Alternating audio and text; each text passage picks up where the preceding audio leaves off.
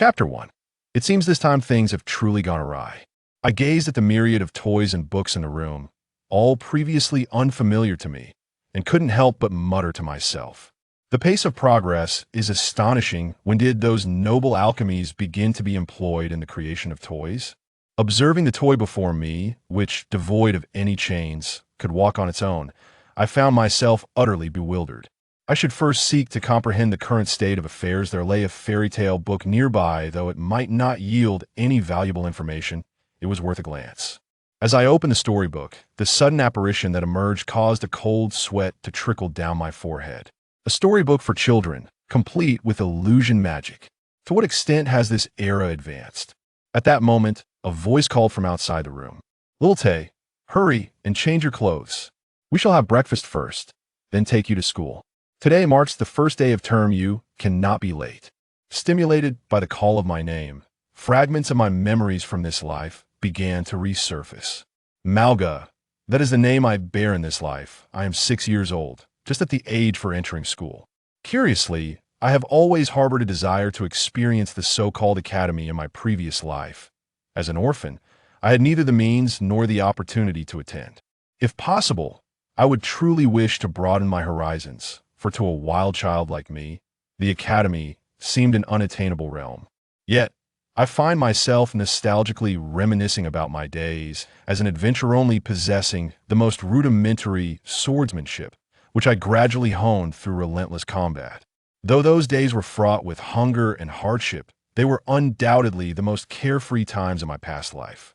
While I indulged in these reflections, I hastily donned the clothes I had set aside earlier. Though I anticipated this, it is indeed remarkable that memories can be preserved through reincarnation. Once I was fully dressed, I stood before the mirror, scrutinizing my appearance for any discrepancies before cautiously exiting my room and making my way downstairs. However, the body of a child is truly inconvenient. Not only is there a lack of strength, but the short limbs are also quite troublesome. As I pondered this, I struggled to seat myself upon a chair that felt somewhat elevated, requesting breakfast from my mother. Today's breakfast consisted of toast with jam and a perfectly fried egg. The relic of the great sage Nigu will arrive in 1 week and will be exhibited at the City Museum for a week, announced the magical communication device, broadcasting today's news about yet another precious artifact from 3 centuries ago, once affordable only to a select few. What a fortunate era this is. Compared to our violent past, perhaps Nigu, who founded this blissful age, is the true hero. Indeed, 300 years ago, only nobles could afford such a breakfast, let alone dream of magical artifacts, even the lesser nobility. After finishing breakfast, I boarded my father's magical carriage, preparing to attend the academy's opening ceremony. To be honest, although I possessed knowledge of magical carriages from my memories, the existence of a self-propelled vehicle was nothing short of astonishing. Is there truly nothing pulling this? I inquired curiously, glancing at my father. Fortunately, I was still a child. Otherwise, I would have certainly been regarded as an unsophisticated bumpkin. I had just complained about the inconveniences of a child's body, yet now I found advantages in my juvenile status. This is a magical carriage invented by the great sage Nigu. It requires no animals for propulsion. Though my father could not turn to face me due to his focus on operating the carriage, he patiently explained. The magical revolution 280 years ago significantly transformed our modes of production and lifestyle. You might find it hard to grasp, so consider it a blessing bestowed by the great sage Nigu. I hadn't expected that, aside from weaponry, these non-military items had also been preserved. Perhaps it was due to the absence of a powerful elite that the service sector for magical technology expanded. Thus, this era could be viewed as built upon the premise of our collective demise, a notion that felt profoundly complex. I held no grievances against Nigu, setting aside our relationship. He was indeed pitiable. His beloved was captured by a group of strongmen, leaving him powerless to do anything but weep over her disfigured corpse. Though he later developed numerous magical weapons, accessible even to commoners for revenge, inciting the populace to slaughter the powerful was undeniably a mad act. As I sat in the carriage, lost in thought, we arrived at our destination. "Little Tay, we have arrived." My father opened the carriage door and addressed my mother and me in the back seat. "You'll find a place to park, dear. Please take little Tay to greet the teacher." It seems that regardless of the era, those in high positions still enjoy their lengthy speeches. As I watched the headmaster droning on at the podium, I couldn't help but recall those kings and nobles who relished standing before crowds, speaking incessantly. Finally, I had found something familiar in this era, yet I felt no joy. For this meant I would have to endure the headmaster's lengthy oration. How could anyone withstand such tedium? The child beside me, unable to bear the oppressive atmosphere any longer, initiated a quiet conversation. "Hello, my name is Adam. What's yours?" Though it felt inappropriate to chat in such a setting, I decided to engage him just a little. After all, I had little else to occupy my time, and it would serve to alleviate the boredom. I introduced myself to the boy named Adam. "Malga, I am called Malga. I hope we can get along, by the way. Have you checked the class list?" "I'm in Class A. It was best to inquire. We might end up in the same class after all. I've seen him also in Class A. We'll be classmates from now on." What a coincidence. It seems fate has intertwined our paths, though this boy appears to be a bit overly excited, his voice a tad too loud. "Keep your voice down, or we might get scolded by the teacher." I instinctively gestured for silence and whispered a caution. "You're right. Getting reprimanded on the first day of school would not be a pleasant experience." Adam quickly recognized that he had likely attracted the teacher's attention and stuck out his tongue, whispering back to me. "True. Let's make sure to look out for each other." It seemed the headmaster had nearly finished his speech. That concludes my remarks for today. I wish everyone a pleasant academic year ahead. As if affirming my thoughts, the headmaster wrapped up his lengthy address, and the students began to exit the auditorium in an orderly fashion. Before leaving, I turned to Adam. "Let's take care of each other. We are classmates now." "I didn't expect you would also choose the combat class," Adam exclaimed, astonished, as we arrived at the combat classroom ahead of the others. "I thought I would be the only one selecting that course." It seems Adam remains quite enthusiastic, understandable, I suppose. Yet, I felt it prudent to remind him. Before me lay a formation of magical cannons, filling my vision. The magical cannon formation is ready shield bearers and musket troops stand down. Once the magical cannons were fully prepared, the commander, his bloodshot eyes wide, shouted, "Let us end this demon with the magical cannon's fire." The cannon formation unleashed a torrent of concentrated beams, reminiscent of a torrential downpour. This was the final scene I beheld in my previous life. Then, I was torn to shreds by those beams, my body reduced to a heap of charred remains, exuding high temperature from the magical surge. Thank goodness I had consumed that potion in advance now. Let us begin anew 300 years hence. All right, let's start with some warm-up exercises. If you don't take warming up seriously, you might cramp during practice. At this point, I must mention that it was only after reviewing the course schedule that I realized this school differs from my previous notions of an academy. Here, it serves merely as a foundational education institution, a place for children's enlightenment. Funded by the state, it ensures all children receive the most basic education. The curriculum is divided into two parts: core subjects and extracurricular activities.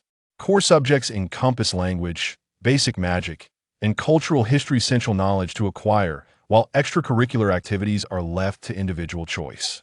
However, the school mandates that each student must select at least one extracurricular course, with costs borne by the parents.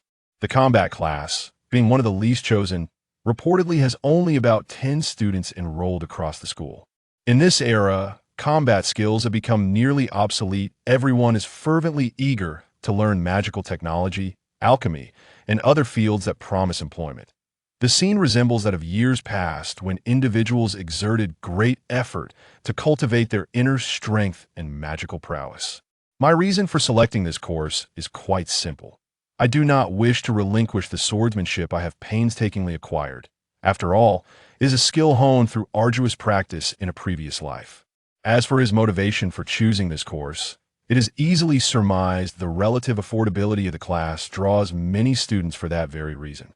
Thus, it is understandable that he would exhibit such excitement upon seeing me. He likely did not anticipate encountering a classmate who shared his interest in combat techniques.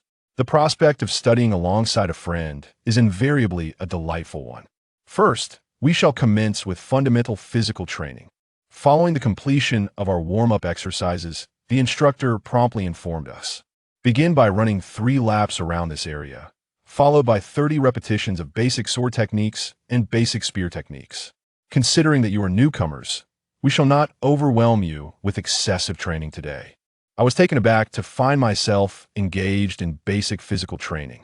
Well, every towering edifice rises from the ground up. Let the training commence.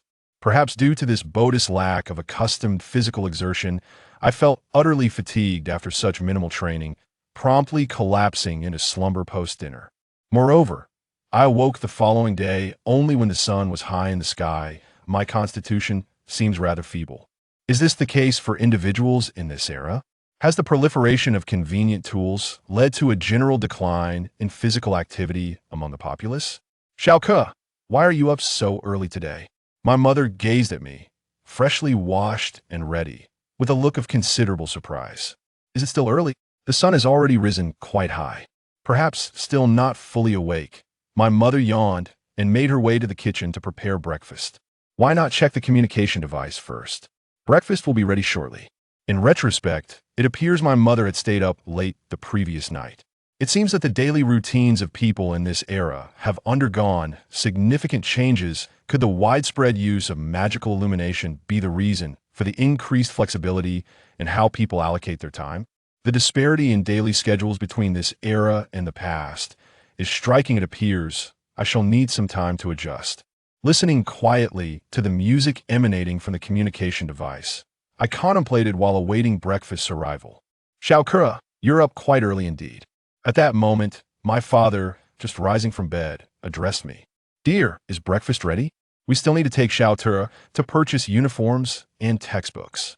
Upon hearing my father's voice, my mother emerged from the kitchen, placing a bowl of oatmeal on the table, wiping the sweat from her brow with a smile. I'll wash my face, first you two can start eating. After I finished my breakfast, my parents took me to a nearby store to purchase uniforms and textbooks.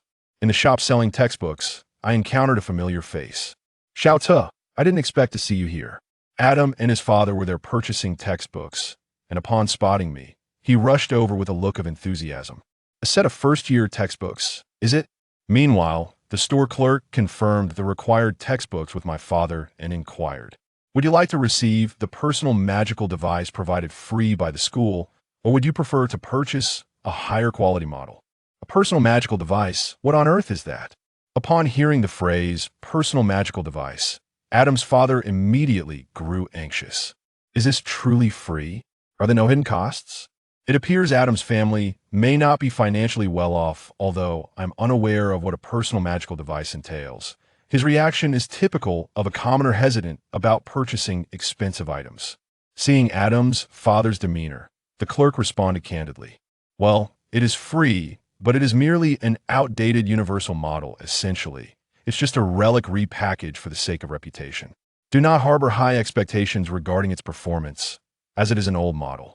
The clerk seems to be of the honest merchant type. I wish for someone to observe how business should be conducted. However, the clerk's explanation had little effect, and upon hearing this, Adam's father quickly declined. No. We'll just take the free one, no custom orders.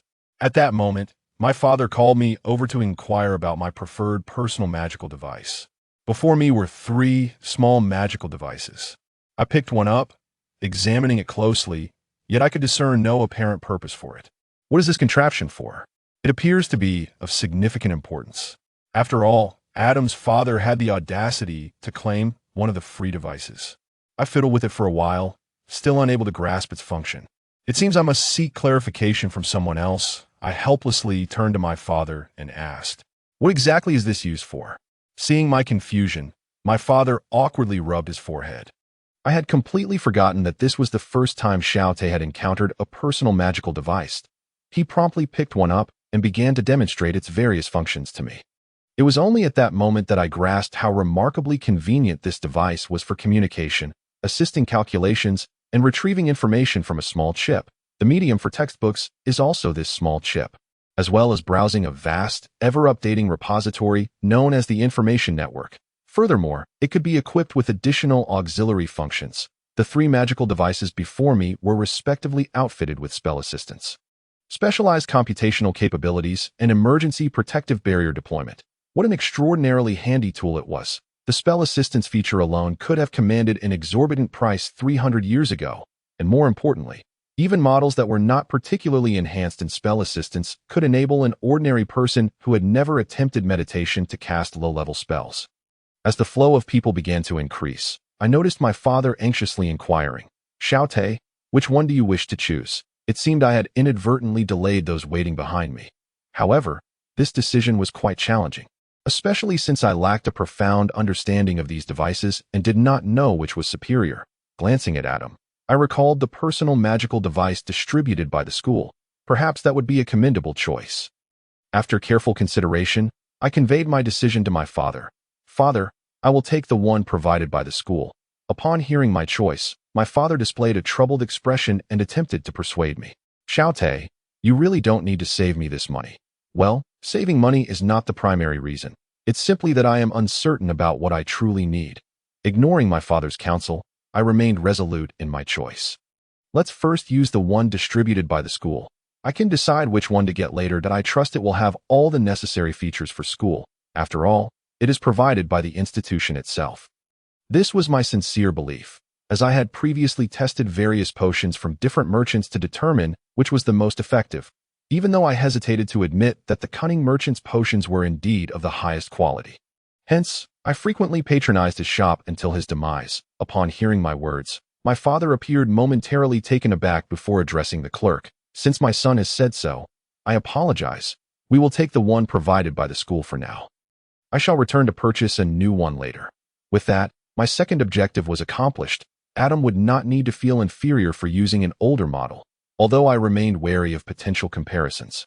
After exiting the shop, my father and I settled on a nearby bench to await my mother's arrival. Given the volume of items to be purchased, she had opted not to accompany us to buy textbooks, but had gone to procure school uniforms instead. My father mentioned that the crowd over there would be considerable, so we would need to wait a while longer. Thus, I sat quietly, cradling the cool beverage he had bought for me. Adam, on the other hand, had to return to help at his family's shop after acquiring his textbooks and personal magical device. What a good child he was, in stark contrast to myself, who had escaped from an orphanage to become an adventurer. As I silently sipped the juice my father had given me, I couldn't help but reflect on this. Soon, my mother came running over with a bag in hand, joining us and inquiring, "I'm late." There were indeed many people over there. "Did you wait long?" It was evident that the crowd was substantial, and the beads of sweat on my mother's forehead confirmed it was a scene reminiscent of a battlefield. Albeit of a different nature, my father took the bag containing the school uniforms from her and handed her a handkerchief. "You should rest for a moment. Wipe your sweat. Why is it so hot in there?" "Doesn't it have a temperature regulator?" My mother accepted the handkerchief, dried her forehead, and after catching her breath, replied, "Well, there is one. It's just that everyone is crammed together, making it feel as if there isn't one at all. Tomorrow, several schools are starting classes, so parents are all gathered to buy uniforms for their children. I see. Mother, you have worked hard." Although I did not feel a strong connection to this mother, it was clear that she was indeed weary. As she was exerting herself for my sake, I couldn't help but offer her the juice I held. "Xiaote, you're so considerate." However, my mother did not accept the juice but smiled warmly at me. "Really, you don't need to. It's rare for our family to be out together. Why don't we stroll around instead?" Upon her suggestion, my father displayed a rather peculiar expression. He opened his mouth, but ultimately chose not to voice anything. Consequently, we spent the day wandering through the marketplace. What an eye-opening experience it was. Various luxuries that were once exclusive to nobles and the powerful were now accessible to a greater number of people. There were also numerous convenient facilities and tools, allowing the common folk to enjoy privileges that were once the domain of the aristocracy. What a fortunate era we live in, observing my mother joyfully shopping. I couldn't help but marvel at this age. Though my father, burdened with a multitude of bags, appeared somewhat pitiable, it was evident that he did so willingly. After all, I was also someone who had indulged in extravagant purchases. Far more than my mother. That evening, we dined at the restaurant owned by Adam's family. It was then that I learned that Adam's father was acquainted with my own, and that my parents had been regular patrons of this establishment before my birth. They had only shifted to home cooking for my sake, illustrating that they had quite a tale before my arrival. That moment. After taking a sip of ale, my father remarked to Adam's father. I didn't realize that your son is in the same class as my Xiao Te. This puts my mind at ease. At least I know my child has someone to watch over him at school. Adam's father responded with a hearty demeanor, quite different from his earlier disposition at the shop. Well, that's the same for me. Xiao Te, make sure to look out for Adam and prevent him from being bullied too severely. Is that so? I thought, feeling that, in terms of physical prowess, Adam might well be the one doing the bullying. Perhaps there were considerations of wealth and status at play, evident from the establishment's decor. It felt reminiscent of a tavern, albeit much more orderly. However, the patrons did not seem to be particularly affluent, especially given that Adam had to assist in the family business that it appeared that they were facing some challenges in their operations, which necessitated minimizing labor costs. No wonder he had seemed overwhelmed at the shop that morning. This reminded me of my own experience when I had accomplished a significant task and decided to reward myself with a meal at a high-end tavern. It always felt as though I were making a mistake there. Watching the two fathers engaged in lively conversation brought forth memories of the hardships I had endured in the past. I felt a twinge of emotion rising, nearly bringing me to tears. Thankfully, I managed to suppress it. Otherwise, it would have been quite unbecoming to IT that moment. The waiter presented the dishes my father had ordered.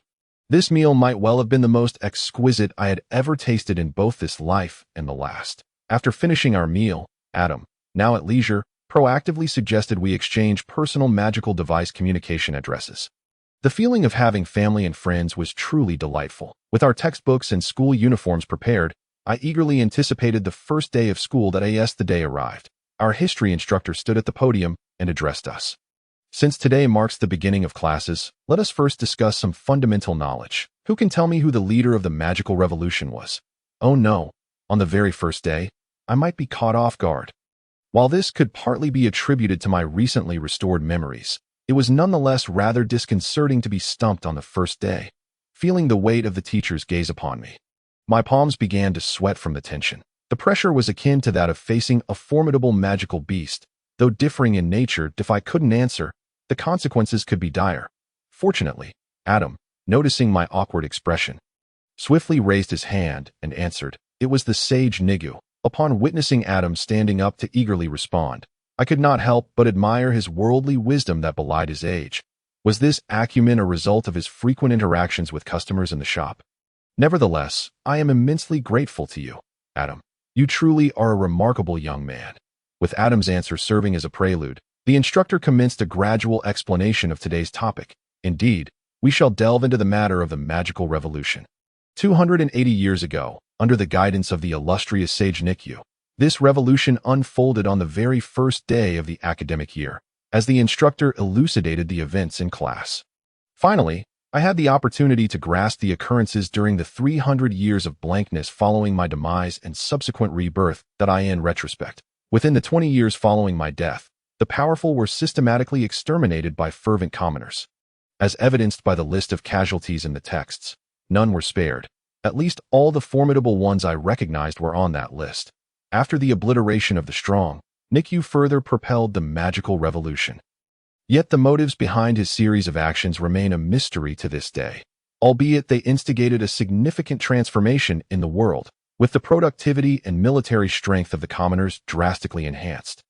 The kings and nobles, once supported by absolute power, were compelled to relinquish their dominion, surviving merely on a facade of nobility and the remnants of their former wealth. The ruling body now consists of a commoners' council, with the speaker changing every 4 years, elected by a single vote from each adult commoner, an unprecedented form of governance to me. The advancement in productivity also led to a substantial decrease in the production costs of many rare goods, resulting in the once elusive luxuries becoming readily accessible, concurrently elevating the standard of living for the average person. Following the completion of all this, Nikyu chose to end his life. Perhaps, by the time he discovered that lifeless body, his spirit had already perished. After a history lesson and an introductory course on magical techniques, I finally comprehended why the world had transformed into its current state. However, this revelation had exhausted all my energy. After the morning session concluded, I stretched lazily and remarked to Adam, I am utterly fatigued. I never anticipated that studying could be such a tiresome endeavor. I barely grasped what the teacher was conveying. Compared to this morning's lectures, I would much prefer to practice swordsmanship for 4 hours. It seems far more suited to me.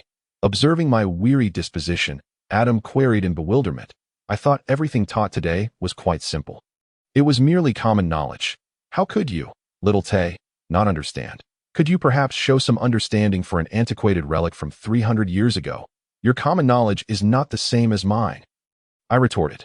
Come on, let us head to the combat training room. At that moment, Adam showed no concern for my exhaustion, pulling me out of the classroom towards the training facility. However, as we approached the school gates, Adam abruptly halted. What is it?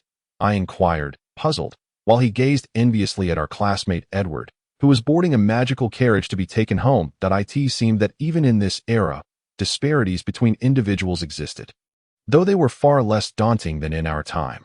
At the very least, such differences were not overwhelming. After the carriage departed, an awkward smile crept onto Adam's face. It appeared he felt a tinge of insecurity. Perhaps it would be best to bring him back to reality. Shall we not proceed to the combat training room? I prompted. We then proceeded together to the training facility. You are here.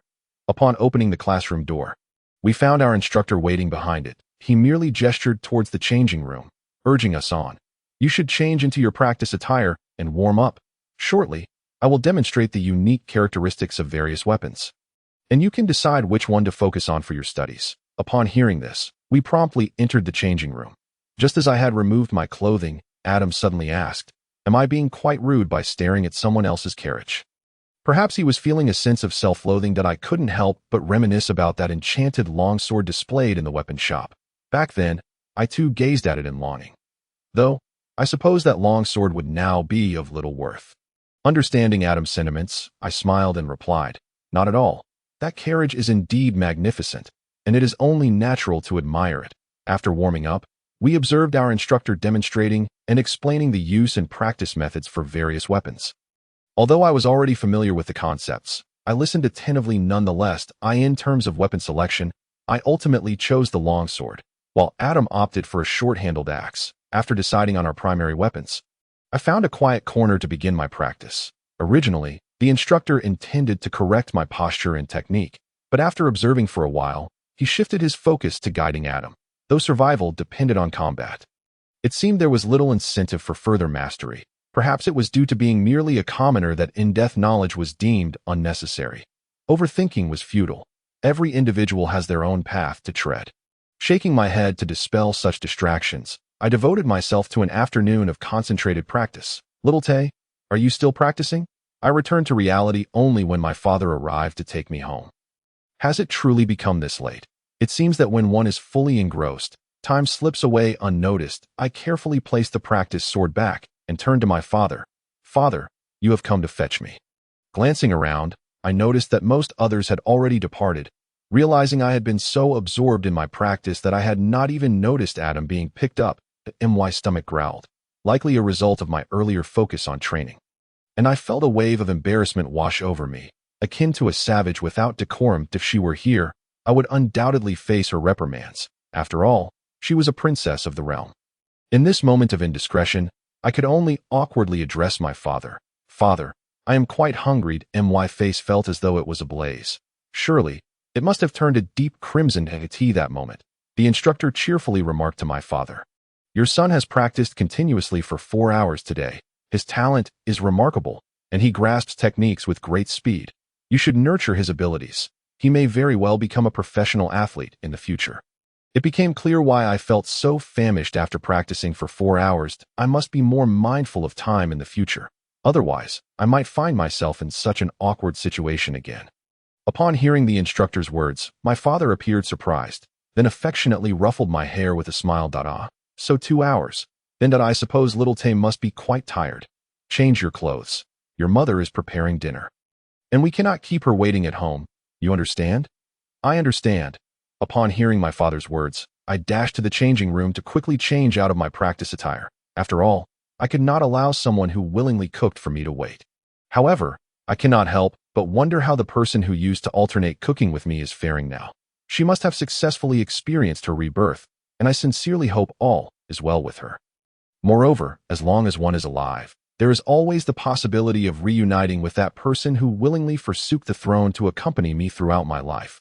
With such thoughts in mind, I quickly changed my clothes and boarded my father's magical vehicle, swiftly returning home. The dinner prepared by my mother was quite lavish, perhaps a bit too extravagant for a child, yet after undergoing intense training today, I managed to finish every morsel. After satisfying my hunger, it was time to tackle the assignment sent from school, which needed to be submitted via my personal magical device before midnight. Thus, I resolved to complete my homework promptly. Although it was already 8 in the evening by the time dinner concluded, I believed that if I had attentively listened to the lessons in the morning, finishing within an hour would pose no challenge. Finally, after completing my assignments, I stretched and muttered to myself, "Now, I shall take a bath to unwind," especially since I had worked up quite a sweat earlier. Just as I picked up my pajamas and prepared to enter the bathroom, a message arrived on my personal magical device. "User, the information broker invites you to become his friend." Initially, I thought it was merely a prank, but the additional message below piqued my interest. New Moon Sword Saint. Accept this invitation. I believe you require someone familiar to help you integrate into this era. New Moon Sword Saint. Wasn't that the nickname bestowed upon me by individuals from 300 years ago? This realization left me feeling perplexed. Who on earth is this person? While I was still pondering, my mother's voice suddenly echoed from downstairs. "Xiaote, hurry down and take a bath. Quickly remove your current clothes so they can be washed with the others." Perhaps it would be prudent to take a bath first. I could contemplate the message later. With a casual tap on the accept button, I carried my pajamas toward the bathroom that in retrospect, I would come to regard this as the gravest mistake I had made across 2 lifetimes. I had never anticipated the possibility of an invasion by a personal magical device. Moreover, while completing my assignments, I had briefly lost focus and checked the information network that I never expected that a mere click on a link would lead to such content. The thought of it made my face flush with embarrassment. Thankfully, this body was not yet fully developed, or I would have truly humiliated myself at that moment. I felt an unprecedented gratitude for this body, which had caused me considerable inconvenience. I was astonished by the openness of individuals in this era, as such content could be publicly displayed. The girl I had just seen was remarkably shameless, revealing all but the most private areas. This thought caused me to blush once more. That it was best not to dwell on it. I quickly concentrated, dispelling my distracting thoughts. "Young master, the school opening ceremony is tomorrow. Are you confident about your life at school?" The butler, Ison, kindly inquired. "Indeed, tomorrow marks the beginning of school, and the days of solitary study at home are behind me. Starting tomorrow, I will be learning alongside my classmates. I wonder what kind of outstanding peers I will meet. They must be exceptionally talented individuals, poised, diligent, and academically accomplished, such elite classmates that I aspire to be one of them. And thus, I must align myself with those students. For my father would surely appreciate such a child as I contemplated this. Excitement surged within me, and I smiled at Ison in response. Yes, I can't wait for tomorrow to arrive. For my studies. I scarcely worried, having already mastered this year's curriculum a year ago. Nevertheless, I must not become complacent. The knowledge I have acquired must not fade, and I must also prepare for next year's subjects. Not to mention the extracurricular courses, as my father had arranged for a private tutor pursuing a postgraduate degree at the academy to teach me. With such a remarkable educator, I must be diligent in my studies. I cannot disappoint my father's expectations, as he has meticulously arranged everything for me. However, Ison's expression appeared somewhat peculiar upon witnessing my excitement. The closer we drew to the start of school, the stranger he seemed. As I pondered this, he suddenly remarked, "Perhaps I am worrying unnecessarily. In any case, as long as you have confidence, that is what matters. But remember one thing, grades are not everything, understood?" Here we go again. Ison has a penchant for imparting such wisdom. What does it matter that grades are not everything? It is only good grades and high scores that bring joy to my father, and only these can capture the attention of my teachers. Is it not? It is only by achieving these that I can garner the respect of my classmates, and they will come to befriend me. Is it not so? Yet, this is what all the adults have told me. Could they be mistaken? But that seems implausible. Surely, they would not deceive me. Noticing my bewilderment, Ison merely sighed and patted my head. "You will understand in due time. For now, let me prepare dinner. What would you like to eat?" "Young master." I failed to comprehend. I completely did not grasp his thoughts. Ison is indeed a curious individual. Why did my father choose him to be our family's butler, and why does he place such trust in him? While his cooking is undeniably delicious, perhaps that is the reason. Yet, It feels like there is more to it than meets the eye. For now, it is best not to delve deeper into these matters. What shall we have for dinner tonight? I couldn't think of anything. Ison, you decide, I casually suggested, and he nodded before proceeding to prepare. With some time still remaining until dinner, I thought it best to review my studies. With that in mind, I took out my history book and began perusing its contents. The Sword St. Tutu established the XX orphanage in the year XX, laying the groundwork for a significant transformation of the era. For me at this moment, these are merely key points to memorize for an upcoming examination. Little do I know the extraordinary adventures that await me alongside the historical figures chronicled within these pages, and the remarkable journeys we shall embark upon together. Yes, a wondrous journey with historical figures, utterly tedious, whether it be the monotonous opening ceremony or the rambling principal on stage. The first day of school feels entirely wasted. Look, I am in Class A. A voice faintly reached my ears.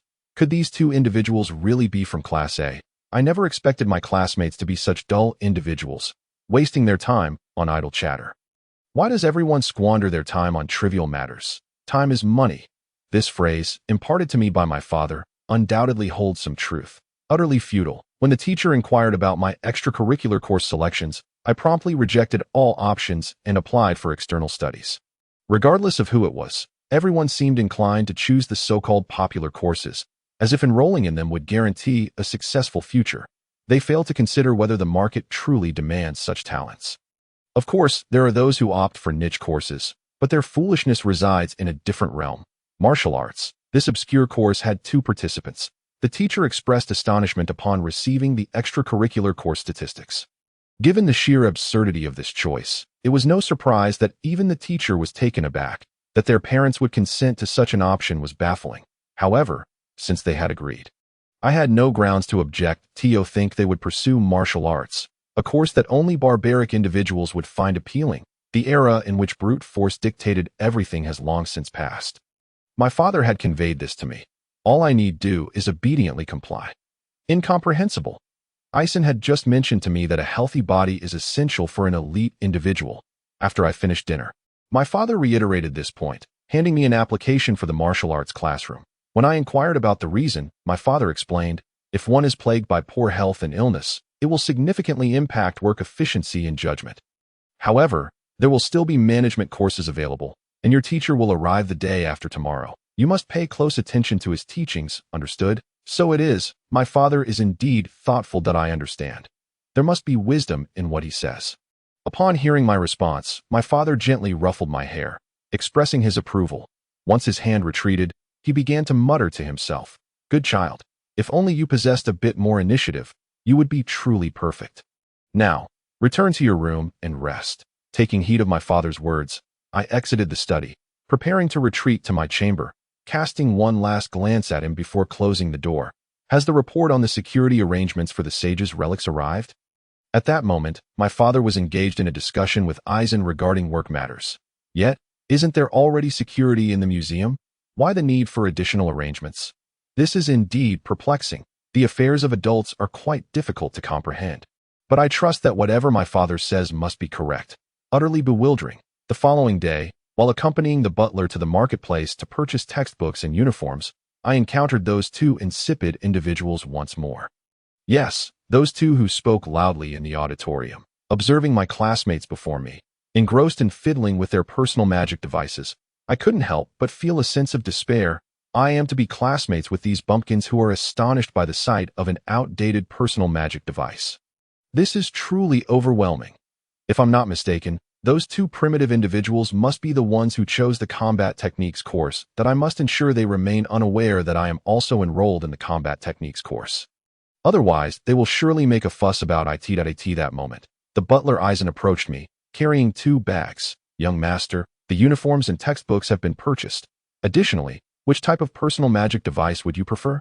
If customized now, it can be completed by tonight. The personal magic device. My father seemed to have chosen a defensive type, so I shall go with that. A defensive magic device then." I informed the butler of my selection. And after he managed the arrangements, we took the magic carriage home together. Tomorrow marks the commencement of formal classes, and I must prepare thoroughly, at the very least reviewing the content we will cover. Being adequately prepared is one of the lessons my father imparted to me. Before long, the holiday preceding the start of classes had passed, and I welcomed the first day of school with utmost readiness. On this inaugural day, the teacher in our history class stood at the podium and asked, "Who knows who the leading figure of the magic revolution is?" How frustrating. I had already reviewed this material beforehand, and it felt rather tedious. Most of my classmates understood this mundane question, yet it appeared that none wished to answer. Responding would yield no sense of accomplishment and would not impress the teacher. Moreover, it would attract unnecessary attention, so I opted to remain silent. However, not everyone shared this sentiment, as evidenced by that bumpkin I encountered yesterday that it is Sage Nikod. He exclaimed, raising his hand high and answering the teacher's question with a booming voice. How typical. It seems he is the only one who knows that it was indeed a wise decision to keep my enrollment in the combat techniques course a secret from them, as conversing with such individuals is exceedingly laborious. Nevertheless, today's lesson should be of this level. Considering it is the first day of school, it shouldn't exceed the scope of my review that I suppose I shall treat it as a revision. For listening attentively in class is quite important. After all, I am not like them. I wish to achieve good grades to please my father as I anticipated. Today's lesson consisted of only some rather basic material. While Eisen was driving me home, I proudly remarked, "The teacher won't only discuss such tedious topics, will he?" At that moment, Eisen displayed a knowing smile and replied, "Of course not. The master has brought in a graduate student from the Management Studies department. Do not tell me you find it too difficult to understand that's so. A graduate student. Then I shall look forward to it." I gazed at the incomprehensible content in the book. I helplessly raised my hand to ask the teacher, "I don't understand what you're saying." The teacher merely smiled, wearing an expression that seemed to say, "I expected as much," and replied, "You may call me brother. What is it that you do not understand? Pray, enlighten me. What is there to understand? I should be completely lost. Though I recognize all the words, I cannot piece them together into meaning." However, I lacked the courage to express this to the teacher. What should I do now? In this dilemma, making a decision is precisely one of the subjects studied in management. Noticing my prolonged silence, the teacher smiled calmly and stated, "Perhaps I should begin by explaining what management studies entails." Under his guidance, I began to comprehend the nature of the course my father had chosen for me. Management studies primarily involve the art of enabling a group of individuals to work more effectively and safely. It is also the knowledge most frequently employed by my father in his work. However, you likely still lack a clear understanding of this concept. After concluding his explanation, the teacher sighed and said, "It seems I should adopt a different approach to my teaching, as this material may be somewhat advanced for you." He then presented me with a challenging problem, but I found myself unable to respond. Feeling quite aggrieved, I lowered my head and said, "I'm sorry. Lift your head." The moment the words "I'm sorry" escaped my lips, the teacher addressed me earnestly. "This is not something that requires an apology. You have done nothing wrong." The teacher did not reprimand me, but spoke gently. "I did not expect you to be able to answer. Simply being willing to think is sufficient. Is it enough to merely contemplate these questions? Wait. Upon closer reflection, it seems that the teacher, are you not going to discuss the content of the book?" I suddenly realized that the teacher had not referred to the book's content. And I curiously inquired to my question. The teacher responded straightforwardly, "Indeed, I do not intend to discuss the material in the book. Your father has agreed to my teaching method. The content in those books is a bit too advanced for you, and I must explain these concepts in a manner you can grasp. That's so? What a peculiar approach." Meanwhile, Eisen, who should have been in the room, had unexpectedly left at some point. "Goodbye, teacher." After seeing the teacher to the door, I couldn't help but rub my aching head. After such an extracurricular lesson, I already felt mentally exhausted. How tiring. I longed to retreat to my room and sleep. Yet, I had not completed today's assignments. So I resolved to persevere a little longer.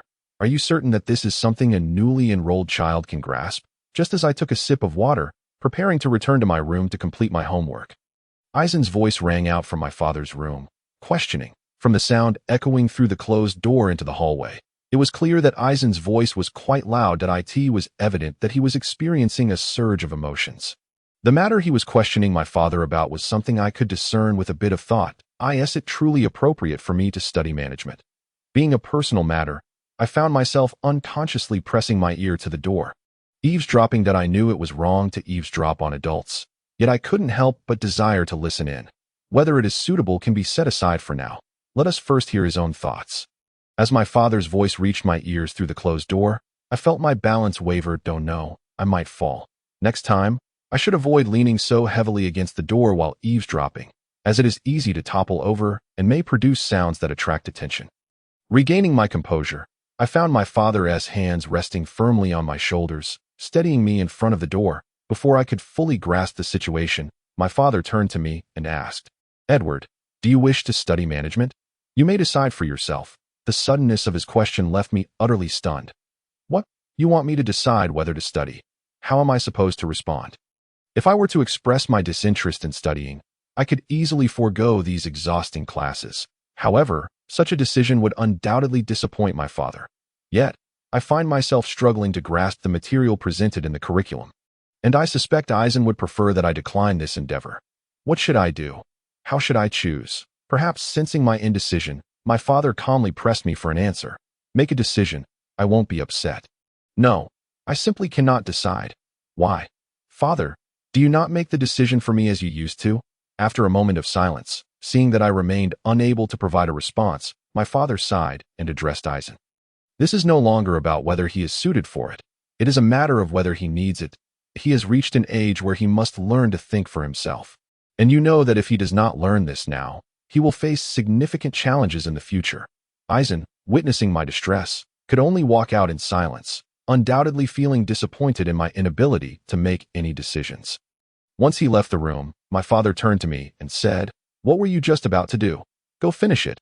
I had intended to complete my homework. Remembering this, I quickly exited the room, effectively escaping from my father's study, the very place where I was compelled to make choices and contemplate. Compared to these perplexing dilemmas, the questions on my homework seemed far more manageable. At least those questions had definitive answers.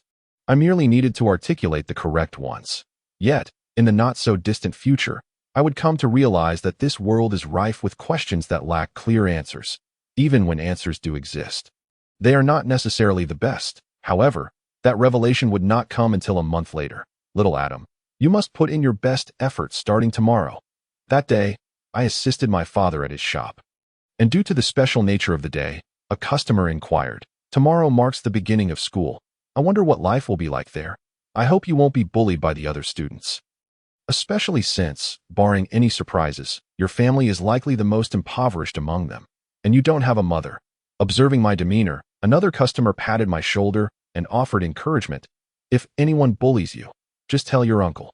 Adam may not have a mother, but he has plenty of uncles and aunts." With this customer's words as a catalyst, others in the shop began to chime in. "Yes, and little Adam is so sensible that the teachers won't allow anyone to bully him. Who would dare to bully our Adam? We have all watched him grow up. Are there any children from our homes attending the same school as Adam? It would be better for them to look out for one another." Unfortunately, no. Adam has been accepted into a prestigious school, while our rascals could never get in an instant. The restaurant buzzed with the lively chatter reminiscent of a Sunday market. Everyone engaged in conversation. I glanced at the two adults beside me, my father and brother Richter. While the customers were kind to me, it was these two who cared for me the most. My father, given his astonished expression upon seeing the acceptance letter, was not someone I could rely on. Brother Richter smiled and advised, "Remember this. You and they are all students of the same school. Hold your head high and converse with them confidently. Don't shrink away when speaking, but I trust you've already learned this here, haven't you?" "Is that so?" Watching the enthusiastic discussions around me, a thought emerged in my mind. Perhaps treating my classmates as I do the customers is a wise choice. However, I recalled the disdainful glances from those wealthy individuals, those who looked at me as if I were refuse. During my visits to the large hospital for psychological treatment, I had encountered people who regarded me with such eyes. Judging me in my tattered clothes, Brother Richter, aware of my past, gently ruffled my hair and said, "Ultimately, those people are merely a bunch of self-satisfied fools. There are plenty who are richer than them. Why bother engaging with such narrow-minded individuals?" Perhaps Brother Richter was right. But what if my classmates are also narrow-minded? As long as they don't initiate any bullying, there shouldn't be a problem. Nevertheless, it seems I am destined for a rather lonely school life. Reflecting on this, I looked at the customers passionately discussing my situation. Even without friends, it's all right. I still have my uncles and aunts. While I was still troubled by these chaotic thoughts, Brother Richter suddenly recalled something and said, "By the way, I have prepared a gift for your enrollment. Wait for me after we close." "What? A gift? What is it?" I asked excitedly, but he merely hinted at a surprise to IT that moment. I had no inkling of the expectations Brother Richter held for me within that gift that IT was heavy.my limbs. Shoulders and abdomen felt the weight significantly. Why was I wearing such a burdensome set of equipment to attend the opening ceremony? As I felt the weight evenly distributed across my body, I couldn't help but sigh. Why did Brother Richter give me such a gift? My legs felt sore, and I had only covered half the distance. Brother Richter had mentioned that I would need to wear this every day, indicating that my future days might be challenging. Although I could consider secretly removing it, it was still a heartfelt gesture from Brother Richter. Moreover, since I was entering as a sports scholarship student, it would be unacceptable if I failed to achieve results in the martial arts competition. With 1/3 left to go, I urged myself, "Hang in there, Adam. Remember, this is a training plan devised by Brother Richter to give you ample time for study." My calves began to accumulate lactic acid, and my breathing quickened. Fortunately, since I was using my entire body, no particular area felt so exhausted that I couldn't move. Perhaps the stamina I developed while helping at the shop was coming into play. It seemed that wearing this to school wouldn't be too burdensome after all. As I continued, I had already crossed the school gate. "Hello, teacher." I greeted the teacher stationed at the entrance, then made my way toward the blackboard displaying the class assignment. "Let us check the class assignment first. Class A." It was already this late. I confirmed my class assignment. The bell rang, and the teacher began calling students who were not yet in uniform to enter the auditorium. Thus, I followed the line into the grand hall, where I sat quietly for an hour listening to the principal deliver his mundane speech while encumbered by this heavy set of equipment. Sitting still for an hour was manageable, but the challenge lay in the fact that I was wearing this cumbersome gear. Although Brother Richter had adjusted the equipment for potential long periods of sitting, prolonged sitting still caused my thighs to feel numb, especially with a sandbag resting on top of them. Theoretically, sitting for 50 minutes should be fine, and Brother Richter even anticipated the possibility of the teacher extending class time. However, I was expected to sit for an entire hour.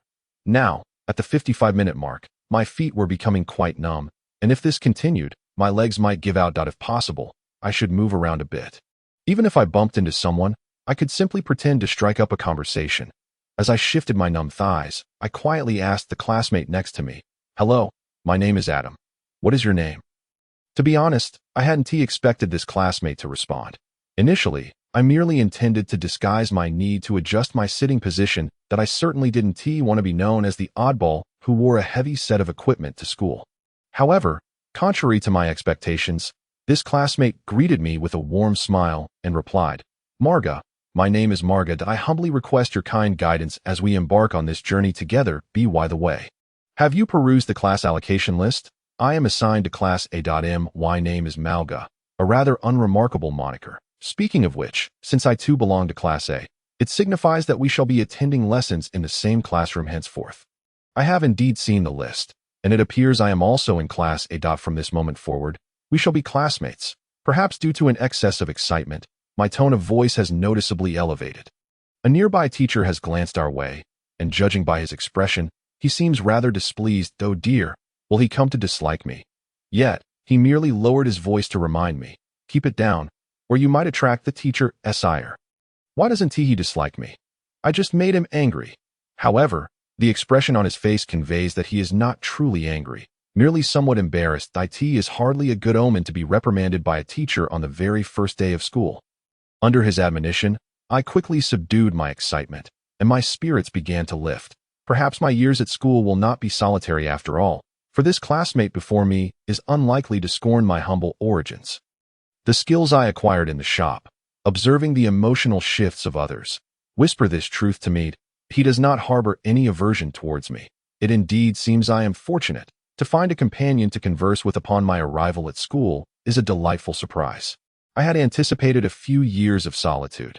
Thus concluded the opening ceremony, and soon we shall embark on the morrow to collect our textbooks and uniforms. At last, I shall acquire the much-coveted personal magic device. Perhaps due to my excitement, I experienced an unusual bout of insomnia last night. As a result, I emerged from my room today bearing the unmistakable marks of fatigue under my eyes. My father, upon noticing my state, gazed at me with weariness and inquired, "Adam, why do you appear so unrefreshed? In truth, Father, are you not also suffering from restless nights due to your own anxieties?" Although I yearned to pose this question, the opportunity eluded me, for after uttering his inquiry, he swayed into the bathroom to wash up. Perhaps it would be wise to wash my face as well. After collecting our materials, I must assist in the shop. Observing my father, despite his fatigue, persistently striving to earn a living, I found myself questioning whether attending that prestigious school was indeed the right choice for me. Would it not be better to enroll in a more ordinary institution? Even if that individual promised to waive the fees for extracurricular courses and provide uniforms and textbooks, was it truly appropriate to study alongside the children of affluent families? Moreover, must I dedicate time to practice that seemingly pointless combat course merely to uphold the school's reputation? Is this truly the best course of action? I did voice these concerns to my father, yet he firmly insisted that I attend the finest school available. Understanding that his decision was resolute, I refrained from contesting it further. After all, he only desires what is best for me. Thus, my father and I ventured to the nearby shopping center to collect my textbooks and uniform. The school had communicated with the vendor beforehand, enabling us to quickly acquire the uniform. While retrieving the textbooks, I unexpectedly encountered that boy who, like me, is also enrolled in the combat course. He did not regard me with disdain. Upon seeing him, I instinctively greeted him with enthusiasm. "Xiaote, what a surprise to encounter you here. Serendipitous meetings with friends are always a source of joy, particularly as he may well be my first companion within this school." After collecting the textbooks, the clerk inquired of my father whether he wished to order a personal magic device. Naturally, my father, apprehensive of incurring additional expenses, opted for the older model provided by the school. Upon hearing my father's response, a wave of inexplicable disappointment washed over me. Those elegant new models were beyond our financial reach. Yet, my desire for a new personal magic device remained fervent, especially as I observed Xiaote's father presenting him with 3 of the latest models for selection. Envy stirred within me. However, I found it impossible to voice my yearning for a new model. Though such a statement might compel my father to purchase one for me, I truly wished to avoid adding to his burdens. After all, I had noticed him growing increasingly troubled by the accounts lately. Suddenly, I perceived Xiaote glancing in my direction.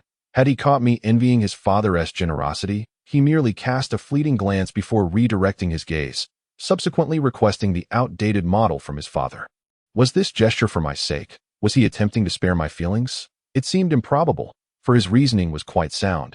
He asserted that now was not the optimal time to acquire a new model.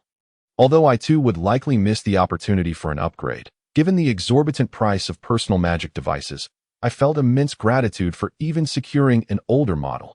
Upon returning home, I busied myself with studying the device, my thoughts wandering in this manner. However, joyful moments passed swiftly. As I immersed myself in the device, dinner time arrived, signaling my obligation to assist in the shop. Donning the waitstaff uniform, I commenced my duties, serving meals, clearing tables, and placing dirty dishes in the wash basin. Though my workload was modest, it occupied my time considerably. When might I be capable of managing so many tasks alone, akin to Brother Richter? Surely, it would alleviate my father's burdens significantly. Observing Brother Richter working with such proficiency, I lamented my own perceived inadequacies. Then, unexpectedly, I spotted a familiar face in the shop. "Xiaote, what brings him to dine at my family's humble establishment?" "Excuse me, young lad. Could you please clear that table? There are patrons waiting in line." Brother Richter chided me as I stood frozen in place. Later, overhearing a conversation between my father and an acquaintance, I learned that Xiaote's parents were once regular patrons of this establishment. Having known my father long before my birth, the workload lightened. I finally seized the opportunity to exchange email addresses with Xiaote. After the restaurant closed for the evening, I lay in bed, exhausted yet filled with anticipation for the morrow. Perhaps attending that school will not be such a grave misfortune after all. I began to look forward to the forthcoming school life. On this inaugural day of classes, the teacher commenced by asking us a fundamental question. Who can tell me who the leading figure of the magic revolution was? Thankfully, today's lesson revolved around relatively simple content, well within the realm of my prior study. However, Xiaote appeared rather awkward. Could it be that he is unaware of such basic information? At that moment, the teacher discerned Xiaote's discomfort and seemed poised to call upon him to respond. It appears I must lend him a helping hand that IT was the sage Nigu. This hurdle was overcome, yet Xiaote truly seemed to struggle with his studies, unable to answer many fundamental questions. I had previously heard patrons mention a philosophy of unsupervised learning, advocating for reduced exposure to textbook material prior to formal education. That IT seems Xiaote's parents support this approach. Yet, is this truly beneficial? Xiaote appears to be grappling with the material. Although he remains attentive in class, his occasional expressions of confusion suggest that the situation may not be ideal. I shall make an effort to pay closer attention in the future. Perhaps he will soon catch up with the class. Despite his struggles, it seems he ultimately grasped the lesson's content. I'm so tired. I never anticipated that studying would be such a taxing endeavor. Xiaote exclaimed after school, stretching his arms. Noticing his expression of fatigue, I empathized. Yet today's lessons had been quite manageable, primarily covering common knowledge. Just to be safe, I felt compelled to remind him. I thought today's material was rather straightforward. It was merely common knowledge. How could you not comprehend it, Xiaote? I hope he can diligently study a textbook in the future. Otherwise, he might truly fall behind. However, it is already time to head to the combat training room. Yet he remains slumped in his seat, reluctant to leave. That I suppose I should just pull him along. If we don't leave now, we will surely be late. Come on, let us go to the combat training room. I seized little Tay and made my way towards the training room. Despite the urgency of time, as we passed through the school gate, I found myself momentarily immobilized upon seeing my classmate Edward ascend into his family's magnificent magic vehicle. My gaze was utterly captivated by that enchanting machine, unable to divert my attention to IT that moment. The angel within me began to implore, "What are you staring at? It's merely a magic vehicle. Hurry up, we're going to be late." Yet, the devil in my heart was equally relentless in its temptation. However, I truly yearned to experience riding in such a luxurious magic vehicle. It must be so smooth and comfortable. Thus, I found myself caught in an incessant struggle between angel and devil, unable to move towards either direction. It was only after witnessing the vehicle drive away that I regained my senses and continued on towards the combat training room with little Tay. How disheartening it is to stand there enviously admiring someone else's magic vehicle. I expressed my frustration at my own lack of composure. One must not drool over the possessions of others, for that will only lead to greater disdain from them. If I desire such things, I must earn the means to acquire them once I grow up. With a complex array of emotions, little Tay and I arrived at the training room. "You're here." The teacher stood at the door, greeting us with a joyful smile. "Go change into your practice uniforms and warm up. Later, I will demonstrate the characteristics of various weapons, and you can decide which one you wish to focus on for your studies." It seems we have indeed arrived late, so we should hurry to change. I had previously inquired with Brother Richter about how to change without revealing any heavy equipment, and it took me an entire afternoon to master it. However, these matters are secondary. I am genuinely anxious that little Tay may alter his perception of me due to what just transpired. Gathering my courage, I finally asked little Tay, "Am I being rude for staring at someone else's vehicle?" He must think it's embarrassing to be friends with a poor kid like me who can't help but gawk at a magic vehicle. Perhaps I will have to endure these years in solitude. Yet, little Tay, while changing, calmly reassured me, "Not at all. That vehicle is indeed beautiful. It's perfectly normal to want to admire it. You really don't find it embarrassing?" That is such a relief, with my worries alleviated. I quickly donned my practice attire and approached the training area to listen to the teacher explain the characteristics of the weapons. First, we have the one-handed weapon, the longsword, a lightweight and agile weapon. It has 4 actions and 9 directions. The 4 actions include slashing, stabbing, and guarding, while the 9 directions consist of 3 upward, 2 horizontal, and 3 downward attacks, along with thrusts. After the explanation, the teacher demonstrated all the offensive and defensive moves with the longsword. Honestly, it looked quite impressive, albeit rather complex. Next, we have the one-handed weapon, the short-handled axe, a heavy weapon, but one that packs considerable power. It features only 2 actions and 5 directions, chopping and sweeping, with 3 upward and 2 horizontal strikes. This weapon is relatively easy to master. Compared to the longsword demonstration, the teacher merely waved the axe a few times before concluding, giving it a straightforward and brute feel. Lastly, we have the one-handed pistol, a weapon that is both simple and profound. It has 2 actions and 3 offensive directions, thrusting and sweeping. Although the movements themselves are straightforward, Maintaining the proper distance from the opponent is the most challenging aspect of this weapon. The teacher executed a few thrusts and then demonstrated 2 sweeping motions with the pistol, which felt rather monotonous. Practicing it might become tedious. There are still some two-handed weapons left, but you first-year students are not yet suited for those.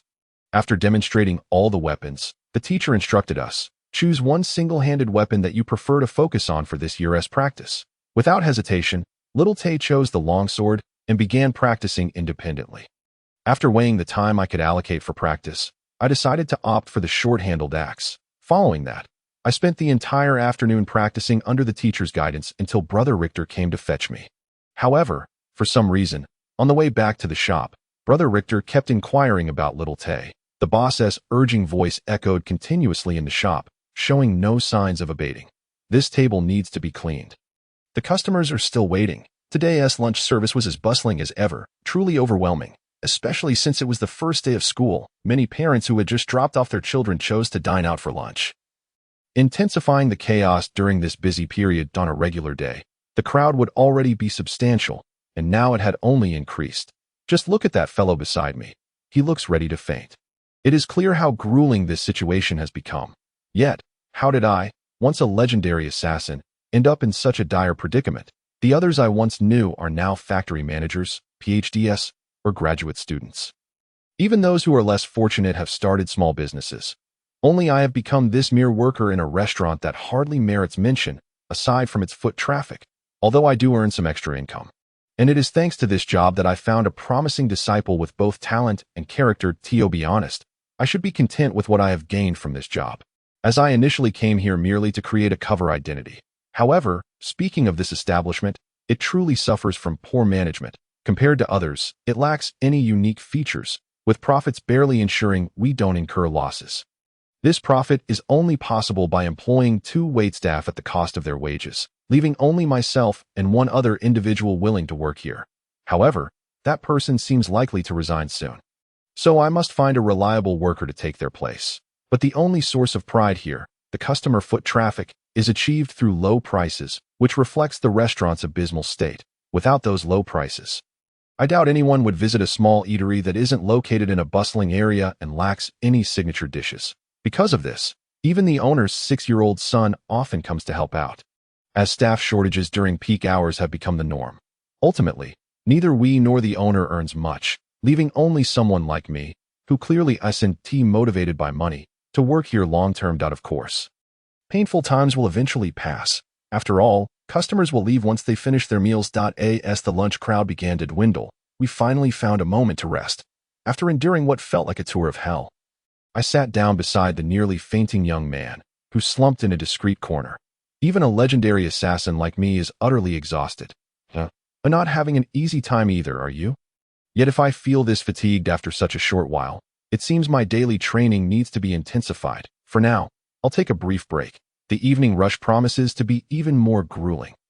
Noticing me sitting nearby, the young man began to vent his frustrations. If only the boss would hire a part-timer, we might have it a bit easier. I don't understand why he has suddenly become so stingy. A part-time lunch shift wouldn't cost him much. Upon hearing this, I immediately felt as if I had committed a foolish act. Yet, there are no regrets in this world. Instead, I should comfort him.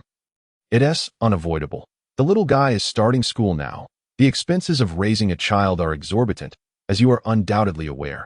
Perhaps you could exhibit a modicum of understanding towards the boss. It is indeed my part-time job that has become the root cause of the staff shortage here.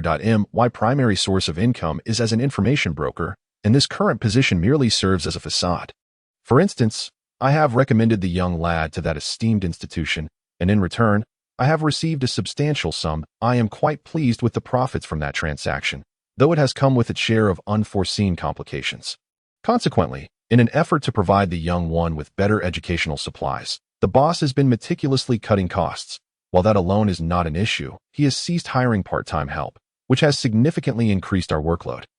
However, I find myself lacking the grounds to complain, especially since I have profited handsomely. As for how the school could afford to purchase such information, it is worth noting that a child with considerable talent in combat can enhance a school's reputation significantly, particularly as society has begun to place greater emphasis on children's athletic training. Moreover, this business is unique to me. Only someone like me, an antiquated relic who died 3 centuries ago, can accurately assess an individual's combat aptitude. By the way, aside from this type of information, I also engage in other trades, provided they remain lawful and ethically sound. Richter, do you have a moment? As I rested and allowed my thoughts to wander. The boss approached me with a ledger in hand. Have you arrived? I can almost predict what he will say next. Could you help me pick up Adam, just as I anticipated, after ensuring I displayed no signs of disdain? The boss immediately made his request that I still have accounts to settle. Could you lend me a hand? After receiving that payment, my workload has surged. I truly have dug a pit for myself. After all, I had intended to take him on as my apprentice. Understood, I replied, resignedly rising to address the boss. The young one is likely about to finish school. I shall head there now.as for you. Prepare for the evening rush. The clientele should begin to increase in about an hour. Upon hearing this, my companion, who had been lying in a state of exhaustion, let out a wailed, "No way. We've barely had a moment's rest." Is this a battlefield? The individuals of this era truly love to complain. The young lad, however, is a rare exception, never uttering a word of hardship. This is one of the critical reasons I hold him in such high regard. Regardless of his innate talent, my apprentice must possess a commendable character. Observing my feeble companion, I waved my hand dismissively. This is far better than a battlefield. The true battlefield is far more brutal. You wouldn't even have a moment's respite. Compared to that, this place can be deemed gentle. With that, I removed my apron and donned my outerwear, making my way to the school the young lad attends. I strolled slowly down the long street. Enduring the oppressive heat brought on by the sun.it is quite sweltering. Summer is supposedly nearing its end, and I recalled that in previous years, we would have already begun wearing jackets by this time. Could the advancements in magical technology be influencing the elemental climate? I sincerely hope to reach the school soon.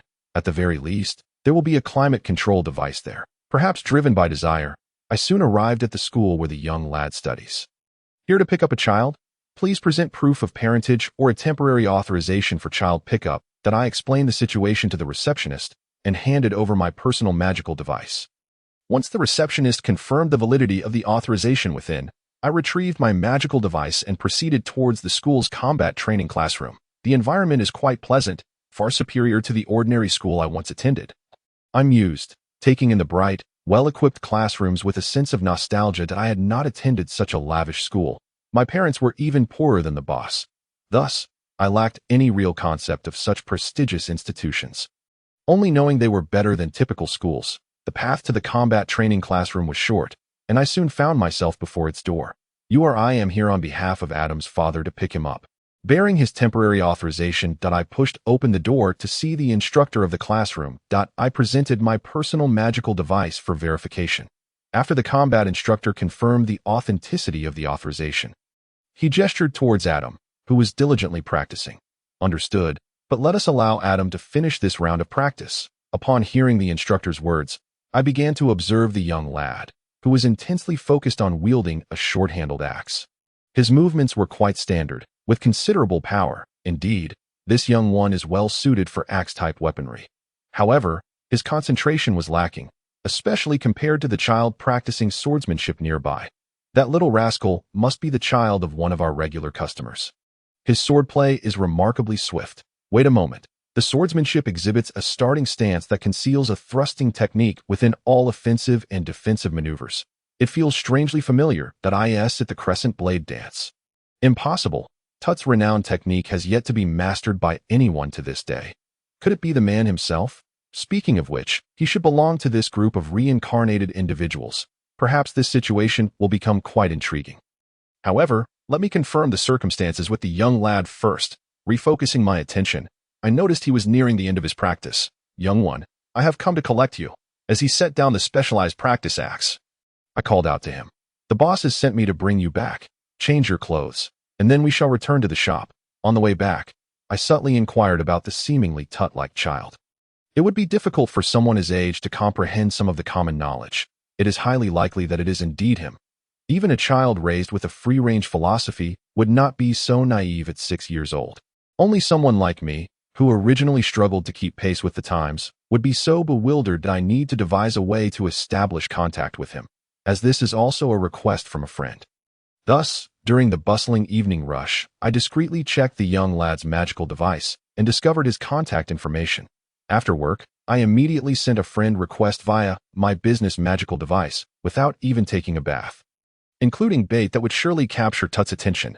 Crescent Blade Saint, I hope you accept. Surely you need someone who understands you to help you acclimate to this era. An ordinary person would likely dismiss such a message as a prank. But if it were indeed the man himself, he would undoubtedly accept. After all, in this unfamiliar territory, I am offering a pillow to someone in need of sleep. He would be unlikely to refuse. Moreover, given his behavioral patterns, he would not doubt my intentions. Otherwise, he would have already been swindled out of his assets by now. Before long, the invitation was accepted, and I attempted to send a message but received no response. Is he not available? This works to my advantage. I can now access his magical device. I maliciously began to peruse Tut's browsing history on the information network, quickly stumbling upon something rather intriguing. I discovered a record that seemed rather questionable, though it was likely a trap of sorts. I wondered how a certain princess would react upon learning of this, upon seeing the 3-point stance beauty displayed on the magical device. A rather wicked smile crept across my face. Should I play a little prank on him? However, to be fair, the title "There's Something Good Here" is one that even children understand these days. It is likely only someone as antiquated as Tut, who has just arrived here, would click on it without a second thought. I gazed at the holographic projection of a girl in a swimsuit and remarked, "One must wonder if the people of this era are truly so open. The flow of information in this regard is astonishingly high.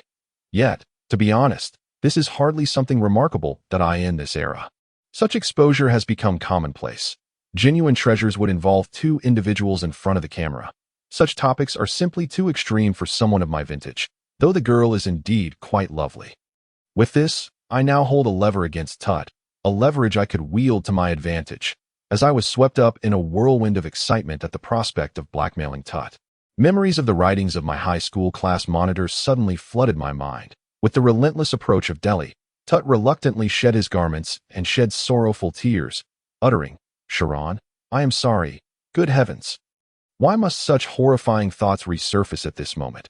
It seems that the individuals of this era have ventured far beyond the horizons we can bear to gaze upon, almost crossing oceans to reach new lands. I must not dwell on such matters.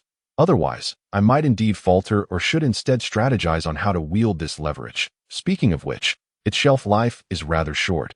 It would be prudent to make use of it swiftly. Perhaps merely to tease him, lest I too find it distasteful. At that moment, the magical device finally received a message from Tut. "Who are you?" Brief and to the point, it appears Tut possesses quite the wariness. To allay his suspicions, I promptly sent a reply identifying myself. "The shadow of the dark mist, like you, is an antiquity that perished 3 centuries ago. As for why I opted for a title instead of my true name, it was merely for final confirmation that my actual name is presently unknown to anyone, as it is obscured amidst a plethora of aliases to ascertain my identity. After all, this age is rife with those afflicted by delusions of grandeur. Exercising caution is not amiss." Tut's response arrived almost instantaneously. "Delhi, you wretched being, you truly cannot perish. It seems this world must endure your malevolence for several more decades, while he did not err in my name. His words remain as venomous as ever, and this time I shall ensure you pay dearly.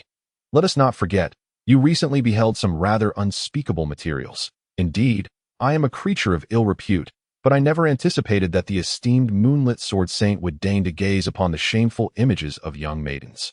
Without hesitation, I seized the opportunity to use my newfound leverage and sent a screenshot of that very page. I added a touch of mockery, for such embellishments yield superior results. This last possesses quite the fine figure. Although it feels somewhat wicked to tease him while he is still bewildered by his surroundings, this time I feel no psychological burden.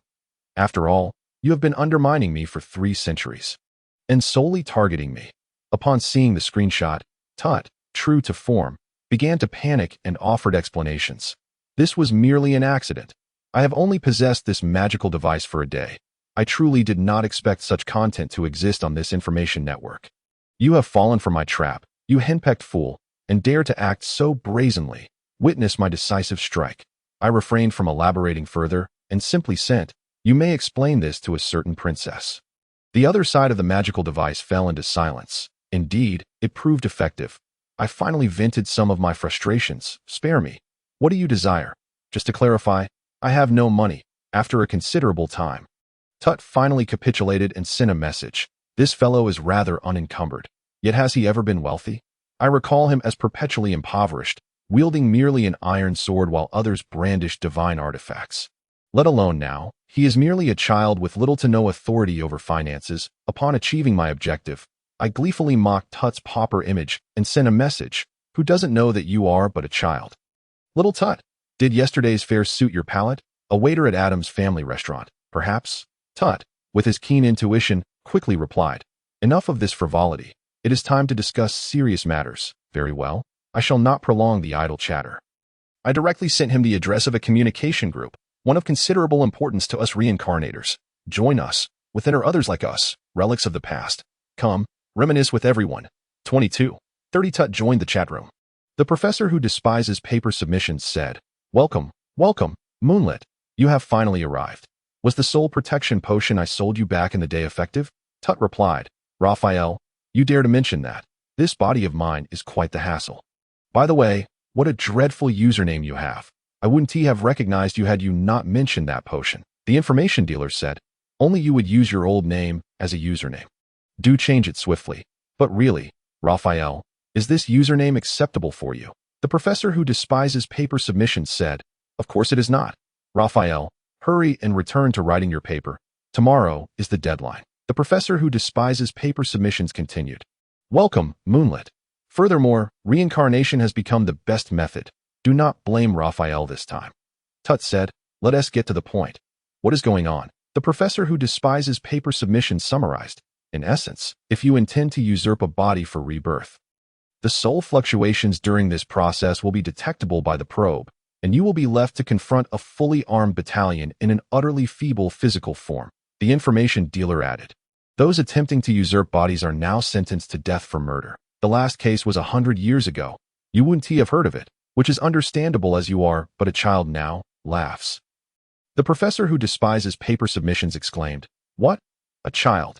Delhi, seeking embarrassing photos? How amusing. The professor who despises paper submissions urged, what are you still doing here? Hurry back and write your paper. The professor who despises paper submissions insisted. I am going. Delhi, send it to me in private afterward. The professor who despises paper submissions remarked, this fellow does nothing unless pressed. Speaking of which, Moonlit, you must have just awakened. Are you in elementary school now?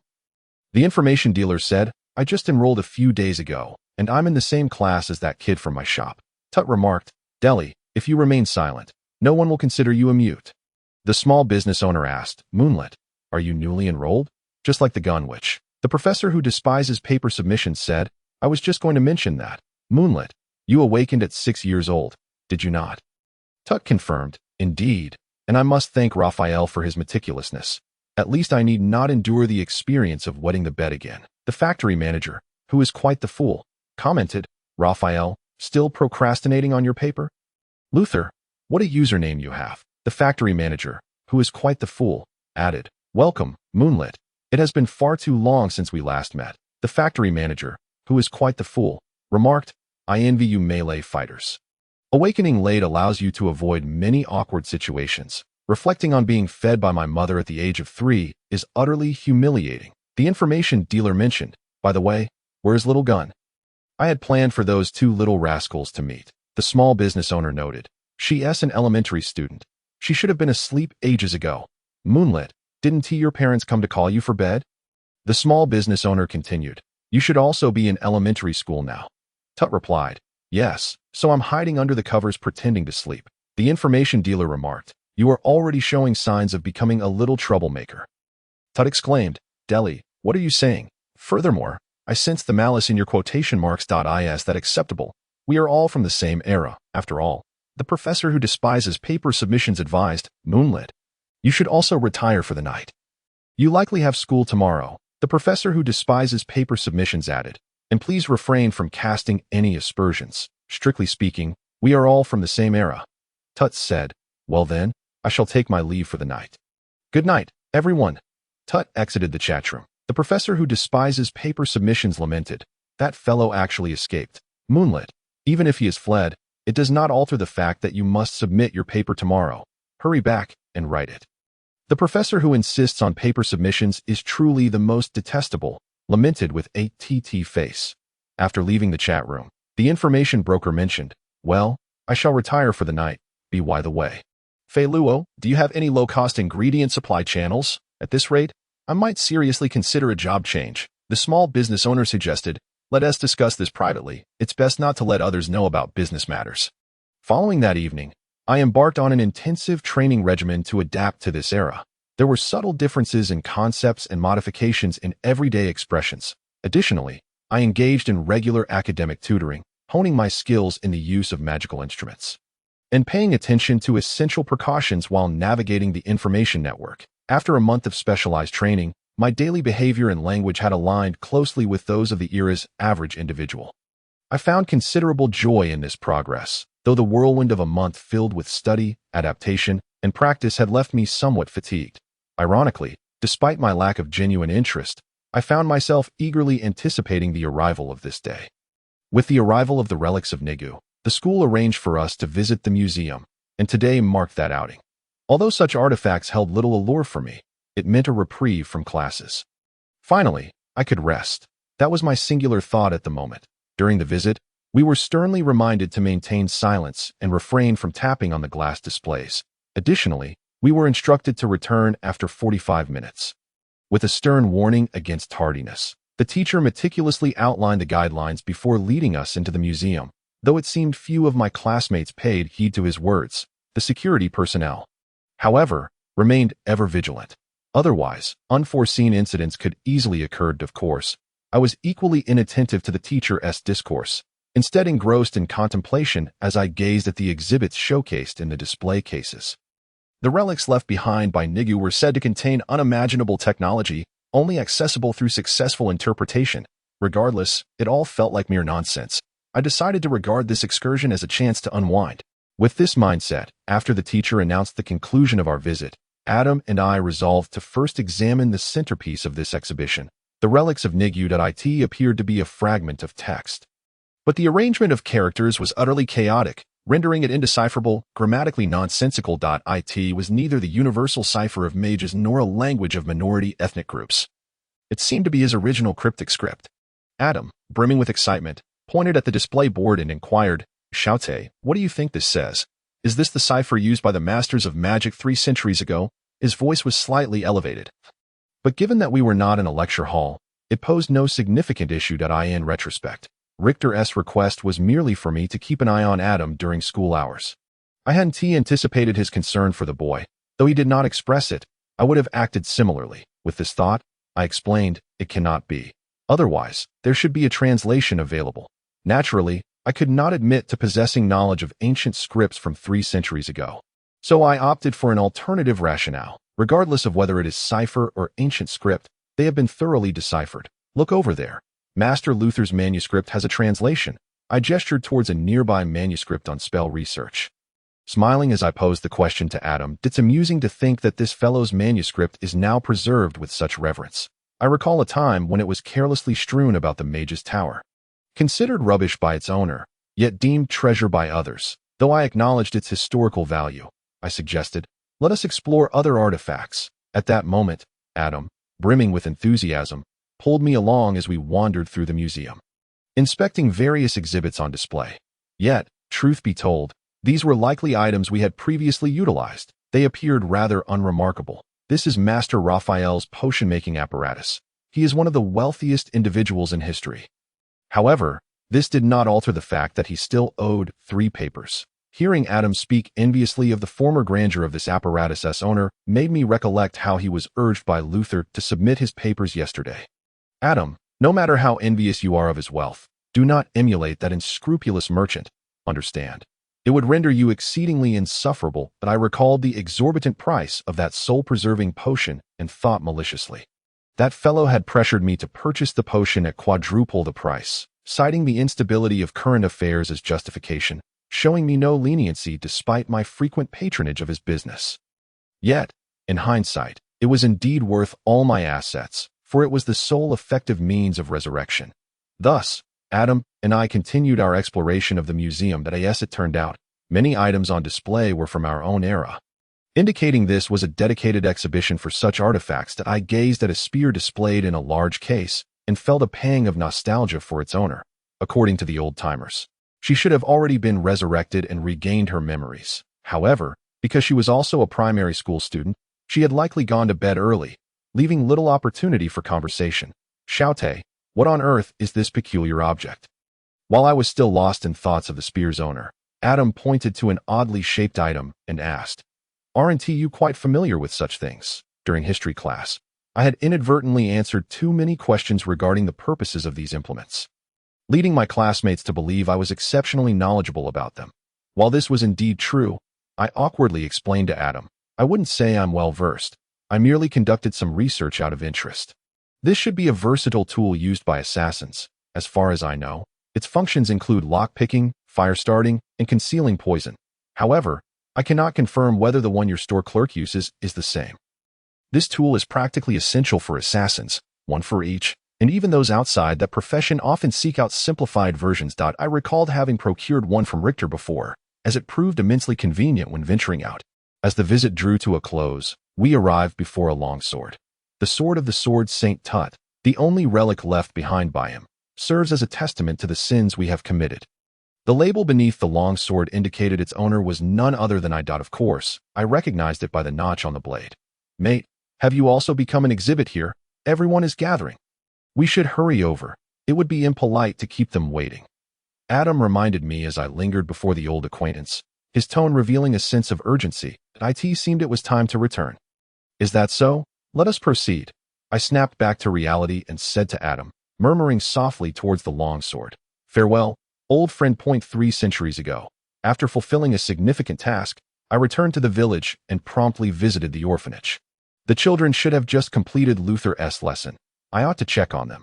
The children in the orphanage I supported were all good kids. Initially, I sought to atone for the hardships I endured in the orphanage. But over time, I unconsciously came to regard them as important figures in my life. At that moment, I inquired about their well-being from the 2 most mature children in the orphanage. "Nigu, Lena, have you both been learning well from Master Luther?"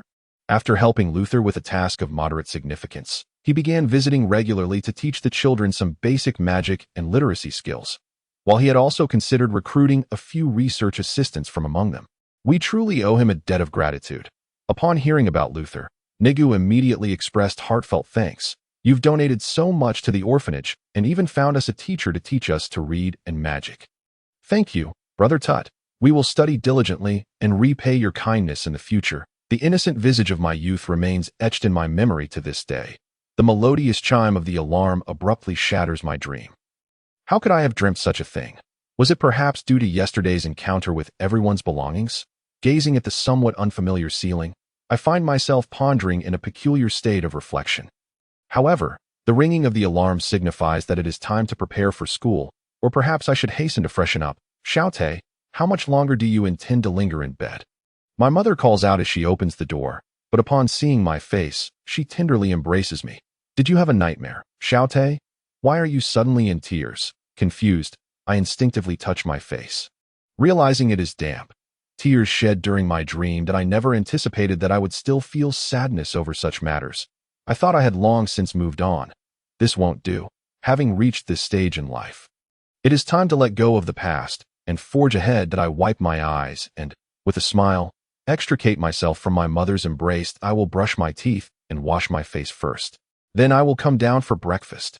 Casting aside the memories from my dream, I embark on a new day after finishing my breakfast, despite my lack of focus due to a restless night. The day cannot be deemed satisfactory. "Malga, please refrain from sleeping during class, if you would be so kind." Perhaps due to the remnants of my dream, I inadvertently doze off during the lesson, since you possess such confidence to sleep in class. Might you enlighten me on the origins of Sage Nigu? Just as the teacher mentions this, I realize my fortune. It coincides perfectly with the events from my dream yesterday. Thus, I managed to complete the class without incident. A splash of water on my face is in order. After class, I promptly decide to wash my face in the restroom, for I cannot attend further lessons in this state. I am in the magical knowledge class. I must absolutely avoid sleeping. It is unlikely I would dream of such content. While grades do not determine everything, I still hope to present my parents with a commendable report card to bring them joy. Not to mention, gaining admission to a reputable academy would facilitate the pursuit of a better job. As I exit the restroom, I notice a gathering of people around me, and amidst them, I hear a loud cry. Father has done nothing wrong. What is happening? The atmosphere among the crowd feels ominous. I should investigate. It is all your father's negligence. Now the sage's belongings are irretrievable. As I approach the throng, I spot my classmate Edward surrounded by other students. If it is not your father's fault, then whose could it be? What is going on? If this were 300 years ago, it would be easier to comprehend. Does misfortune still befall descendants in this day and age? Anger wells up within me as I push through the crowd. It is not my style to stand idly by while someone is bullied. Edward, let us return to the classroom. I finally reach Edward and grasp his hand, urging him and those around us. Class is about to start. We must not be late. With that, I pull him away from the crowd, making our way toward our classroom. Thank you, Edward whispers as we approach the door. Honestly, I did not pull you out for gratitude. I replied, I simply cannot tolerate such injustice, a sentiment I have harbored for 300 years and no need for thanks. It is only right that we help one another. After saying this to Edward, I returned to my seat, retrieving my textbook for the next lesson. However, the peculiarities surrounding the theft of Nigu's relics certainly warrant a discussion with Richter. Would others shy away from assisting due to their connection to Nigu? Perhaps it is best to inquire nonetheless, for my primary concern lies with what the school will serve for lunch today and how to comprehend the intricate magical knowledge. Xiaote, are you aware of the incident that occurred at the museum last night? During lunchtime, Adam eagerly engages me in conversation about current events. However, I am already informed and directly involved in the chain of events that followed. In that moment, the central figure of the incident approaches us. Excuse me, could you direct me to the combat training classroom? I would like to visit. Observing Edward, who keeps his head down while speaking to us, I cannot help but feel perplexed. What is wrong with him? Normally, wouldn't he have been taken back for tutoring by the driver? And given the recent events, staying at school would seem the wisest choice. Perhaps sensing my confusion, Edward stammers an explanation. The tutor is unavailable today, and my father wishes for me to learn about combat training, so I thought I might visit today. Is the theft incident causing complications for him? It could be that the teachers are resigning to avoid the turmoil. And perhaps even the family driver is in the same predicament. In any event, Edward must remain at school this afternoon. It would be prudent to have him accompany us to prevent a repeat of this morning's events. We are heading that way. Why not join us? Just as I intend to extend the invitation, Adam enthusiastically beckons Edward. As he strides out of the cafeteria, he calls to us in the corridor. What are you two standing there for? Let us go. Adam is certainly full of energy. Watching him, I can't help but chuckle and turn to Edward. He is quite a vibrant individual. Wouldn't you agree? Faced with the ever-energetic Adam, Edward remains rooted in place. Noting his hesitation, I encourage him. Come on, didn't you say you wanted to visit the combat training classroom? Adam is already waiting for us in the corridor. Thus, the three of us proceed toward the combat training classroom, with Adam eagerly peppering Edward with questions along the way. What caused your sudden interest in combat training? Are you planning to learn outside of school? Yes, my father decided this a few days after the school year began. So, I wanted to take the opportunity to visit today since I couldn't return home. Are you considering participating in the combat tournament? No, I merely intend to enhance my physical fitness. The two engage in this back and forth, leaving me at a loss to interject. Have I truly become so old that I cannot join in their youthful banter? As I lament the passage of time, we finally arrive at the door of the combat training classroom. You two have finally arrived. Are you friends? The teacher stands at the entrance, displaying his signature exaggerated smile as he greets us. Yes, this is Edward, who has come to visit today. Adam replies cheerfully, equally enthusiastic to greet the teacher. Very well, Edward, please come with me. After you complete your basic exercises today, we will conduct a practical exercise to assess your progress over the past month. Is that acceptable? After hearing Adam's words, the teacher leads Edward toward the observation area while explaining today's training agenda. Following our routine practice, we begin the practical exercises. The instructor has arranged for 2 senior students to serve as our opponents. You may initiate the attack. Let everyone witness your prowess. The senior states casually, brandishing a long spear. Underestimating one's opponent is a grave mistake. The people of this era can indeed be rather naive. If you were to take this seriously, you would be able to last a few more rounds. Luckily, This is merely practice. Otherwise, you would be in dire straits. With a tinge of regret, I swing my sword forward, delivering a swift strike toward the senior. Impressive speed. It appears you will become an exceptional swift swordsman in the future. It appears that the senior still retains a modicum of energy in the face of this accelerated pace. It seems I must enhance my own speed. Confronted with the sudden increase in velocity, the senior immediately assessed the situation, inadvertently exposing his vital chest area. Right here. Halt now. Just as I was poised to thrust my longsword, the instructor promptly called for a stop to our sparring session. Are you now aware of how lax you've become?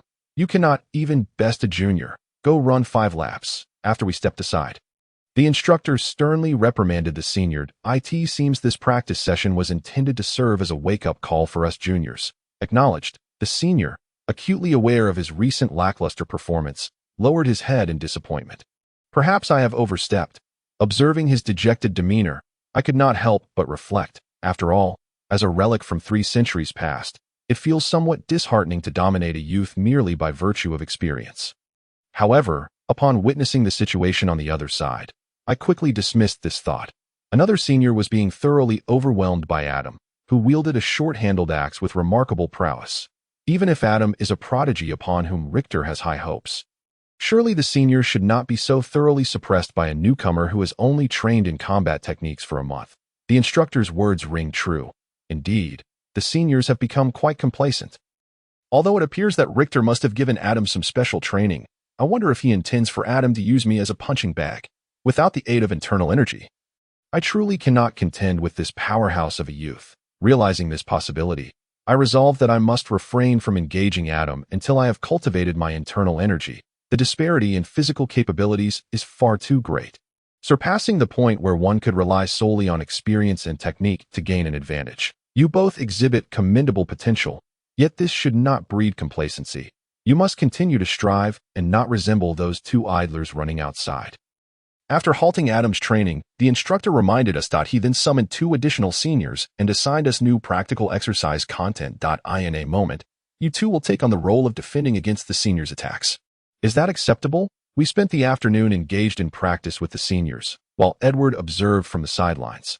The training in the combat classroom was rather unremarkable, consisting solely of sparring and foundational drills. After all, the essence of combat techniques lies in honing one's fundamentals and experiences into a personal skill set.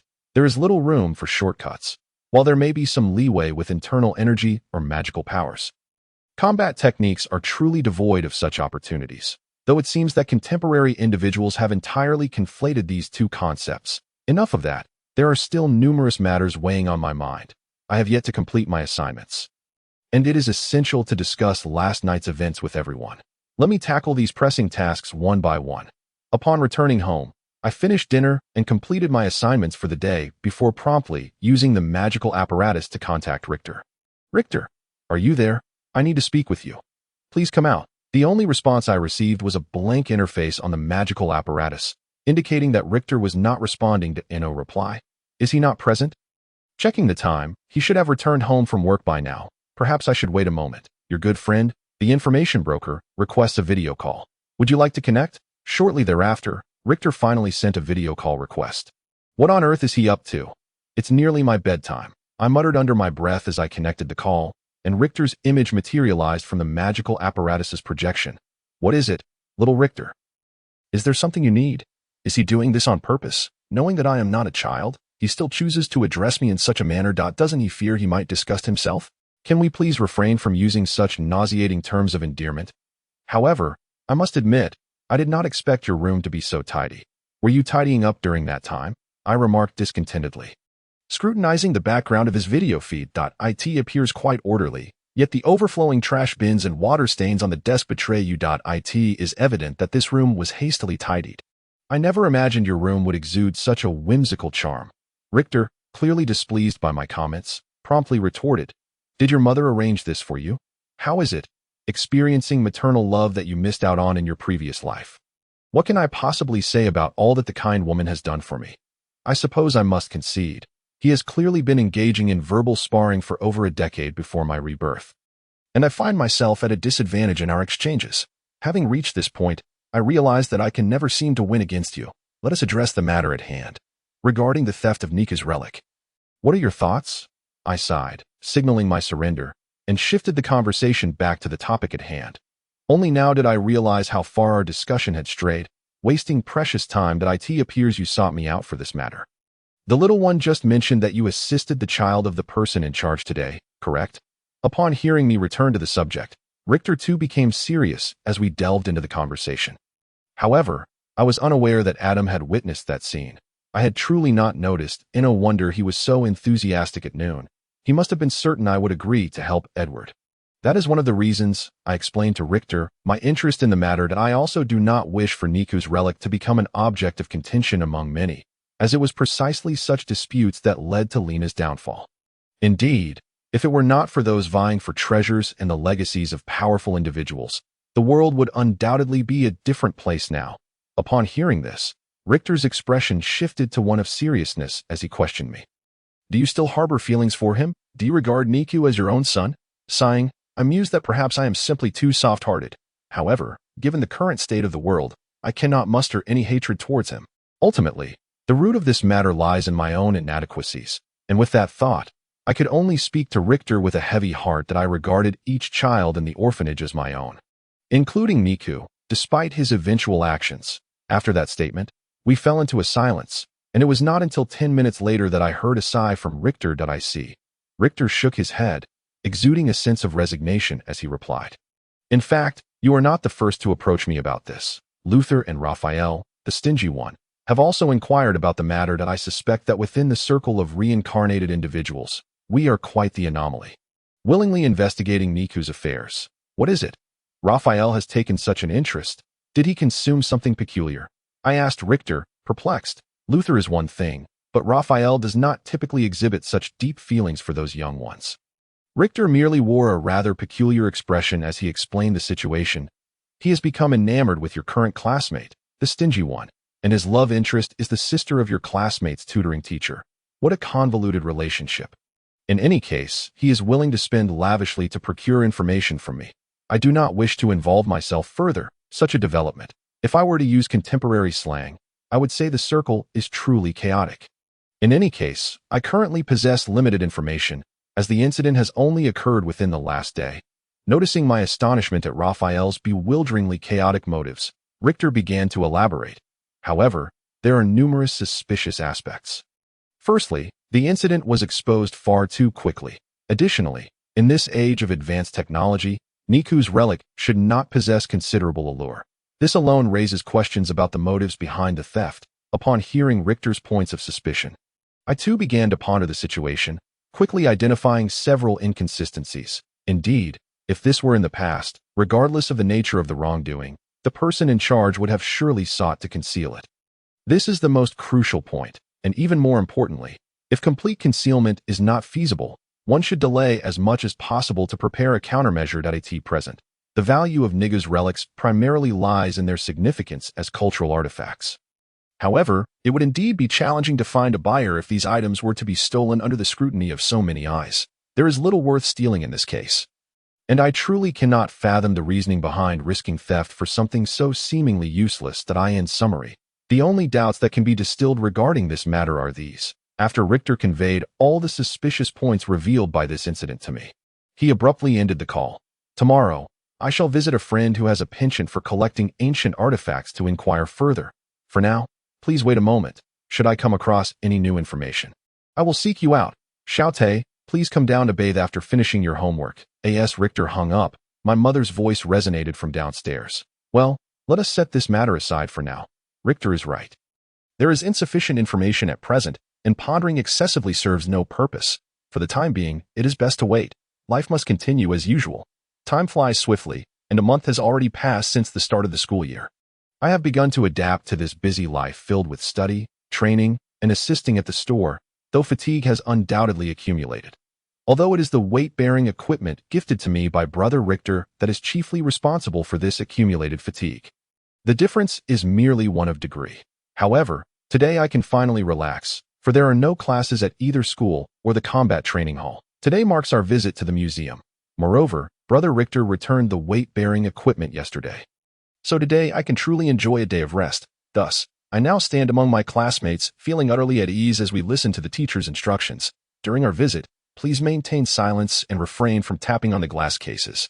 I did not pay much attention to the teacher's monotonous speech, instead gazing at the display cases around me, contemplating our plans for the limited 45 minutes we have, as I wish to see as much as possible.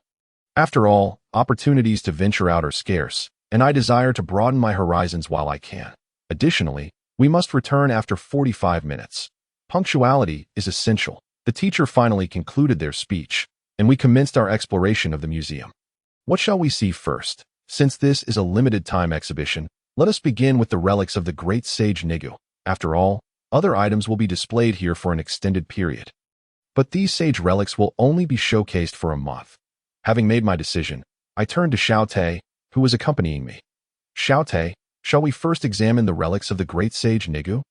After much effort, we finally squeezed our way to the display case housing the relics of the great sage Nigu, where we beheld an apparatus purportedly used by mages 3 centuries ago to store information.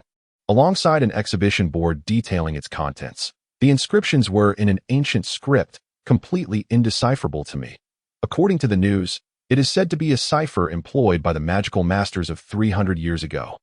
Yet to be successfully deciphered. If I could interpret this, would I inherit the legacy of the great sage Nigu? Would I, as in the tales, embark on an extraordinary life thereafter? Xiaotai, what do you think this inscription says?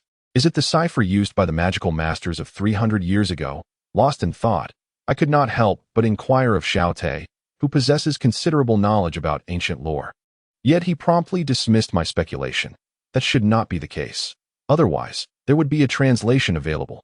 Regardless of whether it is a cipher or ancient script, they must have cracked it. Look over there.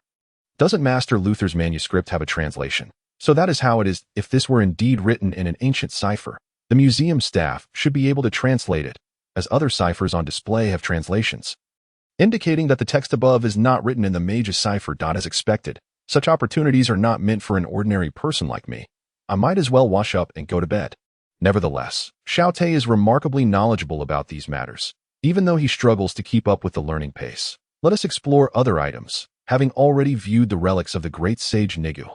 We decided to move on. We approached an ancient apparatus used for potion making, and upon seeing it, I could not help but exclaim in envy.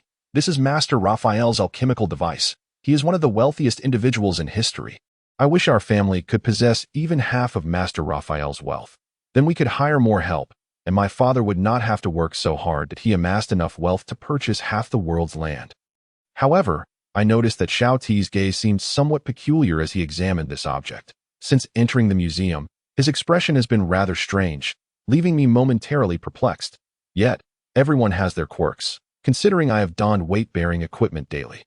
I lack the standing to mock others for their oddities. Xiaotai, what is this peculiar object? Aren't you well versed in such things? I decided to inquire about this strange item, confident that he would have some insight.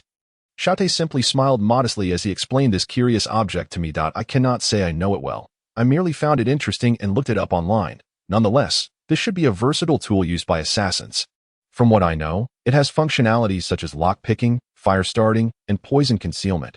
Upon hearing Xiaotai's words, a chill ran down my spine. Concealment of poison is intended for murder, isn't it? Just a drop in someone's coffee. And they would collapse after a single sip. How terrifying. I recall being startled by the lifelike scenes I witnessed while watching The Shadow of Magic. I must not dwell on this any longer. Time is running short. Let us continue our exploration and return after viewing the last exhibit. Thus, we arrived at a long sword, its label explaining the reason for its resting place, the sword of the sword Saint Tut. This is the only relic he left behind, a reminder of the sins we have committed. I cannot explain why, but as we stood before this sword, Xiaotai's gaze mirrored that of my father when he looks at a photograph of my mother, filled with nostalgia and a hint of sorrow. However, now is not the time to dwell on such sentiments. I should remind him. Everyone is gathering. We should hasten along. It wouldn't be courteous to keep them waiting at this moment. Xiaotai's expression returned to normal as he smiled and replied. Is that so? Then let us go. The XX Museum was broken into in the early hours of yesterday morning. The relics of the sage have been confirmed stolen. This was the news on the following day after our visit to the museum. And my only thought regarding this matter was how fortunate I was, as a rare day off had almost been squandered. However, when I saw Xiaotai confronting the bullied Edward, I realized that the implications of this incident were far from straightforward. Especially since a classmate is significantly involved. What should I do? Should I lend Edward a hand? If I do, it is likely that I too will be ostracized by my classmates. Excuse me, how do I get to the combat training hall? I would like to visit. While I was still troubled by this dilemma, Edward had already approached us to initiate a conversation, leaving me no time to contemplate. However, upon noticing Xiao Ti's willingness to assist him, I finally made up my mind. Let us accompany you. I should have been the one to be ostracized by my classmates, yet at least I have two companions now. What a win! Caught between maintaining my relationship with Xiao Ti and fostering camaraderie with my classmates.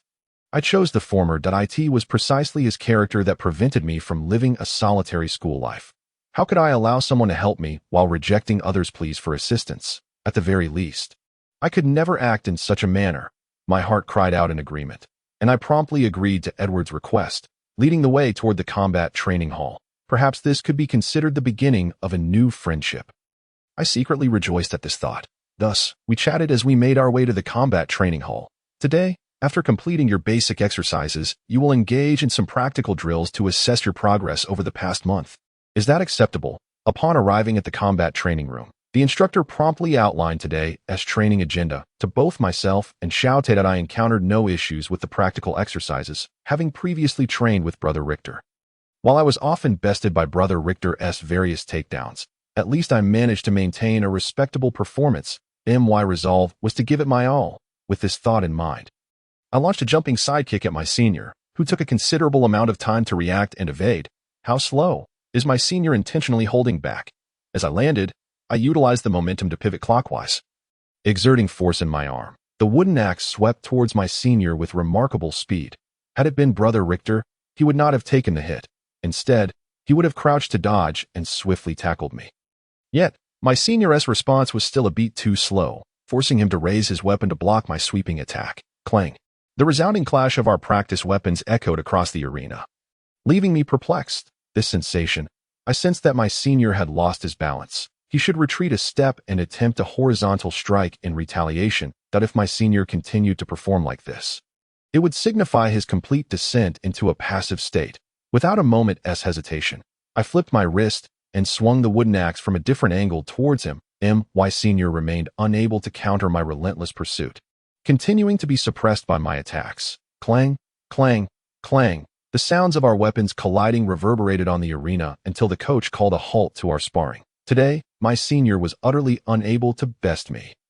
Upon returning to the shop, I shared the events of today's practice with Brother Richter, who nodded in satisfaction upon hearing the news. Just as I was reveling in my success, Brother Richter uttered words that filled me with despair. It appears the results are commendable. However, the previous weight equipment was indeed too light, so I shall bring a heavier one tomorrow. What? The previous equipment was too light. It seems the days of hardship are far from over. Nevertheless, judging by today's sparring, the training regimen Brother Richter devised for me has proven effective. It is clear that balancing study time with combat training must adhere to Brother Richter's plan. Yet, truthfully, following today's practice, witnessing the admiration in the instructor's expression and the envious gazes from my peers, I felt something beginning to sprout within my heart. Tio put it simply, having tasted success, I find myself unable to turn back. Bring on the weight equipment. I am more than ready, perhaps due to my buoyant mood. My efficiency at work surged significantly today, as if my body were brimming with inexhaustible energy. Ravendi, you see, you're performing better than a child, Brother Richter jested, referring to the older volunteer who had recently come to assist. This was due to my having taken on some of his duties. Although it was partly because he was a bit slow, the older volunteer must have felt somewhat embarrassed, likely exerting himself to keep up. Am I the type to do such things? Could I be given a moment to adjust? Regardless, my current efficiency is all I can manage. Contrary to my expectations, the older volunteer candidly admitted his struggle to adapt to the work, then hurried off to serve dishes to the guest. He did not persist out of pride, but rather embraced his shortcomings. A stark contrast to other part-time workers. It turns out there are indeed such adults. At that moment, Brother Richter placed a hand on my shoulder and earnestly advised me. It is crucial to acknowledge one's limitations when truly at a loss, but one must always strive to improve the situation. He then returned to his tasks, leaving me with no immediate duties to assist with. It seemed that the two of them were more than sufficient. I might as well take a break. After all, the older volunteer would likely need to rest soon, and I could step in to relieve him. But why was he even here? He seems too frail to be suited for such physically demanding work. Moreover, this is not a part-time job. It is volunteer work, which raises the question of what his motivation is. Being a volunteer offers no financial compensation. Adam, come help. Ravindy is about to collapse, Brother Richter called out, pulling me from my thoughts as I noticed the older volunteer staggering toward me. It appeared we had reached the handover moment, lasting longer than I had anticipated. All right, I'm on my way. After assisting the older volunteer to a seat to rest, I swiftly headed to the kitchen to deliver the dishes. Since I had completed my assignments before coming down to help, I soon found it was closing time. Additionally, it was time for my special training with Brother Richter. Just as I prepared to retrieve my practice weapon, Brother Richter informed me that he had other matters to attend to tonight, and our training would be paused for the day. Do you think he can manage to return by himself? Brother Richter asked, gesturing toward the older volunteer, who sat slumped to the side. Is the juice still to your liking? I've arranged the snacks here. Feel free to take what you like. Unfortunately, Ison is quite busy and cannot help us fetch food, so we'll have to make do with some cookies I have at home. Edward entered with a platter of snacks, inquiring about our preferences. Yesterday, Edward had invited Xiaote and me to his home for a visit during our day off, and Xiaote readily accepted.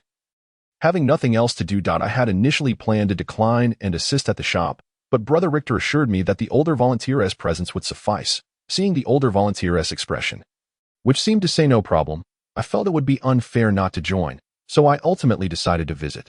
This place is truly wonderful, I thought, gazing at the large bed, the soft carpet, and the neatly arranged state-of-the-art magical toys, feeling a pang of envy that my own home lacks all of this. Even if I had toys, I would hardly have time to play, as the shop is always bustling. What should we play? As I pondered my home life, Xiaote began to look around. Considering our options, there's something we can all enjoy together. Rather than the newest toys, Xiaote clearly prioritized the experience of playing together. A testament to his character. He always thinks of others, which is why we can gather as friends. However, it seemed Edward's home lacked toys suitable for group play, and he too was at a loss for what to present us. I am sorry, but this is the only game I have that can accommodate several players. After a moment, Edward produced a dusty Ludo board, meticulously wiping it with a cloth, observing Edward's actions.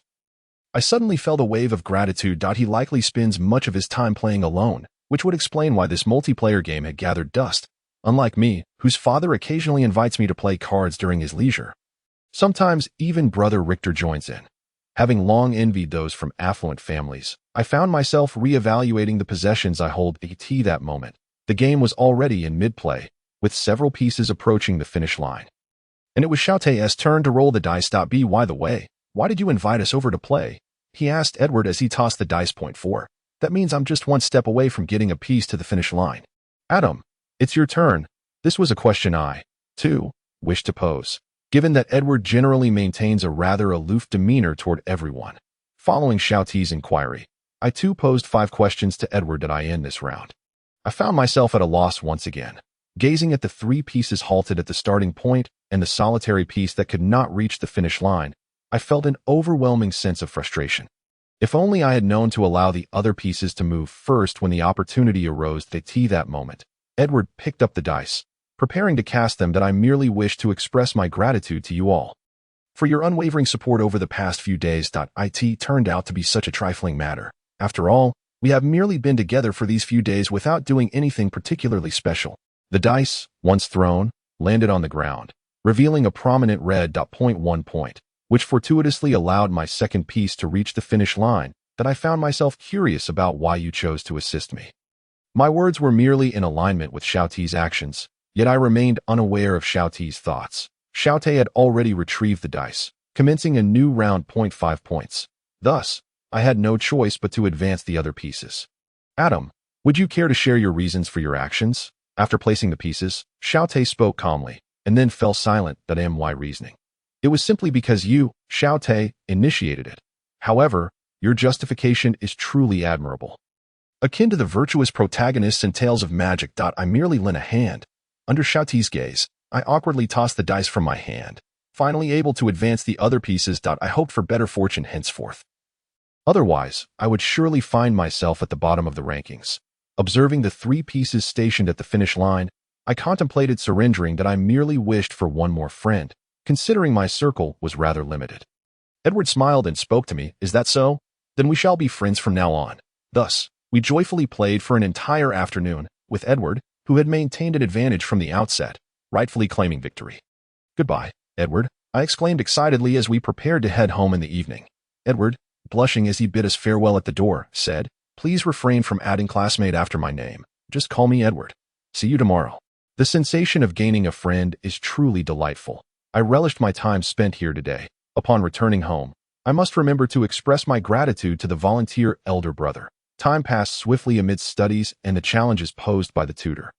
And soon a month had elapsed. To be honest, the learning at school was rather easy. It was the tutor's difficult problems that left me utterly exhausted. Perhaps this was my penance for being indecisive that night. There could be no other explanation. After all, I had disappointed them all due to my hesitation. Yet, the world does not cease its rotation because I face difficulties. Everyone else continues with their pursuits, such as my father's work, namely the security arrangements for the Sage's Relics exhibition. As the security measures at the museum improved, my father began arranging for students from various schools to visit the museum, including my own school. When I received the notification, I intended to refuse. But the tutor intervened. "Go see how your father works and understand the purpose of this prearranged visit."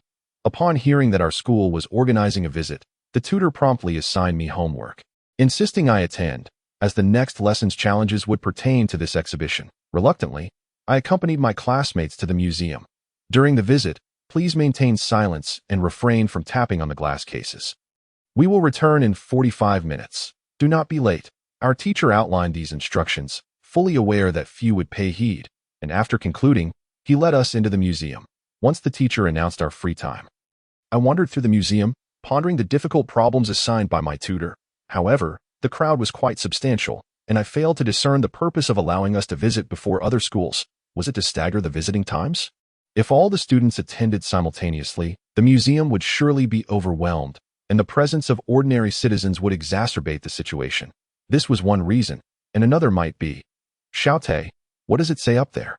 I asked, attempting to distract the noisy group, allowing others to enjoy a quieter environment. Standing before the display case of the Sage's Relics, amidst the throng of people, I overheard the loud conversation between a classmate and a boy skilled in combat.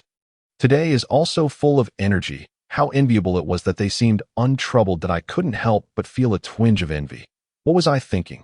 Why should I envy those who are carefree? I decided to continue my exploration. If possible, I wanted to see my father, to observe him at work and witness a different facet of him, since this was a challenge posed by my tutor. I aimed to observe my father's work without disrupting his duties. Furthermore, my father had agreed yesterday, instructing me to find him at a specific location in the museum today. As I pondered this, I made my way toward the designated area. Little did I know the scene I was about to witness would profoundly impact me and spark a multitude of changes within me. Children should not run here. I dashed through the museum, colliding with a nearby staff member who shouted at me in frustration. However, I paid them no mind, propelling myself forward as if fleeing from something. No matter how heavy my legs felt, I continued to run, as though attempting to escape from an inescapable reality. I ran until I could no longer move, even though I understood that mere running could not liberate me from my expectations. I could not escape. Each time I watched my father resolve issues at the museum, I comprehended the tutor's intent in having me observe my father's work, and I began to grasp why my father urged me to study management. This realization meant that I finally understood the immense expectations my father placed upon me. It turned out that he held such great hopes for me. Upon this understanding, I did not feel the usual pride. Instead, I was engulfed by a weighty sense of burden. I simply could not grasp the material. I failed to answer any of the questions posed by the tutor, and despite my efforts to study, I remained unable to learn. I simply could not do it, no matter how I tried. I could not comprehend what was written in the books that I felt I should be capable, that I must be capable. I did not want to disappoint my father, for a child like this is surely unworthy. I wallowed in self-pity, and this behavior only deepened my sense of despair. I longed to cry, yet I absolutely could not allow myself to do so at this moment. I had to endure, at least until I returned home. I could not cry in front of my classmates, as it would invite their scorn. I bore the torment within me, rejoining my teacher and classmates before boarding the school bus back home. "Young master, your combat class has been arranged. Also, dinner." Upon returning home, Ison informed me, but I could no longer contain myself. I heard nothing that I simply needed to have a good cry. Thus, I locked myself in my room. Ignoring Ison's calls for me to respond that I must have frightened Ison with my current state. Yet, I had no desire to leave my room that I was so frustrated with myself for being incapable of learning anything. For being unable to accomplish anything. I could not become as exceptional as my father, nor could I even meet his expectations. How I loathed myself. This detestable being could simply remain holed up in this room. At least this way, I would not have to confront my father's expectations or face the things I could not learn. I lay on my bed, crying incessantly. Time lost all meaning as I wept. And eventually, I succumbed to darkness, collapsing onto my bed. The next moment, Ison burst through the door with a master key and scooped me up in his arms. "My lord, are you now content?" In the haze of consciousness, I overheard a heated argument between Ison and my father. Upon awakening the following morning, I was met with the most unfathomable news.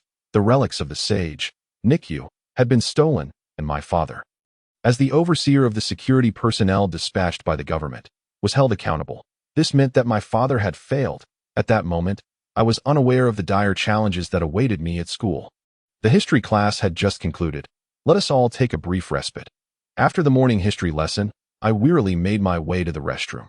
Although the fainting spell I experienced yesterday in my room was merely due to missing dinner and emotional turmoil, my physical condition was not severely compromised. Nonetheless, it had impacted my sleep, as I had only exited the hospital gates shortly after 1 in the morning. Ison had intended to assist me in taking a leave of absence today. Yet I was adamant about attending. After all, my father had encountered such a predicament that very morning. I could not allow him further worry. However, I failed to grasp Ison's true intentions behind his offer of help. "Apologize to me at once." A group of classmates from another class suddenly encircled me during the break, their tone dripping with righteous indignation that it was at that moment I truly comprehended the meaning of the saying. "A single thread pulled can unravel the whole. Because your father has erred, it is only fitting that you apologize to me." What nonsense. It is abundantly clear that they had orchestrated the theft themselves. And it seemed your father had unwittingly employed a band of thieves. The inept police chief should resign. They offered me no time to contemplate, their voices relentlessly mocking me. My father would never make such a mistake. He has not failed. Upon uttering this declaration, I immediately recognized my impulsiveness that it was evident that they were merely seeking a target to bully, and my objections had only solidified their resolve that it's all your father's negligence. Now that the sage's relics are lost, if it's not your father's fault, then whose fault is it? The facts were laid bare before me, and I was left with no choice but to remain silent. It seemed I was destined to be beaten. These ruffians would surely claim that I was unwilling to admit my fault, and it appeared I would need a lesson in humility before they dealt me a harsh blow. Yet, the situation did not unfold as I had anticipated. Edward hurried back to the classroom. At that moment, my classmate Malgo approached, taking my hand and smiling as he addressed both me and the surrounding crowd. "Class is about to start. It would be unfortunate to be late." With that, he pulled me away from the throng and headed towards the classroom. What was he thinking? Did he not realize that such actions might earn him disdain? Did he not understand that those individuals were merely retreating out of fear of being bested due to his training and combat skills? More importantly, was he not afraid they would malign him before the teacher, branding him a bully who took advantage of his prowess? I found myself perplexed by his thought process. Nevertheless, the feeling of being aided was quite pleasant. "Thank you," I murmured as we neared the classroom, not intending for him to hear, but unable to suppress the sentiment. Yet he did hear, and upon receiving my gratitude, he turned back to me with a smile and quietly replied, "No need to thank me. It is only right to help one another." Yet, is that not a rather unreasonable justification? Teachers have taught that, in most cases, the motivation behind offering assistance is self-serving. What could have prompted him to aid me at that moment? I could not fathom it. Perhaps I would inquire with the teacher at lunch. Surely he would know the reason. However, during lunch, Ison relayed to me that our tutor had an unexpected engagement and would not be able to come. Perhaps it was a ploy to avoid the reporters lying in wait outside my home. It would be best not to return just yet, remembering that reporters were still lurking at my doorstep. I abandoned the thought of heading home immediately. I think I shall visit the combat training classroom. Did you not mention yesterday that you had found a suitable room? I realized that the events of this morning had piqued my curiosity about Malga. Upon hearing this, Ison simply informed me that he was nearby the school and would notify me via the magic device when he was ready to return, just as I spotted them preparing to head to the combat classroom. I approached them to inquire, "Excuse me, could you guide me to the combat training classroom? I wish to take a look." Their expressions turned somewhat peculiar, likely questioning why I was not heading home to study. Although it was slightly awkward, I felt compelled to explain my situation that my tutor is unavailable today, and my father expressed a desire for me to learn some combat skills, so I thought I might take this opportunity to visit. I could not help but feel a twinge of concern that they might refuse my request. We are headed there as well. Why not join us? As Malga pondered my request, the boy named Adam enthusiastically urged me to accompany them. "What are you all waiting for? Let us move." While we lingered in the cafeteria, Adam had already ventured into the corridor, beckoning us to follow. Observing Adam's exuberant nature, Malga merely chuckled and remarked, "He truly is a spirited individual." Come on, you did say you wanted to visit the combat classroom, didn't you? Along the way, we engaged in lively conversation, exchanging banter as we made our way to the combat training classroom. Although we were technically wasting time, the experience felt rather enjoyable. "May I observe a class here today?" Upon our arrival at the combat classroom, I addressed the teacher as they headed to the changing room. According to school regulations, it was necessary to inform the responsible teacher in advance to record my presence as an observer during extracurricular classes, so it was prudent to speak with the teacher first. "Edward from Class 1A, perfect timing." After the teacher entered my details into the observer's log, Malga and the others emerged from the changing room. Upon seeing them, the teacher promptly called over 2 senior students. "Today, after you complete your basic drills, I would like you to engage in some practical exercises to assess your progress. Is that acceptable?" "What? Just 2 months into practice, and they are already expected to spar with seniors? Surely that is too demanding." However, Malga merely nodded in agreement, his expression unchanged. Meanwhile, Adam eagerly affirmed, seemingly restless from the monotony of basic drills. Thus, following their foundational exercises, the sparring commenced. "You may initiate the attack. Let everyone witness your skill." The senior student opposing Malga confidently brandished his spear, appearing certain of victory. Yet, no sooner had he spoken than Malga's figure vanished. In the next instant, I beheld Malga unleashing a flurry of sword strikes, swiftly overpowering the senior within mere exchanges. How astonishing! Witnessing this spectacle, the sole thought that echoed in my mind was that single word. Although I was aware that Malga was a combat student, I had not anticipated his prowess to be so formidable. If he could best a senior, then surely none of us first-year students could contend with him. What one learns is inconsequential. What truly matters is mastering it. At that moment, a glimmer of understanding began to dawn within me, yet it remained too complex for my current comprehension. While I was still lost in thought, the senior could no longer withstand Malga's onslaught. "Stop!" At that juncture, the teacher intervened, calling a halt to their match.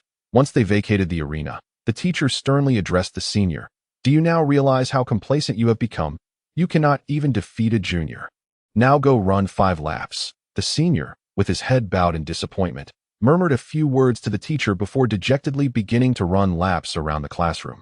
Meanwhile, on the other side, Malga wore an expression of embarrassment, likely surprised that he could overwhelm the senior with his techniques. However, as Malga shifted his gaze toward Adam, his expression became quite nuanced. Following his line of sight, I too focused my attention on the arena where Adam was, only to discover that the situation there was comparable to Malga's. The sound of wooden training weapons clashing reached my ears with a resounding thud, and at that moment, the senior staggered back several steps, unable to withstand the immense force. It was truly terrifying. After hearing the spine-chilling sound of Adam's short-handled axe colliding with the senior's weapon, I finally understood the source of Malga's subtle expression. Such strength would be overwhelming for anyone who encountered it. Soon, the teacher called an end to Adam's practice and offered reminders to both of them. "You both performed admirably, but do not let this lead to complacency. You must continue to strive for improvement." Once the teacher had conveyed all necessary guidance, he assigned new practical exercises for them. "Next, you two will defend against the seniors' attacks. Is that agreeable?" The two proceeded to spar with the seniors throughout the afternoon. And at last, the teacher found a moment to speak with me. "Surprised, aren't you?" The teacher observed the students practicing in the arena, took a seat, and spoke earnestly to me, setting aside the student wielding the axe. The greatest surprise for me this year has undoubtedly been Malga. Witnessing his fluid and rapid series of slashes clearly reflects the countless hours he dedicates to practice, often 2 to 3 hours at a stretch. 2 to 3 hours. Continuous practice. What a daunting training regimen. I find myself exhausted after merely running 3 laps around the playground. Doesn't he ever grow weary? Of course he does, the teacher replied. An expression of understanding crossing his face upon hearing my question. He simply becomes so engrossed in his practice that he often fails to notice, and afterward, this little fellow is always famished. In this day and age, it is rare to find a young person who can devote themselves to their pursuits with such focus. One might say his strength is a result of his passion. Ah, I see now. The difference between Malga and me that he makes decisions based on his inner convictions, which explains why I struggle to comprehend his actions. In contrast, I am still uncertain about my own path. What should I do? If I cannot concentrate like him, due to a lack of interest in the tasks I must undertake, what then? I recalled what I had seen at the museum yesterday and lowered my head to ask the teacher. The teacher smiled and pointed toward Adam. Do you see that student wielding the axe? Although he does not take practice very seriously, he can still overpower the upperclassmen. Do you know why? Reflecting on the terrifying sounds from earlier. I replied, because he is exceptionally strong. The teacher sighed. While that is certainly a fundamental reason, strength is not something he possessed from the start. I've heard he has been working at his family's restaurant, doing labor-intensive tasks. Naturally, such work builds strength. If something does not captivate your interest, then link it to your hobbies or habitual activities. There are countless methods. You must engage in thoughtful consideration. Perhaps the teacher was confusing me with another student grappling with academic challenges. But he was right. Solutions do exist. What is needed is constant contemplation. Yet, what is the most straightforward method to gain my father's approval? After returning home, I pondered this question in my room, ultimately concluding that I should capture any thieves stealing from him and recover the sage's relics to return to the museum. However, alongside this conclusion, a new question arose. How could I accomplish these tasks? Even my father could not retrieve the lost items. Should I seek assistance? If I were to tell Eisen about my intention to undertake such a perilous endeavor, he would surely dissuade me. Hence, it would be unwise to involve Eisen, and I must ensure that adults remain unaware of my plans. Then there is the matter of timing. With daytime occupied by classes, I would only be able to venture out at night. This means I would have to leave home without Eisen's knowledge. But how could I sneak out? Gradually, I adapted to resolving one challenge after another. Beginning to contemplate the next issue, the small hole in the backyard might just suffice. That I could pretend to use the restroom, slip out through the window, and exit via that small hole. This plan seemed feasible. Now, another question emerged. Where should I search for the sage's relics? The museum would be my first stop. After all, that was where the items had gone missing. This meant I needed to locate a bus stop I often saw on my way to school. A left turn after exiting would lead me there. This could work. I began to execute my carefully crafted plan, pretending to head to the restroom to sneak out, but my actions were abruptly halted. As I sought the bus stop, a male voice echoed through the sparsely populated street. Kids these days have such audacity, wandering around outside at this hour. Upon hearing that voice, I immediately sensed that something was amiss. I recalled more than one adult cautioning me about the dangers of the streets at night, filled with unsavory characters. The voice continued, or should I say, ignorance is bliss? This man, could he be a human trafficker? The sort who captures children and sells them into poverty-stricken places? Eisen warned me about their danger. That I must think quickly. This is a critical moment. The man is already approaching. What should I do? Run? But that would expose my escape, and I'd lose my chance for good. It seems I am being mistaken for a villain. Truly, I lack the affability of that fellow. As the man approached, he spread his arms. Speaking, take a closer look. We met just this afternoon. Don't forget me so quickly. Just then, a magical vehicle drove by, its headlights illuminating the stranger's face, allowing me to recognize him.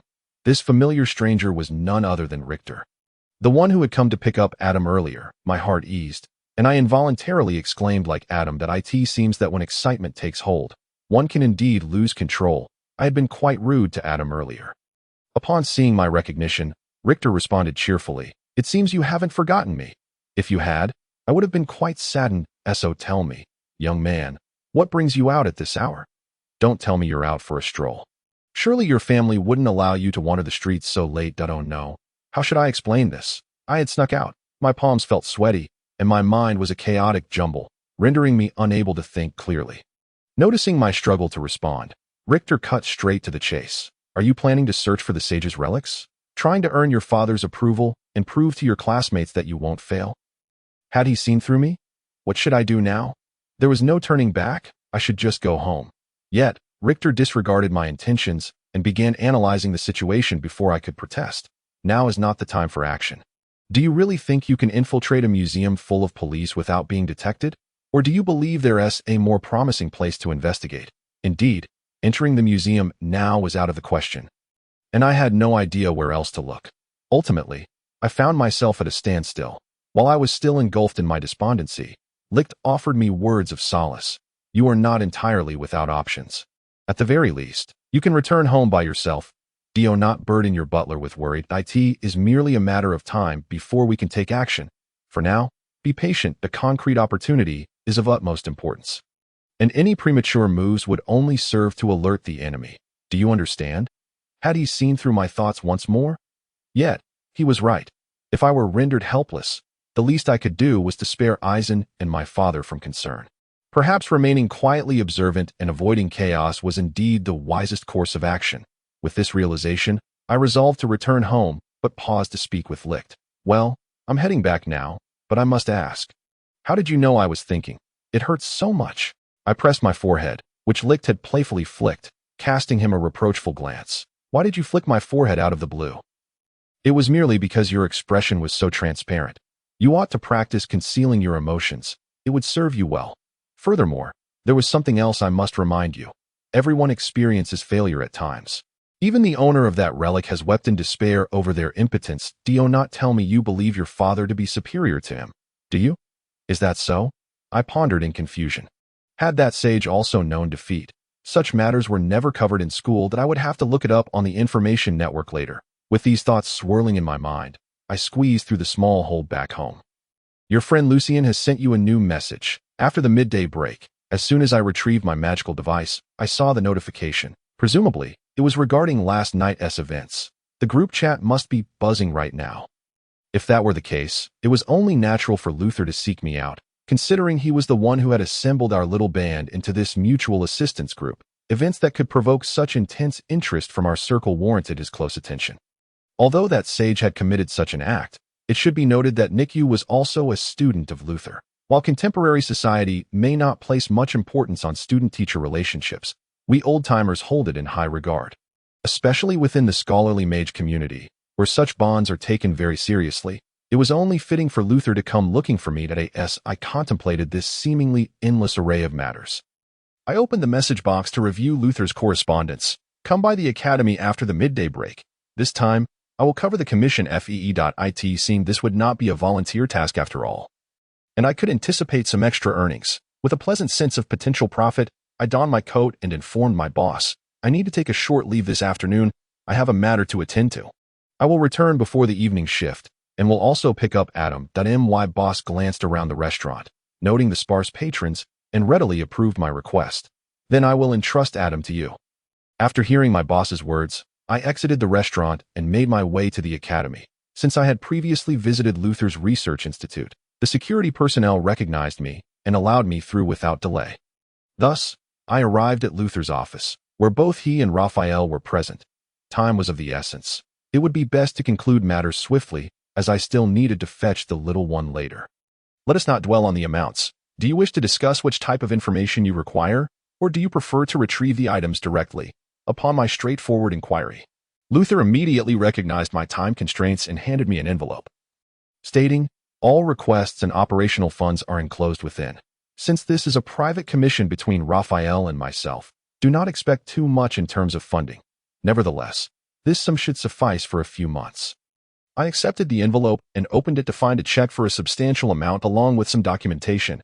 After reviewing the files, I felt somewhat overwhelmed. The main requirement was to return the items to the police in pristine condition. This demand was tantamount to capturing the perpetrator. Moreover, the information provided was somewhat lacking. I would need time to properly address the situation. It was not that I was unwilling to assist, but the intelligence offered was nearly useless, necessitating a complete recollection of information from both the underworld and law enforcement, which would be time-consuming. Luther, understanding my predicament, inquired, What do you require beyond financial support? I can assist within reasonable limits if I could lessen my time spent working at the establishment to organize the data and intelligence. That would suffice. That IT seemed I would need someone to fill in for me at the shop. Luther, could you ask one of your students to come help? Upon hearing this, Luther cast a rather sly smile at Raphael, who immediately responded in astonishment. Wait, you don't mean for me to go over there, do you? Do you have any idea how busy it is? How curious that Luther would suggest Raphael. Did he not understand that Raphael would never work as a volunteer without compensation? I was certain Raphael would refuse. Yet after Luther whispered a few words to Raphael, his demeanor shifted dramatically. All right, I'll take care of it. Upon hearing Raphael's words, my immediate reaction was, has this fellow taken leave of his senses? This is exceedingly bizarre, considering the diligent Raphael who toiled away in the restaurant. I felt an overwhelming sense of incongruity. Was Raphael truly the type to engage in volunteer work? No profit, no effort was his motto. Although he had tempered his approach in modern times, he was notorious for demanding exorbitant prices for every potion he crafted. He would not entertain any business with a profit margin below 300. Even at the last moment, he would utilize the soul-preserving elixir to drain all our savings. When we imbibed that potion allowing us to relive our lives in this era, our pockets were utterly empty. This man, of all people, would volunteer. What had gone awry in this world? Did he harbor some ulterior motive? What should I do now? It seemed I would require a magical device for time travel to uncover the truth behind these peculiar occurrences. Perhaps I should purchase a magical oven as well. While I was still grappling with Raphael's strange behavior, my boss chuckled. Licked, who would have thought you could find a volunteer to lend such considerable assistance? While the prospect of finding a volunteer was within my expectations, I never anticipated it would be someone like him. Would it truly be wise to enlist his help? Would I end up losing not only the commission fee, but also my savings? Although I sensed he might struggle with the task, he was indeed providing assistance. My boss observed Raphael's diligent efforts and remarked, "This puts my mind at ease. He certainly will not tolerate any shoddy merchandise." This was his sole redeeming quality. While his prices were steep, the quality of his goods was unparalleled. Otherwise, Toot, the impoverished merchant, would never patronize such a black market. Well, as long as his efficiency falters, I can justifiably refuse payment. With this thought in mind, I approached him with a teasing remark. Raven, look at you. You're being outperformed by a child. Upon hearing this, Raphael turned to glare at me, indignantly replying, Am I the kind of person accustomed to such tasks? Could you grant me a moment to adjust? My current efficiency is all I can muster. I was taken aback by his newfound candor. The old-timers were notoriously prideful. After all, we had once stood at the pinnacle of the world, revered as formidable individuals. However, such attitudes were no longer viable in the modern era. It would be wise to prepare the young ones in advance in times of true hardship. Acknowledging one's limitations, as he did, is crucial, yet it is equally essential to seek improvement. I smiled as I spoke to the young lad who had been substituted for by Raphael, hoping my words would resonate with him. Countless prodigies have met tragic fates in the past, all for the sake of pride and rivalry. I certainly did not wish for my disciple to become one of them. After conveying these thoughts to Adam, I returned to my work, diligently observing Raphael's condition. Raphael could hold on for another half hour. After that, I would swap him out for a rest and let Adam complete the final hour of work. At long last, the time came to close the shop, and I refrained from dragging Adam out for additional training. After all, Raphael was still in a state of exhaustion, and it would be quite a challenge to get him back. What on earth are you up to now? After unlocking the door with the key hidden in the shoe cabinet, I unceremoniously dropped the feeble Raphael onto the ground and greeted him with a businesslike smile. Upon seeing my grin, Raphael trembled as if he were a mouse confronted by a cat. What do you want? We live in a society governed by law. Coercing someone is unacceptable, though his words were meant as a threat. His cowardly demeanor rendered the scene utterly ludicrous. Observing Raphael in such a state, I retorted, Could you please stop being so timid? You are, after all, a master alchemist from 3 centuries ago. Show a bit of assertiveness. Would you? In response to my words, Raphael merely displayed a mischievous expression, as if jesting. Surely you're not that afraid of me, he exclaimed. How could I not be? Haven't you bankrupted enough people in your time? I regarded Raphael with a vigilant gaze, while he fidgeted uncomfortably under my scrutinizing stare, and we both fell into an awkward silence. After a while, Raphael sighed, and retrieved a magic communicator, pulling up a contact address belonging to a young lady. He then raised the device and shouted, "I renounce my unscrupulous ways." Richter. What on earth was Raphael up to? In my bewilderment, I watched as he initiated a communication request to the girl. "Hello, is this Brother Lavendi? Xiaolin, I can't take it anymore. Richter doesn't he believe me? I had planned to toil away at the restaurant. Brother Lavendi, you should also consider your past transgressions. It's only natural for him to be skeptical." "Then what should I do, Xiaolin? Prove it through your actions. Remember to give it your all at work tomorrow, all right?" While observing the love space created by the two magic communicators, I finally grasped the situation. I had never anticipated the formidable power of love could transform even the most notorious of scoundrels into a man of integrity. However, Raphael now exuded a different kind of pressure, and it was best to interrupt them. All right, I believe you now. Life is indeed strange. Let us get down to business." I winked at Raphael's communicator, and he quickly understood my intent, addressing the girl on the other end that I have a few matters to discuss with Richter. "This is an internal issue, and you're aware of last night's events, right?" The girl did not pester Raphael like those overly clingy girls of today. She simply stated, "There is something important I need to say. But take your time." With that, she ended the call. What a sensible girl. Yet, from their conversation, I couldn't help but wonder, "Raphael, you haven't divulged our secrets, have you? Even though it wouldn't be catastrophic if he did." I found it hard to believe he would let such information slip. Regardless, Luther had given his consent, so it mattered little. Upon hearing Raphael's response, my thoughts ground to a halt. Luther agreed. Who on earth is this girl? Never mind, that's not the priority right now. Though Raphael may be unreliable, I still trust Luther. The goal to win over that girl. I never thought the relentless scoundrel who had drained our wallets would one day find redemption. But this is hardly enough, is it? Luther mentioned he could help me postpone the submission date for 2 papers. Now I believe it. Although it seems there might be some complications, they must pertain to this girl. It looks like my wallet will be safe this time. I'll start gathering intel tomorrow. For now, I'll head home for a meal and a shower, as Toot should be reaching out soon. After all, I've spent the day dealing with you lot. The relentless calls from these old-timers finally reached their conclusion. After finishing work, I sat at home, enjoying a boxed meal while watching the magic communicator on the coffee table dance to life, displaying a notification that Toot had sent me a new message. First, it was Luther, and then Raphael. Now it was Toot. That I should have anticipated that Toot would seek me out. That I still recalled Adam's words from earlier in the restaurant. It was surprising that Toot hadn't changed at all. The IT seemed best to clarify matters through a video call. After pressing the decline button, I glanced around and quietly grabbed a black trash bag and a cloth. My room was in such disarray that it was unfit for company. I needed to tidy up, as I certainly didn't want to be mistaken for Luther, but I quickly packed away the takeout containers and beer cans cluttering the coffee table and wiped the sauce off the surface. Once I ensured everything was in order, I took out the magic communicator and dialed Toot's contact. "Hey, Toot, what's up?" Upon connecting the call, I deliberately adopted a sweet, teasing tone, eager to playfully provoke him while he was still acclimating to this era. After all, opportunities like this would be fleeting. Toot's expression soured, and he shot me a disapproving glare. "Could you please refrain from using such nauseating terms?" After uttering that remark, he began surveying my room, revealing a look of surprise that I didn't expect your room to be this tidy. "Was that what you were doing all this time?" This guy quickly resorted to his sharp tongue again, but he still had a long way to go in this age. I took a look around Toot's room and snapped back. "I never imagined your room would have such a whimsical atmosphere. Did your mother decorate it for you?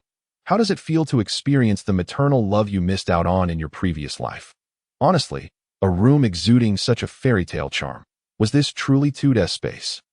Hadn't his room always been a monotonous box with 4 white walls, a desk, and a bed? Upon hearing this, Toot sighed as if resigning to fate and then, with a serious expression, shifted the topic. "Now that we're here, I find I can never best you in conversation. Let us address the matter at hand. What are your thoughts on the theft of Nico's relics?" As expected, it was that issue. To be honest, I didn't think Toot should be involved in this incident. After all, it concerned Nico, who merely led his subordinates to obliterate us. In that era, we lived with our lives hanging by a thread, so there was little room for resentment. But the sentiments of those who knew Nico were quite complicated. They had genuinely cared for the orphans in the orphanage, of which Nico had been one. Yet, both of them claimed it was no problem, leaving us outsiders with little to say. Ultimately, I relayed the old-timers' concerns regarding this matter and the points that could be inferred that in summary. These are the points to consider. I plan to visit a friend who collects antiques tomorrow to gather more information. Just wait for my update. If I find anything new, I'll reach out. After ending the call, I began searching for the contact information of a friend who had previously provided me with antique intel when I suddenly spotted a small figure walking down the street outside. Wasn't he that the child named Edward, whom Malga had helped today? He seemed to be looking around, likely searching for his way. Time to have a little fun with him. First, I approached with an air of authority. Today's children certainly have some nerve, boldly wandering the streets at this hour. After terrifying Edward with such a statement, I maintained an air of authority while reciting in Taiwanese and slowly approached him. Should I say that ignorance breeds courage? Upon hearing this, Edward gradually turned his head, his face a mask of terror, as if he had mistaken me for a human trafficker. It seems that exuding too much authority can be rather counterproductive. If he were to scream right now, it would certainly create a predicament. Evidently, I was perceived as a villain, as I clearly lacked the amiability of that fellow. If it were Malga, he would likely have already befriended this child. Given his habitual kindness towards youngsters, for now, I can only hope that he recognizes me. Take a closer look. We only met this afternoon. Don't forget me so quickly. At that moment, the light from a passing magical vehicle illuminated my face, causing Edward's expression of fear to transform into one of relief. You are the one who came to collect Adam this afternoon, right? Richter, was it? That magical vehicle truly came to my aid. Otherwise, I would have been at a loss on how to earn his trust. For his wariness was quite pronounced at this juncture. Authority holds no sway. Rather, I must adopt a more cordial demeanor. It seems he hasn't forgotten me, and were he to truly forget, I would be quite disheartened. So, may I inquire, young brother, what exactly are you doing out here so late at night? Don't tell me you're merely out for a stroll. I doubt your family would permit you to roam the streets at such an hour. Upon hearing this question, Edward opened his mouth but could not muster a single word, his gaze darting around nervously. It appears this little fellow has sneaked out, and now he seems intent on concocting a ruse to deceive me. However, I lack the time to indulge you in idle banter, so there is no opportunity for fabricating lies. Are you planning to venture out in search of the sage's relic? Is this your attempt to gain your father's approval and prove to your classmates that he will not fail? After my words, Edward gazed at me, his face a portrait of surprise as if I had seen through him. How transparent this little one is. You should return home. I managed to suppress a laugh and spoke to him with an air of seriousness.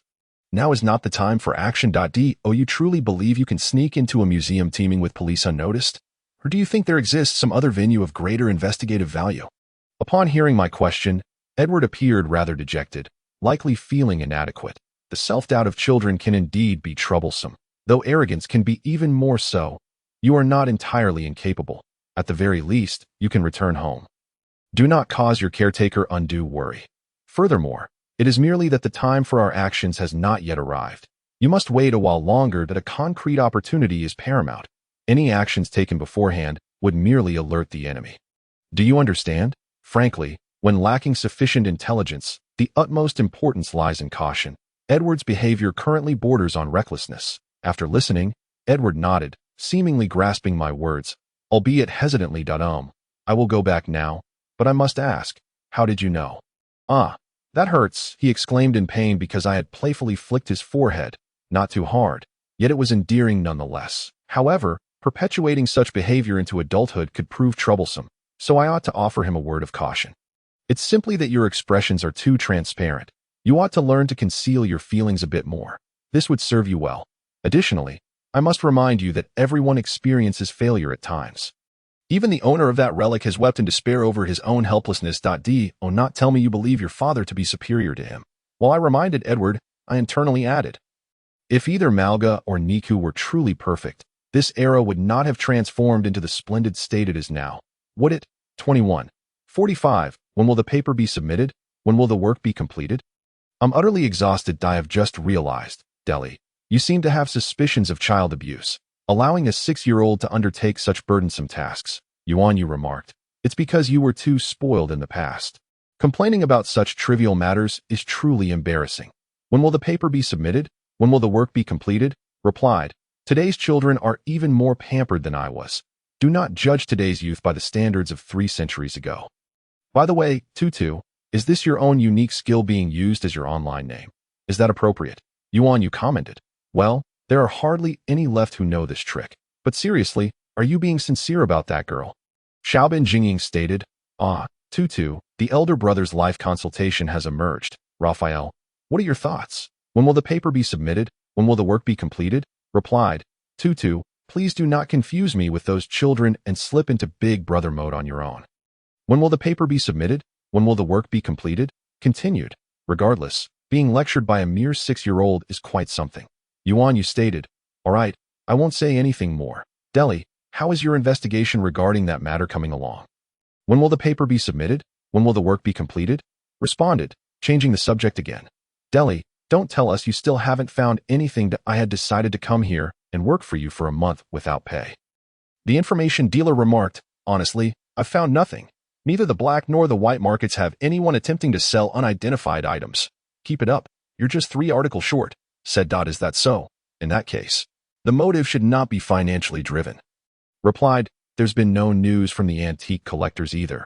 It shouldn't be that some collector funded someone to steal it for their collection. Looks like the remaining possibilities for the motive boiled down to 2. Finally getting paid said, it must be a power struggle, or perhaps they believe that item is a treasure and wish to steal it to uncover its secrets. Such occurrences were quite common 3 centuries ago. But really, does anyone genuinely think there exists some super technology within that artifact that surpasses this era? When will the paper be submitted? When will the work be completed? Stated, Tana, since you've been paid. Hurry up and repay me. You still owe me over 400. Finally getting paid replied, I'll swing by deli shop for a meal tomorrow. I'll settle it then. Now, back to the topic at hand. I personally believe the likelihood of a power struggle is very high. The speed at which this incident has been exposed feels deliberate, as if someone has a specific agenda behind it. Indeed, that seems accurate. However, Tana, you can't keep living as a spendthrift. Last month it was me. This time it's Raphael, the information dealer said. Just to be clear, I do not lend money. Yuan, you replied, I have no money. Don't approach me. When will the paper be submitted? When will the work be completed? Remarked, when have you ever had money? Don't say now. Even 3 centuries ago, I rarely saw you with any. Xiaobin Jingying added. Indeed, I've never seen Tutu with money. When will the paper be submitted? When will the work be completed? Stated, I've only seen it once when he came to buy that potion. I heard it was his wife's dowry. Finally getting paid questioned, little witch, what are your thoughts on Tutu having a dowry? Xiaobin Jingying replied, she's not here, don't bring that up. By the way, who came up with that username for her? Yuan, you commented, can you all refrain from derailing the conversation so quickly? And who exactly is this little witch? Why does my dowry concern her? The information dealer remarked, she is the Witch of Guns. Dare you say this has nothing to do with her? As for the matter of Niku's relic, all we can ascertain is that this is a power struggle incident. Discussing further won't yield any more insights. Will it? The round moon remarked, I shall take my leave to bathe now. Farewell. With that, the round moon exited the chat room. When will the papers ever be submitted? And when will the work be completed? Said another escape. The informant added, let him run away. Keep it up, there are still 3 papers left. Someone else chimed in, let's conclude here for today. Those who need rest may rest, and those who need to rush their papers should do so. 1 paper is due tomorrow. If it isn't submitted, prepare for an extension. Just know that I have already delayed 3 papers for you. When will the papers ever be submitted? And when will the work be completed? Departed the chat room. Chapter 27 Nigu. What troubles you? Has something occurred? I asked as I approached Nigu, who was found sitting alone on the grassland of the back mountain. Today, Mentor Luther assessed our elemental affinity. Nigu replied, his gaze downcast, my affinity is quite low. It seems I am destined to remain a mere apprentice in magic for life. Now I understood the reason for his despondence. No wonder he looked so dejected. This child had tirelessly pursued the path of a sorcerer, and it appeared he had faced considerable setbacks. Yet, I could not allow him to remain in this state of despair if he continued to dwell on such matters. He would become stagnant if he cannot become a sorcerer. Then let us seek alternative paths. Speaking of which, your talent in crafting magical items has garnered even Tana's admiration. Why not learn alchemy from him? I am certain he would be delighted to take you on as an apprentice. I began to contemplate other avenues and endeavored to offer some suggestions. Although becoming an alchemist diverged from his original aspirations, I believed Nigu would be amenable to such an outcome, After all, he was not a particularly stubborn individual. His rational nature would likely allow him to accept this proposal. Indeed, after a brief period of contemplation, he sighed and stood up. It seems I must resort to this. After all, I can still create some magical items to feign being a sorcerer, can't I? Ding, ding, ding. The clamor of the alarm once again shattered my dreams, and I silently gazed at the increasingly familiar ceiling, hurriedly wiping away the tears that lingered on my cheeks. I had dreamt of the past again. Was it because the anniversary of Lena's death approached? I must hasten to rise and prepare, as Mother has likely finished breakfast. Now that we are in this era, dwelling on such matters is futile. After all, fixating on past events hinders progress. With this thought in mind, I commenced my new day of study following my morning routine. While everyone eagerly anticipated the commencement of the Holy Grace Festival, a 7-day holiday starting tomorrow, I implored my classmates to pay close attention to my lecture today. Otherwise, if they struggled with the assignments due upon return, they could not blame me. The instructor of the magical theory class stood at the podium, earnestly reminding us, yet it seemed few were truly listening. The Holy Grace Festival, and Nigu would commemorate Lena's death in this manner. However, at this point, no one cared to inquire about the name of the individual the festival honored. They were simply thrilled about the approaching celebration. Marga, it should be a day of remembrance for someone special. Never mind. Lena always relished such lively atmospheres. Surely, she would be pleased to be remembered in this way. Marga, the teacher's voice pulled me from my reverie, and I noticed several classmates casting sympathetic glances in my direction. We were still in class. Could we not be distracted? Thus, the final lesson before the holiday passed, leading us to the last lunch before the Holy Grace Festival. As per usual, lunch was shared with Adam and Edward. While discussing our plans for the afternoon, Edward spoke with a bittersweet smile. I will be heading to the arena outside shortly. Had he mentioned this previously? It seemed the plan had finally come to fruition. However, as he spoke, his expression turned awkward. My father already provided the funds, and refunds are not an option. Plus, we are not in a position to waste money. So, it was disappointment stemming from his inability to study with us. Yet, there was little to be done. After all, this was a consequence of events that transpired a month ago. Although Edward's family still drew income from his mother, who taught in another city, their financial situation must be quite strained now. This moment, Adam expressed his disappointment. I see. That's quite unfortunate. I had hoped we could study together. We'll have to wait until next year. Although Adam voiced this, he understood Edward's circumstances well enough to refrain from pressing the matter. Well, even if we cannot study together, we can still compete. Though, I doubt there will be much hope this year. You likely cannot participate in the tournament this year, can you? Will you be able to next year? I'll do my best. I initially had no plans to enter such contests, so do not hold high expectations. I see. I mused, acknowledging that Edward's pursuit of martial skills was primarily for physical fitness and a degree of self-defense. This made sense, as in this era, sheer brute strength held little value. The age of tyrants wielding immense personal power had long since passed. And it is best if you do not return. Farewell, and may you all practice diligently today. After parting ways with Edward, Adam and I proceeded to the combat training room to commence our practice. On this day, just before the holiday, the training content underwent some alterations. We began to incorporate internal energy cultivation into our regimen. Here are the instructional materials for internal energy cultivation. I hope you will review them thoroughly during the holiday. The combat instructor reminded us while distributing the small slips containing the guidelines. At last, the guide for internal energy cultivation had arrived in this era. I had patiently awaited this moment, having heard from Richter that the internal energy techniques of this age far surpass those of our time.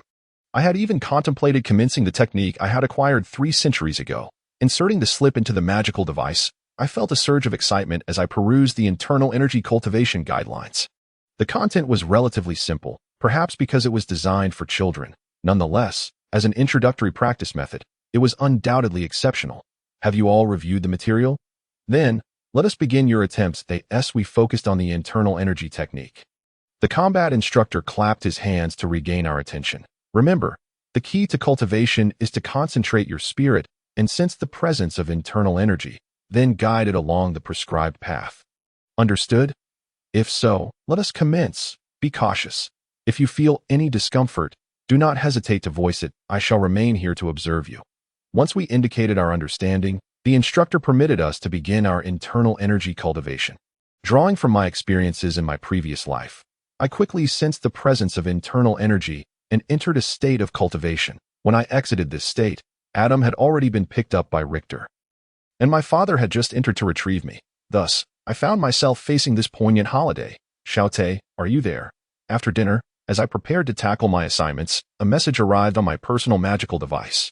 The sender was Edward, which struck me as rather surprising. What could he possibly want at this hour? Typically, he would be engrossed in his homework. Moreover, having attended combat training today, he shouldn't have the energy to seek out conversation. It seemed to be something significant. I ought to respond. Yes. What do you need? My fingers swiftly tapped on the personal magical device, sending my response without delay to "It is nothing particularly urgent. Someone is seeking your contact information. Would you be willing to share it?" Edward quickly replied, his words imbued with a sense of caution. Only someone influenced by a law enforcer father like Edward would treat contact information with such gravity. Others would have long since shared it without a second thought, though I had no particular concern regarding this matter.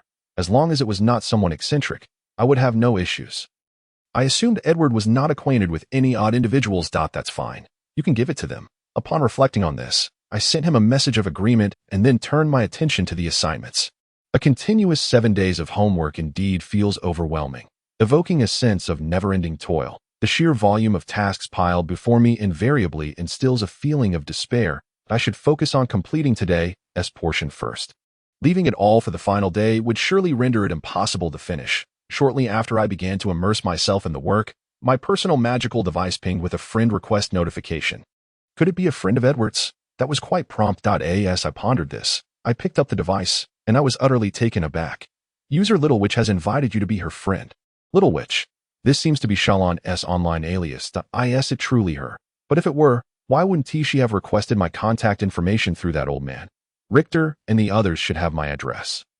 Regardless, I should inquire, albeit vaguely. Is at you.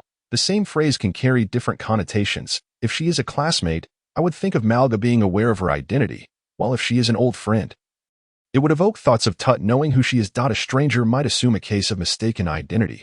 Ultimately, no matter how I phrase it, I want to give myself away. This is a tactic I learned from Richter. Before long, my device received a response. Have you been thinking of me? I must admit, I've been thinking of you a bit too. After a considerable effort, I finally bypassed the old friends to acquire your contact details. They are quite nosy. It is indeed Shalon. Recently, I have been missing her a little, having thought of her often since my rebirth over these past few months. However, after typing "I miss you too," I shook my head and deleted the message. Such sentimental expressions do not quite suit me. Perhaps Raphael has grown accustomed to such sentiments by now. It's best to maintain my usual demeanor. In truth, I could simply ask Raphael and the others directly. Was there really a need to go about this roundabout way? I felt a twinge of annoyance as I pressed the send button. Had I sought them out earlier, we could have conversed long ago. Yet, after sending the message, I was struck by the futility of my words. Wasn't I also reluctant to approach them? Would I dare to ask them for my contact details? You know how that gossipy bunch would react. Naturally, Shalon quickly sent back the rationale for not seeking my contact information through Raphael. In truth, they had already teased me about this once before, though she had not been present at the time. Nevertheless, it's best not to mention that. If she were to check the records, it would be quite troublesome. I prefer not to disclose the matter of my funds to her. Although the money was saved for her, simply mentioning it would evoke a sense of embarrassment. More importantly, I do not wish for her to know how the funds are utilized. Otherwise, she would surely blame herself. All right, enough of that. How did you come to know Edward? I abruptly shifted the conversation, inquiring about Edward. After a brief silence, a message arrived some time later. He joined the private combat training academy I attend today. My foolish knight has gained a new admirer. That little rascal chose the most rigorous instructor to catch up to you. Honestly, even I find that instructor to be quite strict, comparable to the intensity of training elite soldiers in that era. It seems she had a considerable amount to convey, as it took her a while to respond. However, the content left me astounded. In a way, Edward has been pushed to such extremes. The training intensity for elite soldiers in that era is no joke, especially considering he has another subject to study. It appears I must issue a precautionary warning. I might need to trouble her right from the start, but it wouldn't be easy for her either. Is that so? Could you keep an eye on him? He has a course in management to attend. Let us not let him overexert himself. With that thought, I promptly sent a message to Shalon. requesting her to monitor him closely to prevent any mishaps. All right, I'll keep an eye on him and ensure he doesn't overexert himself. You can rest easy. It seems Shalon realized the extent of Edward's current state and readily agreed. Then posed a question. By the way, it's because he admires you that he is pushing himself so hard. What do you think? Is that so? Is it akin to the children in the orphanage from before? As ever, my feelings are quite complex. I worry he may push himself too hard, yet I feel joy at his determination. I sighed, responding with a myriad of emotions. I'm off to have dinner. We'll talk later. At this moment, it appeared to be dinner time at Shalon's home. As she ceased responding after sending her message, I should hasten to complete today's assignments. Observing her gray-out profile, I redirected my focus back to my work. The familiar sound of the alarm rang out. Hurry and wash up. Breakfast is nearly ready. Instinctively, I thought to prepare for school, only to realize that today is a holiday. My mother should still be asleep at this hour. I feel so drowsy, yearning for a bit more sleep. However, I've never had that habit in the past 300 years, so I'll let it be. Shalon, I must say, is quite the joker. A girl's body should not be so casually displayed. Though she is still a child in this life, it is still inappropriate to initiate a video call dressed so casually. It kept me awake all night. I never behaved so shamelessly before her 300 years ago. What has changed? Perhaps I should practice a bit in the living room. Though I didn't bring my practice sword back, I can still engage in some basic training. Shoute, you're up quite early to school today. I thought you might sleep a little longer. My mother finally rose to prepare breakfast after hearing my voice. After washing up, I had breakfast and began the first day of my holiday. Then I sat at my desk for an hour, lost in thought. How dull it is. Honestly, suddenly being told I have a 7-day holiday leaves me at a loss for how to spend it. After all, I used to live in a manner where not a moment could be wasted. I truly have little concept of leisure. Perhaps I should check the information network and simultaneously complete my homework. After all, the reason the teacher assigns 7 days worth of homework is so we can tackle it daily. If I slack off now, I shall certainly suffer for it 7 days later. Your friend Little Witch requests a video call. Would you like to connect? Just as I opened the information network window, Shalon sent a video call request. Should I accept? I hope she isn't dressed too casually when sending the request. I decided to confirm first and initially declined the request, then began typing a message. Don't worry, I'm in home attire, not flimsy pajamas. Yet, before I could send my message, Shalon had already responded, attaching a photo of herself in the everyday home attire of this era. She looked quite adorable, I must say. Your friend Little Witch requests a video call. Would you like to connect? While I was still admiring Shalon's photo, she sent another call request. Upon accepting, I saw her face appear in the pop-up communication window. You like this outfit? What are you up to? Shalon showcased her attire and inquired. However, with her asking that, there is only one answer I could provide. You look lovely in whatever you wear. I shifted my focus back to the information network and casually responded to Shalon. I'm doing homework. I don't want to be cramming it all in on the 7th day of the holiday. Upon hearing my words, Shalon's expression turned rather nuanced as she quietly opened her assignment book. You rewrite. Let us tackle the homework together. I'd rather not endure the stress of procrastination leading to a last-minute frenzy. I never anticipated that she would still remember this matter. I had assumed she had long since forgotten. And you dare to mention that time when several major tasks were left until the last moment, only to discover that they could not possibly be completed? It was I who helped shoulder a portion of the workload to resolve the situation. Must we revisit this topic? I apologize, but I must attend to my homework now. Shalon clasped her hands together, sweetly smiling as she pleaded for mercy. With such an expression, how could I possibly continue? We might as well work on our assignments together, as I am barely keeping up with my studies myself. Perhaps it was the fact that we were collaborating, but we managed to complete 2 days' worth of homework in just 1 day. It seems we can navigate the issue of holiday assignments quite smoothly.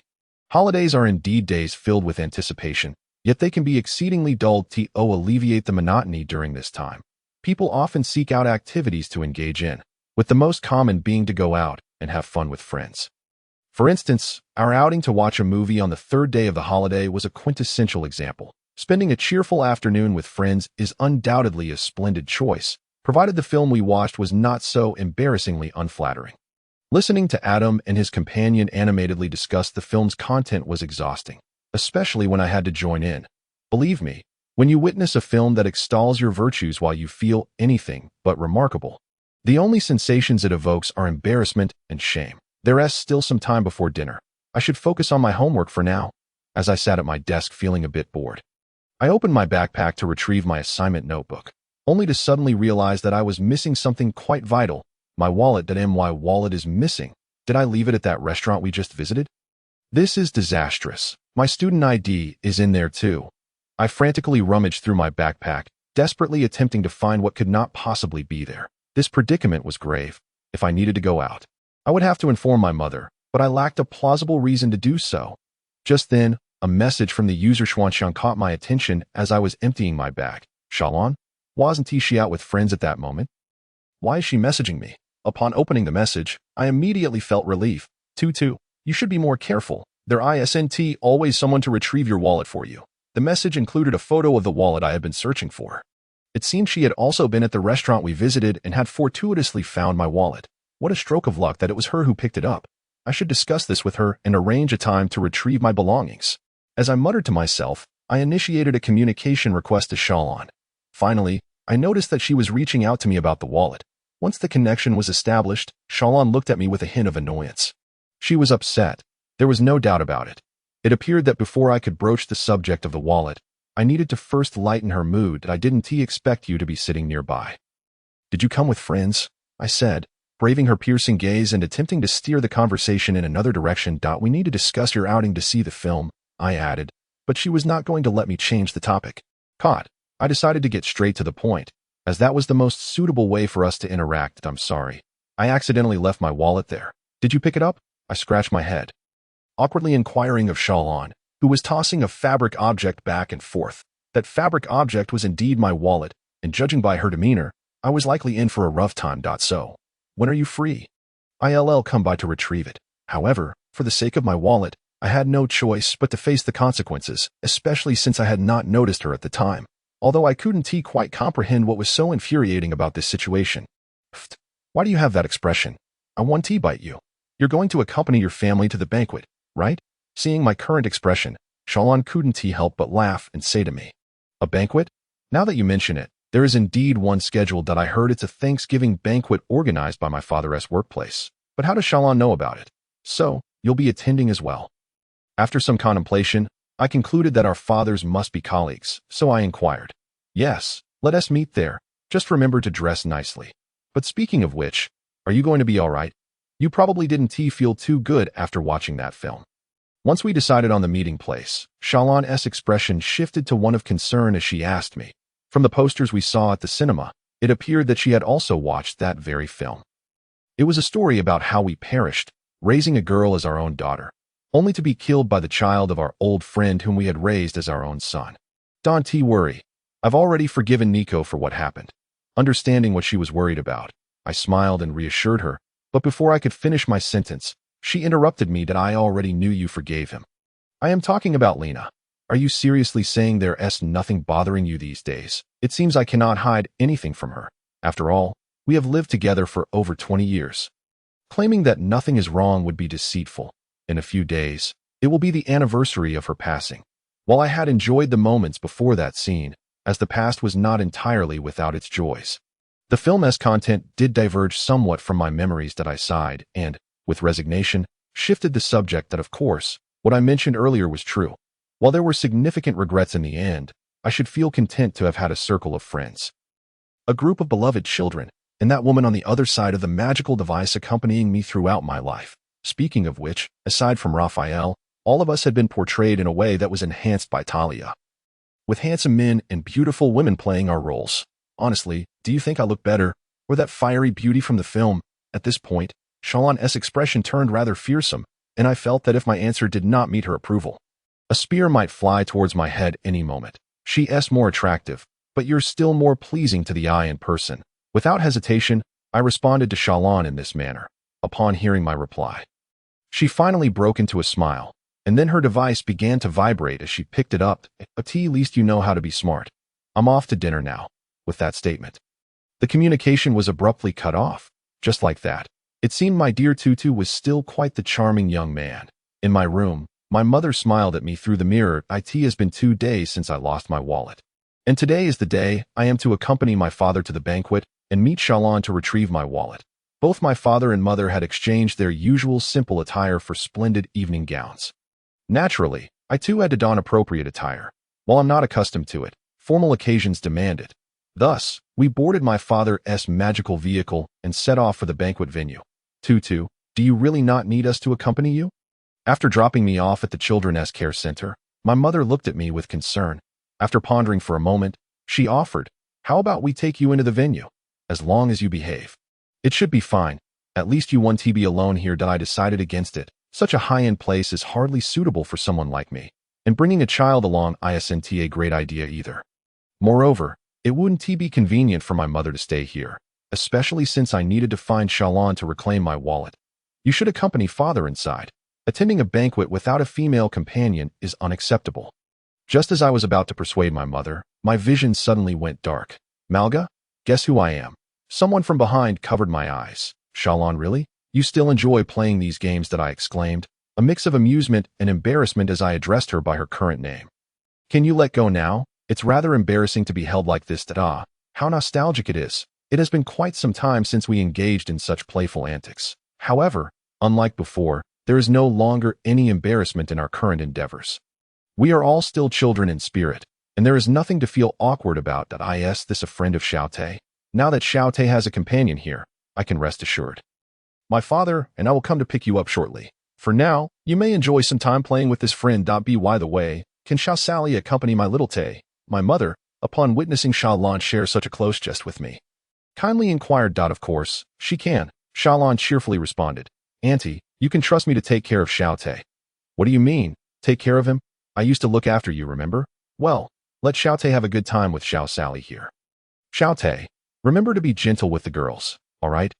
After hearing Shalon's reply, my mother felt reassured, offering me a few more words of advice before she confidently exited the care room. Perhaps she stayed behind earlier out of concern that I might feel lonely. Truly, she is a wonderful mother. First and foremost, this. Luckily, I found I'd be more careful next time. All right. After my mother left, Shalon produced a wallet and handed it to me, reminding me that to be honest, I am quite fortunate that Shalon found it. Otherwise, the situation would have become quite troublesome. Understood that I felt a bit embarrassed as I accepted the wallet and expressed my gratitude. Thank you, Sally. What is there to thank? So, what shall we do now? Before Shalon could finish her sentence, she was knocked over by a child who was running about. In that moment, I too became flustered. After all, we are still in the bodies of children, with brittle bones. A fracture would be unfortunate. Sally, are you all right? In my urgency, I almost called her by her former name, but fortunately, Shalon's current name is quite similar to her previous one, allowing me to twist the pronunciation just in time. I nearly committed a taboo shared among our elder group. I'm fine. Just a little bumped, and no need to be overly concerned. You almost called me by my old name, didn't you? Shalon chuckled while reaching out to me. Did you catch that? How embarrassing. Let us help you up first. It's not good to sit on the floor like that. The children running around pose a significant risk, so I should check on them. As I assisted her to stand, I could feel my face flush, as if blood were rushing to it. Thus, I hastily concocted an excuse to distance myself. After all, allowing those children to run amok could be hazardous. They might collide with something sharp, like table corners or pointed toys. Therefore, I resolved to gather the children for some physically engaging and safer group games. Malga, I never expected to see you here. Even more surprising is that you would do such a thing today. While I was playing with the children, a young man approached me. Aren't you afraid of being reminded of the past? Tonight is that girl's. Who could this old friend be? Perhaps I should engage him in conversation. Excuse me, I have something to discuss with that brother over there. Would you all mind playing by yourselves for a moment? I felt a bit awkward addressing the children, especially since I had been the one to initiate the play. It would be disheartening to leave them to their own devices, particularly since children are often sensitive and delicate in their emotions. To my surprise, they became engrossed in their own games and paid me no mind, which reassured me. Indeed, you remain the thoughtful big brother from back then that we thought you might have become a tad more indifferent. The young man addressed me, bidding farewell to the children while gesturing towards a nearby resting area. Why don't we sit for a while? I'd like to conduct a soul check on you to see if that potion has any issues. So it was that Raphael, the crafty merchant, had arrived. Was he here with Luther? Observing Shalon in conversation with Luther, I surmised how things stood that it would be nice for the princess and her attendant to catch up. I never imagined that the notorious merchant Raphael would engage in such conscientious after-sales service. What are your true intentions? I shot Raphael a sidelong glance, a playful notion crossing my mind. Don't think so ill of me. It's all because of you that Talia refuses to give me any good reputation. Hearing about the events concerning that film, Raphael spoke to me with a frown. That time, I merely aimed to earn a little more. However, now that I've promised her, I can't overcharge, so I haven't engaged in such activities. Release your mental defenses. Allow me to examine your soul properly. Those potions were hastily prepared, and I cannot guarantee their efficacy. I was taken aback by how seriously he took the matter concerning that girl. Perhaps I should trust him once more. Moreover, he was right. The time constraints had indeed been tight, and Raphael must have exerted himself to prepare the potions in time. It would be prudent to have someone knowledgeable assist in the examination. As I felt Raphael's mental energy probing, I willingly lowered my defenses, allowing him to scrutinize me. Other than a slight weakness, everything else appeared normal. After a while, Raphael withdrew his energy and began explaining that if you are fine, then others should be as well, considering your potion was prepared in a rush with materials almost not coming together. Has Shalon been checked as well? I shook my head to dispel the discomfort from the soul examination and immediately inquired about Shalon. She is fine, not even exhibiting the common soul weakness. Though his expression suggested otherwise, he responsibly clarified the matter, only to immediately follow up with, "What is the matter? Are you worried about her?" This will surely stir up gossip. Those in the chat group will become quite active again. Why is it that our relationship remains a topic of discussion? Upon witnessing my expression, Raphael's grin became rather mischievous. After a brief pause, he continued, "If your identities were to be exposed, you would soon be inundated with reporters and paparazzi from various races. You two are quintessential elements of historical romantic tales, you know, the unwavering true love that is often showcased during Valentine's Day at the Magic Cinema. Goodness, Talia has truly done well, in a way. Does she really need to draw material from us repeatedly? This would mean enduring several embarrassing situations each year. When will this ever end? Pray tell, dear big brother, what are your thoughts? You've been duped by the children you once cared for." This marks the second instance, though thankfully not as dire as the first. Noticing my exasperated expression, Raphael continued to pry at my heart is weary. I wish for someone to interrupt our conversation. What's going on? Fortunately, at that moment, Shalon and Luther concluded their discussion and approached us. Wonderful, a savior has finally arrived. Oh, it's nothing. How was your conversation? We've finished discussing everything. Indeed, there are several points of consideration I would like to share with you. After a considerable amount of time, Luther finally elucidated the essential details one must heed while navigating life in this era before he escorted Raphael back to the banquet venue, perhaps due to the collective games the children engaged in. They now appeared quiet, somewhat fatigued.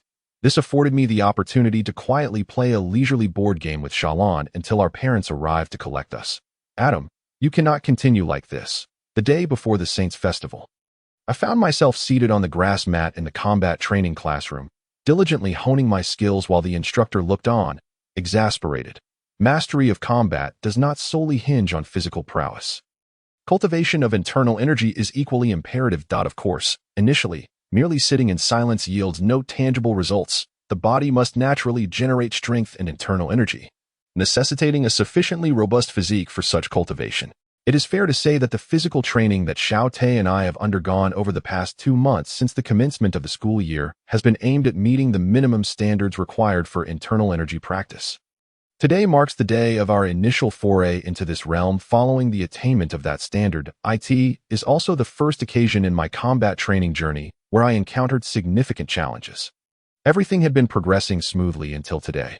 Observing Xiao Te, who had already entered a state of practice, I could not help but express my frustration aloud.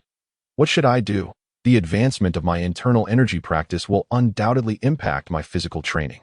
Not to mention that effectively channeling internal energy during battles will significantly enhance both strength and speed. If I do not learn quickly, I risk being left behind by Xiao Te, ultimately resulting in poor performance at the combat tournament and potentially facing expulsion from this institution, an eventuality I fervently wish to avoid.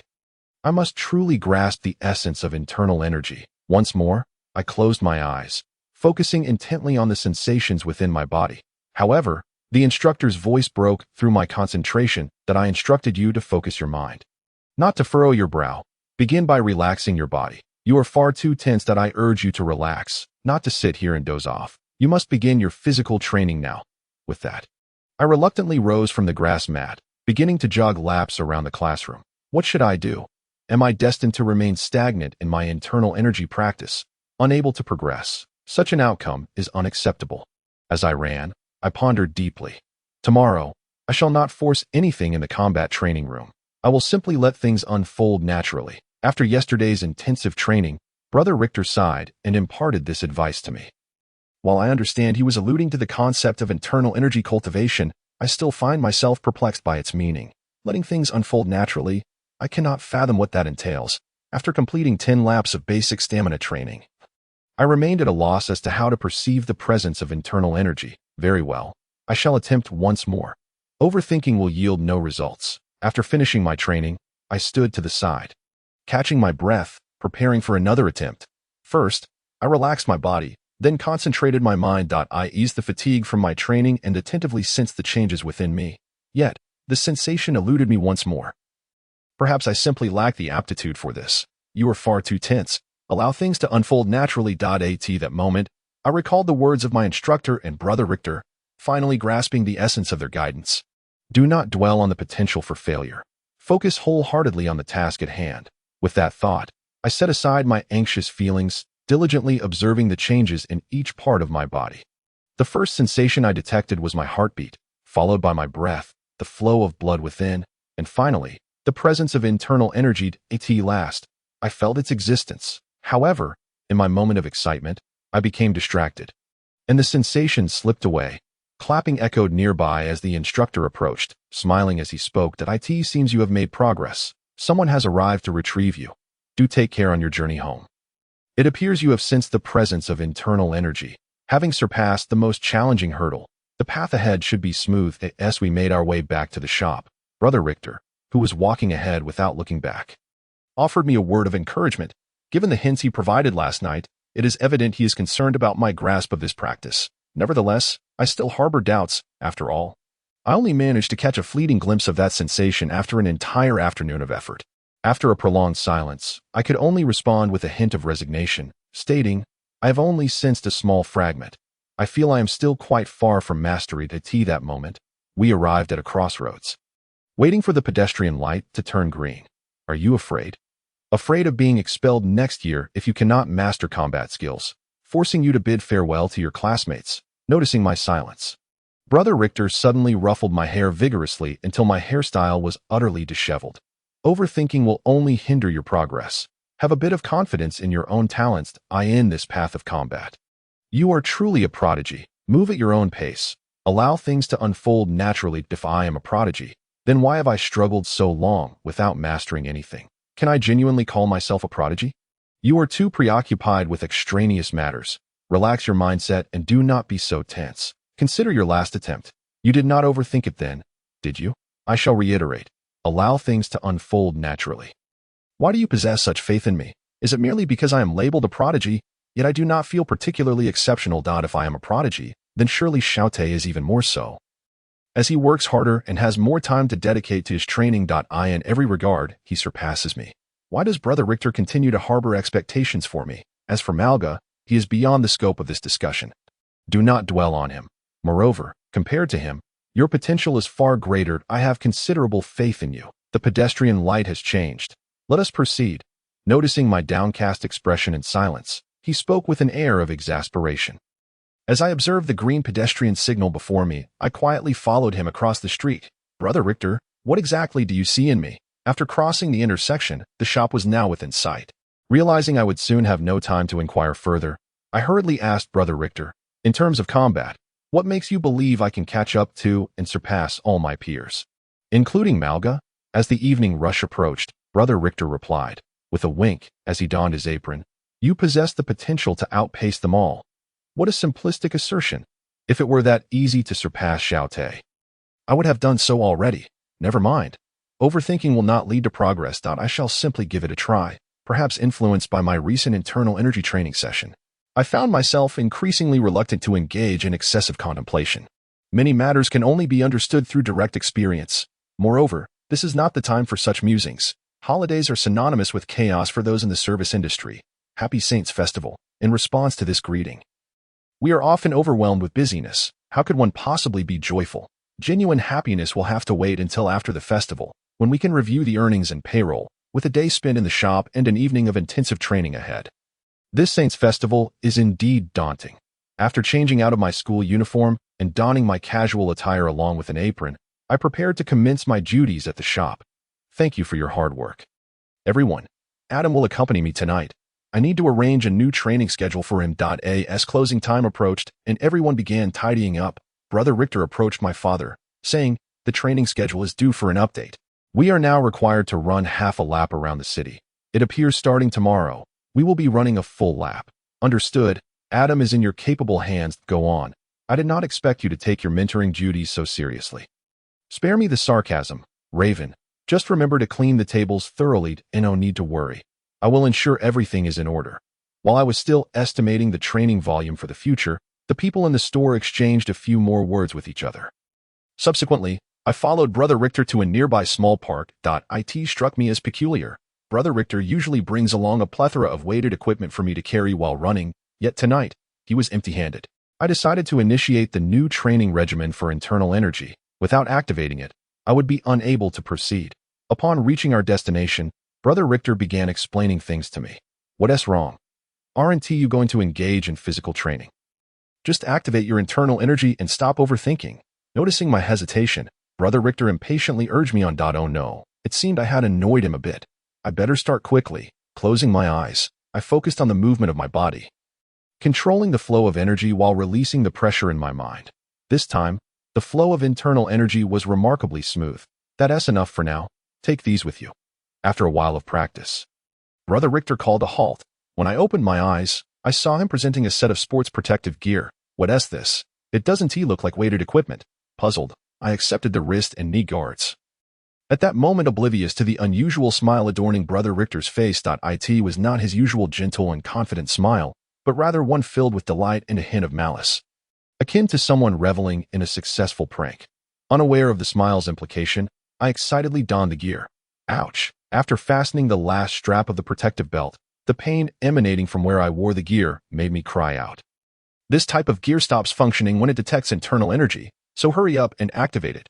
Brother Richter maintained his cheerful demeanor while explaining how to alleviate the pain, and upon hearing this, I promptly activated my internal energy. As the energy flowed through the areas encased in the gear, the discomfort faded away, and once my internal energy was fully circulating, the pain finally vanished.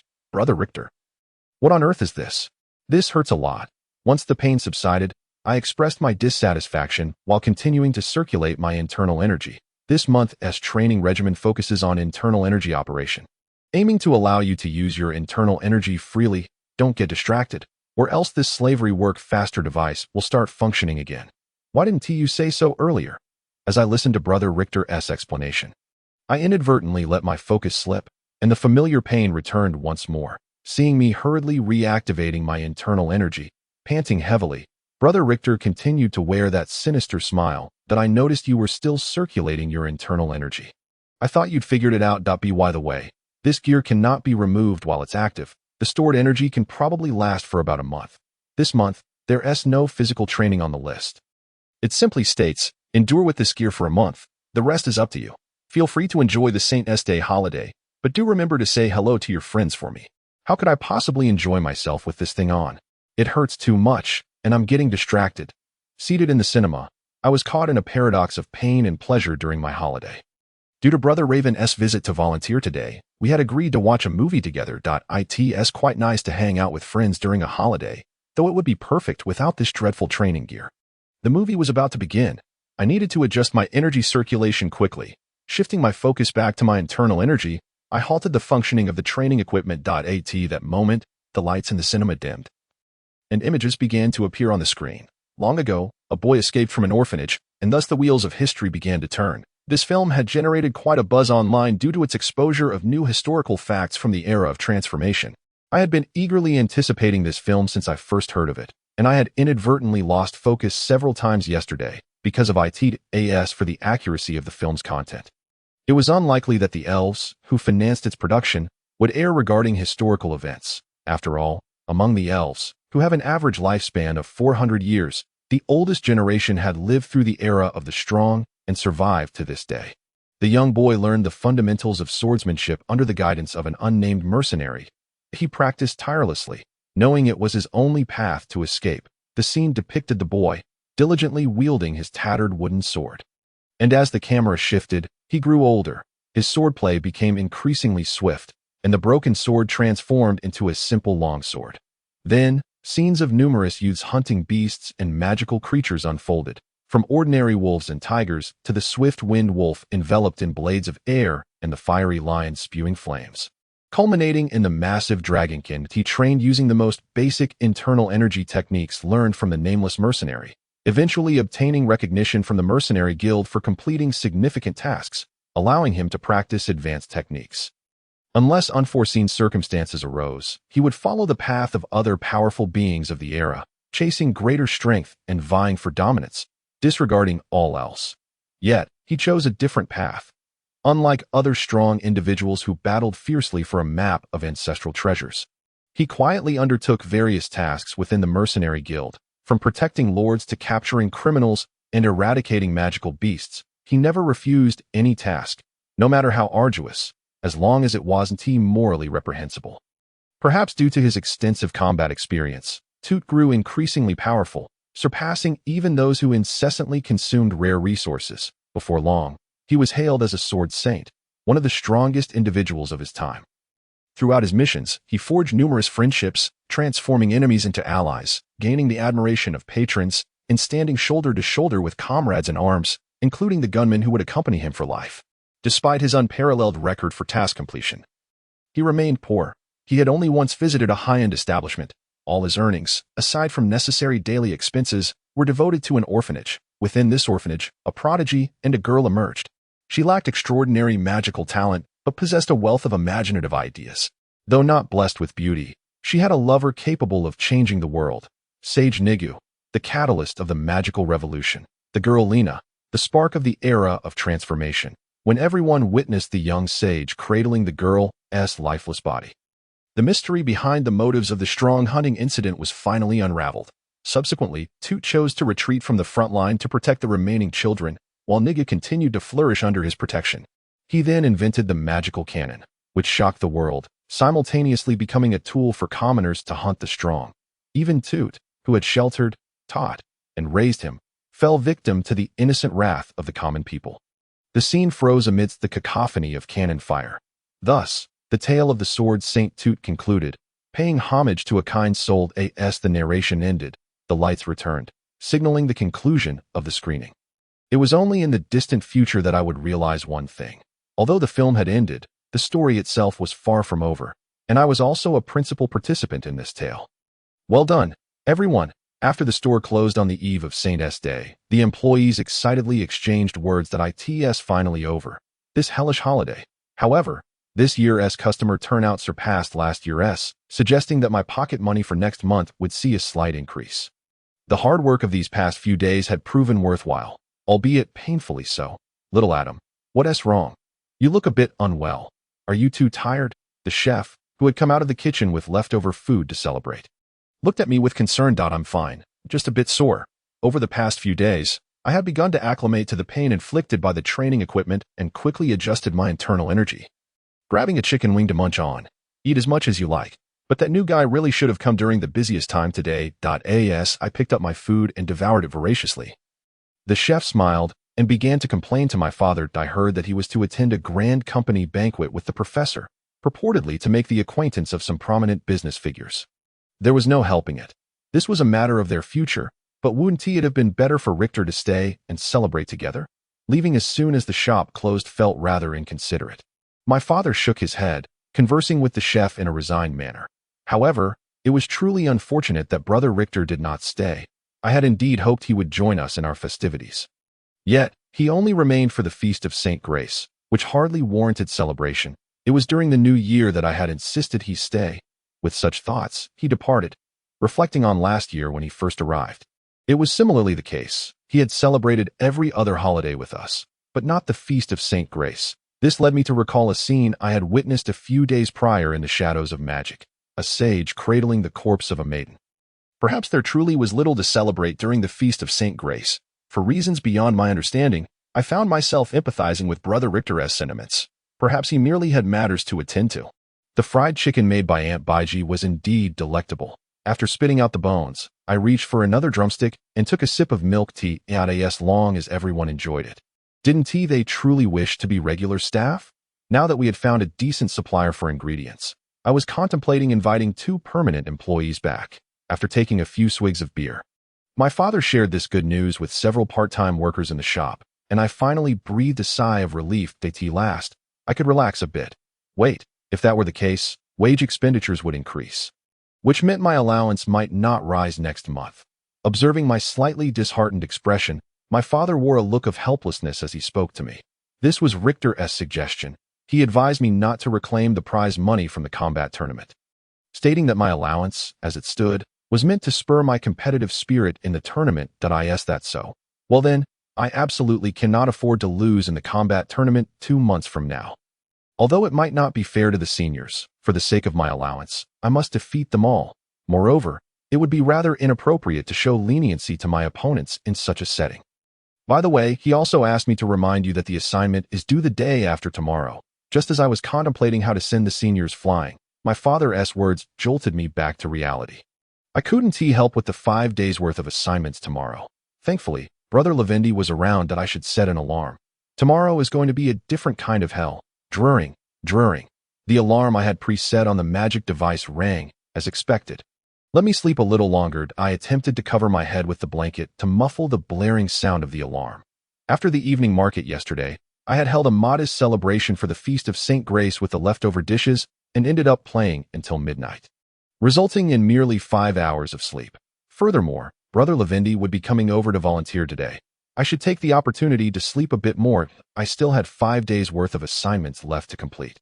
However, the alarm suddenly transformed from its jarring sound into a recorded message, evidently from yesterday's me, who did not want me to sleep in today, hence recording a phrase to wake me up. The assignment was glaringly evident, and today I reacted to this phrase with extreme intensity. 5 days' worth of assignments. I had to submit them to the teacher today. The recording continued. Perhaps yesterday, Esme felt that the word assignment was not sufficiently stimulating, thus adding a decisive blow. You must complete 5 days' worth of assignments today? Struck by this most lethal blow, I was jolted awake, my drowsiness vanishing as I jumped out of bed, muttering in a panic. This is dire. Will I be able to complete the remaining 5 days' assignments today? What should I do? Right. First, I need to brush my teeth and wash my face to shake off this drowsiness. After that, I should seek help from others.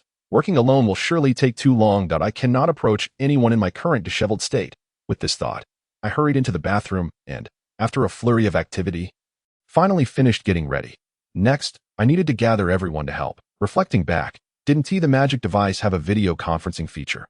I could use that to set up a 3-person video call. So, you still have 5 days' worth of assignments left to complete. In the impromptu video conference, Xiaote asked me with a look of surprise. Yes, I replied a bit sheepishly to Xiaote. Well, considering your family situation, it's understandable that you wouldn't have time to manage your assignments. Seeing my expression, Xiaote sighed and said, while it's impossible to lend you my work, we will assist you. Let us prioritize the order in which we complete the assignments. Edward, do you have any suggestions? Start with the basics of magic, then history, and finally the language assignments. Once the basics of magic are done, we must double-check the answers. While I'm doing that, you can tackle the other assignments. After reviewing the list of assignments I hadn't completed, Edward organized the order for me. It's time to begin. The goal is to finish the basics of magic within an hour. Upon hearing Edward's words, I immediately lowered my head and began working on the magic basics assignments that in the end. I managed to complete all 5 days' assignments before the submission deadline. I am so grateful for your willingness to help. Thank you so much. After submitting the assignments via the online portal, I expressed my gratitude to the 2 of them. Without your assistance, I surely would have faced punishment for not submitting my assignments tomorrow. Don't mention it. Let us just quickly finish the assignments now. Xiaote said as he retrieved his magic basics work. I took the opportunity to verify my completed magic basics assignments. Merely a small favor to return. Consider it a repayment for previous favors. Edward smiled at me. Otherwise, I would feel quite indebted, as you have taken such good care of me for quite some time. You probably can't participate in the combat tournament this year. Can you? On the last class day before the Feast of St. Grace, as we discussed my plans to start learning combat techniques, Malga expressed some regret. That's right, I replied calmly. However, I had no intention of participating in such competitions. So it didn't matter much whether I joined or not. To be honest, I didn't want to fight against the two people before me, not because it would be awkward due to our friendship, but because I simply couldn't match their strength. Whether it was Malga's swift swordplay or Adam's brute force, I found myself utterly unequipped to handle either. It would be better not to embarrass myself. Is that truly how you feel? I inwardly questioned myself, at least for now. That was indeed my perspective. Embracing a complex mix of emotions, I had eyes and take me to the combat classroom I had previously decided upon. We currently do not have enough personnel for your foundational training, so you should choose a weapon and practice with the others. We'll catch up on your foundational training after the combat tournament. Of course, the expectations for you now are not very high. Upon arriving at the combat classroom, the instructor pointed to the weapon rack, instructing me to select a weapon and begin training with the others.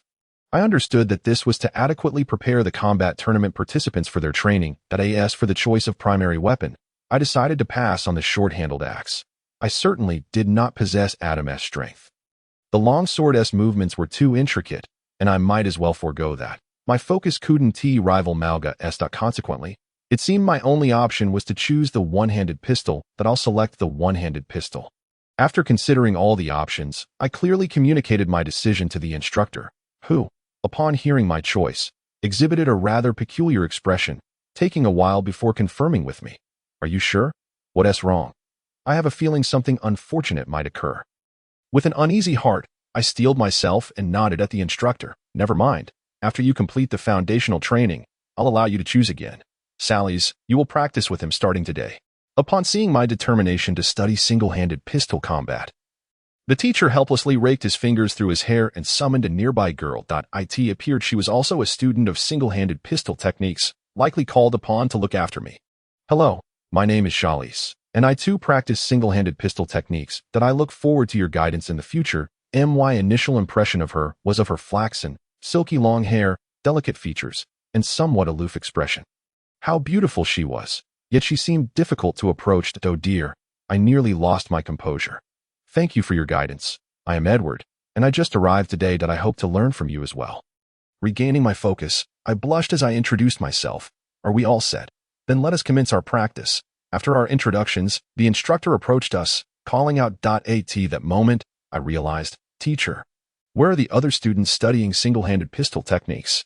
It's just you and Charlize. The others lack the resolve, and I sent them away.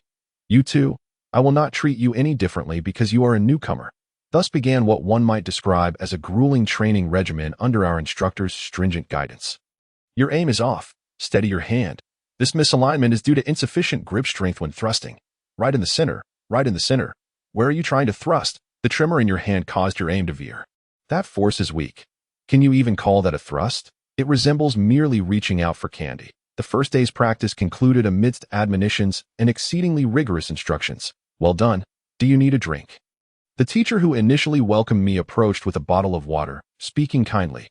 Thank you. Already exhausted, I disregarded formalities and grabbed the bottle, drinking directly. Slow down. Be careful not to choke. Noticing my lack of decorum, the teacher merely reminded me without irritation. Our pistol combat instructor was indeed strict. Although under his tutelage, our class consistently performed well in annual combat competitions, many students had been driven away by his scolding.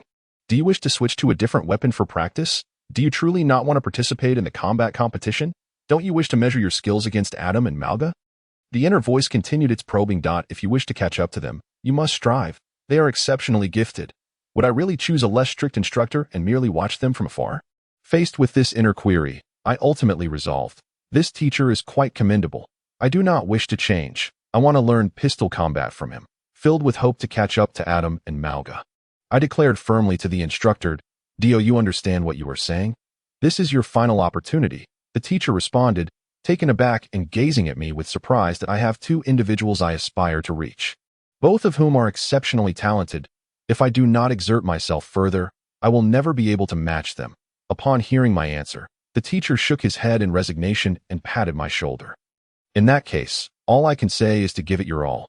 May I exchange contact information with you? Suddenly, Chalice interjected, earnestly making her request. What was this? She did not strike me as the type to be so enthusiastic. Puzzled, I handed her my contact details and proceeded to the changing room to change clothes. Thus, I took my first step forward. Edward, what is the matter? The teacher inquired seriously, observing my distraction that I had lost focus.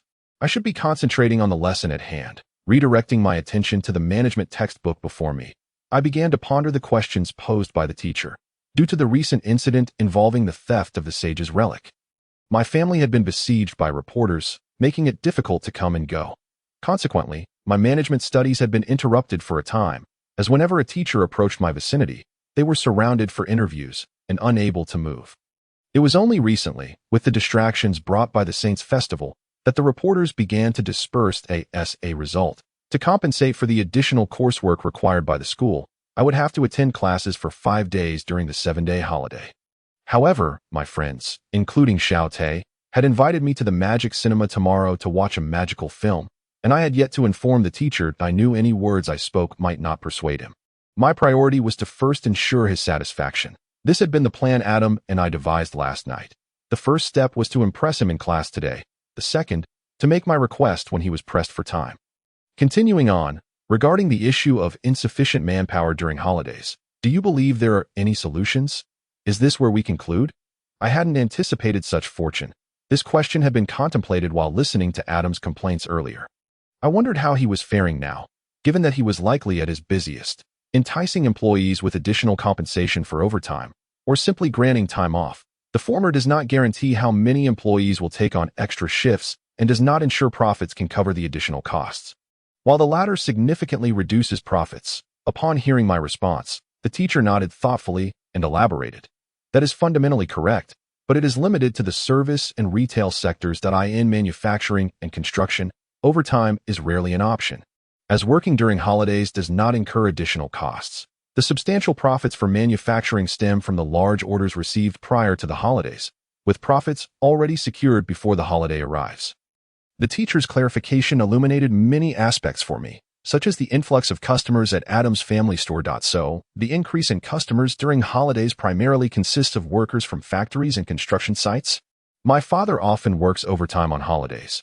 Is it because police work also increases during these times? Noticing my contemplation, the teacher's smile grew more pronounced as he answered my inquiries. Point one could say that, as pedestrian traffic increases during holidays, maintaining public safety becomes significantly more challenging, necessitating more personnel. Furthermore, medical, security, and firefighting services cannot afford to pause. Do you understand why?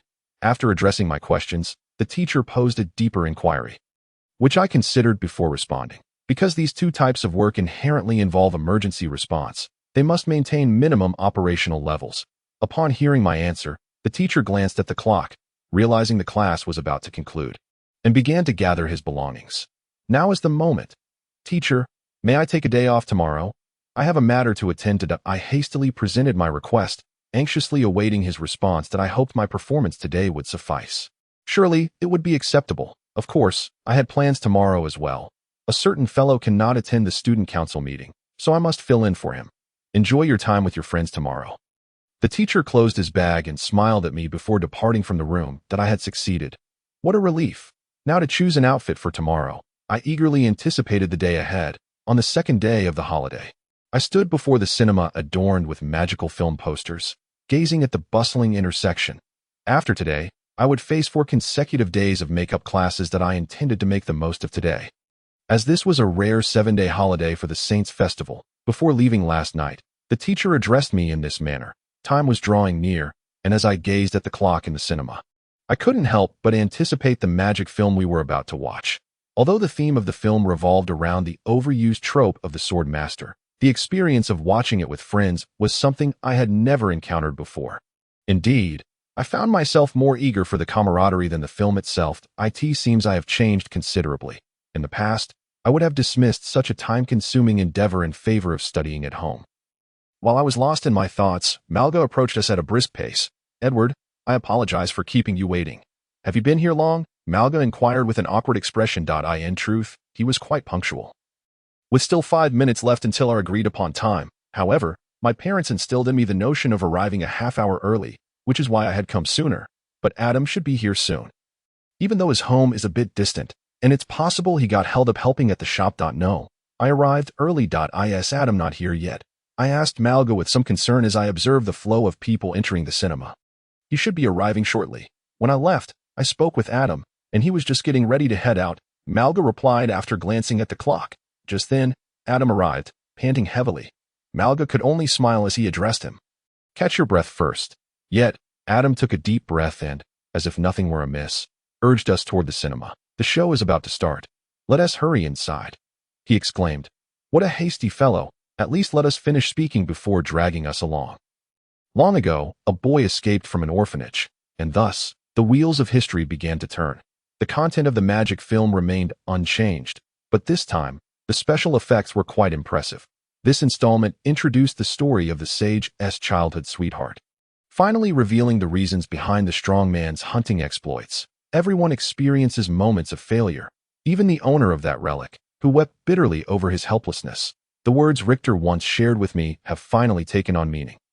Yet, I find myself perplexed. This Adam, who is supposedly a combat mentor, possesses the prowess to achieve a high-ranking level in security, a legendary status. What is his true background?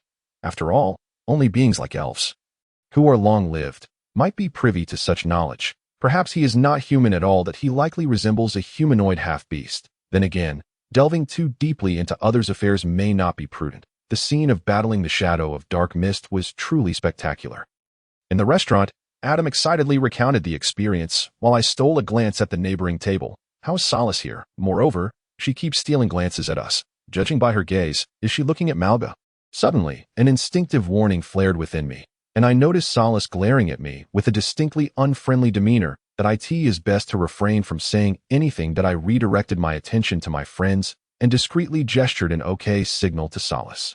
At that moment, the incessant alarm in my intuition ceased, and I relaxed, harboring a singular thought.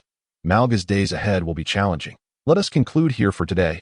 The supplementary classes have finally come to an end.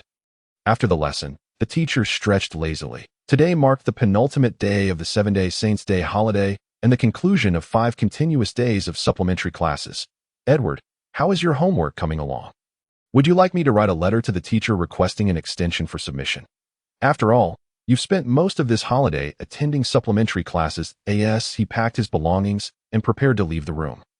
The teacher suddenly turned to me. I understood his concern, given that most of the holiday was consumed by extra lessons, but I had no such worries. I had completed it yesterday, compared to this. Schoolwork seemed rather simple. I pointed to the teacher's bag and smiled. I wish some people could be like you. The teacher muttered absently before opening the door and saying, then there's no problem. See you next week. Make sure to rest well tomorrow. At that moment, I had no inkling that the word homework would soon lead to my troubles. The situation unfolded as follows. The next morning, I was roused from slumber by a communication request from Adam, and I realized that even if one has completed their homework, it can still cause complications. This is because a few individuals around you might still be struggling with a mountain of assignments yet to be finished. Malga glanced at Adam's unfinished homework list, his face turning ashen, and asked, so, you still have 5 days worth of assignments to complete? Adam suddenly flashed a bright smile and gave us a thumbs up. Yes, Adam, even with that attitude, our spirits 1T lift. Considering your home situation, it's hardly feasible to find time for assignments. Faced with this, Adam, Malga could only groan and then began rummaging through his backpack for his homework notebook. While it's impossible to let you copy, we will assist you in organizing your tasks. Edward, do you have any suggestions? A solid plan indeed. Let us clarify the order first. Begin with the basics of magic, then history, and finally the language assignment. Be sure to verify the answers for the magic basics after completing them. While I do that, you can tackle the remaining assignments. This was the best course of action. The only faster alternative would be to lend him our work, but both Malga and I were in agreement that we could not allow him to copy. If he started copying now, he would undoubtedly fall behind in his studies. Let us get started. Our goal is to finish the magic basics in 1 hour. I urged Adam while preparing to verify the answers for the magic basics with Malga. Ultimately, I found no respite that day, as Adam worked tirelessly until nightfall to complete his assignments. To be honest, to have only finished 2 assignments on the last day of the holiday was quite an accomplishment. I couldn't help but wonder if he would have submitted anything without our help. It was exhausting. Aside from the day we went to see the magic film, I hadn't truly rested at all. But considering how much they had supported me over the past few months, it was only fair to return the favor. Tutu. Finally arriving at the battlefield, I could only watch helplessly as the man before me was torn to shreds by a blinding light. And I screamed in terror, the next instant. I too was obliterated by the sudden brilliance. Indeed, reserving half of our firepower was the correct decision. Thus, I purified 2 demons. These were the last words I would hear in my life. Following this, the alarm on my personal magic device rang as scheduled. A dream. To dream of that fool and how we were obliterated together is truly ominous that I struggled for a moment before rising to silence the alarm. Then instinctively made my way to the bathroom that I might as well freshen up before heading to school, especially since these dreams are likely a prelude to the anniversary of that poor girl's passing. However, that fool would likely be quite saddened for some time. After all, he regarded those little imps as his own, each one a cherished treasure, not to mention the chain of subsequent events this incident would trigger. With such thoughts in mind, I began the routine of attending combat class, traversing the familiar path from school to home. Yet today, the combat class held unexpected changes. The instructor responsible for the reception summoned me over, standing beside a young boy. Solace, starting today, you will practice with him.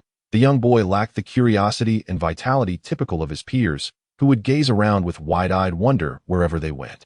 Judging by the school uniform he wore, he was presumably from the same institution as that fool. Practicing alongside me, he had mentioned that the instructor for gun combat here is notoriously strict and unyielding with his words. It is indeed a pitiable fate for newcomers to face him. It wouldn't be long before he would likely be assigned to a different teacher. This instructor's level of strictness is on par with that of the ace commander from years past. Hello, my name is Solace, and I also practice single-handed gun techniques. I look forward to your guidance. I introduced myself to this classmate, who was blushing as he responded, thank you. My name is Edward. I just arrived today. And I hope to learn from you. Think this boy would blush? Truly, men are peculiar creatures. Nevertheless, his reaction was rather sincere, devoid of any excessive desire, perhaps merely appreciating beauty and cuteness. Speaking of which, I found myself missing that fool a bit. After all, he was the only person I had encountered in both my lives who could maintain a sense of normalcy in my presence. I truly wish to cast aside my embarrassment and request that Delry and the others provide me with that fool's contact information. However, the prying eyes of old friends made it difficult to muster the courage. Alas, I resolved to focus my attention on combat practice instead. It would be unwise to incur the wrath of the instructor, whose caliber would have been considered exceptional even 300 years ago. When martial arts flourished, I doubted I could easily deceive him, which is why I believed that new classmate would surely struggle under such scrutiny. Yet, he seemed quite incapable, perhaps due to being a novice. To summarize his shortcomings, his left hand was unsteady, his right lacked strength, his reflexes were sluggish, and his footwork was chaotic. Not a single movement was executed with finesse. At this level, learning combat techniques under this instructor would surely lead to a dismal outcome. However, the instructor's expectations were exceedingly high. Only the elite knightly orders would have received such treatment back in the day. After he completed his practice, the instructor responsible for sword techniques approached with a bottle of water. Again, he urged a change in weaponry. This insidious teacher truly was bothersome. Nevertheless, he too should consider switching weapons, as it was unlikely that any of the other students, aside from myself, would meet this instructor's standards. Yet, the boy stubbornly insisted on learning gun techniques. Really, while gun techniques may require minimal movement, they are also the most challenging. The precision of thrusting and controlling distance from an opponent is far more complex than the motions required for swordplay or the brute strength needed for axe combat. The latter two could be mastered through sheer physical practice, whereas the former demands relentless drilling and combat experience. The instructor, taken aback, inquired of Edward about his motivations. To my surprise, he had 2 individuals he aspired to catch up with, both of them prodigies. Considering the identities of these prodigies from the same school as our new classmate, it was evident. Toot and that child Delry had mentioned. Eureka! I had found a way to obtain Toot's contact information without involving that gossipy bunch. May I exchange contact information with you? I swiftly interjected, requesting his details. At last, I had located you. Toot, could you share with me about the 2 prodigies you wish to pursue? After returning home and cleansing the sweat from my body, I promptly used my personal magical device to inquire Edward about those two individuals. There was no need to disclose their weapons or techniques. I was merely curious about them as people. We then engaged in a conversation about these two, recounting how he befriended them. Upon hearing about how that fool had befriended Edward, I was certain that this friend was indeed Toot. After all, that fool instinctively pursued his notion of justice. The incident with Nigo had not altered him. He should remain true to himself. If he were to change merely due to such events, he would no longer be the fool named Toot. Though such a fool is indeed a cause for concern, particularly given his tendency to stubbornly persevere.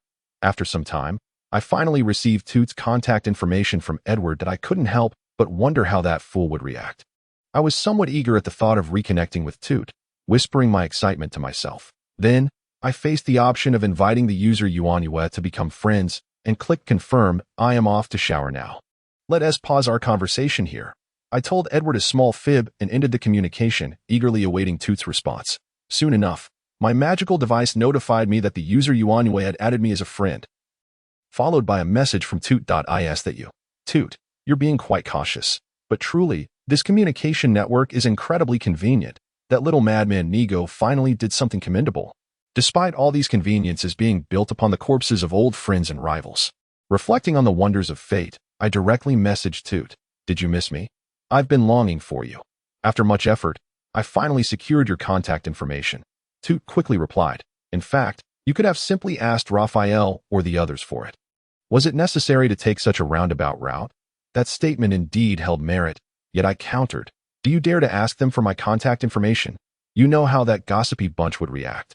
For 3 centuries, they have been speculating about our relationship, and they truly are quite tiresome. Enough of that, I thought, likely recalling those who used to gossip about me back in the day. After a moment of silence, Toot finally responded, asking, how did you come to know Edward? It seemed that the little fellow had sought Toot's approval before sharing his contact information with me. He truly was a polite child. Today, he joined me at that private combat training academy. My justice fool has gained a new fan. That little one chose the strictest teacher to catch up to you in combat techniques. To be honest, that instructor is indeed exceptionally strict, comparable to the intensity required for training special forces from that era that I was quite surprised, as people of this time generally struggle to endure such rigorous training. There are still some tough kids in modern times that I felt that if it weren't for that prodigious lad, Delry would likely have approached Edward instead. Though lacking in talent, his disposition is commendable. However, after a while, Toot's response astonished me. I see. Could you keep an eye on him? He has a course in management to study, so don't let him overexert himself. What? This child is working himself to the bone. I had previously heard from Luther that management studies are a relatively new discipline that has only emerged in the last 70 years. That IT requires specialized study at an academy and must be pursued after completing 12 years of foundational education. Moreover, while combat techniques may not take much time to learn, mastering them requires a significant investment of time. Not to mention that catching up to Toot, who 300 years ago was one of the strongest beings in existence, would demand an unimaginable amount of time and effort. With that thought, I couldn't help but worry for this diligent little fellow. Well, rest assured, I will keep an eye on him and ensure he doesn't push himself too hard. But speaking of which, he chose this path because he admires you. What do you think? I sighed and sent a message to Toot, curious about his thoughts. That yes, always, my feelings were mixed. I was both concerned that he might overexert himself and pleased that he was motivated to work hard. Toot quickly replied, seemingly without much thought, you're still the same, acting both as a father and an older brother. Sometimes I even doubt if the legendary sword saint, who is so powerful that the strongest in the world would avoid him, was truly you. Never mind, it is nearly dinner time, and even we, the strong, must partake in sustenance. I shall head off to dinner now, and we can converse later. I sent the message and then descended the stairs to prepare for my meal. At a restaurant in the city, I sat face to face with a woman. Solace, she said with a warm smile as she gestured to several shopping bags beside her. I had such a delightful time shopping today and acquired so many lovely outfits. Honestly, you just treated me like a doll, changing outfits left and right. While I do not detest such things, it is indeed quite exhausting. Noticing my weariness, the woman adopted a knowing expression and remarked, Solace, you ought to be cautious. While your fierce demeanor when wielding a firearm is undeniably captivating, boys typically tend to shy away from such girls. The woman in question was my cousin, a vivacious and warm-hearted individual, who decided to take me out after noticing I had been cooped up at home for 2 days. Yet, despite her intentions of a simple outing, we ended up spending the entire day shopping for clothes. Enough to last me for several years. That weren't we supposed to be having fun? I mused. It's all Solace's fault for being so adorable. I couldn't help but indulge you with a few more items. Besides, we didn't even go to see The Shadow of the Phantom. But to be honest, half of my fatigue could be attributed to that film, which was absurdly themed around Toot, that blockhead. They even cast a voluptuous elven actress to portray me. I certainly did not possess such assets back then. Moreover, Toot was by no means the romantic character who would kneel with a bouquet of flowers to propose to me. They made a mockery of us old folks, which is utterly shameful. Although, it must be said that Raphael, who was the only one not glamorized, appeared quite pitiable. Cousin, as charming as you are, I am no doll, I lamented to her with a wry smile regarding the film's content. At that moment, a child's voice rang out in the restaurant. The battle with the Shadow of the Mist was truly spectacular. The voice was not loud, yet it was sufficient to drown out the background music and other conversations. Instantly, the attention of the other patrons shifted to that table, and my cousin and I were no exception. Little Solace, be sure to avoid such brutish men for your future boyfriends, my cousin whispered, casting a disapproving glance at the 3 young men at that table. However, I found myself unable to respond. Was that not Toot? Even Edward was present. Edward, too, seemed to have noticed us, staring intently in our direction. What are you looking at? Just eat your meal. Edward suddenly shifted his gaze away as if startled, and I began to worry about Toot. According to that loud child's earlier remarks, Toot must have seen that film as well. I hope he is all right. He appeared rather distracted. Regardless, that film was akin to a blade cutting open old wounds for him. The girl he raised as his own daughter was caught in a conflict among the strong and perished. The boy he raised as his own son crafted powerful weaponry, only to be slain by the very person he had protected all along. Most importantly, in just a few days, it would mark the anniversary of that girl's death. Solace, are you all right? My cousin's voice snapped me back to reality just as those 3 individuals rose to leave the restaurant. That I'm fine. I began to redirect my gaze, only to notice a small fabric pouch left at the seat. Indeed, it was not fine. I had even lost my wallet. I need to go to the restroom for a moment, I told my cousin hastily, making my way to retrieve my wallet. And so, it has come to this. Watching Toot play with the children, I couldn't help but think that the little girl had perished 300 years ago on this very day. Yet, seeing the smiles on the faces of the children playing with Toot, I could only let out a sigh. It is for the best. Toot deserves this. I sat quietly observing them when an old friend, having arrived earlier, approached us. Have you eaten yet? It was Luther, who, as a special advisor to the royal family, was also attending the evening's event. Of course, his purpose this time was to assess my family environment and living conditions. Reflecting on it now, I truly was a troublesome princess to this knight, who had devoted 2 lifetimes to me. At that moment, Luther stood beside me and asked, "They must have let you eat before coming out, right? If not, I can fetch something for you." I reassured him, "I am not hungry. My mother took me out to eat before coming here." I shook my head, indicating I had already dined, then directly inquired, "I presume you have seen the resemblance of my royal parents in them." Haven to you, Luther, the grand sorcerer of the court, the finest of employees and the most dreadful of parents. One might say they are rather dreadful as individuals. What are your thoughts? Luther first evaluated my parents before cautiously asking, "You aren't considering running away from home again, are you, your highness?" Indeed, I could see their shadows. They were even worse than my father, who always remained seated on the throne. At least, to the public, my father could be considered a good emperor, while my mother could not even be deemed a decent employer. However, I would not engage in such foolishness again. Some experiences are sufficient. I will not abandon my family and my safe haven for a perilous life of wandering. That I, in truth, had Toot not intervened that time, I shudder to think what might have become of me. Perhaps I would have found myself in some slave market, paraded as a princess of a certain nation. Worried for me? Fear not. I am no longer that naive girl. The folly of running away is behind me. With that thought, I sighed and assured Luther, "Indeed, I have matured. The impulsiveness of my youth has dissipated, and I no longer yearn for the adventurous dreams I once entertained. Yet there remains that fool, unchanged, who has already endured such experiences." Gazing at Toot, who had left the children and was now playfully bantering with Raphael, I felt a sweet sensation in my heart. He remains as he always was. But for now, I should redirect his attention. Shall we go and chat together? I suggested to Luther with a smile. Master Luther, would you accompany me? It would be delightful to reminisce with an old friend. Though we were bound by an unspoken rule regarding the sharing of information about our identities from 300 years ago in public, I felt inclined to indulge myself in private. Of course, my princess, Luther replied, performing a courtly gesture from 3 centuries past before smiling at me that in that moment, time seemed to rewind, and I was once again a mere decorative princess, while he was merely a newly appointed court sorcerer. After we gathered together, Luther shared some insights regarding the intricacies of living in this era before taking Raphael back to the gala. Thanks to Toot, who engaged the children in a collective game. They appeared rather subdued from exhaustion, allowing me to play a quieter board game with him until my parents arrived to collect me. Solace, is that boy your friend? My father inquired seriously on our way back. If possible, foster a good relationship with him. His father is an exceptional individual, and we must not let him slip away. Noticing my expression, he suddenly asked coldly, "What is with that look?" Upon confirming my agreement, he began to advise me, only to suddenly notice my demeanor. "Rest assured, I will indeed befriend Marga, though not for your sake." I averted my icy gaze and remarked, "Focus on driving. A mishap would not be ideal. As long as you can cultivate a good relationship with him, I will not concern myself with your actions.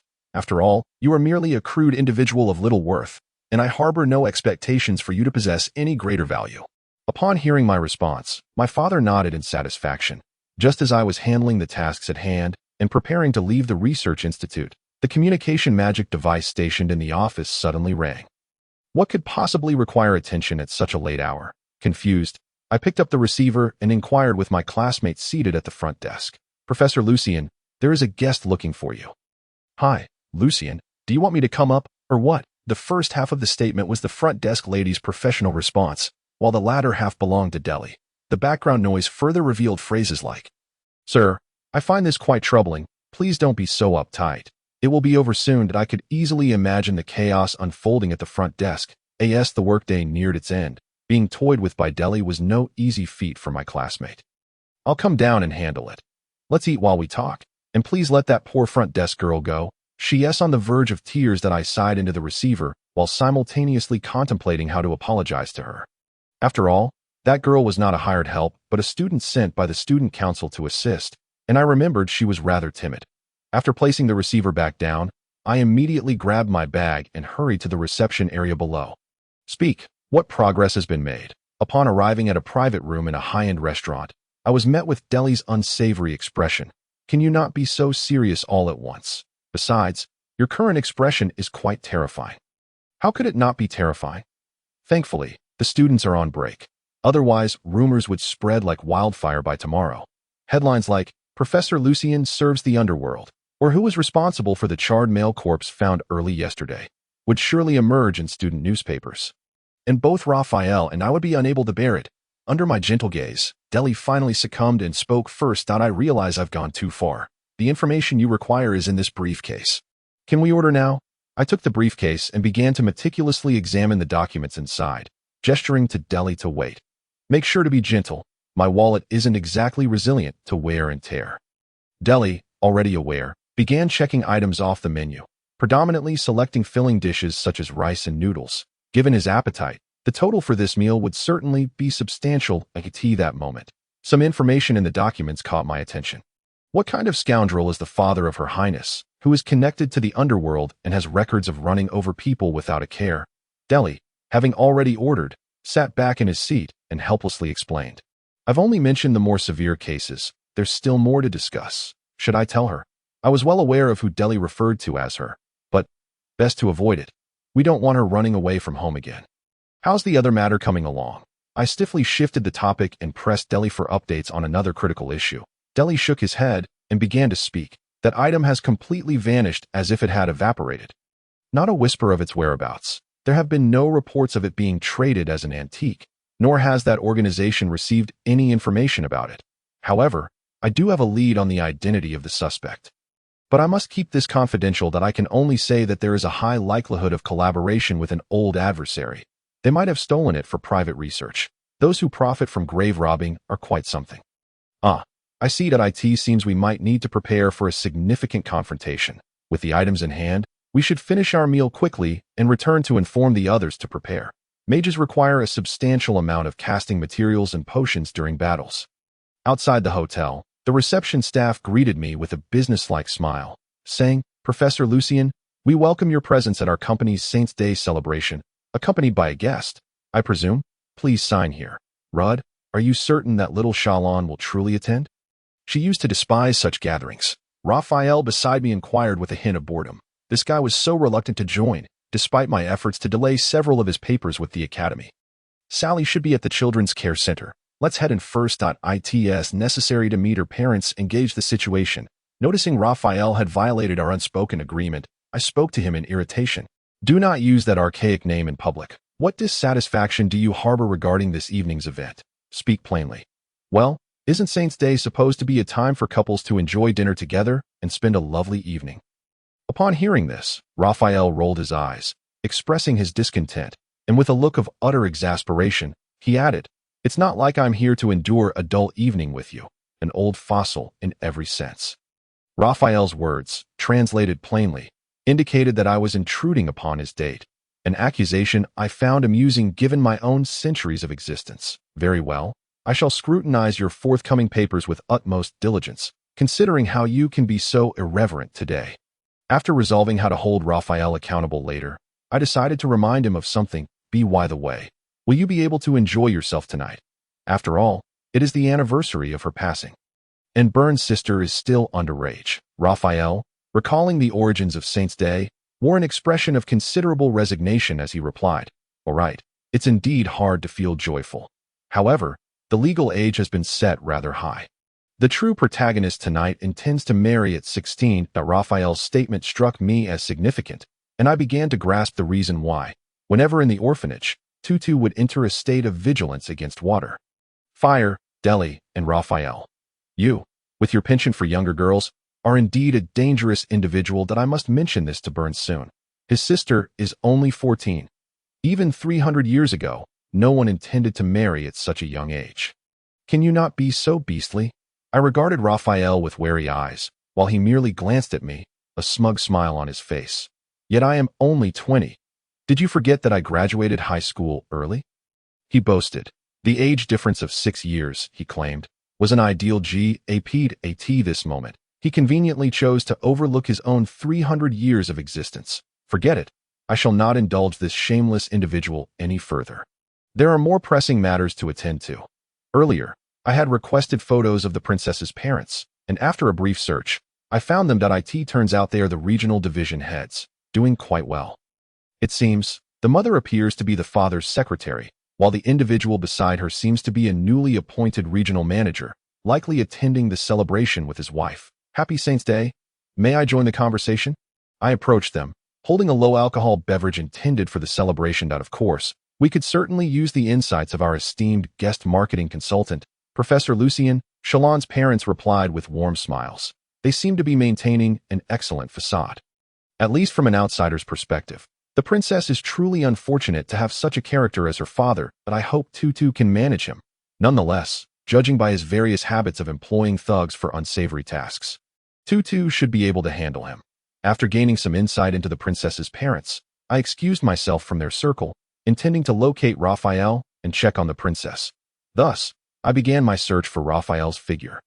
When I finally found him, he was hunched over a large plate of food, devouring it with little decorum. "Raphael, how embarrassing your eating mannerisms are."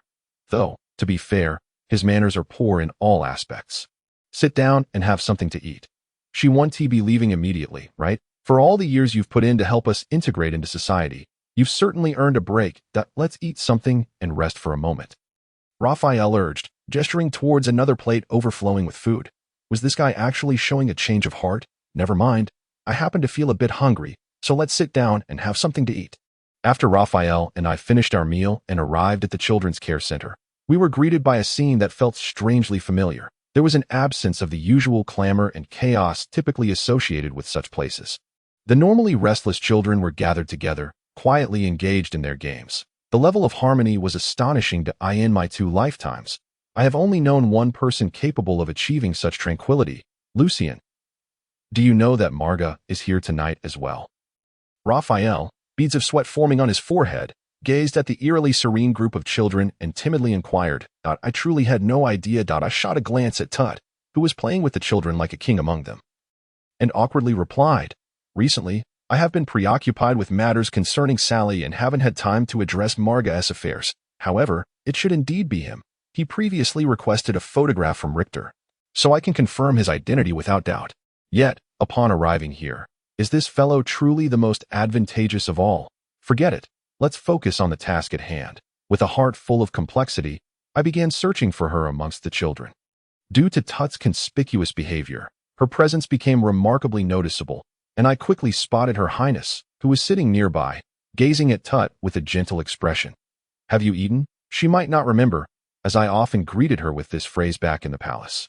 Later, I was teased by the leading man of the evening for using such a cliché line, leading him to remark that it was no wonder she had previously been oblivious to my existence as her teacher. Reflecting on the past, I began to inquire about her current situation. To my delight, despite being aware of her father's predicament, she had no intentions of running away from home.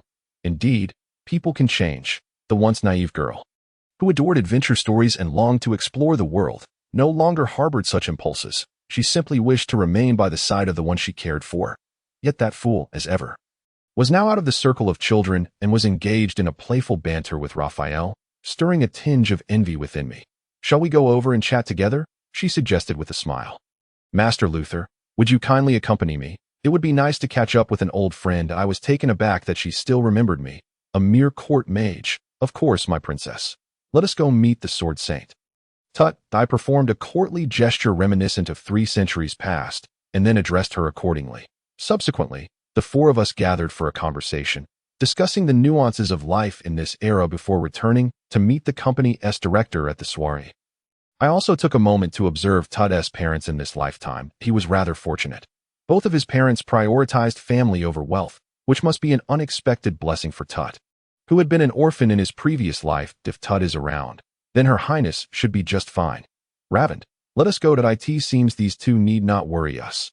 They will likely adapt to this era with great ease. After the soiree concluded, I remarked to Raphael, I have always said, there is no need to overly concern ourselves about Tut. Raphael stretched lazily and replied, he may not be suited for the era of 300 years ago, but he is undoubtedly a perfect fit for the present age. He is likely the most adaptable person of this time, even more so than Richter, for this era was established by Niku. 21. 17 Yuan Yu entered the chat room. Yuan Yu said, I'm exhausted. Deli, could you please remind Adam to do his homework during the break? Do you know how much he hasn't completed this holiday? The informant said, it would only take him a moment to copy the homework from someone else, yet you insist on being this righteous fool, so old-fashioned. Yuan Yu said, do you have any sense of responsibility as an elder? Can you refrain from teaching the child poorly? Xian Chong said, you actually expect Deli, this disaster, to have any sense of responsibility? You might as well rely on yourself, Little Business said. The eternal gossip duo has finally appeared simultaneously. Long Holiday said, even the usernames are couple-themed. ISNT that too flashy. Yuan Yu said, Shalon, you're right. I really shouldn't expect Deli, this disaster, to have any sense of responsibility. Xian Chong said, what couple theme? I just felt the previous username was too childish for me. Finally, I can breathe easily said, you're aware you lack feminine charm, aren't you? You're a princess, yet have no princess-like demeanor. Xian Chong said, what is feminine charm? Don't think that just because it's postponed, you can slack off. Finally, I can breathe easily said, in simpler terms, what Raphael means is that, Your Highness, you are what is referred to as a tomboy. I don't think that just because it's postponed, you can slack off said. Additionally, Your Highness, I must say I agree with Raphael. Long Holiday said, what am I seeing? Little Business said, I don't know anything. Please don't ask me. The informant said, on the rooftop, I certainly don't want to be the first person to die under the new moon in 300 years. Finally, I can breathe easily said, oh no, this is it. Luther, how could you, the most loyal captain of the guard, say such a thing? Finally, I can breathe easily said, Yuan Yu, could you let me off the hook this once? Yuan Yu said, Xian Chong, Shalon, what do you think? Xian Chong said, let us just forget it, but Tut, do you still want me this tomboy? Yuan Yu said, although I didn't return alive from that time. I would still marry you, Long Holiday said. This is getting too flashy. Long Holiday left the chat room. Little Business said, Tana, don't leave me. Little Business left the chat room. The informant said, Raphael, your girlfriend is right. You should learn more from Tut. Finally, I can breathe easily, said. I feel I cannot learn. I don't think that just because it's postponed, you can slack off, said. I never expected, Your Highness, that at the last moment, I would find solace in your presence, old minister. Xian Chong left the chat room. Yuan Yu said, could you all refrain from being so dramatic? The girl has a thin skin.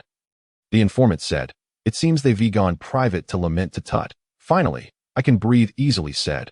I'll go check on Luther. He is so excited he is about to faint.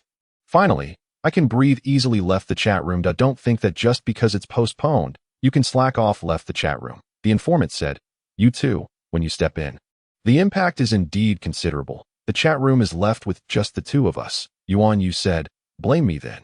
Shrugs. The informant said, no, but let me say this. Some matters will be discussed once you change to your ID cards. The informant said, also, be cautious of Shalon. I should say, Sally's father.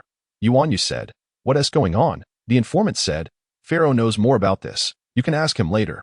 All I know is he is the type to stop at nothing for his own gain. Yuan Yu said, I'm somewhat aware that they are not good people. I met him yesterday. I can discern a person's character, and Shalon has hinted at this matter before. The informant said, that is true. Even if her parents aren't the best, Shalon is still wholeheartedly devoted to you. Sometimes, I genuinely envy your innate charm that draws people in.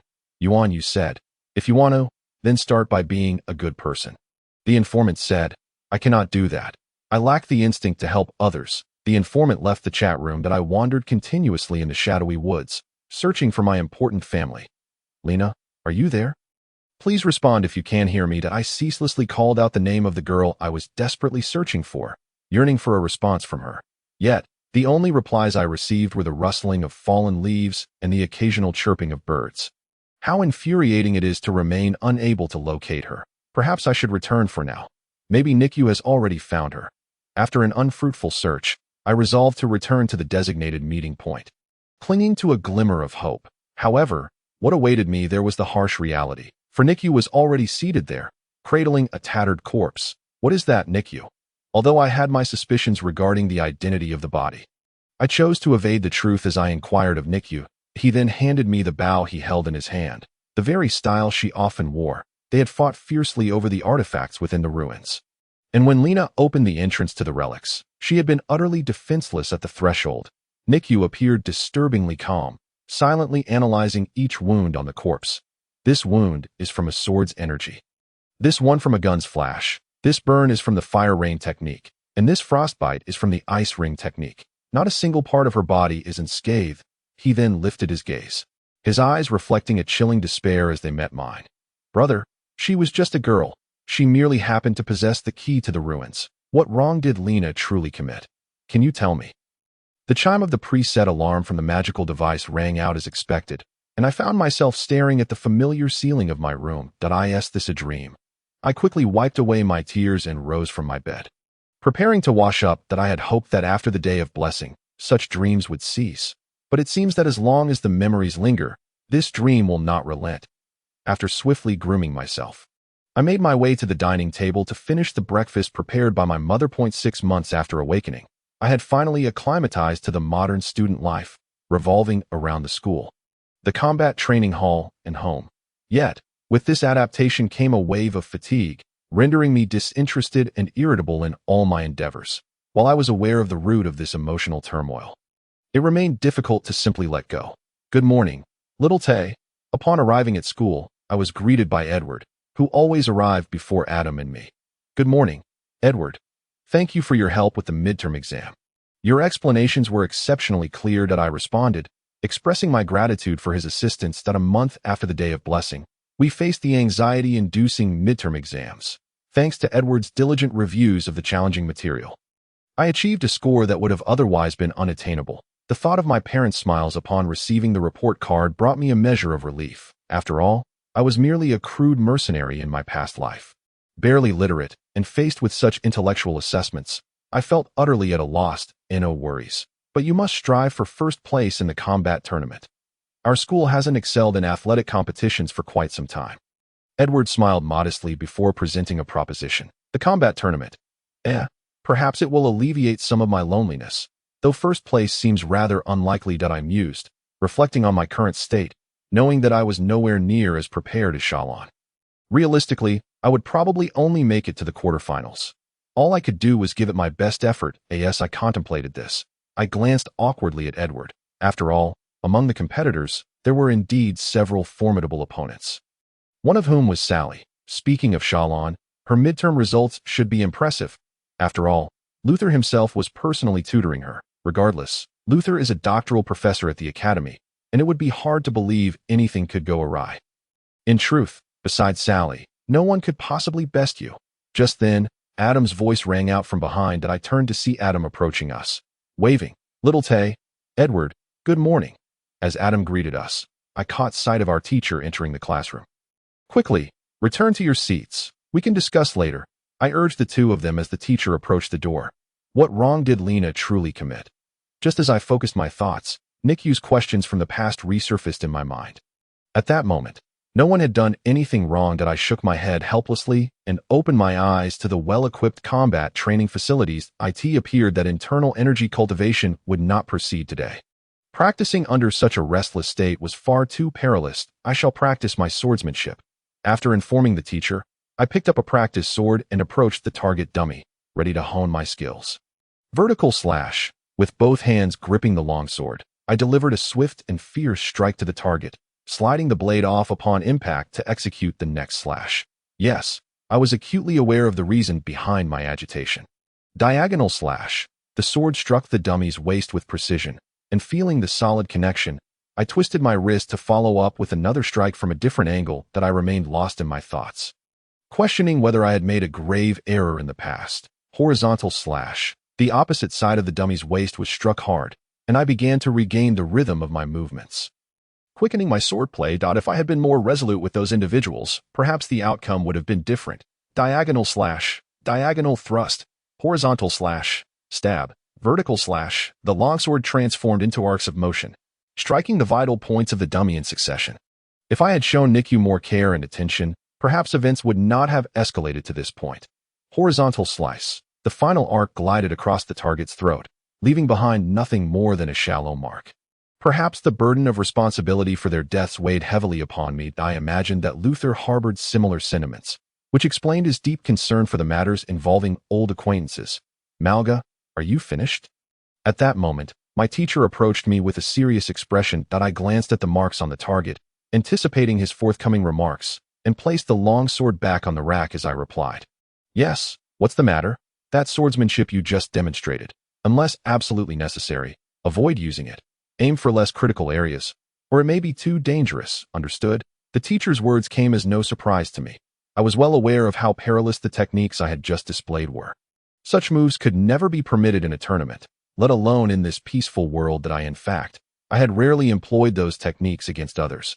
Only those few had experienced them, and they were simply incapacitated and cast into prison. Even now, I was at a loss as to why I had resorted to such lethal swordsmanship, especially when I had previously abhorred such a bloodthirsty style of combat. You are simply too idealistic. A sword is ultimately a tool for killing, while swordsmanship is merely an efficient means of doing so. Perhaps it is because of these peculiar beliefs that you have arrived at this point. Perhaps this is the path most suited for you. I still vividly recalled the words of the mercenary guild leader when I had received that advanced internal energy technique.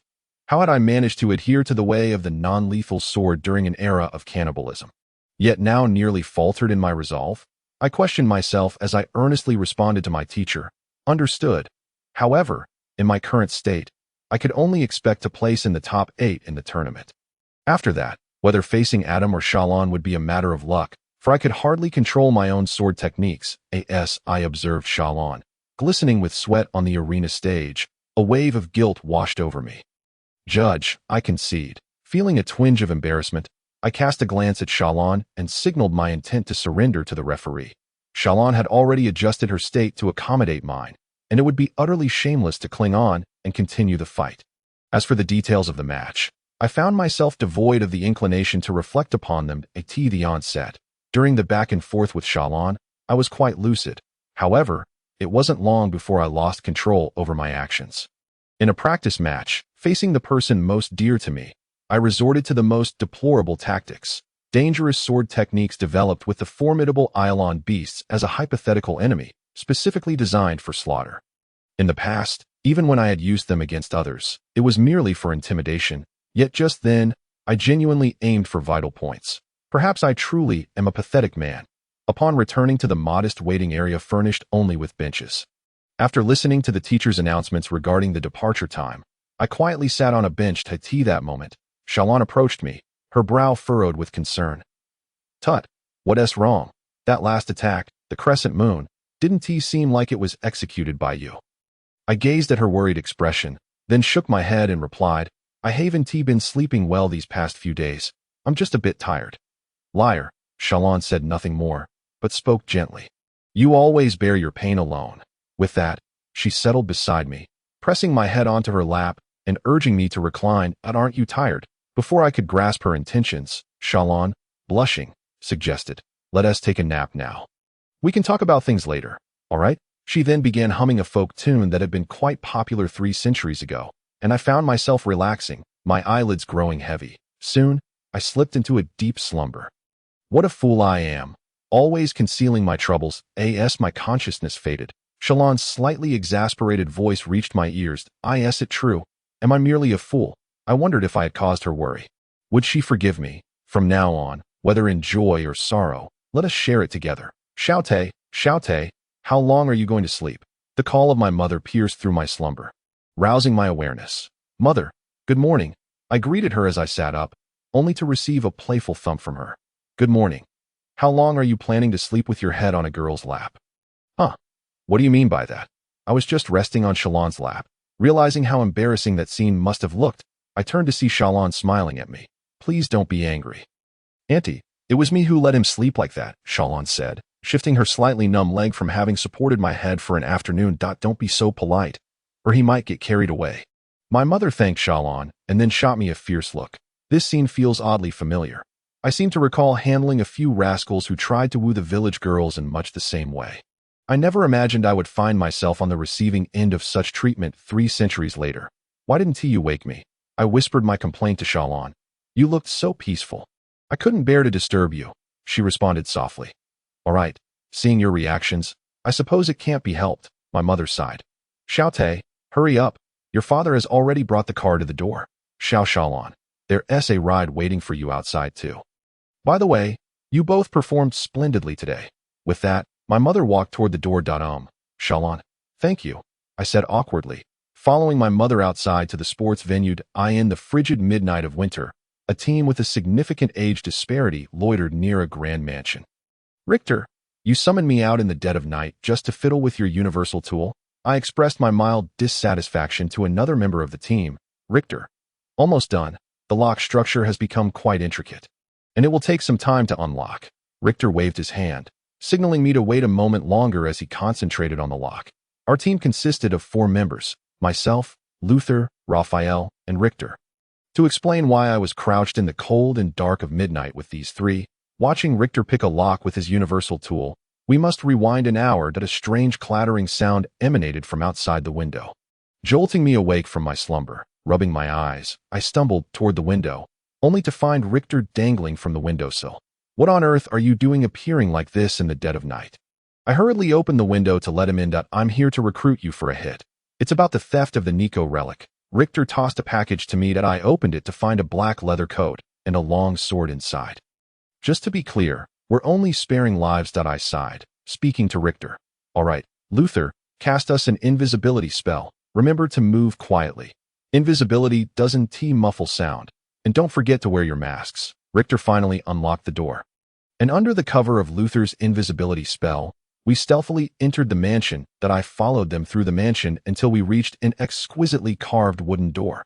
Richter kicked it open, and at that moment, the invisibility spell failed, likely deactivated by Luther. The occupants within, taken aback by our sudden intrusion, were momentarily stunned, but the next instant, they reached for their concealed weapons. Yet for us, former legendary warriors who had transcended our souls, That fleeting moment was ample time to ACT.in that very second.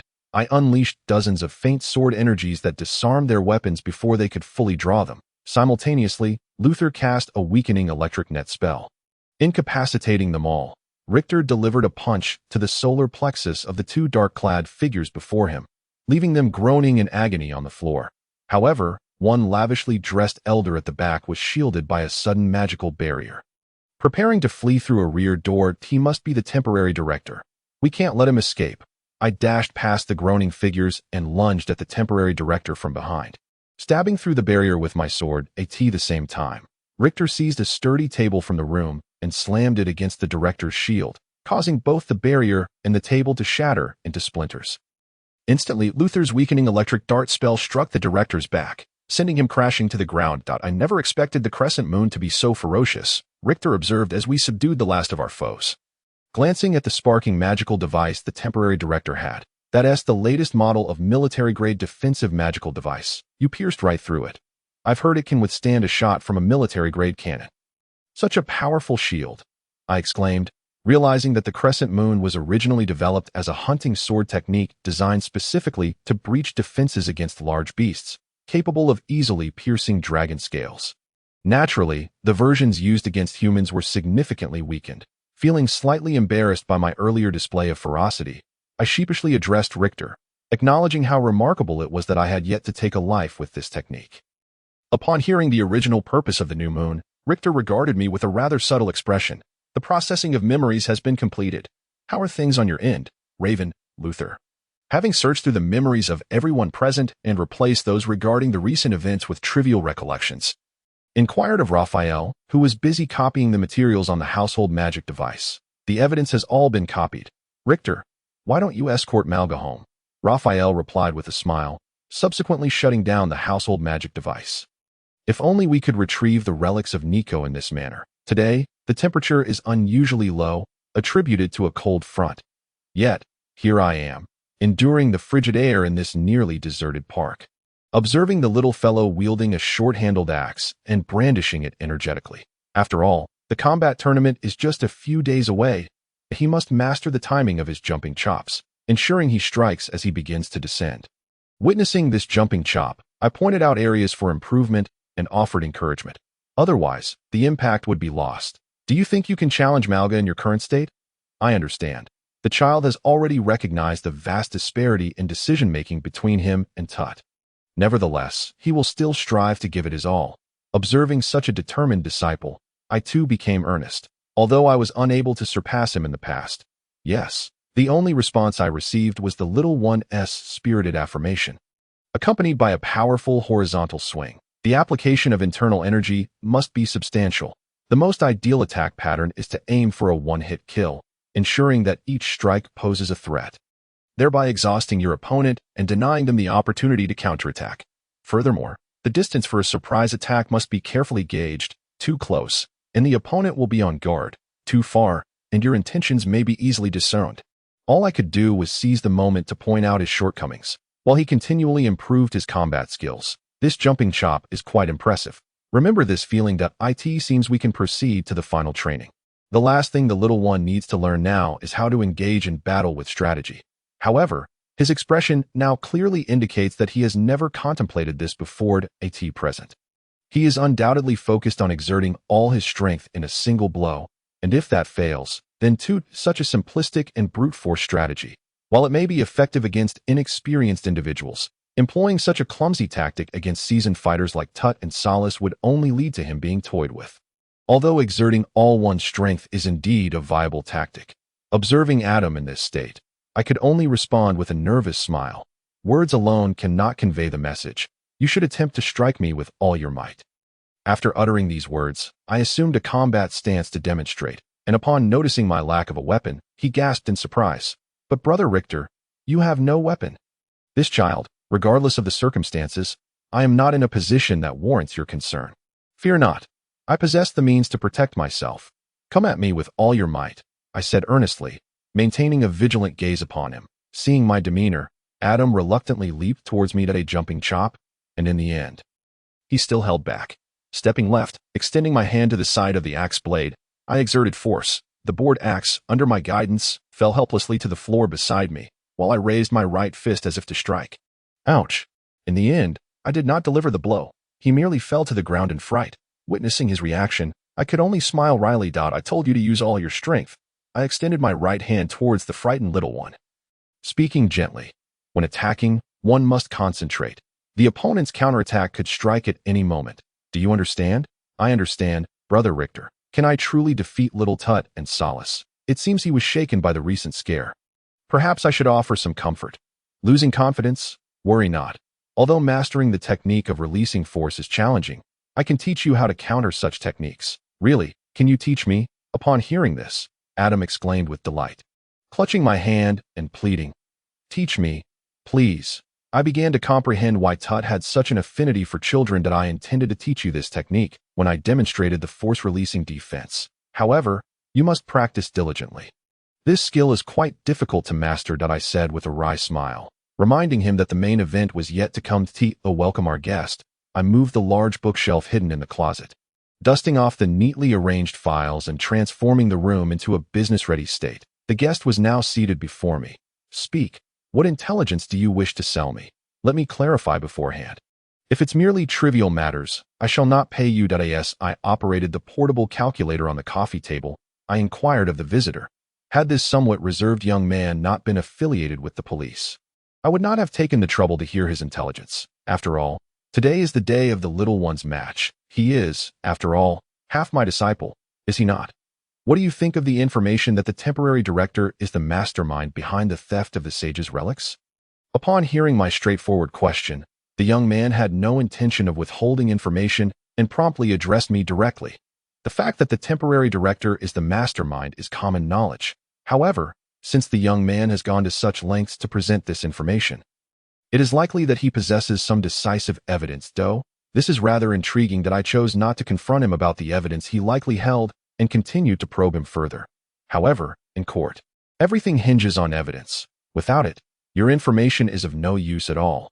Implicitly, I was suggesting that without evidence, he might as well leave, but it is best to refrain from using crude language in business discussions. I have a recording of the temporary director's phone conversation while he was in the office. In the recording, he completely admits to his involvement. The young man, calm yet wary, regarded me, fearful that I might turn the evidence against him. I cannot provide it to you now. Do not think you can deceive me. Senior, so, he is quite the expert. Not many possess the skill of eavesdropping these days. That I do not require payment. I only ask that you assist me with one task, and I will provide you with the recording immediately. The young man, seeing my lack of response, began to speak on his own.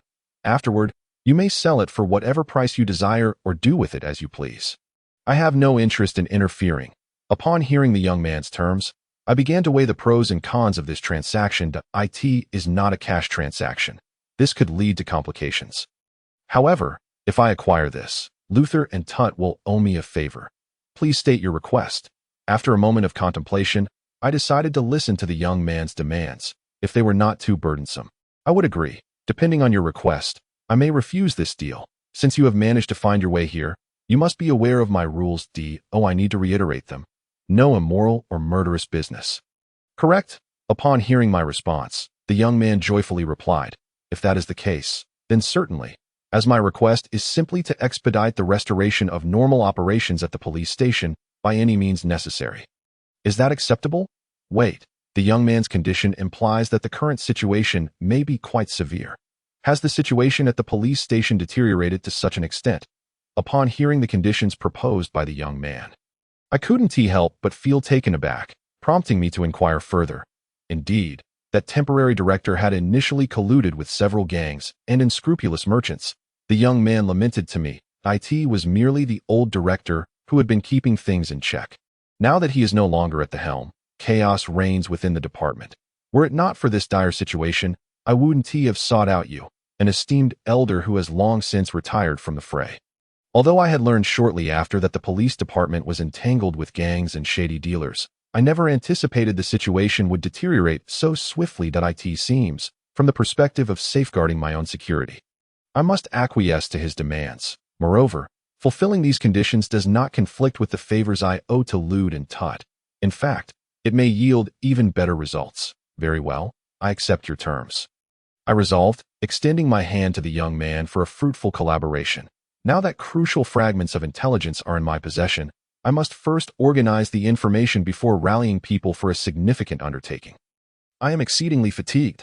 I did not expect the workload to be this immense. Stifling a yawn, I waited in line outside the sports arena. After Lude's departure, I meticulously reorganized all the intelligence regarding the temporary director. Toiling away until the early hours before finally collapsing into bed, my head still swirling with fatigue that I in this state.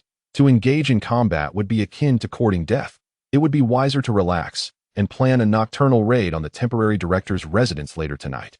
With such thoughts in mind, I entered the sports arena and spotted my boss waving at me from the stands. That I am truly grateful for your help in reserving my seat, that I took the place my boss had saved for me, and expressed my gratitude.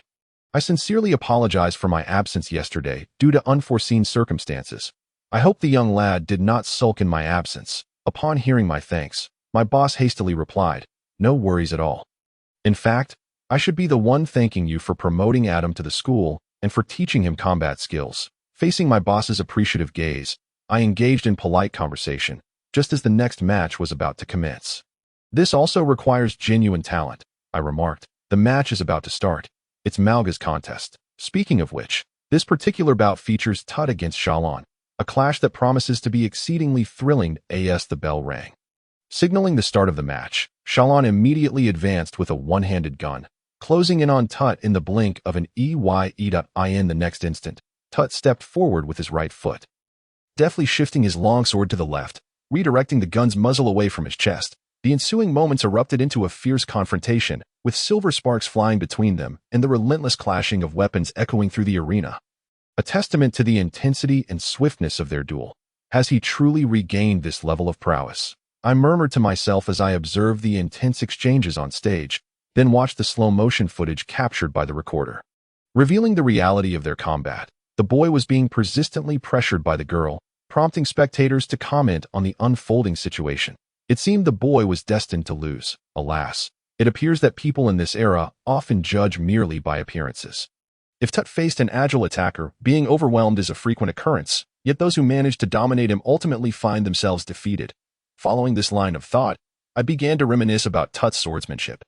Tut's technique comprises three elements: the defensive dance of the crescent moon, the offensive dance of the new moon, and hidden within these, the lethal new moon thrust, which is the true killing blow. Although no one has ever perished under this particular strike, as if to validate my recollection, Tut's long sword transformed into a silver flash, slicing past Shalon's cheek. This is certainly no act of restraint. What has come over Tut? He was never this impatient before. Observing the evidently out-of-character new moon thrust, I pondered deeply, sensing that he was somewhat off his game. After the thrust, the dynamics of the confrontation shifted. Shalon found herself on the defensive while Tut aggressively employed the swift dance of the new moon. For a moment, victory appeared to tilt in Tut's favor. However, reality diverged. Tut's anxiety had begun to surface, causing him to squander his chances. Shalon, sensing Tut's unease, adjusted her strategy to accommodate him. What a devoted couple they are. I never expected to witness Shalon assisting Tut in venting his frustrations that I in the past. We typically saw Tut bearing the brunt of Shalon's whims. This was indeed a rare spectacle, one that occurs once in 300 years. As the first round drew to a close, Tut finally regained his composure. After an awkward glance at Shalon, he announced his surrender to the referee. By the way, do you think Richter Adam can clinch the championship? My boss asked me anxiously from the crowded stands. It is true, the young lad is a sports scholarship student, and if he underperforms, it could adversely affect next year's tuition. Without that financial support, he might have no choice but to transfer, rest assured. The young lad has already achieved commendable results in this tournament, and I have no intention of sending him into a battle without a fighting chance. After all, this cohort is brimming with exceptionally talented newcomers. The value of securing second place is immense.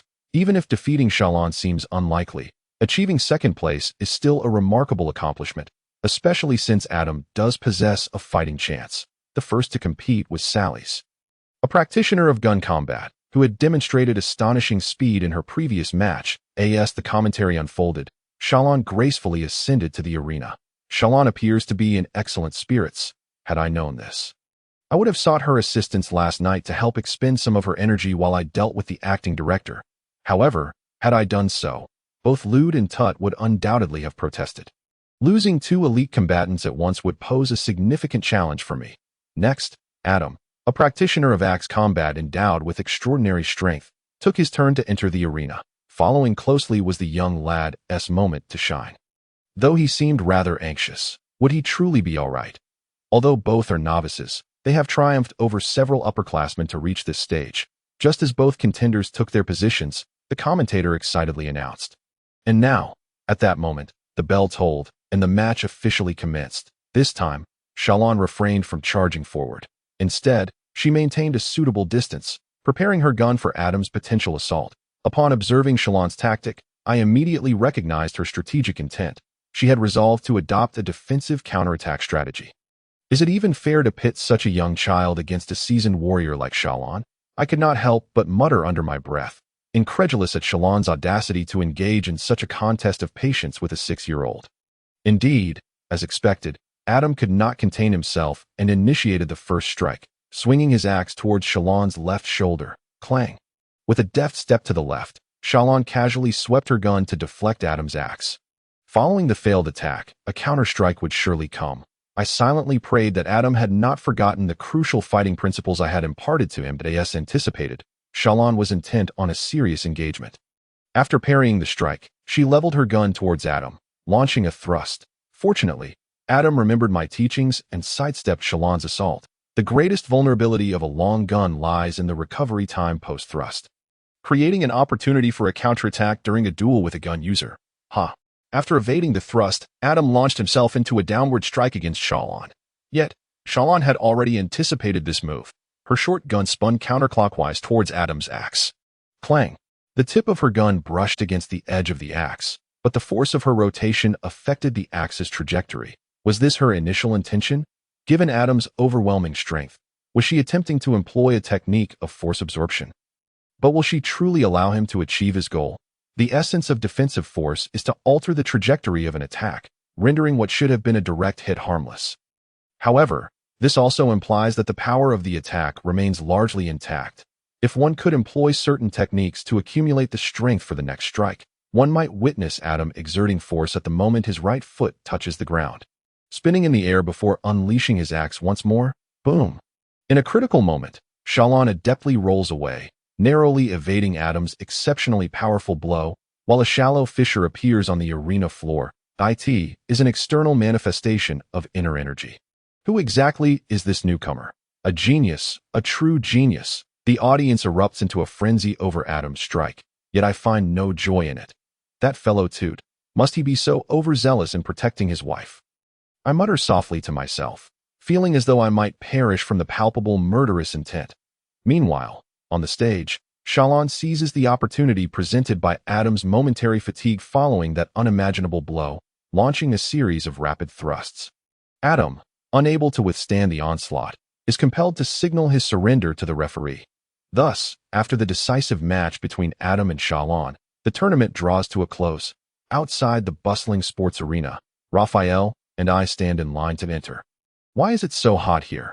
Didn't they say it would only be 8 degrees today? Raphael complains, wiping the sweat from his forehead with a tissue. Of course it's hot.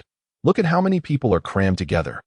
I retort, feeling somewhat irked by the stifling heat. Send another message to Richter and ask when he'll arrive.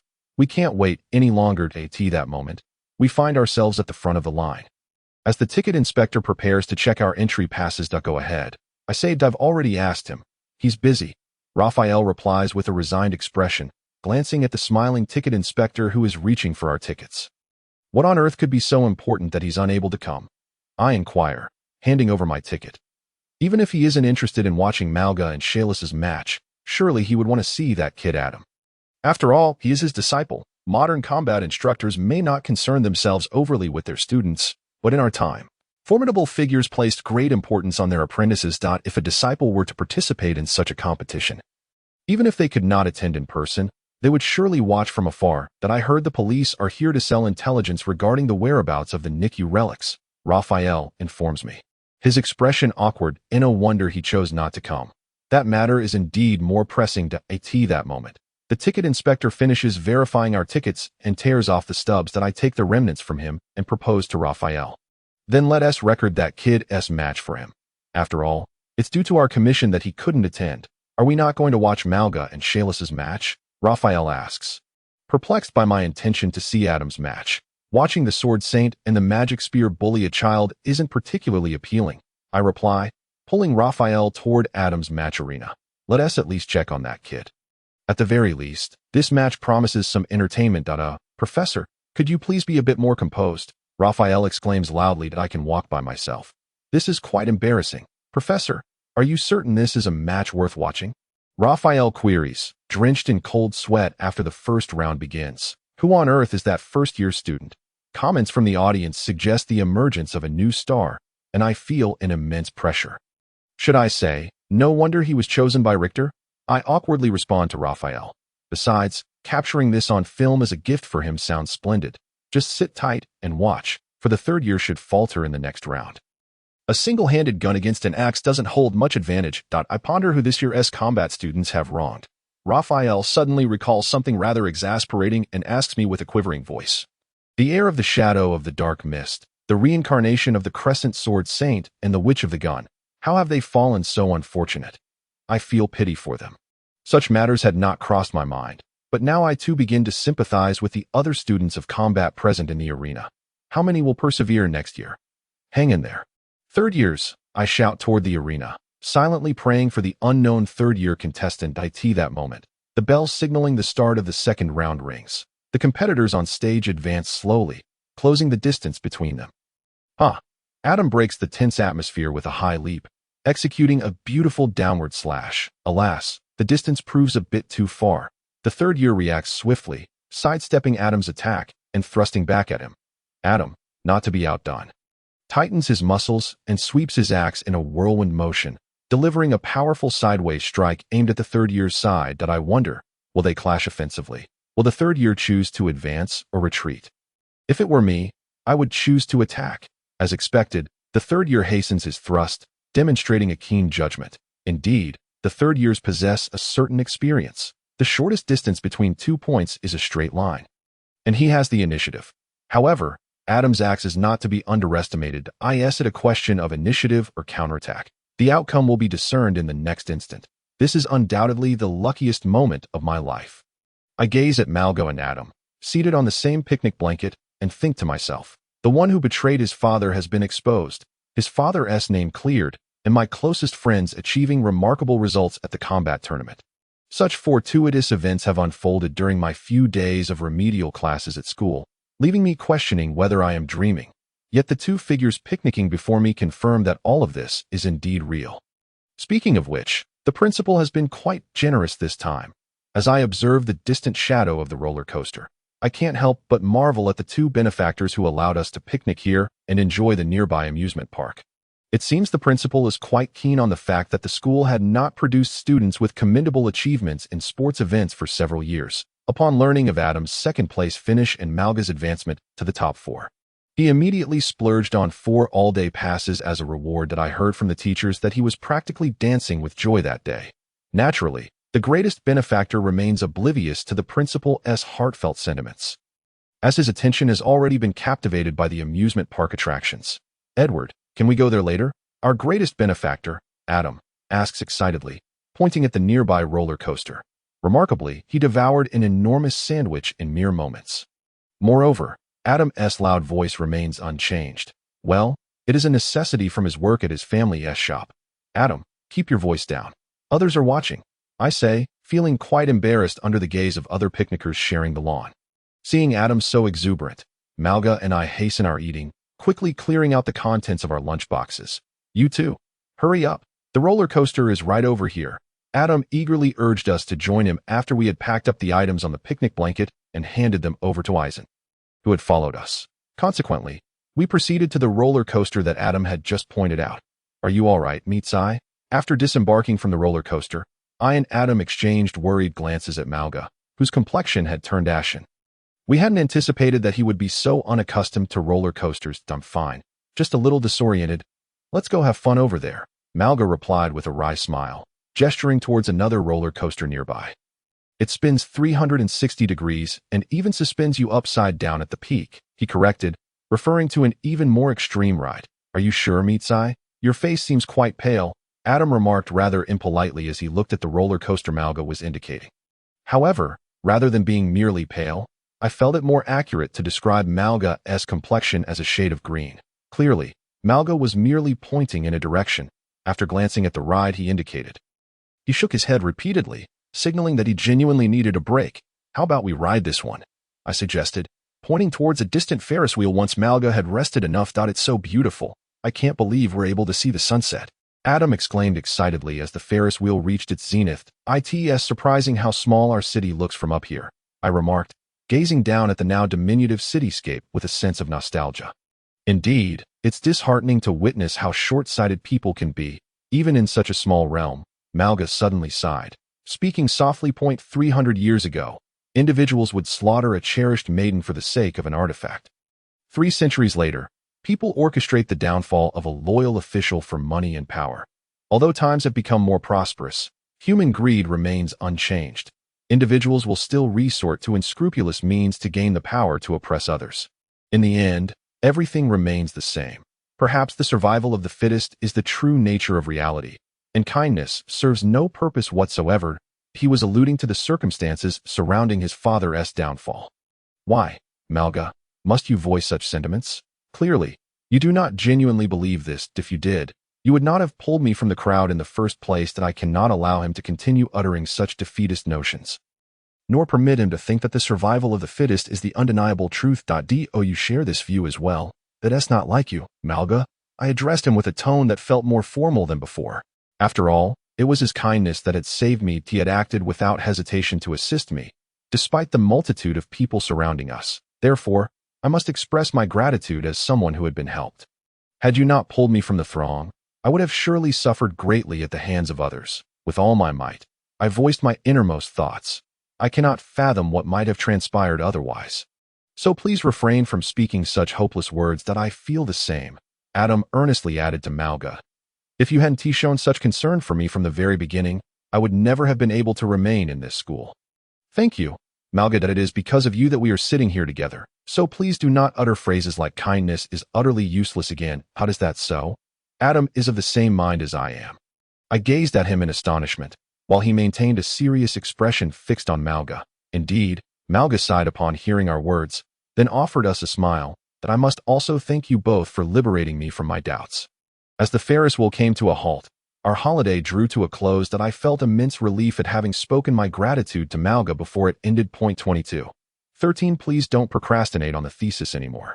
Entered the chatroom. Regarding those individuals, I have reviewed all the memories. Does anyone wish to hear the conclusion? Please elaborate, said Yuan Yu. That I've been waiting for you for a long time. I was about to share the analysis report.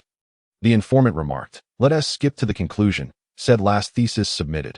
Luther and Delhi. Who will speak first? I'll go first. The final conclusion is that we still Haven T located the relic of Nigu. Said next time please don't procrastinate on the thesis. They handed the items over to the ones responsible for stealing them. He continued, I have the same information. They clearly do not care who possesses the items. And there are no records, the informant added. Is that so? Yuan Yu responded. Although my friend is satisfied with this outcome.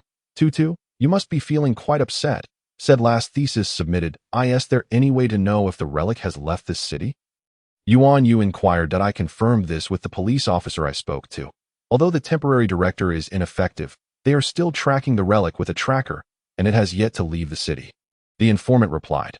Knowing this is quite fortunate, but Delhi, this is quite a boon for you. Said next time please don't procrastinate on the thesis. Now the police have your informant. The intelligence network has expanded. He added, under normal circumstances, he should be a major client, so obtaining information from them is rather unlikely, but it's a good thing nonetheless. The informant remarked. At least it's still here. There's a chance to retrieve it. However, it's ironic to think that the thieves regard Nigu's relic as a treasure. Yuan Yu mused. Don't dwell on that. Lena certainly wouldn't appreciate your current demeanor, the informant advised. Indeed, I must regain my composure quickly.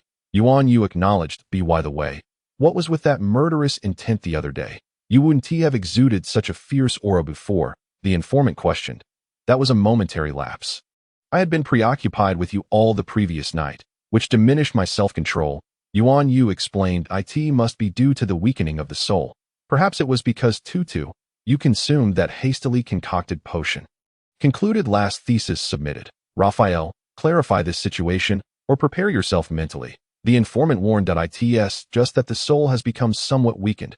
We've all experienced such moments. However, Tutu's case seems rather unique. He noted to D, oh, you have any insights? Asked next time, please don't procrastinate on the thesis that it is likely that some primal instincts, long suppressed by benevolent instincts, have been released, similar to the case of a certain paladin. He responded to at the weakening of the soul that has led to a reduction in the suppression of these impulses. That is indeed the case, but it's far better than when that individual restrained himself with dogma. Tutu's actions are instinctual and spontaneous, so even during periods of soul weakness, he still possesses considerable control over those primal urges. The best evidence is that he had been acting normally until that one moment when Princess nearly got hurt, which was the only time he exhibited uncontrollable behavior. Said last thesis submitted, if that's the case. Then for Tutu, Shalon, you are an incredibly important person. What are your thoughts on this? Asked the informant. Thoughts aside, when will the soul's weakness be resolved? Does it require treatment? Are you willing to endure such teasing for Tutu? Concluded last thesis submitted. In truth, there is no need for treatment. It is merely a normal loss experience during the process of rebirth, which will gradually improve with the passage of time. The final thesis has been submitted, stating, as for when this will resolve, Tutu, have you had any dreams about the past? Yuan Yue responded, yes, I had one just a few days ago, and it caused me to sleep poorly. There's something amiss. The final thesis has been submitted, saying, when you dream of the moment of your past life's demise, your period of weakness will come to an end. Yuan Yue remarked, if that is the case, I still have over a month to endure this frailty. Yuan Yue then inquired, Xuanxiang Shalon, how are you faring? Xuanxiang replied, if that's the case, I should be fine before the Festival of Grace. The information broker cautioned, Shalon, you should be careful in the next couple of months. Perhaps Tutu might act out of impatience. With a smirk, Yuan Yue interjected, could you refrain from teasing Shalon? Otherwise, I might have to reward you with a lunar strike. The information broker retorted, are you defending her, or do you intend to silence me? Yuan Yue asserted, I must take my leave. Yuan Yue exited the chat room. The information broker commented, this fellow's ability to escape from the chat room seems to improve with each passing day. 22. 13 Next time, please do not delay the thesis any further. Entering the chat room, they said, I have reviewed the memories regarding those individuals. Is anyone interested in the conclusion? Yuan Yue expressed, I would like to hear more. The information broker replied, I have been waiting for you for quite some time. I was almost ready to present the analytical report. The final thesis has been submitted, stating, let us get straight to the conclusion. Who among you, Luther or Delhi, will speak first? Next time, please do not delay. The thesis said, I will go first. The final conclusion is that the relics of Nigu have yet to be found. They continued. They handed the items over to those responsible for the theft. The information broker added, the same goes for me. They seem utterly indifferent to whom the items fall into, with no records whatsoever. Yuan Yue inquired, is that so? The final thesis has been submitted, observing, although my friend is quite pleased with this outcome. Tutu, it seems you must be feeling rather disheartened. Yuan Yue asked, is it possible to ascertain whether the relic has left this city? The information broker confirmed, I checked with that young officer from the police department during our handover.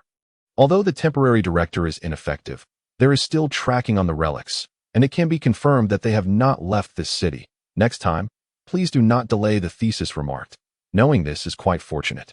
However, Delhi, you have indeed hit the jackpot. They continued, now there is an informant within the police, thus expanding your intelligence network. The information broker noted, under normal circumstances, he should be a major client. Obtaining intelligence from them is rather unlikely, but it is still a good thing. Yuan Yue mused, as long as he remains here, there is still a chance to retrieve it. However, it seems that those who resorted to theft indeed regarded Nigu's relics as treasures. It is somewhat ironic to contemplate. Xuanxiang advised, do not dwell on that. Lina would certainly disapprove of your current state. Yuan Yue acknowledged, indeed, I must quickly gather myself. The information broker queried, by the way, what was that killing intent the other day? You never used to emit such a ferocious aura. Yuan Yue explained, That was a momentary lapse in control. I was quite fatigued from our endeavors the previous night, which affected my composure. The final thesis has been submitted, speculating.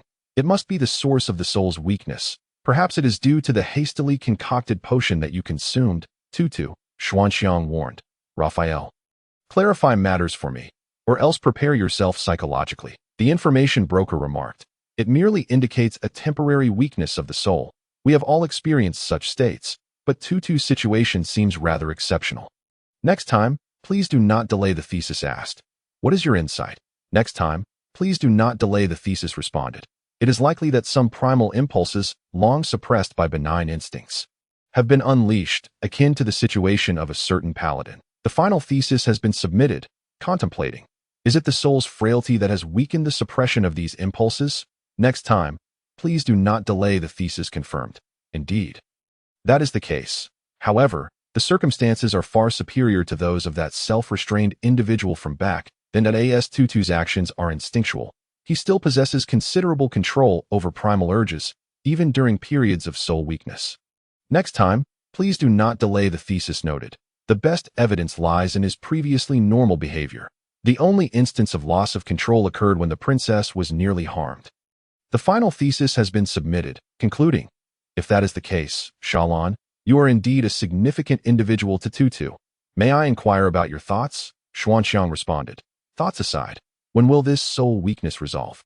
Does it require treatment? The final thesis has been submitted, questioning. For Tutu, are you willing to endure teasing? In truth, there is no need for treatment. It is merely a normal loss experience during the process of rebirth, which will gradually improve with the passage of time. The final thesis has been submitted, asking. As for when this will resolve, Tutu, have you had any dreams about the past? Yuanyue responded. Yes, I had one just a few days ago, and it caused me to sleep poorly. There's something amiss. The final thesis has been submitted, stating, when you dream of the moment of your past life's demise, your period of weakness will come to an end. Yuanyue remarked. If that is the case, I still have over a month to endure this frailty. Yuanyue then inquired. Xuanxiang Shalon, how are you faring? Xuanxiang replied. If that is the case, I should be fine before the Festival of Grace. The information broker cautioned. Shalon, you should be careful in the next couple of months. Perhaps Tutu might act out of impatience, with a smirk. Yuanyue interjected. Could you refrain from teasing Shalon? Otherwise, I might have to reward you with a lunar strike. The information broker retorted. Are you defending her, or do you intend to silence me? Yuanyue asserted. I must take my leave. Yuanyue exited the chat room. The information broker commented. This fellow's ability to escape from the chat room seems to improve with each passing day. Nigu, why have you returned to the village so late? What were you up to?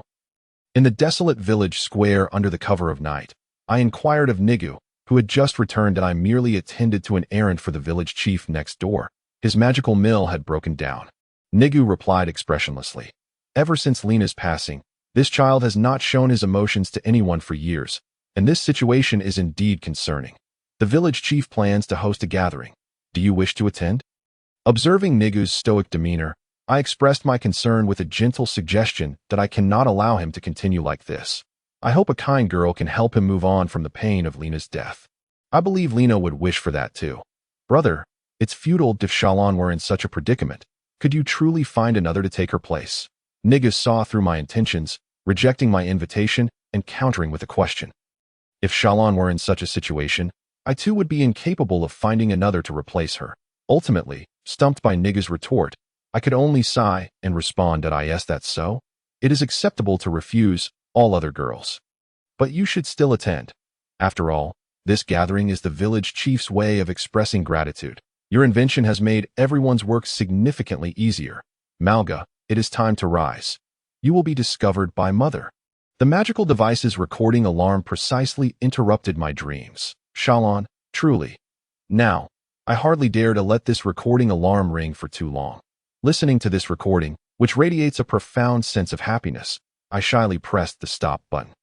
However, reflecting upon it now, Nigu must have been developing the magical cannon back. Then as I reflect upon the contents of my dreams, a profound sense of helplessness washes over me. Ultimately, I find myself lacking in concern for this child. I bear a part of the responsibility for the hunting incident as well. After lamenting this, I commence my day at school. Good morning, Malga. Fellow students who traverse the same path to school greet me as they pass by.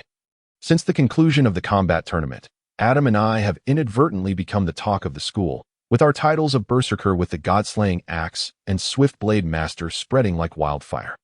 Only to see the fervor gradually wane a month later. Good morning. I respond politely to my classmates as I make my way towards the school, regarding the details of tomorrow's apprenticeship labor. The teacher announces from the podium that a team will consist of 2 students skilled in combat and 2 academy students, while 2 ordinary students will assist 3 academy students in cleaning the sewers. Sitting at my desk, I analyze the content of this apprenticeship task. Our team of 5 will consist of the combat-trained individuals and 2 academy students, among the first-year students in this school honing their combat skills. Only Adam, Edward, and I remain. This implies that tomorrow we will team up with 2 academy students to clear the sewers of slimes. However, slimes, those omnivorous little creatures, thrive in such environments as long as their numbers are kept in check. A little cleaning beforehand will suffice.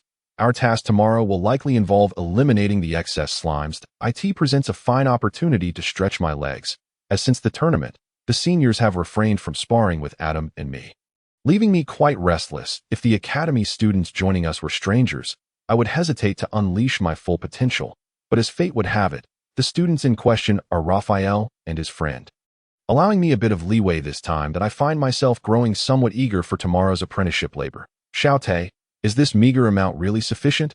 I observe that my neighbor, Xiao AI, appears to be carrying an abundance of supplies. The following day, as I prepare to leave, my mother, eyeing the small backpack slung over my shoulders, expresses her concern that I glance at my classmates outside, each bearing oversized backpacks, and I quickly comprehend why my mother feels I've packed too little. With such heavy loads, they will soon find themselves overwhelmed. I have just about enough. Healing potions, a day's worth of food and water, and some elemental dust to lure the slimes. I should also bring the spare power source for the magical device. To reassure my mother, I reorganized the contents of my backpack, adding some convenient tools that were unavailable in the past, before making my way to the assembly point. Good morning, everyone, I greet, feeling somewhat bemused at the sight of my peers and their large backpacks. Isn't it common sense to carry as little as possible for mobility? Even Raphael seems to have fallen prey to this trend. Have I truly become out of touch with the times? Allow me to introduce myself. I am Byrne, the team leader for this endeavor, I state. The individual beside me is Lavendi, merely a passerby. Just as I ponder my displacement from the current era, the academy student accompanying Raphael introduces himself first. Good morning. Is this Byrne, the management teacher of Edward? Good morning, Lavendi. My name is Edward, he replies, confirming my suspicion. Hello, Edward. Byrne, how could you refer to your good friend as a passerby? Surely, many of these youngsters are familiar with me. I am merely a temporary volunteer, Lavendi. After greeting Edward, Raphael also introduces himself to the group. However, Raphael, perhaps it would be wise to refrain from mentioning that rather dubious script about your sister, as it may lead astray the younger ones.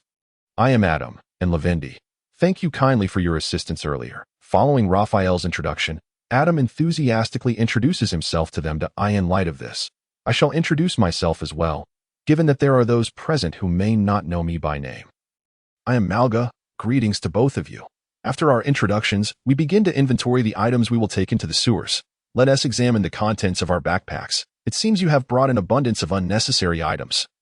I remarked. It appears you are correct, passerby. Byrne acknowledges, glancing at Edward and Adam's overly packed bags. That it seems they are equipped with provisions sufficient for 5 people. No wonder their backpacks are so hefty. I had begun to fear I was being left behind by the times. Flashbangs, sound grenades, and explosive vials. Edward, are you preparing for a battlefield? Or perhaps planning to hunt down a dragon? Byrne questions, a sheen of cold sweat forming as he inspects Edward's backpack. Compared to that, sandwiches, chicken wings, and chips. Adam, are you here for a picnic? Well, perhaps after we finish our tasks, a picnic wouldn't be too bad. Raphael sighs as he examines Adam's pack. Let's set these items aside. I will distribute the essentials, and you must keep track of them. Byrne instructs after checking their backpacks. With the inventory complete, we officially enter the sewers to commence our apprenticeship labor. The city's sewers are surprisingly bright and tidy, likely due to the slimes consuming all the waste. Yet, this also means that the number of slimes is astonishingly high. Within these pristine sewers, we tirelessly eliminate wave after wave of encroaching slimes. Just after dispatching the 11th batch, the 12th begins to surge forth at 9 o'clock. A considerable number are preparing magical attacks. Edward, lacking in combat prowess, acts as an observer, alerting us to the situation. Upon hearing his warning, Byrne and Raphael immediately prepare their spells, while I position myself for the impending confrontation. Targets are within range, casting magic. I announce as I observe the slimes entering the designated area. Simultaneously, the magical assistance devices in the hands of our teacher and Lavendi emit azure and crimson light. A tempest of flames ravages the predetermined location, reducing most of the slimes to mere puddles. Excellent. Now it's my turn to deal with those still wriggling about, I declare, transforming my sword into crescent arcs that swiftly obliterate the remaining slimes. Any stragglers find themselves no match for Adam's powerful strikes. We collaborate seamlessly, quickly finding our rhythm. Yet, something feels amiss. We have already dealt with 20 batches of slimes, yet we have not been sent back. Ordinarily, we would be returned after clearing 15 batches. Edward, have you heard anything from the organizers? After replacing the third power source for the magical device, Lavendi poses the question. In truth, Edward had attempted to contact the organizers after the arrival of the 18th batch. But it seems they are preoccupied with an overwhelming response. What should we do? Edward shakes his head, relaying the information he gathered from the background noise on the communicator. It appears the adults above have descended into chaos. We cannot linger here. Our backup energy is dwindling. We must find a safe location before we run out. Being surrounded by slimes would spell disaster. Raphael and Byrne exchange glances and promptly decide to leave our fortified position. Venturing deeper into the sewer, suddenly, a hole appears in the wall, and Edward, losing his balance near the opening, tumbles inside. Quickly, it's safe here, he calls out, though his voice is tinged with pain. Let us hurry. Adam shouts, leaping after him. Byrne, seeing two of us already inside, shrugs and addresses the remaining members. We should follow suit. Well, this location is indeed sufficiently secure. At least there are no hordes of slimes. After confirming that everyone had entered the secret passage, Byrne calmly remarked while gazing at the now closed door that could not be reopened. However, we are now trapped, and there is an injured person among us. Lavendier's brother looked at Edward's bare foot with a troubled expression. Just moments ago, Edward had triggered the mechanism of the secret passage and fell in, twisting his foot in the process. Moreover, the door to the passage is already shut, and there are no mechanisms to open it from the inside. We are in a dire predicament. We must split into two groups, one to search for an exit or a switch to reopen the door, while the other remains here to care for the incapacitated Edward. Yet, we know little about one another, making the formation of these groups the most significant challenge. I have a suggestion.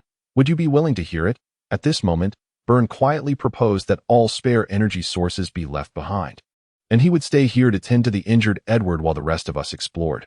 There must be a switch within this passage that can be activated from the inside to allow Edward to come out. As far as I know, even without the assistance of the magical navigation instruments, the three of you still possess considerable combat prowess. Let us not forget that the two of you are top contenders in the martial arts competition. And Lavendier, you are proficient in classical advanced spellcasting, are you not? Byrne's proposal received unanimous support from the others, and thus the three of us ventured deeper into the passage. Damn it, we had almost deciphered the code. And now this unexpected turn of events arises. I glared at the images transmitted from the concealed surveillance monitor, fuming. With so many people gathered here, this hidden location will inevitably be discovered. We must devise a plan to buy ourselves some time. At the very least, we need to delay until the complete deciphering of the ancient relic script. Only then will this world be within my grasp. The artifacts left by the ancient civilization must possess such capabilities. I cast my gaze toward the writhing mass of slimes outside the door and was suddenly struck by a brilliant idea. If we need to delay, is there not an excellent method at hand? Although I had initially overlooked the fact that a portion of the slimes had flowed into the secret passage, in our current situation, these adorable little creatures could serve as the perfect means to disperse any intruders. If we were to release the slimes that had been accumulating and breeding here for nearly a year, those inexperienced little rascals would undoubtedly choose to retreat, for should any lives be lost, the organizers would be held accountable. After unlocking the unguarded hidden door and releasing the slimes, I refocused my energy on deciphering the ancient script, and soon, I had completed 90% of it. Intruder detected. Just then, the protective system emitted an exasperating alert, snapping me out of my concentrated state. Upon glancing at the system's display of the intruder's location, I recognized the familiar swordplay. Tut, the grudge against you for the demise of the ancient relic shall be repaid by you. The one who has taken him in. Such is the bond of a surrogate father that I glared at Tut, who was wielding a long sword in the monitor, my excitement bubbling over. I was not mistaken. That little girl, as insignificant as an ant, was killed. What was there to be angry about? It was absurd that Tut was so troubled over such a trivial matter, considering he was a powerful being. And as for Nigu, such a character is commonplace. What a pity to have perished. One could simply capture a few more if one desires to play with little girls. Then so be it. Even someone else's wife is fair game. For we possess that power to incite that group of insignificant ants to slay someone as esteemed as myself, while transforming this world into a crawling mass of vermin, is truly unforgivable. It seems that Tut's current youthful form would not be able to exert much strength as an outlet for my frustrations. Perfect. I must release the humiliation I have endured for the past 20 years of coexisting with these insects. As for Raphael, he is merely a worthless wretch obsessed with money, mingling with that lowly group of vermin. However, having them both confront me would be troublesome. I can use an illusionary array to separate them first. I shall deal with Raphael before attending to Tut as a delectable appetizer. Why not deal with the weaker combatant first? The main course is meant to be savored last. Otherwise, it loses its flavor. With this thought in mind, I activated the illusionary array I had set up within the passage and began to conceal myself. Just as 3 centuries ago, I would harbor my animosity, approach my target, eliminate any obstructions, and seize that which I desired. Survival of the fittest, the law of nature. Submitting to this highest principle, I shall not be outdone by those domesticated lapdogs. I am destined to stand atop all beings. I shall not be on equal footing with you vermin. In this dimly lit passage devoid of slimes, numerous elemental beings existed. Entities possessing formidable magical offensive capabilities, yet bearing 2 fatal weaknesses, a magical core and a fear of magical attacks. Elemental beings do not voluntarily appear in the main material plane, where elemental energy is relatively scarce. Those present here must have been summoned by someone. For an extended period, elemental beings have been the preferred servants of mages. I am convinced that something unsightly is hidden away here, and the one hiding it must be a highly skilled classical mage. After unleashing a powerful blizzard to annihilate most of the elemental beings, Raphael began analyzing the purpose of this secret space. Let us discuss this later. Our immediate task is to find a way to open the exit. That I unleashed a flurry of blade energy with the swift swordplay of the crescent dance, dispatching the remaining elemental creatures, and turned to Raphael, saying, "But could it be that the classical mage is an old acquaintance of ours?" As I watched Adam deliver a stunning downward strike to eliminate a massive elemental being, I too began to ponder the true identity of the individual using the elemental beings to thwart us. Thus, we continued our advance within the passage, only to find ourselves ensnared in an illusion. 4 white walls, an oil lamp resting on a rudimentary wooden table, and a blanket on the floor serving as a mattress. This was an exceedingly simple room. In this almost barren chamber, a young man thrust a vial of potion into the hands of the middle-aged man before him. "Brother, no matter what you think, drink this soul protection potion." The middle-aged man was me, and the young man was Nigu. This was an illusionary array that extracted the memories of the subject to create phantoms. I had inadvertently fallen into the opponent's trap. Just then, Raphael's voice suddenly appeared beside me, questioning me. "Indeed, Nigu prepared for you. Tut, answer me honestly. Where did you use that potion? If you had that potion, why did you need to purchase that hastily concocted inferior product from me?" You need not know that I shook my head and replied to Raphael that it matters not if you wish to keep it to yourself. I can ascertain the truth from Rude and Tanad. He inquired about the origin of the potion that Shalon had used at that time, eyeing me with a knowing expression. It seemed I had been discovered. "Since you've already guessed, why bother asking me?" I sighed and looked at Raphael, only to realize his figure was fading. "An old friend has arrived. You stay here and observe the magical shadows while I catch up." This fellow had indeed managed to unravel the illusionary array that ensnared him, and upon regaining his freedom, he intended to assist me in dispelling the illusion. But was it truly wise to let him go alone to reminisce? Though he was a formidable being in his previous life, he was merely an alchemist, not a primary combatant, that I ought to eliminate this illusionary array sooner rather than later. Gazing at the now alien room, I murmured to myself that I lunged my longsword toward the mental mark left by Raphael, and the familiar yet strange scenery of the room vanished in an instant as the normal scenery returned. I beheld Raphael being flung by a fiery explosion. Isn't that our Tut, the sword saint? How did he transform into this child's visage? I had almost forgotten.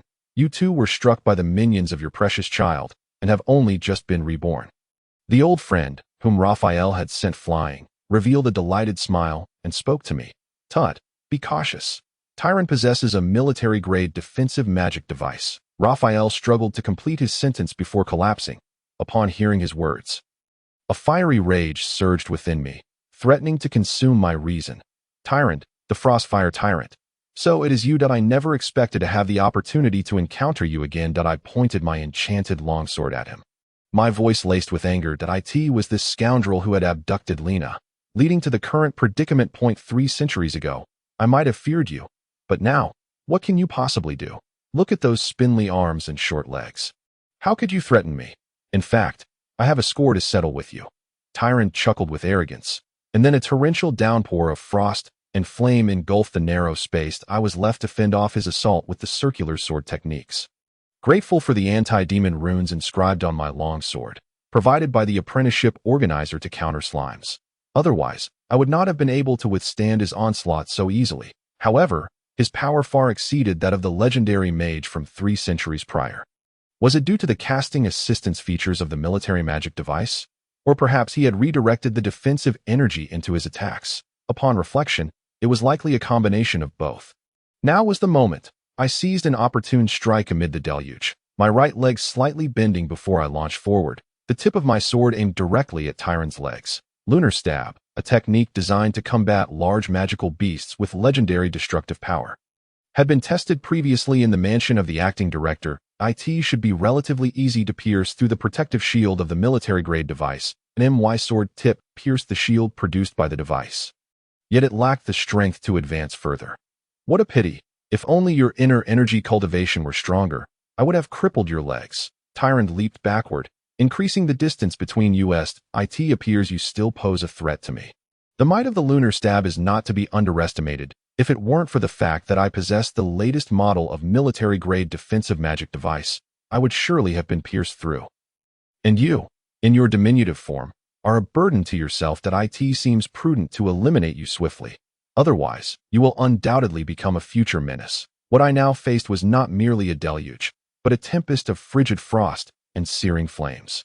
If only that protective shield were absent. That military-grade device is rather fragile, isn't it? I recalled my earlier conversation with Richter when I returned home from the acting director's mansion. If it weren't for my intervention, those small holes would have healed almost instantly. Such damage requires a powerful physical attack to breach. Richter, looking displeased, remarked, "You need a powerful physical attack?" As I struggled against the icy firestorm, a strategy began to form in my mind, and I spotted an opportunity. Hadn't I previously attempted this? The lunar stab was futile. Seeing me thrust toward him, Tyrant sneered coldly. Not so fast. That I lunged my long sword toward the activated protective shield. The outcome would be determined in the next moment. I had no idea that my previous investment concealed such a truth. If Talia were to learn of this, next year's Valentine's Day would surely ignite with fervor. After ceasing my interference with the illusion array that had ensnared Tut, I couldn't help but reflect on the newly discovered fact. I fixed my gaze on the approaching old friend and cautiously inquired, "In our reincarnated forms, we have changed. May I ask who you are?" The old friend merely regarded me with a cold stare before responding indifferently, "There is no need to speak such things to a pet dog." Immediately, a multitude of ice shards and fireballs surged toward me from his vicinity. I wondered who it was. "Frostfire Tyrant, how dare you show your face before us?" After raising a magical shield to deflect the incoming minor spells, I angrily exposed the identity of the old friend before me. The simultaneous wielding of ice and fire elements could only belong to Tyrant, the very rogue who had abducted little Lena. Back then, Tut had shown mercy, and now you still have the audacity to stand here. In response to my glare, Tyrant nonchalantly remarked, "I am indeed responsible for a death, but what can you do about it now, weakling?" As soon as Tyrant's words fell, a deluge of ice and fire projectiles descended upon me. Indeed, my magical prowess was merely that of a high-level mage, rendering me a weakling in the presence of these combat masters. However, as an alchemical master, I always held a wealth of hidden cards. I retrieved the potions I had kept on hand for emergencies from my backpack and consumed them in one go. The elemental gift potion temporarily enhanced the elemental control of the user by 1 tier. As a sanctum alchemist, my mental and magical energy had already reached the sanctified level. This meant that, for a brief period, I could wield the power of a legendary mage, and Tyrant was but a legendary mage. Even if I could not defeat him, I could at least buy myself some time. With the power to contend with him, I unleashed my spells to engage in battle that I in classic duels between legendary mages. There are typically 3 focal points: establishing defenses, magical bombardment, and disrupting the opponent's spellcasting. In essence, it devolves into a contest of spellcasting speed, magical pool capacity, and elemental control, particularly in this battlefield environment, confined to a narrow corridor where even physical combat is restricted. We were forced to rely on traditional magical duels to determine the victor. Of course, had I been a purely classical legendary mage, I would have opted for such a strategy. However, due to the automatic guidance casting capabilities of the magic device, modern mages can multitask during a duel. For instance, using the device to channel large spells while simultaneously unleashing instantaneous or pseudo-instantaneous spells from classical magic. The air around us began to swirl rapidly, forming countless wind blades that hurtled toward him. Alternatively, I could draw my magic gun and unexpectedly pull the trigger. The gun's muzzle fired 3 rapidly flying energy projectiles in a triangular formation, aimed directly at Tyrant's shoulder. Unfortunately, just as the projectiles and wind blades were about to strike Tyrant, an unexpected protective shield materialized, blocking their path. Just like 3 centuries ago, Raphael, you certainly know how to play tricks. But alas, this will be of no use, Tyrant remarked coldly. Gazing at the activated shield before him, I stared at the barrier shielding Tyrant, and a chilling realization struck me. This was a military-grade defensive magic device. He had allies behind him. The potency of the enhancement potion had also been entirely depleted, indicating that I had been checkmated in this game. It seems that as a non-combat profession, I was no match for you. However, touch should be emerging soon. I observed the explosive fireball hurtling toward my chest, and then boom, I was helplessly blown away by the explosion. Even reaching the end of the secret passage, I still couldn't find Xiao Tut and the others. I gazed at the empty room, muttering in disappointment before beginning my exploration. The control panel, cluttered with buttons, was beyond my comprehension. Yet, on a display screen mounted on the wall, I caught sight of Xiao Tut and the others. A stranger was unleashing a large magical attack on Xiao Tut, while Brother Raven lay unconscious beside him. How could this be? Calm down. I must hurry to help. In a state of panic, I cried out. But once I regained my composure, I dashed out of the room, racing towards the location of Xiao Te and the others. In my earlier frenzy, it seemed I had inadvertently pressed a button. Upon my arrival, I found Xiao Te valiantly battling a tempest composed of ice and fire. Suddenly, I noticed him glance in my direction before lunging forward with a fierce thrust aimed at the stranger's right knee. Hadn't he attempted this before? The waning moon was ineffective. Just as the blade of Xiao Te's sword was about to pierce the stranger's knee, a protective shield materialized beside the stranger, firmly blocking the strike. This was uncertain. However, Xiao Te stubbornly exerted pressure on the hilt of his sword, his forearms straining with visible veins. Although the shield bore a slight puncture, it still failed to make contact with the stranger's knee. Meanwhile, a barrage of fiery projectiles and shards of ice surged toward Xiao Te from behind. Why hadn't he retreated to await a more opportune moment? This was out of character for his typically composed demeanor. Wait, the shield protecting the stranger must have been generated by a defensive magical device. I recalled that such devices possessed a critical vulnerability, one common to both military and civilian models, if subjected to a powerful physical attack while breached. The device would overload and cease functioning. In other words, Xiao Te was waiting for me to deliver that potent physical blow. Realizing what Xiao Te awaited, I had no time to ponder further. As the storm of fire and ice was rapidly descending upon him, I raised my hand, gripping the battle axe tightly, and with a surge of energy in my right leg, I took a decisive step forward. Harnessing the momentum, I twisted my waist and shoulders with force, propelling my body in the direction of my charge. With a powerful swing of my upper arm, I released the axe, sending it hurtling toward the man's back with the utmost speed and strength I could muster. Bang! At the moment of contact between the axe and the shield, an enormous sound erupted, and the shield flickered before vanishing entirely. With the shield breached, Xiaote swiftly swung his sword toward the stranger's knees. Caught off guard, the stranger suffered deep wounds that exposed bone, and the sudden onset of excruciating pain rendered him incapable of casting spells. He merely glared at me in rage. Adam, if you see any suspicious movements from that man, step firmly toward his wound.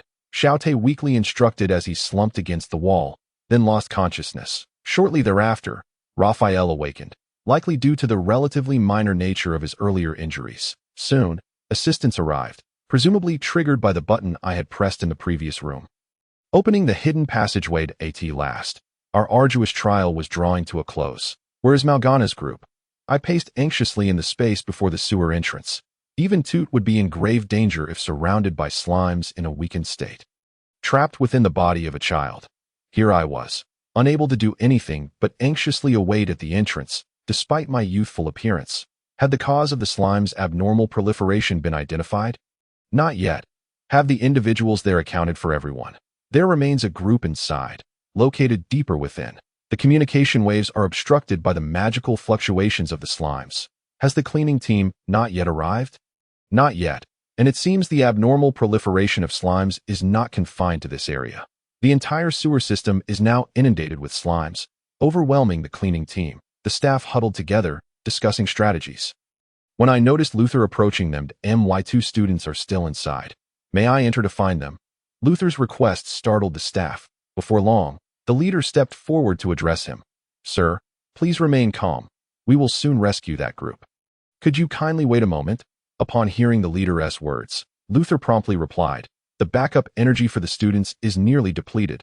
If you continue to delay, we may face casualties. Is that acceptable? He stripped away the pretense, making his urgency unmistakable. To Luther's words evidently swayed the leader, who soon conceded. Observing the leader's wavering resolve, I was taken aback by Luther's negotiation skills. You possess the ability to protect yourself within. The staff member inquired. In response, Luther conjured 10 fireballs, commanding them to dance through the air. I have a modicum of classical spellcasting skills, and with this little girl, it should suffice. Following Luther's gesture, the staff's attention shifted entirely to me. Her? Even if she is the champion of this year's tournament, that seems rather dubious. Such superficial judgments are timeless. Without a moment's hesitation, I thrust the enchanted spear I still held, gliding it past the necks of all present before declaring, let us see if you can withstand this strike. Thus, we secured permission to re-enter the sewers. Consume this. It should restore your combat capabilities for a time. Luther said as he handed me a pill. Upon our descent into the sewers, I did not inquire about the nature of the pill. Instead, I swallowed it immediately. My body transformed, elongating into that of an adult. What on earth is this? I scrutinized my now slender arms, prompting Luther to explain. This is the best time elixir I developed, which temporarily reverts one's physical state to that of 20 years of age. Naturally, this encompasses bodily functions, inner energy levels, height, and weight, all reverting to your 20-year-old condition. By the way, due to the elixir's mechanism being derived from illusionary arts, it does not cause clothing to revert, thus avoiding any embarrassing situations. Luther proudly elaborated on the properties of the pill I had ingested, detailing its origin and duration of effect. This is a byproduct of my research from 300 years ago, with a duration of only 3 hours. We must locate Toot and the Sword Saint swiftly. Very well. Our immediate concern is, I glanced at the obstructing slimes, confirming with Luther that of course, those bothersome slimes, Your Highness, the slimes scattered along our path posed no real hindrance. We quickly advanced into the area that Toot and his group were responsible for, where we soon discovered an unmarked opening on the map. This the place. Toot's designated area. But what is this entrance that is absent from the map? I inquired, casting a puzzled look at the concealed door nearby.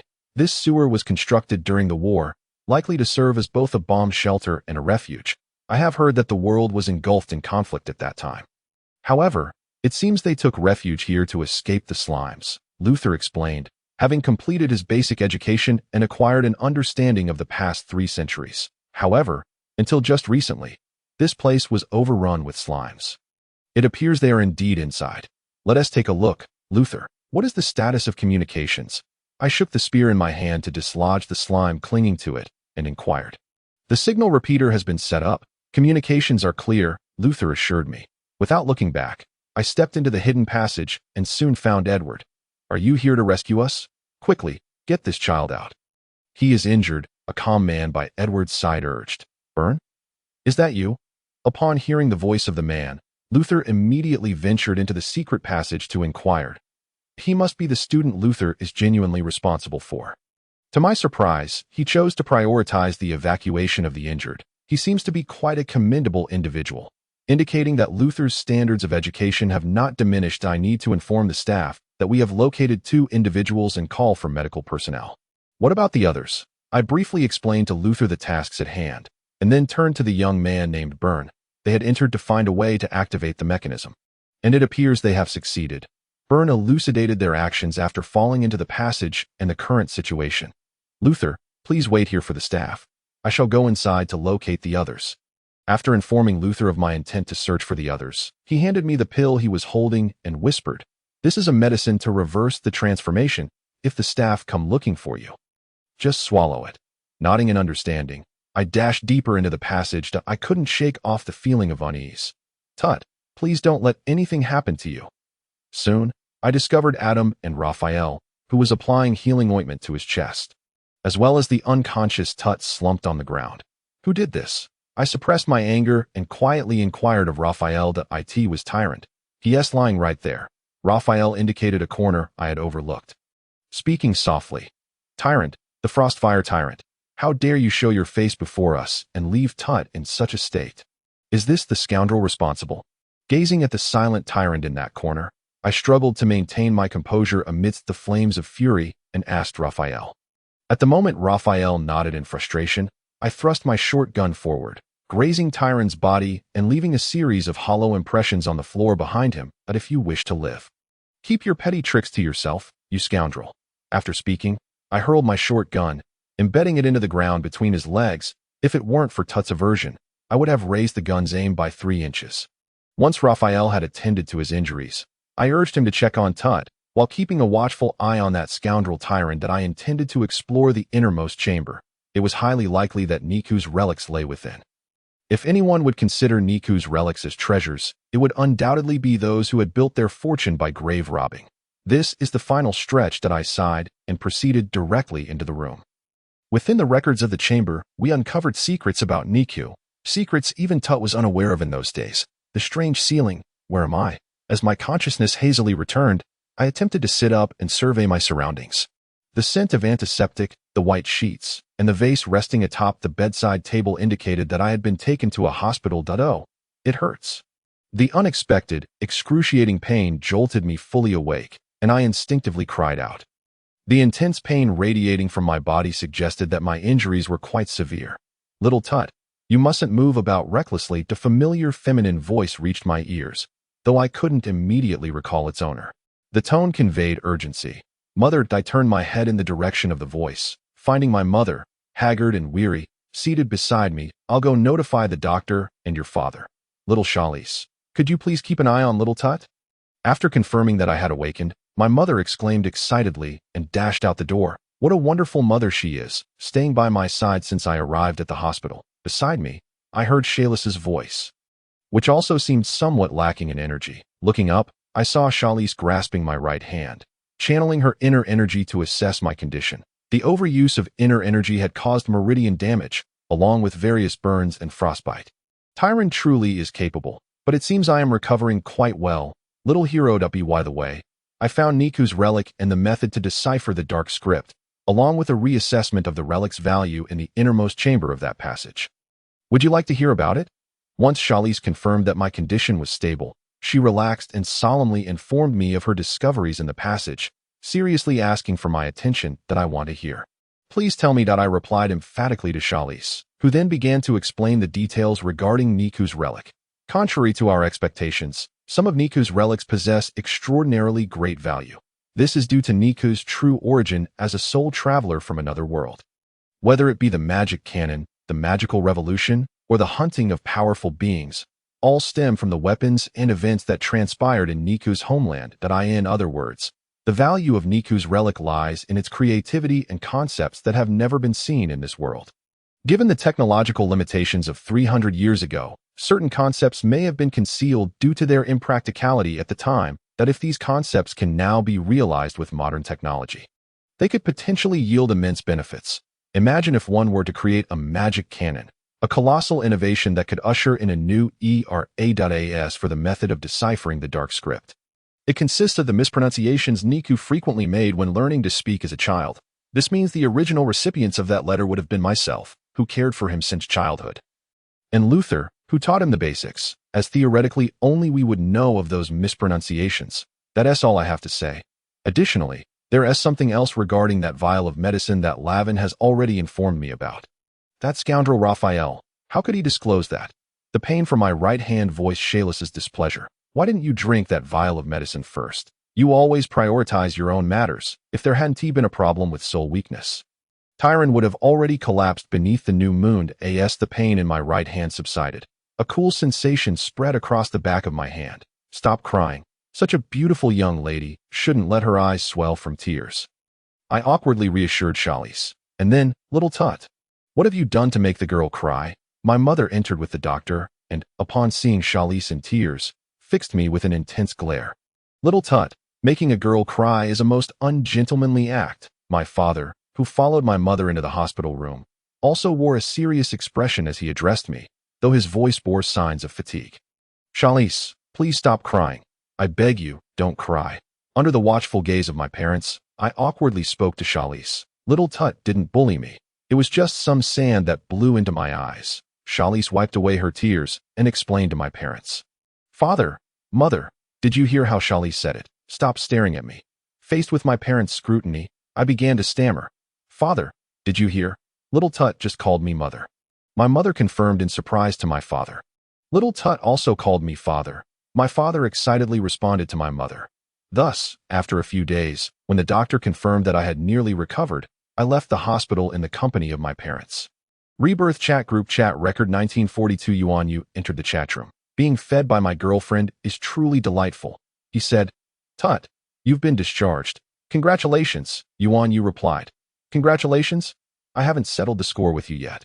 Xian Chong said, What score do you have to settle with Raphael? Did he not tell me about the medicine? Yuan Yu responded, How could I dare? Xian Chong continued, So what score is there to settle? Yuan Yu remarked, That individual who took away all the marital funds, leaving not even a single copper coin. Burn. Be wary of that pervert. The princess questioned, Is this the excuse you find acceptable? Being fed by my girlfriend brings me such joy. I declare, it is precisely for matters like this, the information broker stated. However, to leave not even 100 coppers, Raphael, you have truly gone too far. Small business owner remarked, It is no easy feat to preserve that marital fund. Raphael, do you still possess any semblance of humanity?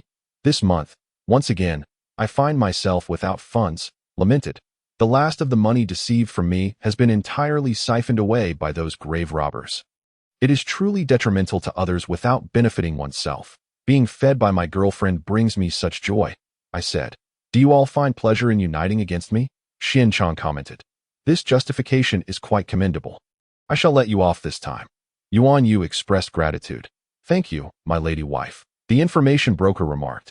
Once again, I have been thoroughly consumed, small business owner mentioned, up on the top floor. This month, once again, I find myself without funds, stated. It seems that Tut has no hope in this lifetime. Let us discuss the relics of Nigu. This month, once again, I find myself without funds, inquired. Luther. Have you shared the method of deciphering the hidden texts with anyone else? Burn. Be wary of that pervert, replied. I merely left it there, and after they attempted to decipher it, they discovered that coherent sentences could be formed. Now, the archaeologists are working overtime. The information broker interjected. I have something to add regarding this.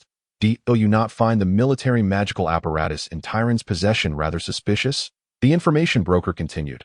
That device is merely an experimental prototype from a laboratory. I strongly suspect that Tyron is backed by some formidable force. Being fed by my girlfriend brings me such joy, queried. Could it be a mercenary group? The information broker responded. The likelihood is quite low.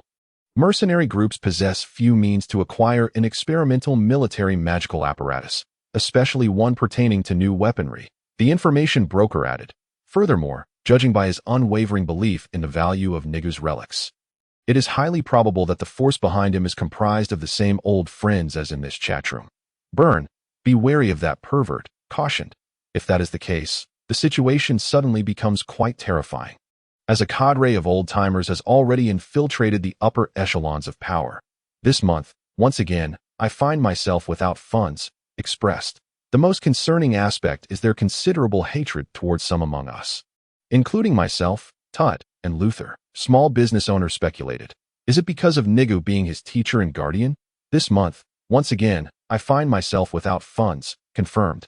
Indeed, and if we stretch it a bit, Shalon and Raphael also find themselves on the danger list. The former aside, the latter, do you recall how much you deceived back in the day? Being fed by my girlfriend brings me such joy, acknowledged. Indeed, in that case, only Deli and Fei Luo among the people in this group may be deemed safe. Yuan, you teased. You did not deny that you deceived money, did you? Being fed by my girlfriend brings me such joy, suggested. Let us set aside this trivial matter for now. It is highly likely that a group of influential and powerful old-timers will relentlessly pursue us. Xian Chong remarked. Regardless, there is little we can do to defend ourselves. How useful is it to discuss this? Yuan Yu asserted. Thus, rather than worrying excessively, it is better to adjust our state of mind. Burn, be wary of that pervert, conceded. I must admit, the Sword Saint Tut possesses an inexplicable wisdom in this regard. We have indeed been excessively anxious. Being fed by my girlfriend brings me such joy. Added, moreover, in this era, it is impossible to confront them openly, and we are not the weak. What is there to fear? Small business owner declared. I shall go settle the accounts first. Contact me privately if you need anything. In a humble shed, I fastened my long sword to my waist and proceeded towards the door. Tut, are you truly going? Shalon, who was hiding with me, asked with concern. Even if Nigu will heed your words. Those fervent commoners will not. Even Raphael and Luther, who often provide them with money and work, are included. Shalon, I apologize for worrying you. However, someone must go to persuade them. We cannot simply watch as more innocents fall victim. To be honest, I am uncertain if I will return safely this time. With that said, there is something I must convey to Shalon. Shalon, if I return safely, let us marry. As it turned out, waiting for me at the designated location were solely rows of musketeers and shield bearers, along with ranks of magical artillery. The magical cannon fired, and the shield bearers and musketeers prepared to exchange fire after the shot. The leader issued commands to the troops behind him. Alas, I must swiftly eliminate them. I began to sprint towards the ambushing forces. Boom! The blast from the magical cannon created a series of explosions behind me, and I leaped into the ranks of the enemy's front guard amidst the shockwave. A shield bearer on my right drew his longsword for defense and charged at me. A musketeer on my left aimed his firearm directly at me, indifferent to whether he would hit his comrade, and fired. Behind me, another longsword was thrusting towards me, an attack from another shield bearer. Moreover, a large group was surging towards me, their weapons eager to unleash the fury of their masters, born from prolonged oppression by the powerful. Their cherished possessions seized and destroyed, a flame of rage ignited. I can empathize with your anger. In this moment of crisis, I felt not fear or fury, but a profound sorrow. What experiences could have birthed such violent wrath? Perhaps the mistakes of the powerful long ago have led to this moment. However, I cannot allow you to continue the massacre, for you have transformed into another faction of powerful beings. My longsword swung rapidly, employing merely the most basic techniques of thrust, slash, and parry. In truth, my swordsmanship is an embodiment of practicing fundamental techniques to the utmost perfection. The fluid and swift slashes of the new moon, the impenetrable blocks of the full moon, the thrusts of the crescent moon, elevated to their maximum speed and power. Utilizing these perfected sword techniques through fundamental forms is my true expertise. New moon, full moon, crescent moon, unified essence, dance of the moon wheeled. In an instant, the area within reach of my longsword transformed into a domain composed entirely of blades. This moment, the battlefield ahead was enveloped in this sword domain, rendering all shield bearers and musketeers as mere trifles against the moon wheel. All within the domain were struck down, and every attack within was deflected in merely 4 seconds. The front ranks tasked with guarding the magical artillery lay incapacitated on the ground. Just as I prepared to resolve the magical artillery, its charging was already complete. Let us use the magical artillery to bring an end to this fiend. Fire, at the roar of the leader. I was torn to shreds by a torrent of beams. Malga, it is time to rise. Malga, it is time to rise. That I descended from my bed and silenced the recording alarm of the magical device. This is the final dream. Raphael was not mistaken. Following the last dream, a weakened soul would herald the end. That I extended my right hand, attempting to channel my inner energy, feeling it flow as effortlessly as it did 300 years ago. Little Tut, it is time to rise. Even for a mere graduation ceremony, one cannot afford to be late. Mother urged me from downstairs to hurry and get dressed for breakfast, for today marks the graduation ceremony of the school year, as well as the final day of my first year after rebirth. Mother, I am off to school. After finishing my toast for breakfast, I embarked on my journey to school. The headmaster remains as he always was. I mused, observing the headmaster on stage, chattering incessantly in the bustling auditorium. Reflecting on my rebirth, the first thing that brought me a sense of familiarity was this headmaster, who, like all prominent figures of the era, relished standing on the platform, delivering tedious speeches to the masses. Little Tut, what are your plans for the summer vacation? Seated beside me, Adam could no longer endure the oppressive atmosphere and quietly confided. As for the summer vacation plans, aside from my daily training in combat techniques, I'll be accompanying my parents to visit my grandmother. To trip back to the countryside to see my grandmother would occupy most of my time, with the remainder dedicated to my usual practice. I glanced around to ensure our teacher was not observing before I softly replied to Adam, I see. What about you, Edward? After hearing my response, Adam curiously turned to Edward. I haven't decided yet. I plan to discuss the principal's speech with my father today, as it is nearing its conclusion, and we can continue our conversation afterward. Subsequently, we returned to the classroom to collect our report cards. First and foremost, I would like to commend the top 3 students in our class, particularly Edward, who secured the first place. Due to his outstanding performance, our class has achieved the top rank in the grade this year. Please come forward to receive your report card. At this moment, all the students erupted into applause for Edward, who stepped forward amidst the clapping to accept his report card. Adam, you placed 12th, while your performance in the combat competition was remarkable. As your teacher, I still hope you will strive harder in your studies.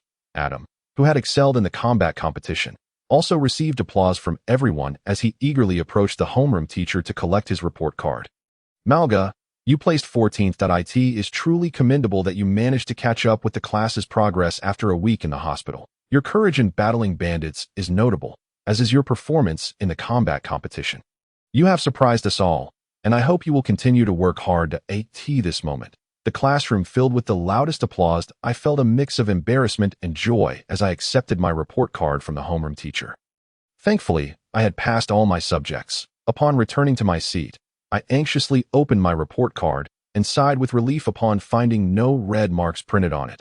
Soon, the report cards were distributed, and I hurried home, my heart racing with anticipation. Last night, I received a notification from Luther that the interpretation of the relic would yield results today, and he was going to share the details with me via video call.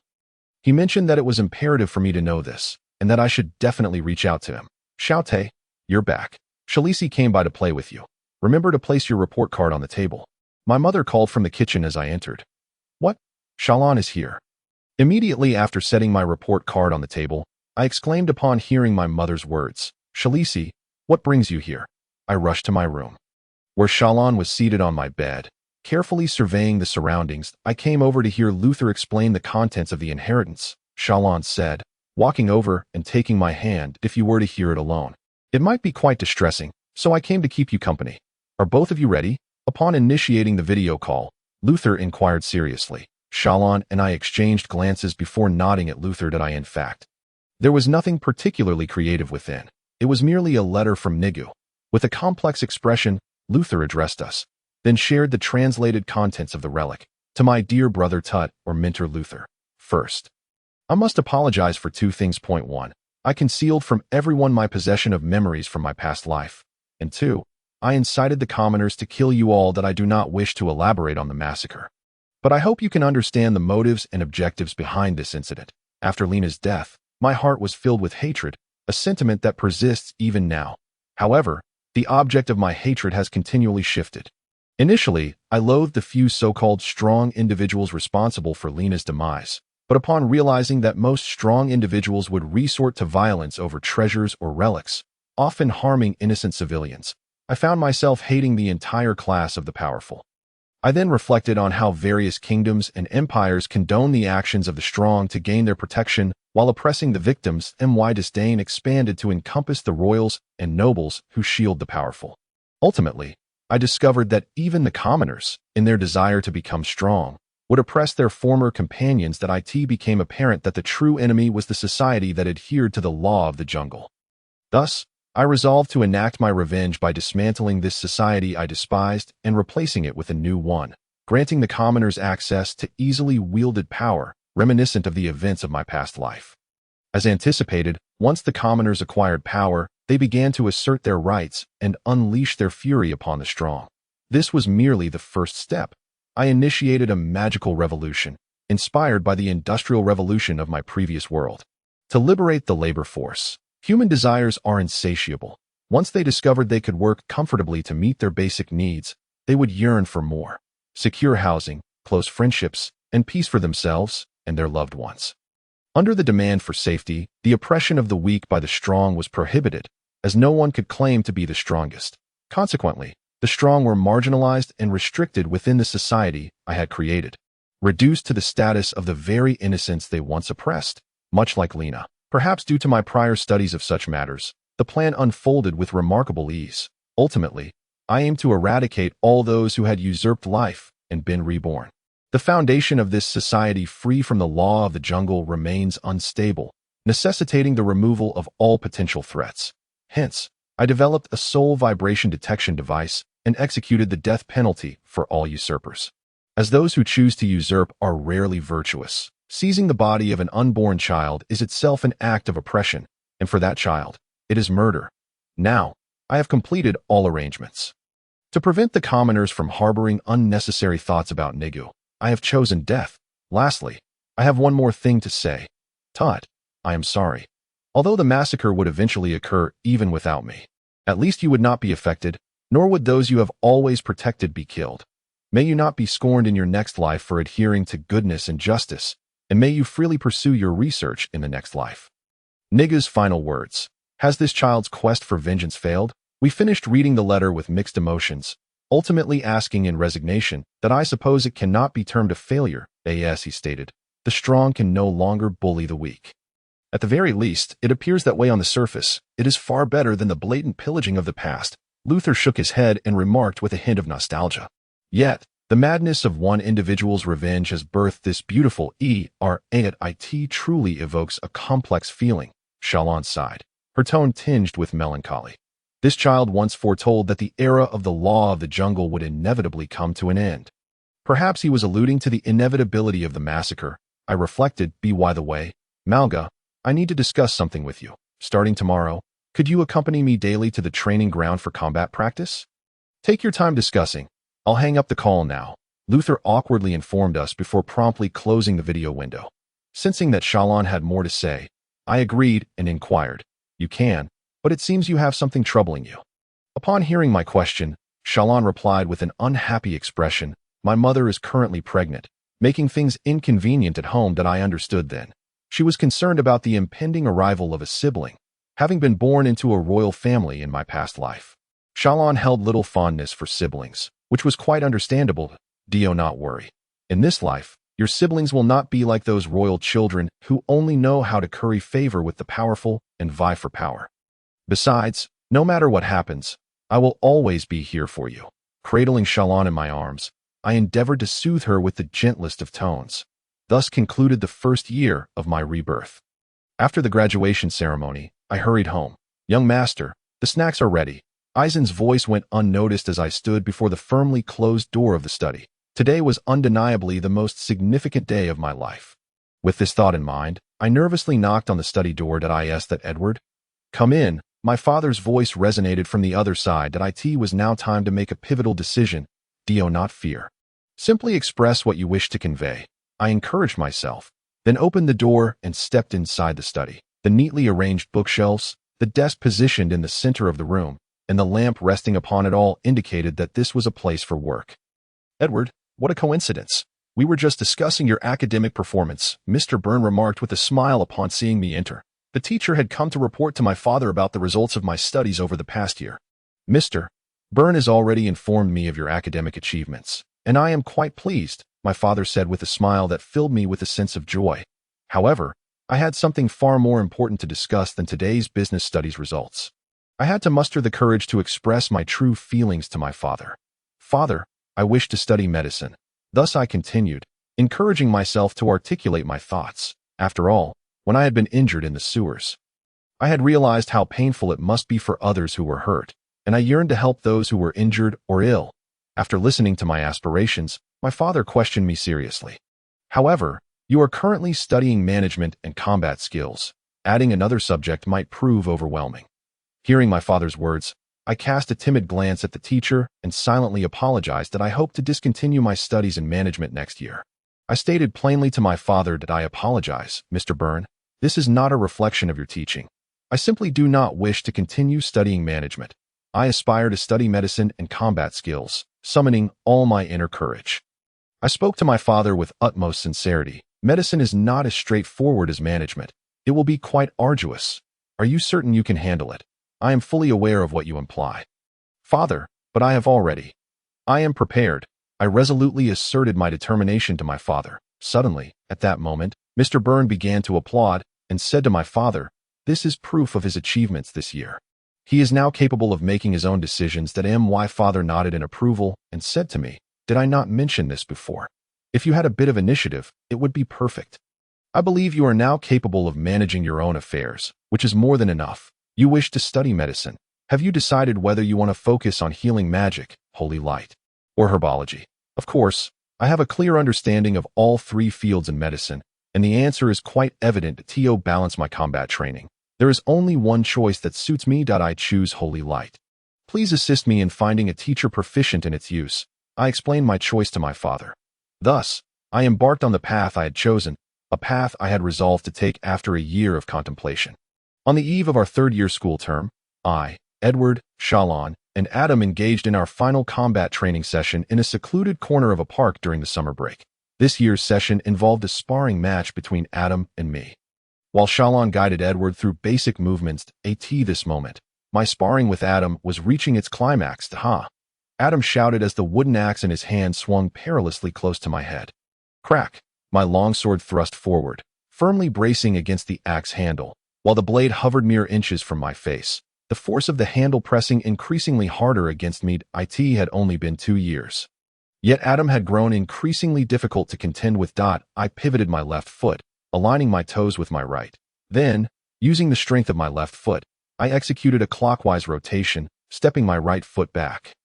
With a swirling motion, I swung my long sword towards Adam's back, lightly tapping him. The outcome of this practice match had been decided. However, I sensed that soon I would have to employ my crescent and full moon techniques to adequately subdue Adam. He was advancing at an impressive rate. "You truly are formidable, little Tay. It seems I cannot land a hit on you," Adam remarked, his wooden axe resting on the ground as he took a few sips from his water flask. Somewhat disheartened, "You have made remarkable progress. Soon, I may not be able to guarantee a victory," I replied. Just as I was about to comfort Adam, my magical communicator chimed. Upon checking, I discovered it was a communication request from Shalon's family servant. "A magical call has come in. Let's discuss this later." I signaled to Adam for silence and promptly connected the call. This young Master Malga? Miss Tiana has been crying incessantly since just now. She just finished her milk, her diaper is dry, and she has no other issues. What could be the matter? The panicked voice of the servant came through the communicator. I cannot ascertain the problem either. "We shall return immediately. Please help her burp. If she just ate, she may wish to spit up," I calmly instructed, glancing at Shalon and Edward. Edward, while receiving guidance from Shalon, thrust his short spear straight ahead, leaving a silver arc in the air. "Edward, your fundamentals have finally solidified. Next, we can begin actual combat training. Prepare yourself for tomorrow's combat classroom. You will undoubtedly face a new level of rigor. You are well aware of how strict our combat instructor is." Shalon acknowledged, nodding in satisfaction at Edward's precise thrust. If that is the case, then you and I shall be rivals in this year's combat tournament. It will be an evenly matched contest, Adam remarked, sitting on the grass after sparring with me and smiling at Edward. Let us conclude today's practice. We have the opening ceremony tomorrow. That I carefully sheathed my practice longsword and addressed everyone. You are indeed eager to assist at Shalis's home with the childcare, Adam observed as I hastily connected the call. Maria, why must Tiana always seek us out when she could just go to her parents? Shalon sighed, noticing an unanswered call request on her magical communicator. Very well, let us conclude for today. See you all tomorrow. Edward smiled at us and began to pack his belongings. Upon arriving at Shalon's home, I immediately inquired of the maid named Maria. Maria, how is Tiana faring? The maid, cradling Tiana, smiled as she replied. Miss Tiana just spit up her milk and has stopped crying. However, the maid's words had scarcely left her lips when Tiana began to cry again. Witnessing this, I helplessly asked the maid, Maria, have you given her a drink after she spat up? Did you help her burp after the last feeding? The maid's response further diminished my faith in the childcare abilities of women in this era. Feeding simply involves putting the bottle in her mouth, does it not? Upon hearing her words, I could not help but feel that Tiana and Shalon faced a bleak future, from mother to father to maid. None possessed the skills to care for a child. How had Shalon survived to the age of 6, awakening her memories? Confronted with a household full of individuals utterly unversed in the art of childcare, Shalon found herself in such a state of exasperation that she could scarcely muster a sigh. After casting a fleeting remark in my direction, she proceeded directly to the kitchen, clutching a baby bottle. It was no wonder that the infant had been spitting up. I ought to procure some warm water to tea that moment. I noticed the maid's attire stained by the milk expelled by Tiana, prompting me to take the infant into my arms while I ascended the stairs to change her clothes. Be good now, little Tiana. The water will be here shortly. The maid went upstairs to change. I gently rocked Tiana in my arms, and her cries soon subsided. At that juncture, Shalon returned with the bottle filled with warm water. Thank you. I expressed my gratitude before administering the warm water to Tiana. After she finished drinking, Shalon, her expression softening, whispered to me, now let me hold her for a moment. You must be weary after your sparring session with that strong-willed lad. Adam. My arms had begun to ache, so I carefully transferred Tiana into her embrace. All right, be gentle. As Shalon cradled Tiana, a hint of melancholy crept in her voice that I never imagined I would gain a sister. I hope she does not learn ill ways from this environment. Upon hearing Shalon's words, I comprehended her concerns. After all, she had once fled the oppressive atmosphere of the imperial household, and truth be told, her previous royal siblings might have validated her choice to escape. Observing Shalon in such a vulnerable state, I felt a pang of sympathy and gently placed my hand on her shoulder, reassuringly stating, rest assured, I would never allow her to stray from the right path.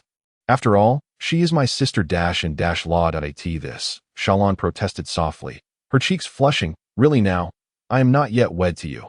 What sister-in-law nonsense is this? Just then, the maid descended the stairs, having changed her attire. Upon hearing her footsteps, I released Shalon and sat beside her, mindful of the fact that she had yet to become my wife. The scene we had just shared would not reflect well if others were to witness it. The maid, now at the bottom of the stairs, smiled at Shalon and said, Miss, I truly appreciate your kindness. Now, please allow me to take Miss Tiana. I shall place her in the crib. Once Tiana was settled, I began to scrutinize the home Shalon inhabited, the barren coffee table and sofa, the pristine floor, and the spotless carpet, all of which bore testament to the diligent efforts of the maid, Maria. Alas, the room lacked the warmth of a lived-in space. Your parents must spend little time here. It appears your holidays are likely as lonely as last year, I remarked, noting the stark contrast between the opulence of the living room and its emptiness. Previously, I would either call you or spend the day watching films, but now that Tiana is here, I find I have some semblance of purpose, do I not? Shalon picked up the remote control for the projector and activated it as she replied. Tomorrow marks the first day of the academic year. All major transportation companies have announced. The projector began displaying the latest news, and it prompted me to recall an important matter: the screening for new reincarnators among the first-year students. This initiative must be traced back to the aftermath of the Tyrant incident, during which Richter uncovered the truth behind what transpired. According to police records, he was diagnosed as mentally ill and taken to a psychiatric facility after proclaiming himself a reincarnator upon capture. Naturally, no one took him seriously, thus he was treated as a lunatic. However, the revelations he uncovered raised alarms among the elders. Once a formidable presence at the apex of existence, I was now expected to coexist with those I once deemed insignificant. Following this, Luther proposed a hypothesis regarding the reincarnator's inability to adapt to modern society, suggesting that those who once stood above the masses, upon reincarnation, were relegated to the status of ordinary beings. This drastic shift in identity led to significant psychological turmoil among most reincarnators. If someone could guide them to adapt successfully to this society, the problem would be manageable. However, if a reincarnator faced this reality alone, the likelihood of developing extremist ideologies or even mental health issues was alarmingly high. The most perilous aspect was their possession of combat experience from 3 centuries prior, and in the modern era, regaining their former prowess was relatively feasible, though not to the extent of contending with armies. They still posed a considerable threat to the average person. Furthermore, according to Raphael's subsequent timeline analysis, we might expect around 3 reincarnators to emerge within the next 6 years. The good news was that they were all combat-oriented, allowing us to monitor them within the combat classrooms and competitions. The bad news was that one among them would find it utterly impossible to assimilate into society but a VIP from the list of unnamed old acquaintances. A sword enthusiast, who 3 centuries ago was harmless, as he wished for no treasures to tarnish his swordsmanship. However, in the present day, his unwavering attachment to his sword is already cause for concern. Shalon, I must take my leave. Do exercise caution when you attend the combat classroom tomorrow. With this thought in mind, I rose to remind Shalon before departing her residence. Good morning. Shouting at IT was the first day of school. And as students bustled along the path, Adam caught up with me, carrying his backpack. Good morning, Adam. With more staff at the store now, you needn't rush out so early, I remarked, smiling at his unusually sprightly demeanor. The prospect of a more leisurely routine made Adam beam with delight as he replied, Indeed, we will be hiring another part-timer today. By the way, where's Edward? He usually walks with you. This prompted a recollection of Edward's beleaguered visage during our video call last night, eliciting a chuckle from me as I explained to Adam. Edward has been summoned by his aunt to escort his cousin. He's rather busy these days. Upon hearing the word cousin, Adam's expression shifted, and he eagerly inquired, Is Edward's cousin a lovely girl? Witnessing his reaction struck me with a sense of déjà vu. It mirrored the expressions of Tesla and Maslow when they encountered attractive women. It became apparent that I needed to caution Edward to keep his cousin away from Adam, though I could defer that conversation for now. That I did ask Edward for a photo of her, but he said he didn't have one. However, he mentioned she's a very pleasant and adorable girl. Since I had not procured a photo from Edward, I candidly shared this with Adam. Still, I found myself genuinely curious about what Edward's cousin was like. It would be splendid if she's truly a charming young lady. So, Xiaote, what are your plans after enduring the principal's lengthy speech? You have no classes this afternoon. Will you be heading over to Shayla's place to assist her again? Upon receiving my response, Adam's anticipation for the day he might meet Edward's sister grew, and he inquired further. However, Adam, while your description of the principal's speech is indeed fitting, please refrain from voicing it so openly. What if someone overhears? Given Adam's tendency to speak without a filter, I could only maintain a smile in response. Yes, their family is rather careless. I would feel uneasy if I didn't lend a hand. Upon mentioning this, I am once again reminded of the circumstances at Shalon's home, and I cannot help but feel a pang of sympathy for Shalon. She must have endured considerable hardships before her awakening. Adam and I chatted back and forth, and before long, we arrived at the school. There, I encountered a significant dilemma. A child, clutching a practice wooden sword, was unwilling to let go that he was not wearing a uniform, indicating he was a new first-year student. Having just enrolled this year, IT was unmistakably the very same super VIP among old friends, and how unfortunate it was that I had to deal with such a troublesome situation, especially with the ongoing issues concerning Tiana. Adam, you head to the classroom first. I shall assist the teacher in managing this predicament, I said, forcing a smile to mask my already heavy heart. I then made my way toward the child. Why were my eyes filled with tears? Because I could already foresee the dismal future that awaited me. To be frank, upon encountering this old friend, who has always been inseparable from his sword. Amidst the throngs at the school entrance, my heart nearly shattered. In any case, I needed to ensure he entered smoothly. Otherwise, the trouble would escalate. "Excuse me, teacher, may I have a few words with this student?" "It will be quick." I approached the teacher, who was about to retrieve the sword from the child, and requested. Given that I had consistently placed in the top 3 at the dueling competitions over the past 2 years. The teacher recognized me and, after advising me not to allow the child to bring that practice sword into the school, departed. Perhaps he thought I intended to lead him to the dueling classroom. Hence his amiable demeanor. "I am Malga, a third-year student." "Good day, ma'am." I introduced myself to the lady accompanying the child after the teacher had left, smiling as I approached the child who was tightly holding onto the sword. I then gently grasped the hand that was poised to wield the sword and said, "We are no longer in an era where one can unsheath a sword for harm on a whim. Could you put down the sword? If you are uneasy, you may entrust it to your mother, and she can take it home for you." Although the child was one of the powerful figures from 3 centuries ago, in his current state, lacking internal energy, with a weakened soul and inferior constitution compared to mine, he was no match for me. Not to mention, even 300 years ago, his swordsmanship had always been somewhat inferior to mine. "All right, Mom, you can take this back for me," the child said, his expression one of utter exasperation as he relinquished the practiced sword to his mother, who visibly sighed in relief upon receiving it. How pitiful it was for her to have such a peculiar son. "You truly are a troublesome character, Nameless, causing such a scene right after your rebirth. I am fortunate to have stumbled upon you." After his mother had departed, I sighed and pointed out Nameless' identity to him. As for the taboo between us regarding not disclosing each other's past names in public, it was evident that Nameless was not within the parameters of this taboo, and he was unaware of its existence. Was he not? Upon realizing I had exposed his identity from 3 centuries ago, Nameless gazed at me with confusion and wariness. "I am the one you have always wished to challenge. And your desire is about to be fulfilled. For now, go greet those adults over there. Among them is your homeroom teacher for this year. She will inform you of what you need to do next. As for the other matters, we shall discuss them once you have received your magic guide." Noticing the look of bewilderment on Nameless' face, I gestured toward the first-year homeroom teachers gathered not far away. Upon hearing that I was willing to duel him, Nameless' eyes instantly sparkled with excitement. I had repeatedly declined his challenges in the past due to the hassle, but if we were to cross paths in the dueling tournament now, I would have no choice but to engage him. It seemed he was genuinely eager for a match with me. "Did you even hear the second half of that?"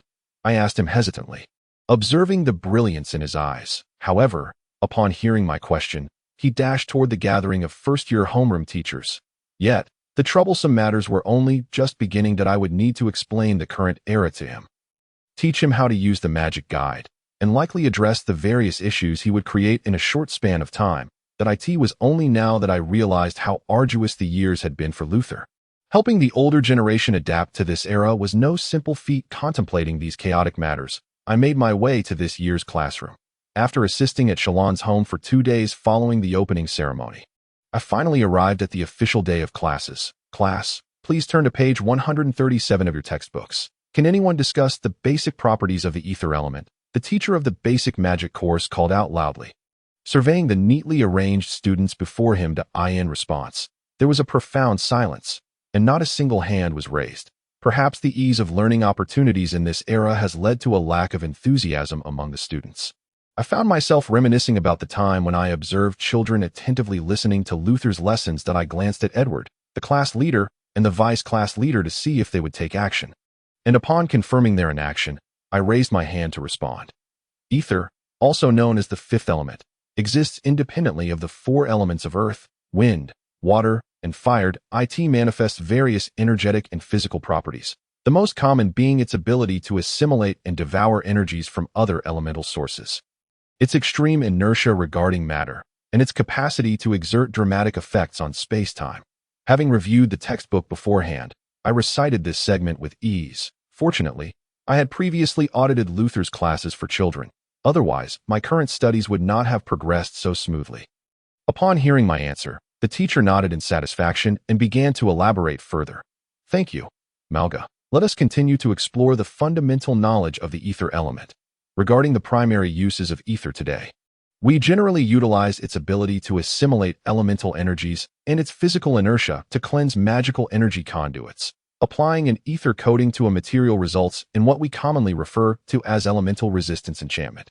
In fact, Ancient mages would employ both its physical inertia and its dramatic effects on space-time to create powerful physical impact spells that could not be defended against by spatial shields. Arcane Missile and Spatial Anchor are hallmark spells of the ether element. Although not the focal point for examinations, I still reflected on how mages from 3 centuries ago employed ether to achieve this point. The teacher concluded discussing the prepared material and produced a collection of steel tubes. Addressing us, although I know you would be much happier if you were to cast arcane missiles at dummies, regrettably, today's in-class assignment is to practice the enchantment technique of elemental resistance on these steel tubes. I will now lift the casting restrictions on your magic guides, but only for the elemental resistance enchantment. Upon hearing the teacher's words, I glanced at the display screen of my magic guide. After confirming the message indicating that the elemental resistance enchantment had been unlocked, I took the steel tubes distributed by the teacher and input my mental energy into the magic guide. Once the mental energy was inputted, the magic guide would utilize it to control the magical elements for casting spells. Modern magic guides require only the proper control of the input speed of mental energy. It should neither be too fast nor too slowed. As long as this is achieved, anyone can easily cast spells, although instantaneous casting is impossible.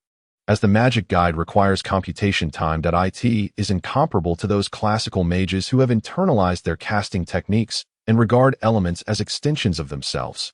That should suffice. With the assistance of the magic guide, I swiftly completed the in-class assignment of enchanting the steel tubes and handed them to the teacher, marking the conclusion of my first day in the basic magic course. Following the completion of the basic magic class, the history lesson commenced shortly thereafter. Class, please turn to page 103 of your textbooks. In the past 2 years, we have covered a significant amount of history from the transformative era under the guidance of Sage Nikyu. Starting this year, we will delve into the history of the revival era led by the twin sages Maslow and Tesla. In fact, they are also brothers of Sage Nikyu, having grown up in the same orphanage. The history teacher stood at the podium, flipping open the book and immediately launching into his lecture. Meanwhile, I was taken aback upon hearing those 2 familiar names. Maslow and Tesla, those 2 rascals who spent all their days flirting with the village girls had somehow become sages. What on earth has happened to this world? In the 5 years following the death of the sage Nikyu, humanity began to lose its capacity for development. The root of this issue lay in people's excessive reliance on Nigyu's leadership for progress, both in industrial sectors and in the realm of magical research. The teacher, oblivious to my internal turmoil, continued speaking that those who had lost their ability to develop began what could be termed the final revelry. Humanity squandered the resources accumulated during the era of transformation, pushing society to the brink of annihilation. It was during this time that the 2 rascals, known as the twin sages, Maslow and Tesla, emerged to guide humanity in various aspects of development. Maslow reorganized production management and reward systems, reigniting a new fervor for productivity, ultimately presenting the hierarchy of needs.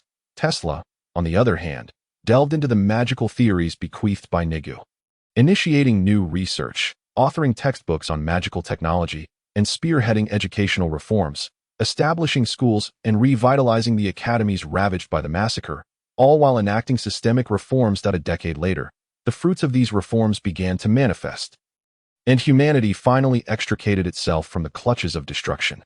Following this period, people began to reflect upon their past mistakes, igniting an unprecedented fervor for exploration and knowledge, ushering in the most crucial 20 years of discovery and inquiry in the Renaissance era. During these 2 decades, humanity established a comprehensive framework for magical and physical theories, uncovering all the unknowns of this world, opening portals to other realms, and forging diplomatic ties with extraterrestrial races. This period marked the pinnacle of human history. As the teacher excitedly recounted the achievements of humanity during the Renaissance, his expression radiated pride. I, on the other hand, was astonished by the role those former rascals played in human history and Nigyu's foresight. Indeed, Nikyu had previously mentioned that these 2 seemingly aimless boys, who merely flirted with village maidens, were far from ordinary. Perhaps it was due to his memories from a past life that he recognized certain talents and qualities in them that we could not perceive. However, Nikyu also remarked that regardless of their endeavors, these 2 rascals were ultimately driven by their desire to woo young girls. Wait a moment.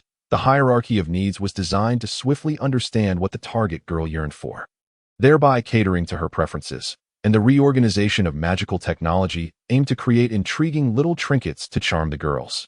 These two incorrigible rascals returned my sense of solace and inspiration, just as I was about to lose my mind. The class bell rang. After the morning lessons concluded, it was finally time to implement today's plan. Operation Integrate Wooming into Society Part 1, which involved having him share lunch with his classmates. From the information gathered during the past 2 days while caring for Tiana, it became apparent that the most crucial step was to encourage his participation in group activities, allowing him to forge friendships in this era. After much deliberation, we decided to first attempt having him share lunch with others, and subsequently see if he could find friends in the combat training classroom. Thus far, the outcome of this operation was nearly non-existent. Every individual present was overwhelmed by Wooming's formidable leave-me-alone aura.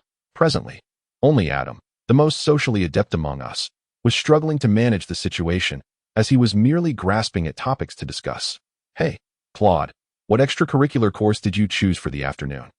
Despite Wooming's typically terse inquiry about the combat training classroom, I realized that Adam had inadvertently stumbled upon the most engaging topic to pique Wooming's interest. "Adam, you did well this time." However, upon hearing that Adam was also attending the combat training classroom, Claude's eyes lit up with an uncontainable excitement, a reaction that made Adam retreat hastily, allowing this hard-won opportunity to slip away. "Wooming, could you refrain from displaying such excitement at the mere mention of a rival?" Even Adam was intimidated this time. Ultimately, the conversation shifted to the recent urban legends surrounding necromancers, initiated by Adam and Edward's cousin, Eliza, likely due to concerns regarding personal safety, which prompted Wooming to finally join the discussion. I felt relieved, settling in to listen to the gossip Adam had picked up in the cafeteria. Previously, I had overheard a new waitress at the tavern mention that although summoning necromantic spells were not heavily supported by magical instruments, the tireless undead laborers were considered the ideal workers by factory owners. Therefore, some factories secretly harbored a few necromancers who would capture wayward children and force them into labor, subjecting them to starvation and harsh conditions until they worked themselves to death. After which the necromancer would turn them into zombie laborers, continuing to toil until their bodies completely decayed. Adam recounted this chilling urban legend in a haunting tone, causing Eliza to tremble like a frightened creature. Unable to bear it any longer, Wooming stepped in to comfort Eliza that "Don't worry, it's just a necromancer. The guards have apprehended them all." That I was surprised that Wooming remembered some of the terminology from yesterday's discussion, indicating he was indeed listening. Moreover, his ability to console others suggested that perhaps this little girl might become friends with Wooming, leading me to believe we might have been overly concerned. Unfortunately, my optimism was shattered by the afternoon. In the combat training classroom, Wooming encountered yet another issue, and this time, even Adam, the most socially capable among us, could not rectify the situation, as he was part of the problem. With a sense of despair, I watched Adam and Wooming on the practice stage, my mind racing with a torrent of thoughts, as my heart felt utterly exhausted. "Wooming, you are truly the most formidable opponent I have encountered in both this life and the last." On the practice stage of the combat training classroom, Adam and Wooming exchanged silent glances. "Brother Malga, why is Adam bullying a first-year student?" A second-year student beside me tugged at my sleeve, inquiring about my crumbling composure. As for why these two suddenly began their sparring match, it all began when we entered the combat training classroom after lunch to eye in the recollection of the Sword Saint. "Why do you want to go to the combat training classroom? I see your family isn't lacking in funds to enroll you in other courses." As Adam donned his training attire in the changing room, he curiously asked Wooming that I want to practice swordsmanship. Wooming's motives were unadorned and rather hurtful, suggesting that his reasons for practicing combat were less than noble due to financial constraints. That in my youth, I too had only taken up swordsmanship to secure more commissions from the mercenary guild. "Don't assume all strong individuals are as obsessed with swordplay as you are." Wooming's blunt remarks even struck me, let alone Adam, who had initially chosen combat to receive a better education, fueled by youthful impulsiveness. Adam promptly challenged Wooming to a spar, declaring they would see the truth on the stage. The recollection ended, culminating in the current predicament. As I attempted to rebuild my emotional state, I turned to the second-year student beside me. "Do you think that younger student will be bullied terribly by Adam?" The second-year student looked at Wooming with a hint of pity. "Don't worry, it will be fine," observing the second-year student's sympathetic gaze. I opted for a more neutral response. After all, it was unlikely that Adam could best Wuming. Even considering his physical attributes and spiritual state, Adam had little chance of prevailing over Wuming, let alone. With that thought, I gazed at Adam, who was preparing to demonstrate his prowess against Wuming on the stage. Not to mention that Adam genuinely viewed Wuming as a first-year student and was underestimating him. Ding! Watching the two on the stage, the teacher shook his head in exasperation before ringing the bell to signal the start of the match. Due to his overconfidence, Adam neglected to contemplate any strategy and executed a straightforward downward strike aimed at the unnamed warrior's left shoulder. It must be said that, despite his arrogance, the execution of Adam's leap was remarkably flawless. One could credit this to Richter's adept guidance. Even with a hint of overconfidence, he still exerted his utmost effort. The leap was commendable, yet tactically it fell short of consideration. Due to a disparity in physical prowess, the unnamed warrior was compelled to resort to evasion in response to Adam's descending strike. While leaving behind a pointed remark, observing Adam's failure to land a hit, he swiftly adjusted his footing in accordance with the momentum of his axe, intending to follow through with a diagonal slash after a full rotation. The technique of a rotational strike, which had nearly caused injury to Shalon in a past tournament due to its swift integration of power from a preceding ineffective blow, was a high-level skill. Unfortunately, the opportunity for this follow-up attack was lost, as the unnamed warrior had already positioned his practice sword against Adam's throat, prompting him to crouch down. Adam's axe merely grazed the unnamed warrior's hair. Such fluidity in swordplay and movement might suggest that my own technique could surpass that of the unnamed warrior in speed, yet I doubt I could match his elegance to commendable maneuver. But lacking the right mindset, one could hardly hope to catch up to Tumergar under such circumstances. The unnamed warrior whispered this to the bewildered Adam before gracefully exiting the stage. Brother Malgar. What just transpired? Why have they ceased fighting upon my arrival home? Toot, wearing an anxious expression, inquired of the servant. Miss Tiana has just regurgitated her milk, but she has stopped crying, the servant replied with a smile while cradling Tiana. However, Tiana promptly erupted into tears once more. Maria, did you allow her to drink a bit after she vomited? Did you pat her back following the last feeding? Toot questioned Maria earnestly, observing the inconsolable Tiana. Isn't it just a matter of inserting the bottle into her mouth for feeding? Maria responded in a fluster upon hearing Toot's inquiry, making the answer glaringly apparent. I never anticipated that individuals of this era could be so inept in caring for children. A mere hour of our practice resulted in such chaos, and no wonder she vomited. I shall fetch some warm water. With a sigh, I informed Toot and proceeded to the kitchen. After a child has regurgitated milk, they may feel a bit hungry, so it suffices to offer them some water. Entering the kitchen, I poured the hot water used previously by the servant into the milk bottle, then placed it on the table to cool while glancing toward the living room. Toot, having relaxed, took Tiana from the servant and went to change her clothes, which had been soiled. Be good, little Tiana. Water will arrive shortly. After receiving Tiana, Toot gently rocked her, and soon her cries diminished, although it was said many times over 3 centuries ago. Toot, you truly are a professional caretaker. The sword saint merely dabbles in the role. After a moment of introspection, I tested the water temperature by dropping a drop on the back of my hand. This quantity should suffice, and the temperature is just right. Noticing the water had cooled sufficiently, I took the bottle and returned to the living room, handing it to Toot. Thank you. Toot accepted the bottle and began to feed Tiana water. After a few sips, he patted her back, and she soon fell into a peaceful slumber. Now let me hold her for a moment. You must be tired after practicing with that formidable Adam today. With Tiana asleep, I expressed my concern to Toot. Very well, but be gentle. Toot readily agreed, carefully placing Tiana into my arms. That I never imagined I would gain an additional sister. I hope she won't be led astray by the environment of this household. Gazing at my peacefully sleeping sister, I found myself lost in contemplation. Rest assured, I will not allow her to go astray. After all, she is my little sister-in-law. Upon hearing my musings, Toot gently embraced my shoulder and spoke softly. It seems this seemingly dense individual can indeed surprise one. However, I must admit, this is quite embarrassing. Honestly, I am not yet wed to you. What nonsense is this about a sister-in-law? I retorted, my cheeks flushed. Just as Toot prepared to respond, suddenly, footsteps were heard descending from upstairs. That it was the sound of the servant returning after changing clothes. Toot also noticed the footsteps and released his hold on me. Miss, I am truly grateful. Now please entrust Miss Tiana to me that I shall place her in the crib. The servant, upon seeing Tiana sleeping soundly in my arms, spoke to me softly, and I relinquished Tiana back to her care. After a brief interlude, Toot took his leave before my parents returned.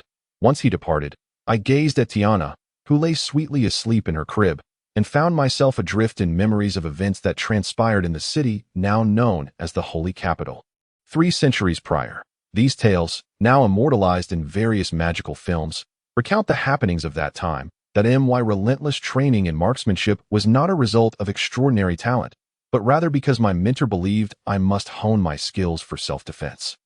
Given my peculiar allure to men, whenever my father witnessed my adept execution of various shooting techniques, he would shake his head in disappointment, my brothers and half-brothers, feeling threatened by my superior marksmanship, suspected I harbored ambitions of seizing the throne through force.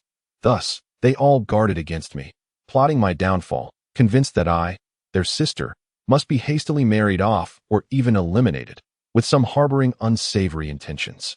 Having endured enough of this turmoil, I devised a plan to slip away from the palace, reasoning that my father and the others cared little for me. They would not notice my absence. The only obstacle was my personal guard, but upon confessing my intentions, he readily agreed to grant me passage. Thus began my aimless sojourn through the city, where I utilized the jewelry I possessed to fund a month of indulgent freedom in a lavish inn. However, my funds soon dwindled down. How much for a night's stay here? In a moment of desperation, I found myself seeking refuge in a cheap tavern, as my finances had become alarmingly low that I timidly inquired at the innkeeper's counter. To my dismay, this display of vulnerability brought unforeseen peril. Little girl, if you lack funds, I could offer you a place to sleep for the night, a burly man seated nearby said with a lascivious grin. Such expressions were all too common whenever men encountered me, but this blatant leer was unprecedented. 20 copper coins, 2 single rooms, one for this young lady to tea. That moment, a young man, appearing exasperated, placed 20 copper coins on the tavern counter and spoke kindly to the innkeeper. This young man was none other than Toot from 3 centuries ago. Are you intentionally provoking me, Hulk the Giant? If you wish to play the hero, this is not the way to do it.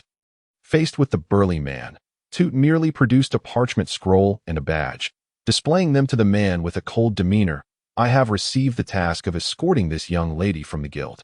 This is my mercenary proof. The astonished expression on that burly man's face when he saw Tut's mercenary badge remains vividly etched in my memory even to this day. This badge a mark of an A-class mercenary.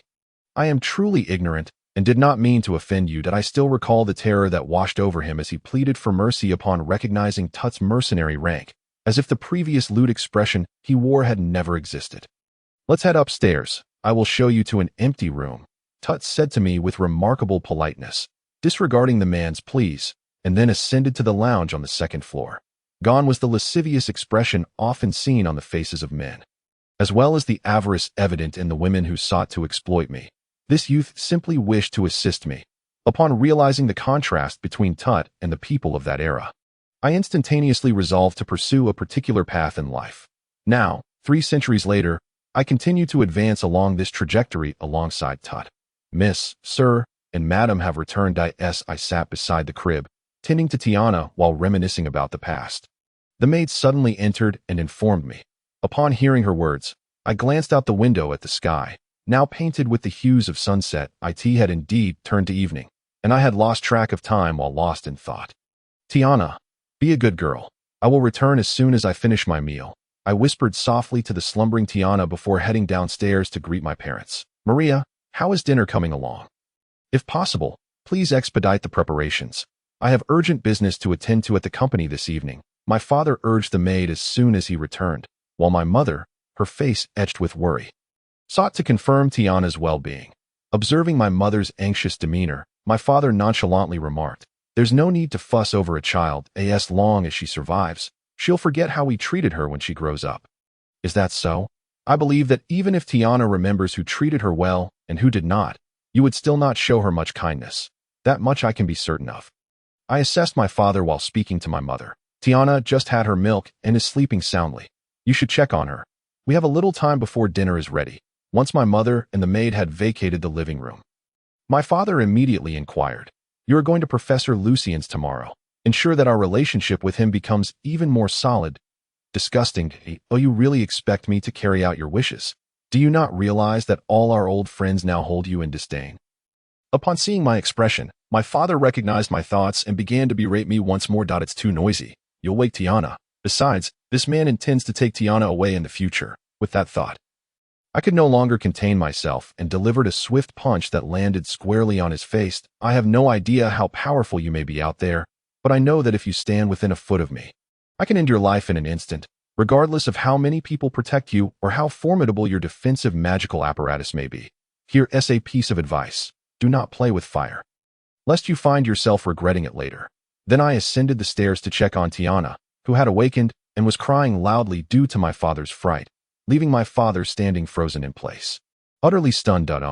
Is it really all right for you to speak to that person in such a manner? My mother asked me, worry etched across her face as I reached the top of the stairs.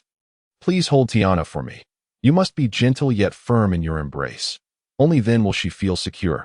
But mother, why did you choose this man? I did not directly answer her question. Instead, questioning her while cradling Tiana, that I chose him simply because he was wealthy and successful in his career, but perhaps I was too superficial in my judgment. My mother paused, taken aback by my retort, and then sighed before responding to my inquiry. We should head down for dinner. There is something I must mention to your father. Relationships gained through such means are utterly futile. To garner the attention of others, one must first earn their respect. Now, let us proceed to dinner. That I felt it inappropriate to express my opinion on my mother's response, so after gently placing Tiana in her crib, I addressed her. After listening to that old woman's lengthy discourse at the opening ceremony, I made my way to the combat classroom, practiced my shooting skills, and observed if there were any new students with peculiar behaviors or exceptional talents, potential old friends among them. But alas, I found none. That I can only hope that there will not be any major disturbances caused by Nameless before the combat tournament. That night, however, I came across a message in the group chat indicating that Tut had found Nameless, that troublesome individual. Thus, we commenced an urgent meeting on how to deal with the utmost dangerous entity, Nameless. Initially, we faced issues regarding language and concepts, common challenges among our cohort of seasoned individuals. Luther, who had the most experience in aiding the older generation to acclimate to the times, was the first to speak, and Tut, who had actually encountered Nameless, promptly added, "It would be unwise to assume it would be that simple. You know that today he stubbornly carried a practiced longsword to school. He nearly drew it to harm someone. His mindset is undoubtedly stuck in the violent era of 3 centuries ago." Upon hearing Tut's supplementary comments, the entire group fell into an eerie silence. The situation we feared had almost come to pass, and we were fortunate Tut reacted in time. Just as I was expressing gratitude for our luck in finding Nameless, Raphael spoke up. "Now, everyone should consider if there are any particular points of caution. Otherwise, given Nameless' troublesome nature, there must be more to it than this. Is there anyone here who understands Nameless well enough to share what we should be wary of?" Once more, the group lapsed into a prolonged silence. Could it be that Nameless' predicament was not merely an issue of adapting to the current era? Finally, I could no longer restrain myself and asked, "Could it be that none of you actually understand Nameless?" Soon, everyone began to recount how troublesome Nameless was. He rarely speaks. How am I supposed to understand him? This was Tana, expressing her inability to communicate with Nameless. "Tana, you are in a better position. I hardly ever get a chance to see him," said Philo, lamenting that he had never encountered Nameless in person. "The first thing he said to me was, 'Give me a potion,' and after that, was there ever a second chance?" lamented Raphael, who expressed his lack of opportunities to get to know Nameless. If anyone had the most interactions with Nameless, it would be Tut, who had been challenged by him. Meanwhile, the most reliable Luther meticulously analyzed who might have a better understanding of Nameless. What am I supposed to do? Please don't tell me you all intend to leave this problem solely to me, Tut exclaimed in despair. Rest assured, Tut, if you need assistance, I will certainly lend a hand, I assured him, though I knew my words might not offer much comfort. Thank you, Cheryl. Now, Luther, please provide some advice, Tut implored, desperately seeking guidance from Luther. Adapt and respond as necessary, Luther replied, and it became painfully clear that Tut would have to face the formidable Nameless alone. That I suggest you look into resources regarding autism care. As Nameless may not merely be struggling to adapt to this era, it's likely he struggles to fit into the era of 3 centuries ago as well. Otherwise, why would we, who are ostensibly the closest to him, know nothing about him? I offered a small suggestion to Tut. Identifying the most pressing issue with Nameless, in the foreseeable future, it seemed Tut would be troubled by matters concerning Nameless for quite some time. What on earth do you want, Claude? How on earth do you expect to attend school while clutching a sword? My mother looked at me, holding a practice wooden sword, her face etched with concern as she queried me. She mentioned that the Academy forbids the entry of such a weapon that I was genuinely unaware of when the Academy had imposed such a prohibition on bringing weapons. However, it appeared that everyone in this household was rather weak. How could they be oblivious to the plethora of precious magical artifacts here? Don't they know the saying about being guilty by association? Claude, hurry up and eat something. What do you intend to do by skipping breakfast? My mother approached me, holding a bowl of oatmeal, her expression filled with worry. That I implore you, please eat a little, even if it's not to your liking. Absolutely not. Breakfast is a luxury that only leads to downfall. Yet, upon seeing the anxious face of this woman before me, I ultimately set the long sword aside and accepted the oatmeal. That a mere bowl of oatmeal would suffice. What a good boy, she remarked, her expression brightening as I consumed the oatmeal. Before she collected the bowl with a smile, she then glanced at the long sword I had picked up again. Her lips pursed as if contemplating her next words. It seemed she had not given up on persuading me to leave the sword behind. However, that was out of the question. I must carry a sword when venturing outside. What if I were to be ambushed? After a brief standoff, my mother's stance softened, and she acquiesced to my request to take the long sword to the academy. As I stepped onto the bustling street, observing the numerous weaklings traversing along, I finally comprehended the intentions of the woman guiding my hand. This was no longer an era dominated by blades and magic. In the face of such a time, I began to feel an overwhelming sense of dread. What could I possibly do, armed with only a sword, in this age? Suddenly, a deafening noise jolted me from my reverie. Turning my head, I beheld a sight beyond imagination. That a figure clad in formidable enchanted armor, powered by 4 wheels with an indiscernible energy source, yet undeniably powerful. What manner of alchemical monstrosity was this? I gripped my longsword tightly, my heart racing as I stared at the alchemical creature. How infuriating! Those wielding peculiar alchemical weapons had dared to chase me into this era. It seemed I had underestimated them. Just as I prepared to launch an assault on the alchemical beast before me, the hand holding mine tugged insistently, pulling me aside. Once we had distanced ourselves, she scolded me. What on earth are you doing? Acting wildly in front of someone else's magical vehicle. We're going to be late. Hurry up. With that, she quickened her pace, urging me forward. That I glanced back, only to find the alchemical creature had vanished. While more of its kind continued to pass by. It turned out I had obstructed its path. Truly, this was an odd ERAAT that moment. My mother had already led me before a grand edifice, undoubtedly the academy where I would spend the next few years. Excuse me, madam, but weapons are not permitted in this area. Our combat training room has superior practice weapons, a lady remarked awkwardly, eyeing the long sword in my hands. What to do? I had never attempted to part with my sword, even by a mere half-foot. Teacher, may I have a brief word with this classmate? A boy slightly older than me approached the lady in this crowded indoor space. He spoke to me, and upon hearing his words, I immediately recognized his identity. The individual you have long wished to challenge is now within your reach. For now, go greet those adults over there. One of them is your homeroom teacher for the year. She will inform you of what to do next, and we can discuss other matters once you have received your magical device. Realizing he was aware of my previous title, the one I had yearned to challenge, my heart raced. He was Toot, the Sword Saint, the first of his kind since the dawn of the world, and now he had finally accepted my long-standing challenge. 300 years of refusal culminated in this moment, as Toot was now willing to spar with me. Did you even catch the second half of that? Perhaps my expression had been peculiar, for Toot appeared particularly fatigued as he inquired, as long as I follow your instructions. You will accept my challenge, correct?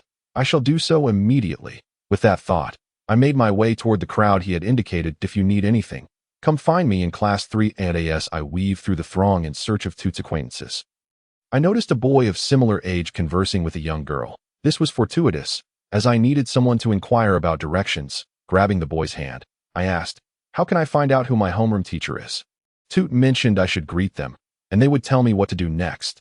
The boy appeared startled at first, but quickly regained his composure, addressing the girl. I'll take this classmate to find his homeroom teacher.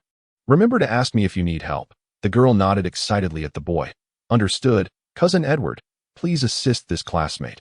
Afterward, the boy named Edward led me to a crowded corner, where numerous forms were plastered on the nearby wall. May I ask your name? He queried, looking puzzled. Nameless, I replied without a second thought, providing my old name. What a peculiar name. It seems to be nowhere to be found. Edward mused, scanning the forms on the wall. I can't locate your name, but it appeared Edward was struggling to find what he sought. Wait, Claude. My name is Claude. I suddenly realized the foolish mistake I had made and awkwardly confessed to Edward. Ah, so you are young Claude. Please refrain from making such jokes in the future, Edward said, chuckling rather than displaying annoyance. He then pointed to an adult nearby. Claude, I just found your name. This individual is your homeroom teacher for the year. Go greet them, but don't joke around as you did earlier. They are quite serious. With that, I approached the individual Edward had indicated, and he escorted me into a grand hall where an elderly man spoke monotonously for the entire morning. Afterward, my mother came to retrieve me. Thus, my first day after being reborn passed in a rather uneventful manner. This era is undeniably peculiar. In the bustling marketplace, I gazed at the 3 small magical devices my mother placed before me, truly sensing the myriad wonders of this age. Instruments that enable effortless casting of magic, astonishingly available to every child from the age of 6. Had I not been pursuing the pinnacle of swordsmanship, I would likely be eagerly experimenting with the capabilities of these treasures before me. Claude, which one will you choose? My mother inquired, awaiting my decision. Yet, this was a necessity. I had learned yesterday in class that this device was essential for my studies at the academy. Moreover, one of Toot's conditions for our duel was to acquire this tool. However, if I must select one, I would not utilize the spell casting enhancement function, and a protective shield would be a grave insult to my swordsmanship. Thus, it seemed I had only one choice left. I shall take the calculation ability specialization type. Considering the conclusion, I directly conveyed my choice to the store owner. This era is truly remarkable. Upon returning home, I was once again struck by the incongruity of the times as I watched a report on the image playback device regarding the capture of a corrupt official. When did it become a matter of consequence for officials to accept money from merchants? I recall that nobles traditionally maintained a few private soldiers. It was a perfectly normal occurrence. Furthermore, the notion that an official could be held accountable for the death of several civilians at the hands of their hired mercenaries. How could the rulers of this age be so virtuous? While I pondered the myriad perplexities of this era, my gaze fell upon the slip of paper in my hand, contemplating what exactly Toot intended by giving it to me. The note contained only Toot's current name and a string of numbers. This appears to be a communication address. Who provided it to you? Just as I was lost in thought, my mother's voice suddenly resonated from behind me, inquiring, "It was the boy from yesterday, Toot. He handed it to me after school." I managed to explain to my mother who had given me the note without revealing Toot's past name. Don't you know how to add someone as a friend using a communication address? Allow me to teach you. Under my mother's guidance, I successfully contacted Toot. The magical device truly is a convenient tool. This era is exceptionally great. That evening, after explanations from everyone, I finally gained a certain understanding of this time. I was astonished to realize that our deaths had birthed such a beautiful era. Indeed, it is beautiful, even amidst various shadows. This age is still splendid. Compared to the modern day, 300 years ago was akin to hell. In those days, the world was a living hell of cannibalism. Yet now, having arrived in this paradise, what could I possibly achieve? I gazed out at the vibrant metropolis, feeling lost in solitude. I relentlessly pursued the pinnacle of swordsmanship. I had never contemplated what else I could accomplish in this heavenly age. Perhaps this was the consequence of having disregarded the counsel of the sword Saint Toot and my reluctance to reflect on the meaning of strength. The dazzling light emitted by the city's magical lamps could not penetrate the confusion within my heart. Your technique is commendable, yet your mindset is lacking. If you wish to catch up to Tamarja, you have a long way to go. After quietly pointing out Adam's shortcomings, which left him astonished, I stepped down from the arena amidst the bewildered gazes of the crowd. To be honest, I was quite surprised that such formidable warriors still existed in this era. If he persists, the young prodigy named Adam will undoubtedly ascend to mastery and legend. Consequently, I found myself harboring greater expectations for the so-called combat tournament. Why do you wish to attend the combat classroom? You don't seem like the type who can only choose combat courses. However, upon acknowledging Adam's potential, His words reignited my confusion. Perhaps it was out of embarrassment and anger that I carelessly uttered a rather rude remark, which became the catalyst for conflict, rendering Toot's efforts on my behalf today utterly futile. That I knew I shouldn't have acted this way. Yet in this era of peace, what could I, solely armed with a sword, truly accomplish? This question left me in profound bewilderment, and my confusion transformed into anger, leading me to err.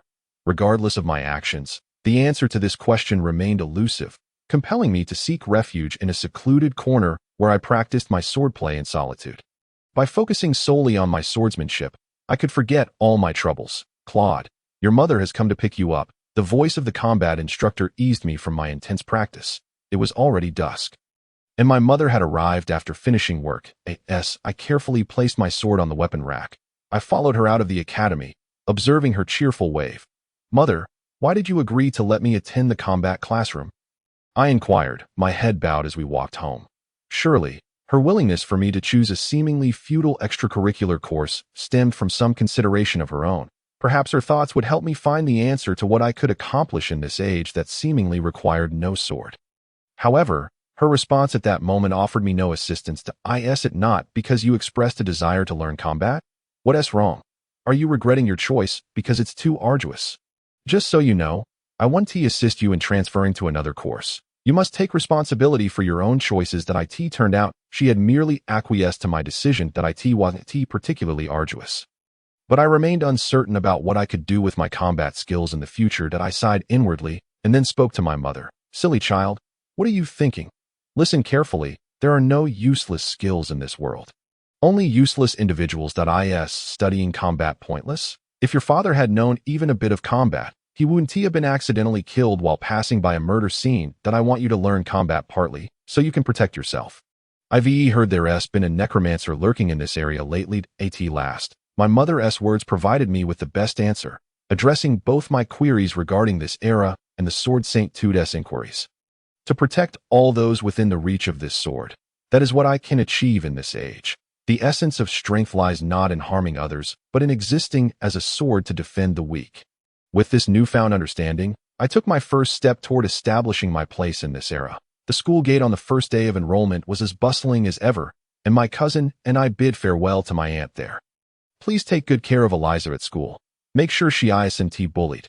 I've heard that children studying combat often pick on others. My aunt, still concerned, reiterated her warnings. Rest assured, the students here are quite decent. Besides, I know the children studying combat. They are all good people. I replied with a smile. Yet she looked skeptically at a child clutching a practice wooden sword at the entrance. Very well, if any issues arise, we can always switch schools. We shall meet again shortly. After sending my aunt off, I curiously glanced at the child at the entrance, only to find that Malja had already approached him. It seemed there was no cause for concern. Malja would likely resolve any potential issues thoroughly. Eliza, come with me. Let us greet the homeroom teacher. I said, taking Eliza by the hand to confirm her class and locate this year's homeroom teacher. Ah, Edward, are you here to see me with your sister? What an adorable little girl, he exclaimed warmly upon recognizing me, as he had been my homeroom teacher the previous year. This is my cousin, Eliza, who just enrolled today. Say hello to the teacher. I replied with a smile, gently patting Eliza's back to prompt her. Hello, teacher. Eliza seemed to be distracted, only snapping back to reality after my nudge, excitedly addressing the teacher.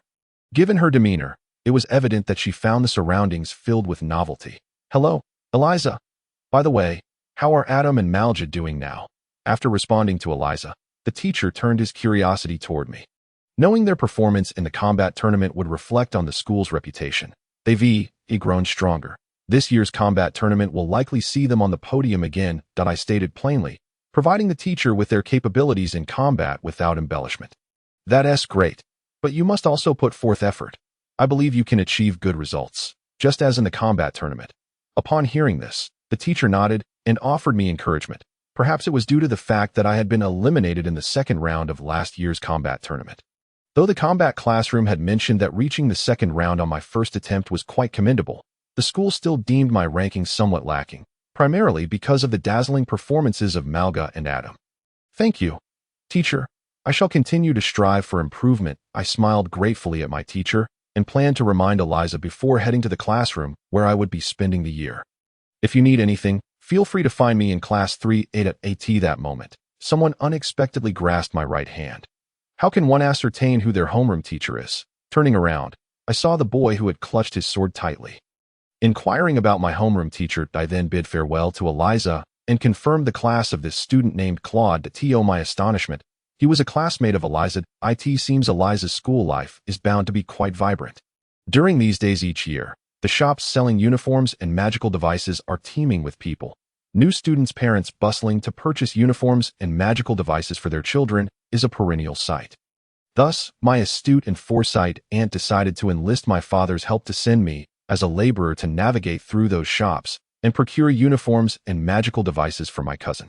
Who is this laborer, you ask? Unfortunately, that laborer is none other than myself. Edward should possess at least this much strength. Don't tell me that after 2 years of combat practice, he hasn't regained even this modicum of strength. My aunt relayed this to my father, who, feeling helpless against the relatives on my mother's side, had no choice but to sacrifice me. Consequently, I now find myself squatting in front of my cousin Eliza, attempting to inquire in the gentlest tone possible, "Eliza, what type of magical device would you like? Your cousin will fetch it for you." However, Eliza hesitated, lost in thought, unable to make a decision, just by any one of them. She finally said. Observing Eliza's indecisiveness, my aunt began to show signs of impatience and remarked to me, "Just by any one of them. Currently, the adults most desire us to utilize devices specialized in computational abilities. Though such powerful computing is generally unnecessary for mere studying. For instance, I am still using the defensive magical device I purchased 2 years ago, while Shouta and Adam have since upgraded to a new one. Having previously utilized the old models distributed freely by the school, can I buy a device specialized in computational abilities?" After some contemplation, I decided to avoid unnecessary complications and tentatively inquired with my aunt. "Then let it be that one. Go quickly, for it is so hot here that I can hardly bear it." Why aunt merely fanned herself, speaking with a lack of energy. "With your physique, you must be feeling the heat there as well," I thought, observing my aunt's somewhat thick yet not muscular arms, which I found a tad impolite. With a determined spirit, I plunged into the thronged eye. In the midst of this youthful procurement, I called out, "Eliza, this is yours." After enduring great difficulty to secure the desired items, I finally emerged from the crowd and approached the resting area where my aunt awaited. After handing the items to my lovely cousin, I collapsed onto a bench, utterly exhausted. What a terrifying battlefield this so-called shopping frenzy is. Those ladies truly are formidable opponents. Even a sea of slimes pales in comparison. "Edward, are you all right?" At that moment, my cousin's concerned voice felt like an angelic balm to my weary spirit. Having a younger sister is truly delightful. I had never realized this before. Alas, this moment of enjoyment was swiftly interrupted.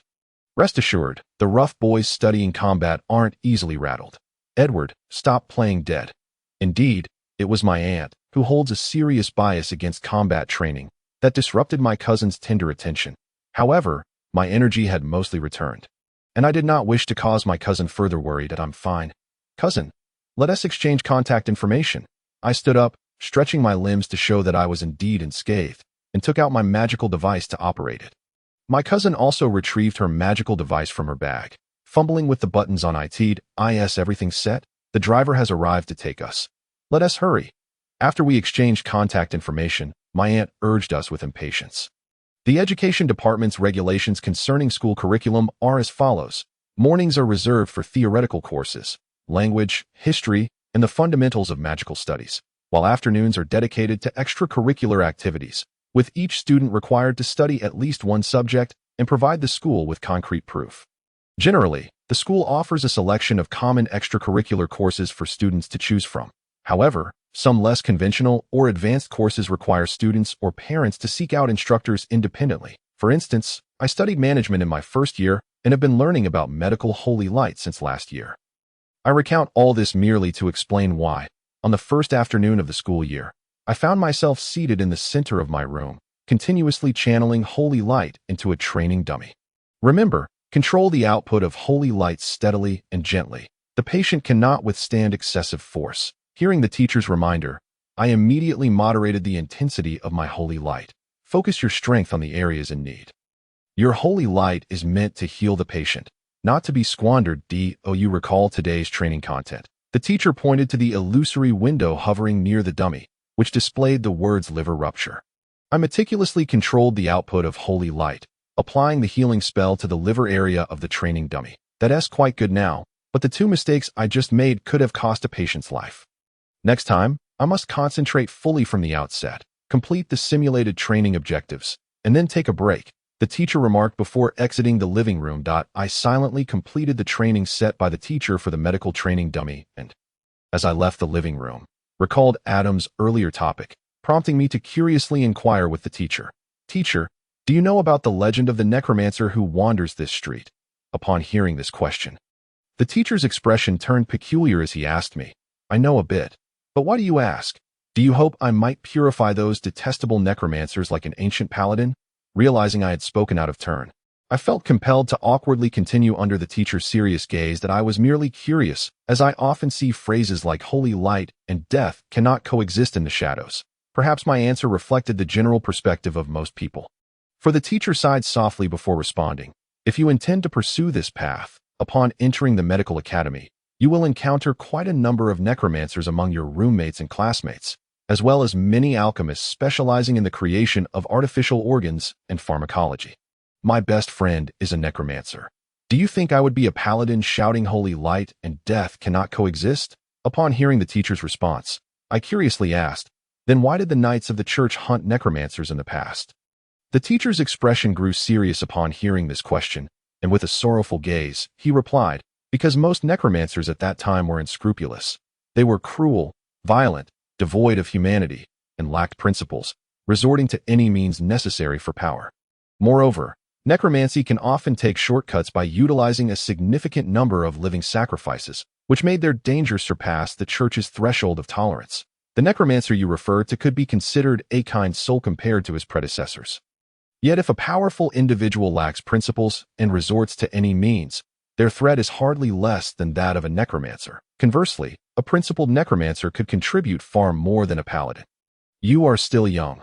Just remember these words, and in time, you will understand their significance. Having rested sufficiently, let us commence our study of medical theory. Today, we shall delve into the functions of the liver and its common ailments.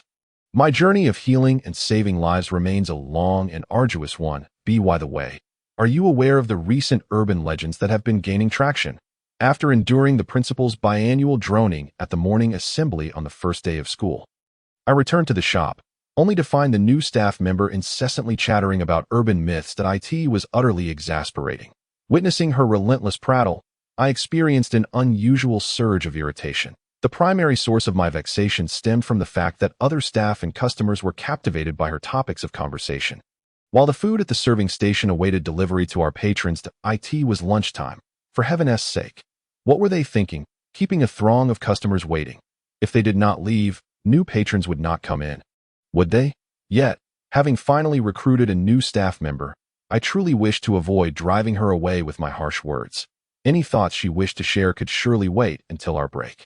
For now, that plate of chicken rice needed to reach table 5. Just then, Brother Richter handed the tray to the newcomer and spoke to her.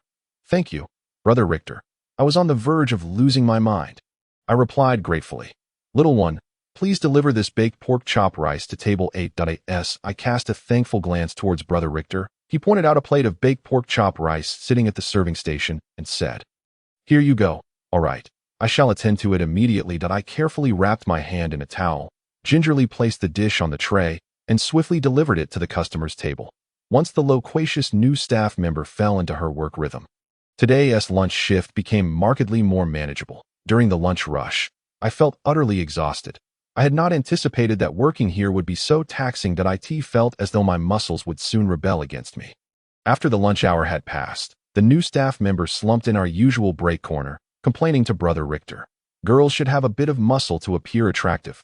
Nowadays, those actresses are practically all skin and bones.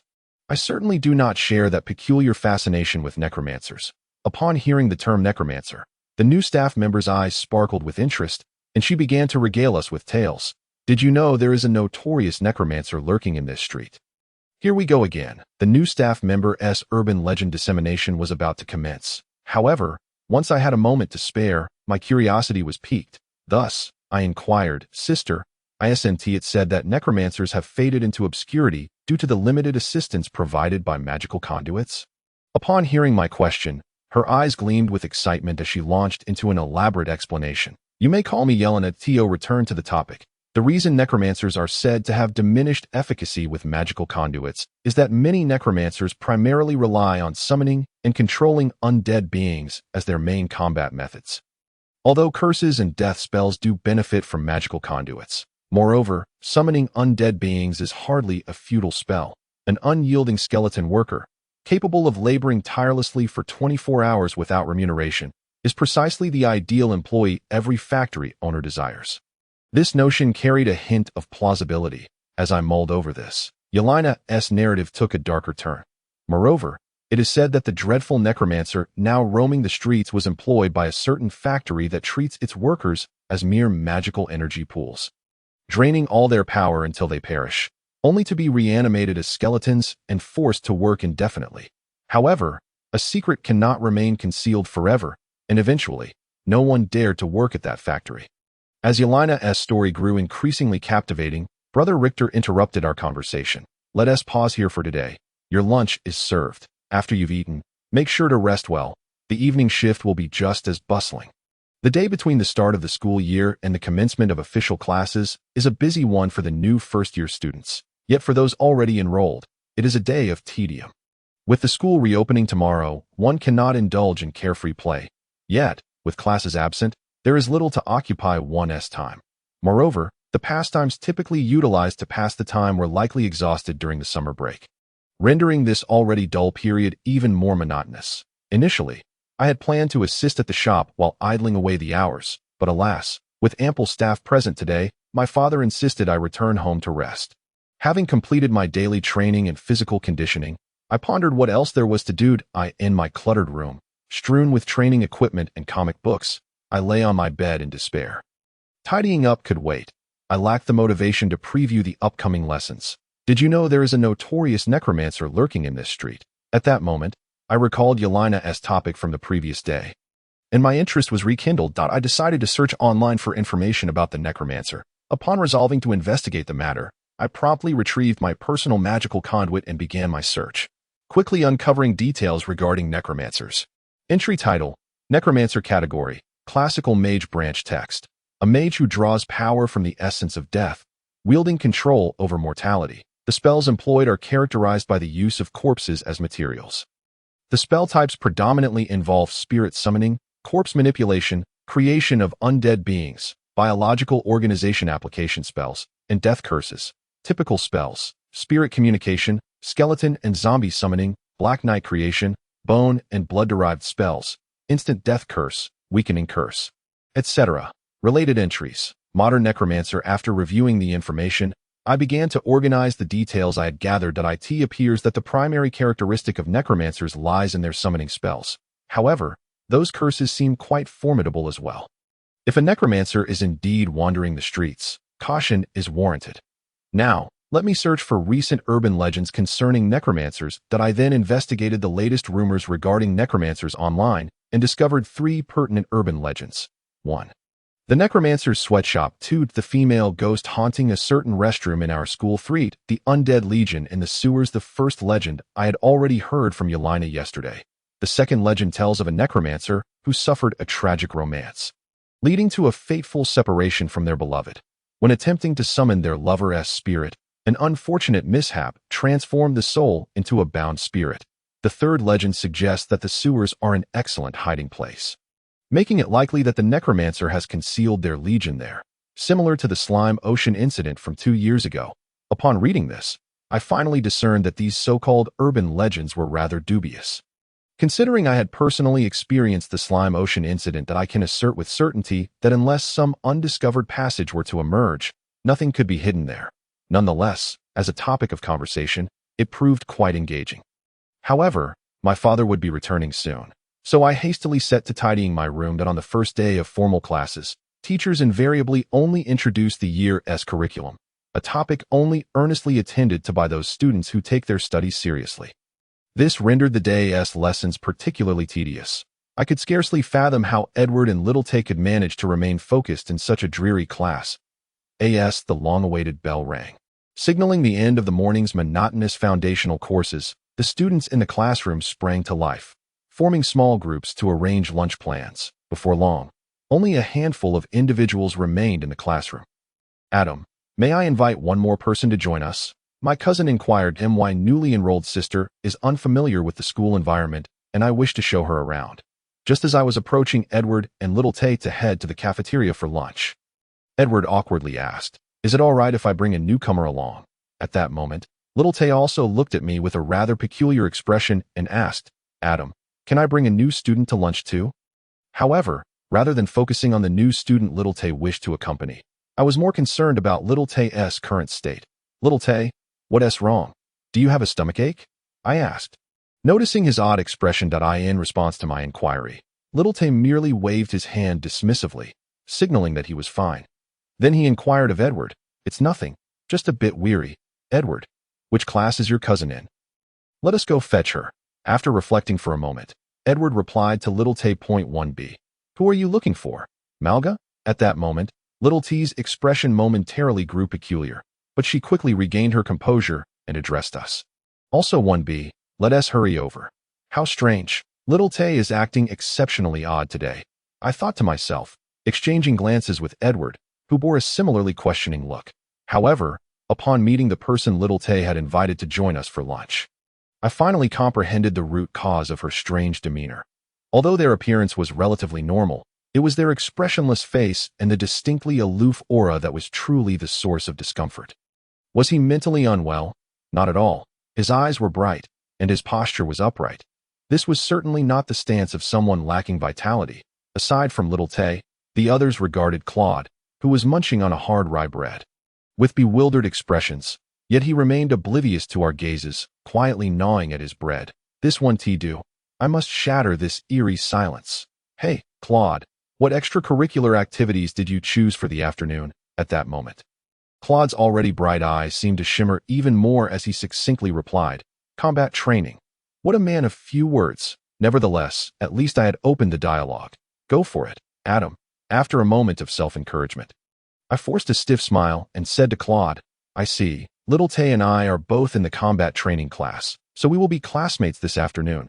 Upon hearing this, Claude's eyes lit up entirely, though devoid of actual brilliance. The intensity of his gaze felt 100 times brighter than a high-powered magical lamp. This sensation was unsettling. I felt compelled to steer the conversation away and, moreover, it couldn't just be between the two of us. "Speaking of combat, have you heard the recent urban legend that has been causing quite a stir regarding the necromancer?" At that moment, Edward's cousin, Elisa, excitedly chimed in, I know. They say there's a suspicious person roaming the streets, rumored to turn people into skeletons after killing them. My mother even instructed the servants to fetch me immediately after my extracurriculars because of it. Such an adorable little sister, with a sweet and delightful appearance and a cheerful disposition. She was a far cry from that gloomy weirdo. However, that peculiar person seemed intrigued by the topic at hand and joined the conversation. It was only then that the awkward atmosphere dissipated, allowing lunch to proceed normally. "Your technique is commendable, but your mindset is lacking. You are still far from catching up to Tamalga." With that remark, Claude, a first-year student, descended the stage after casually tossing those words in my ear, leaving me with the lingering sensation of the wooden sword's touch against my throat. To actively challenge a first-year student and lose was a testament to my inadequate skills. My motivation for practicing combat, driven by financial necessity, seemed futile. In that moment, I reflected on the reason behind this sparring session, questioning my own prowess in combat. Am I truly destined for a future devoid of prospects? With such thoughts occupying my mind, I completed my daily training and returned to assist at the shop.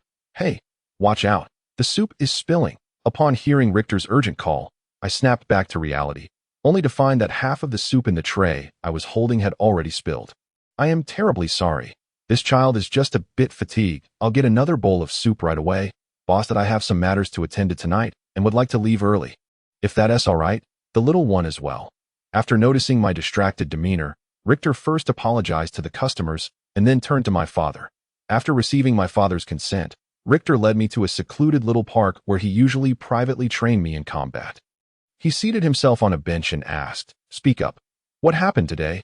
You seem lost in thought. If it were any ordinary matter, I would certainly share it with him, but I was reluctant to disclose the fact that I had challenged a first-year student and lost.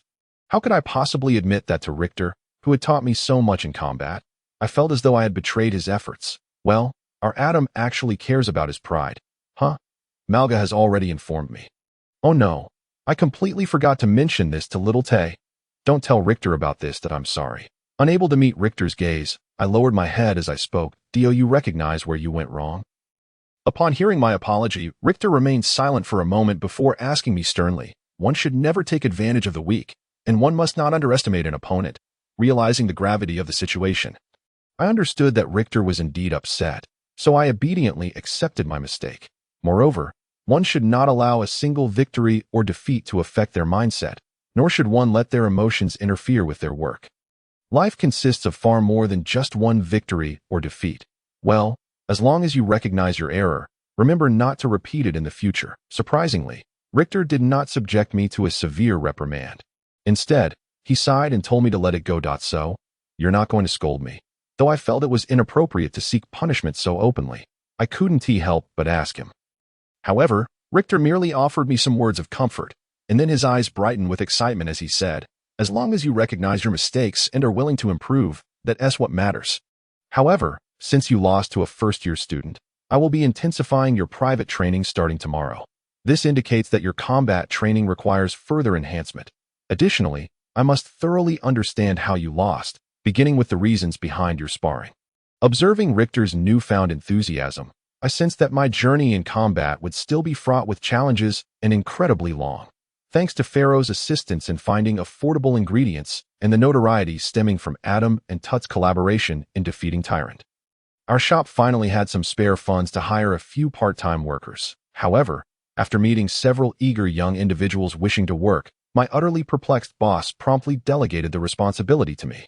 Thus, I found myself standing before an exceedingly suspicious prospective employee, asking her somewhat helplessly, "So, what exactly motivated you to choose to work at this restaurant?" Yet she completely disregarded my inquiry, meticulously surveying her surroundings. Well then, it was clear to me what the intentions of this young girl were. If you're looking for Adam, he is not here right now. Today is the opening day of school. You should be aware of that. Truthfully, aside from the somewhat suspicious aspects, this young girl had potential as a waitress. She was attractive, had quick writing skills, and her service attitude was acceptable. The problem lay in her dubious motives. Such a questionable individual could not be hired. We remained locked in a standoff until, after a while, she finally produced a card and confessed, "I'm here to gather material for my next novel." I took the card from her, and upon seeing that her profession was indeed listed as a novelist, I inquired, "You're the winner of this year's New Moon Award, aren't you? Was that you in disguise back then?" I scrutinized the young girl before me, attempting to discern whether she was indeed the genius writer, Yelena, featured in the magazine earlier this year, based on her facial features and nose. Of course. Why have you been staring at me since the beginning? Are you mesmerized by this genius girl? Upon noticing my gaze lingering on her face, she, with her unimposing bosom, inquired of me. What an arrogant individual, yet it is indeed her. The art of recognition from 3 centuries past should not err. If that is the case, approaching her seems appropriate, though it is wise to inquire further. After all, the modern literary circle is rife with individuals to be wary of, such as fujoshi, perverts, and warriors of love, all posing potential dangers. Recalling the few horror novels I encountered during high school, a chill ran down my spine. That I certainly do not wish for peculiar narratives like Adam x me, Tut x me, or Tut x Adam to materialize. You may ask why I am concerned about Tut x Adam, because such a scenario would result in me being pursued by Shalon wielding a handgun. You may proceed, but I must review your BL manuscripts. Anything detrimental to our restaurant's image or harmful to Adam and his friends shall not be permitted for submission. Otherwise, rest assured I possess numerous methods to intercept your work. Understood. After confirming the necessary precautions, I sighed and presented my conditions to her. Of course, it is permissible. You were initially my subject of interest, the informant, with standing in both the underworld and legitimate society. And of course, the rapidly rising dual prodigy Adam over the past 2 years also fits this profile. Upon hearing my stipulations, she smiled and responded as though she was already privy to such matters. In that case, Confidential topics must also be excluded from submission. Come to work tomorrow, Yelena. After proposing additional conditions, I glanced at the resume the young girl had brought and promptly addressed her. After bringing Yelena on board for part-time work these past 2 days, I was prepared to say that everything had proceeded smoothly now that our restaurant finally had sufficient staff. Unfortunately, issues arose with Adam.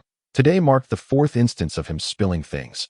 Although I had anticipated trouble upon receiving Tut's message at dusk, I did not expect the little fellow's condition to deteriorate so severely, nor did I foresee that the nameless one could cause such chaos. Faced with such a troublesome child, I could only helplessly approach my boss. Boss, I have matters to attend to tonight and would like to leave early. If possible, the little one as well. Noting Adam's dismal state this evening, my boss immediately nodded and whispered to me, I entrust Adam to you. He has more faith in you. Indeed, this child trusts me, but the troubles in the restaurant extend beyond just one that I caught a glimpse of the brilliant young writer. Her eyes sparkling with excitement, and suddenly felt a wave of unease. This sensation was unmistakable. It reminded me of the chill I felt back in high school when observing the Fujoshi writer in the front row crafting that horror piece titled Deli X Tut, a 3-century entanglement of life and death. Thus, I seized the opportunity while the little one went to change out of her apron to caution Yelena. Put away those unsightly thoughts from your mind, and remember to stay here and not wander off while working. As for tonight's events, I shall divulge a bit for your research. Upon hearing my words, Yelena puffed out her cheeks in protest. In a way, you are stifling journalistic freedom. This is spreading a white terror. Yet, with just a single sentence, I quelled her dissent. Based on my past experiences, I will select some safe incidents to share with you. That should suffice, right? Upon hearing that she could learn about these matters, Yelena promptly returned to work, and it seemed her efficiency had noticeably increased. Could it be that this girl was merely slacking off before? After resolving Yelena's issue, Adam and I ventured to a nearby park for a heart-to-heart. So, Claude said, those who study combat skills for money have impure motives and no future, and you became upset over the phrase no future. Is that correct? After understanding the details surrounding Adam's conflict with the Nameless One, I pressed my temples and addressed Adam, but honestly, among the people I know, the only one who studies combat for reasons other than money is the Nameless One. He truly dares to say such things. Moreover, judging by Adam's earlier remarks, it was evident that the Nameless One was going all out against Adam. Shalon is one way, and the Nameless One is another. Why must you older folks be so stringent with the child? Tonight, I must demand an explanation from the Nameless One. It is utterly inappropriate to bully a young child. However, a loss is a loss. It seems that the current pace of training is insufficient for perfection. This little one appears to have become rather lackadaisical lately, and it is time to intensify the training regimen. Initially, I had just mentioned the need to enhance training, but what should we do? Perhaps we should add a 10,000-meter run? 8,000 push-ups would also be commendable, wouldn't it? Or should we increase the weight on the equipment? The journey to transform Adam into a master of combat skills is still long and interesting. 22:55 Delhi. It seems his words hold weight. Darling, shall we get married next year? This phrase takes 2 minutes to input. The informant said. All right, it seems you truly lack the ability to respond. A new colleague said. You. Please teach him how to use it. A new colleague said. Where is he? Why isn't he here? Shin Chong said. I have been continuously taken advantage of today. I am exhausted and on break. That we are certainly not a sweatshop. A new colleague said. What on earth is going on? Shin Chong said. First, I was shocked by the fact that Tesla and Masuno became sages. And then I was further dismayed by the various indiscretions of the Nameless One today. That we are certainly not a sweatshop. The matter of the twin sages? Your orphanage has produced several sages. You should be thrilled. A new colleague said. Those two rascals, sighed. We are certainly not a sweatshop. How come even you, Luther, are like this? Surprised, a new colleague said. Those two rascals skipped school, caused trouble, failed to submit assignments, and flirted with girls in the village. They were worse than Raphael during their academy days, and nearly all the women in the village have been harassed by them. Shin Chong said. Moreover, both Tut and I can assert that the achievements those two rascals flaunt were all for the sake of better seducing girls. So, every time Tut thinks about how those two rascals, now sages, will only escalate their antics, he feels utterly drained. Hence, he skipped today. The Nameless One said. I'm leaving. The Nameless One exited the chat room. The Honesty of Commerce said. Are you running away because you can't keep up with this input speed? But I just heard the enormous scandal involving the twin sages, Xin Chong said. Why is Tiana crying again? Mother fed her the still warm milk, Xin Chong said. I should go help. I truly wonder how I survived the time before my memories awakened. Xin Chong left the chat room. A new colleague said, I can guarantee that this year will undoubtedly be a disaster for our sword saint. He has to take care of his little sister while facing the hellish troubles brought by the Nameless One and the continuous provocations of the twin sages. This year will surely be more than he can handle. 22. 48. The informant entered the chat room. The informant said, Nameless, is it really that amusing to bully a 9-year-old child? Xin Chong said, Is this the legendary case of hitting the young to provoke the old? The Honesty of Commerce said, Shalon, what are you talking about? You seem to be anticipating a good show. We are certainly not a sweatshop. Shalon, could you provide a brief explanation within 30 characters? Xin Chang said, The Nameless One thoroughly trounced young Adam this afternoon, so now Richter is here seeking revenge. Indeed, that was exactly 30 characters. We are certainly not a sweatshop. The focus is not on that. All right. However, speaking of Raphael, what exactly is the intention behind your online alias? A certain new colleague suggested that you undertake some tasks, claiming that he is quite excited as his girlfriend will be eligible for an adult identification card next year.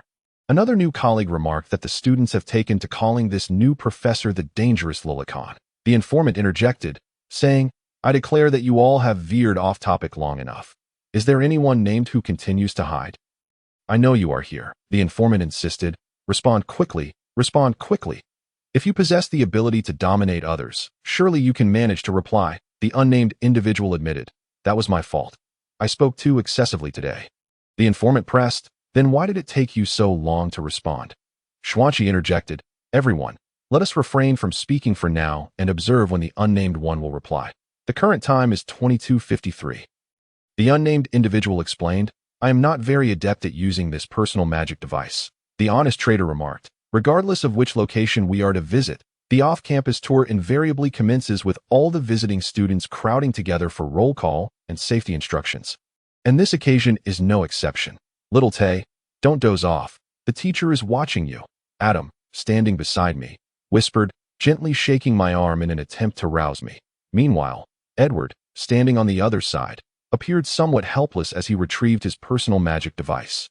Plugged in his headphones and pressed play, placing it next to my ear. A loud wail of a baby emanated from the headphones, startling me awake. Still dazed from sleep, I instinctively blurted out, What is it?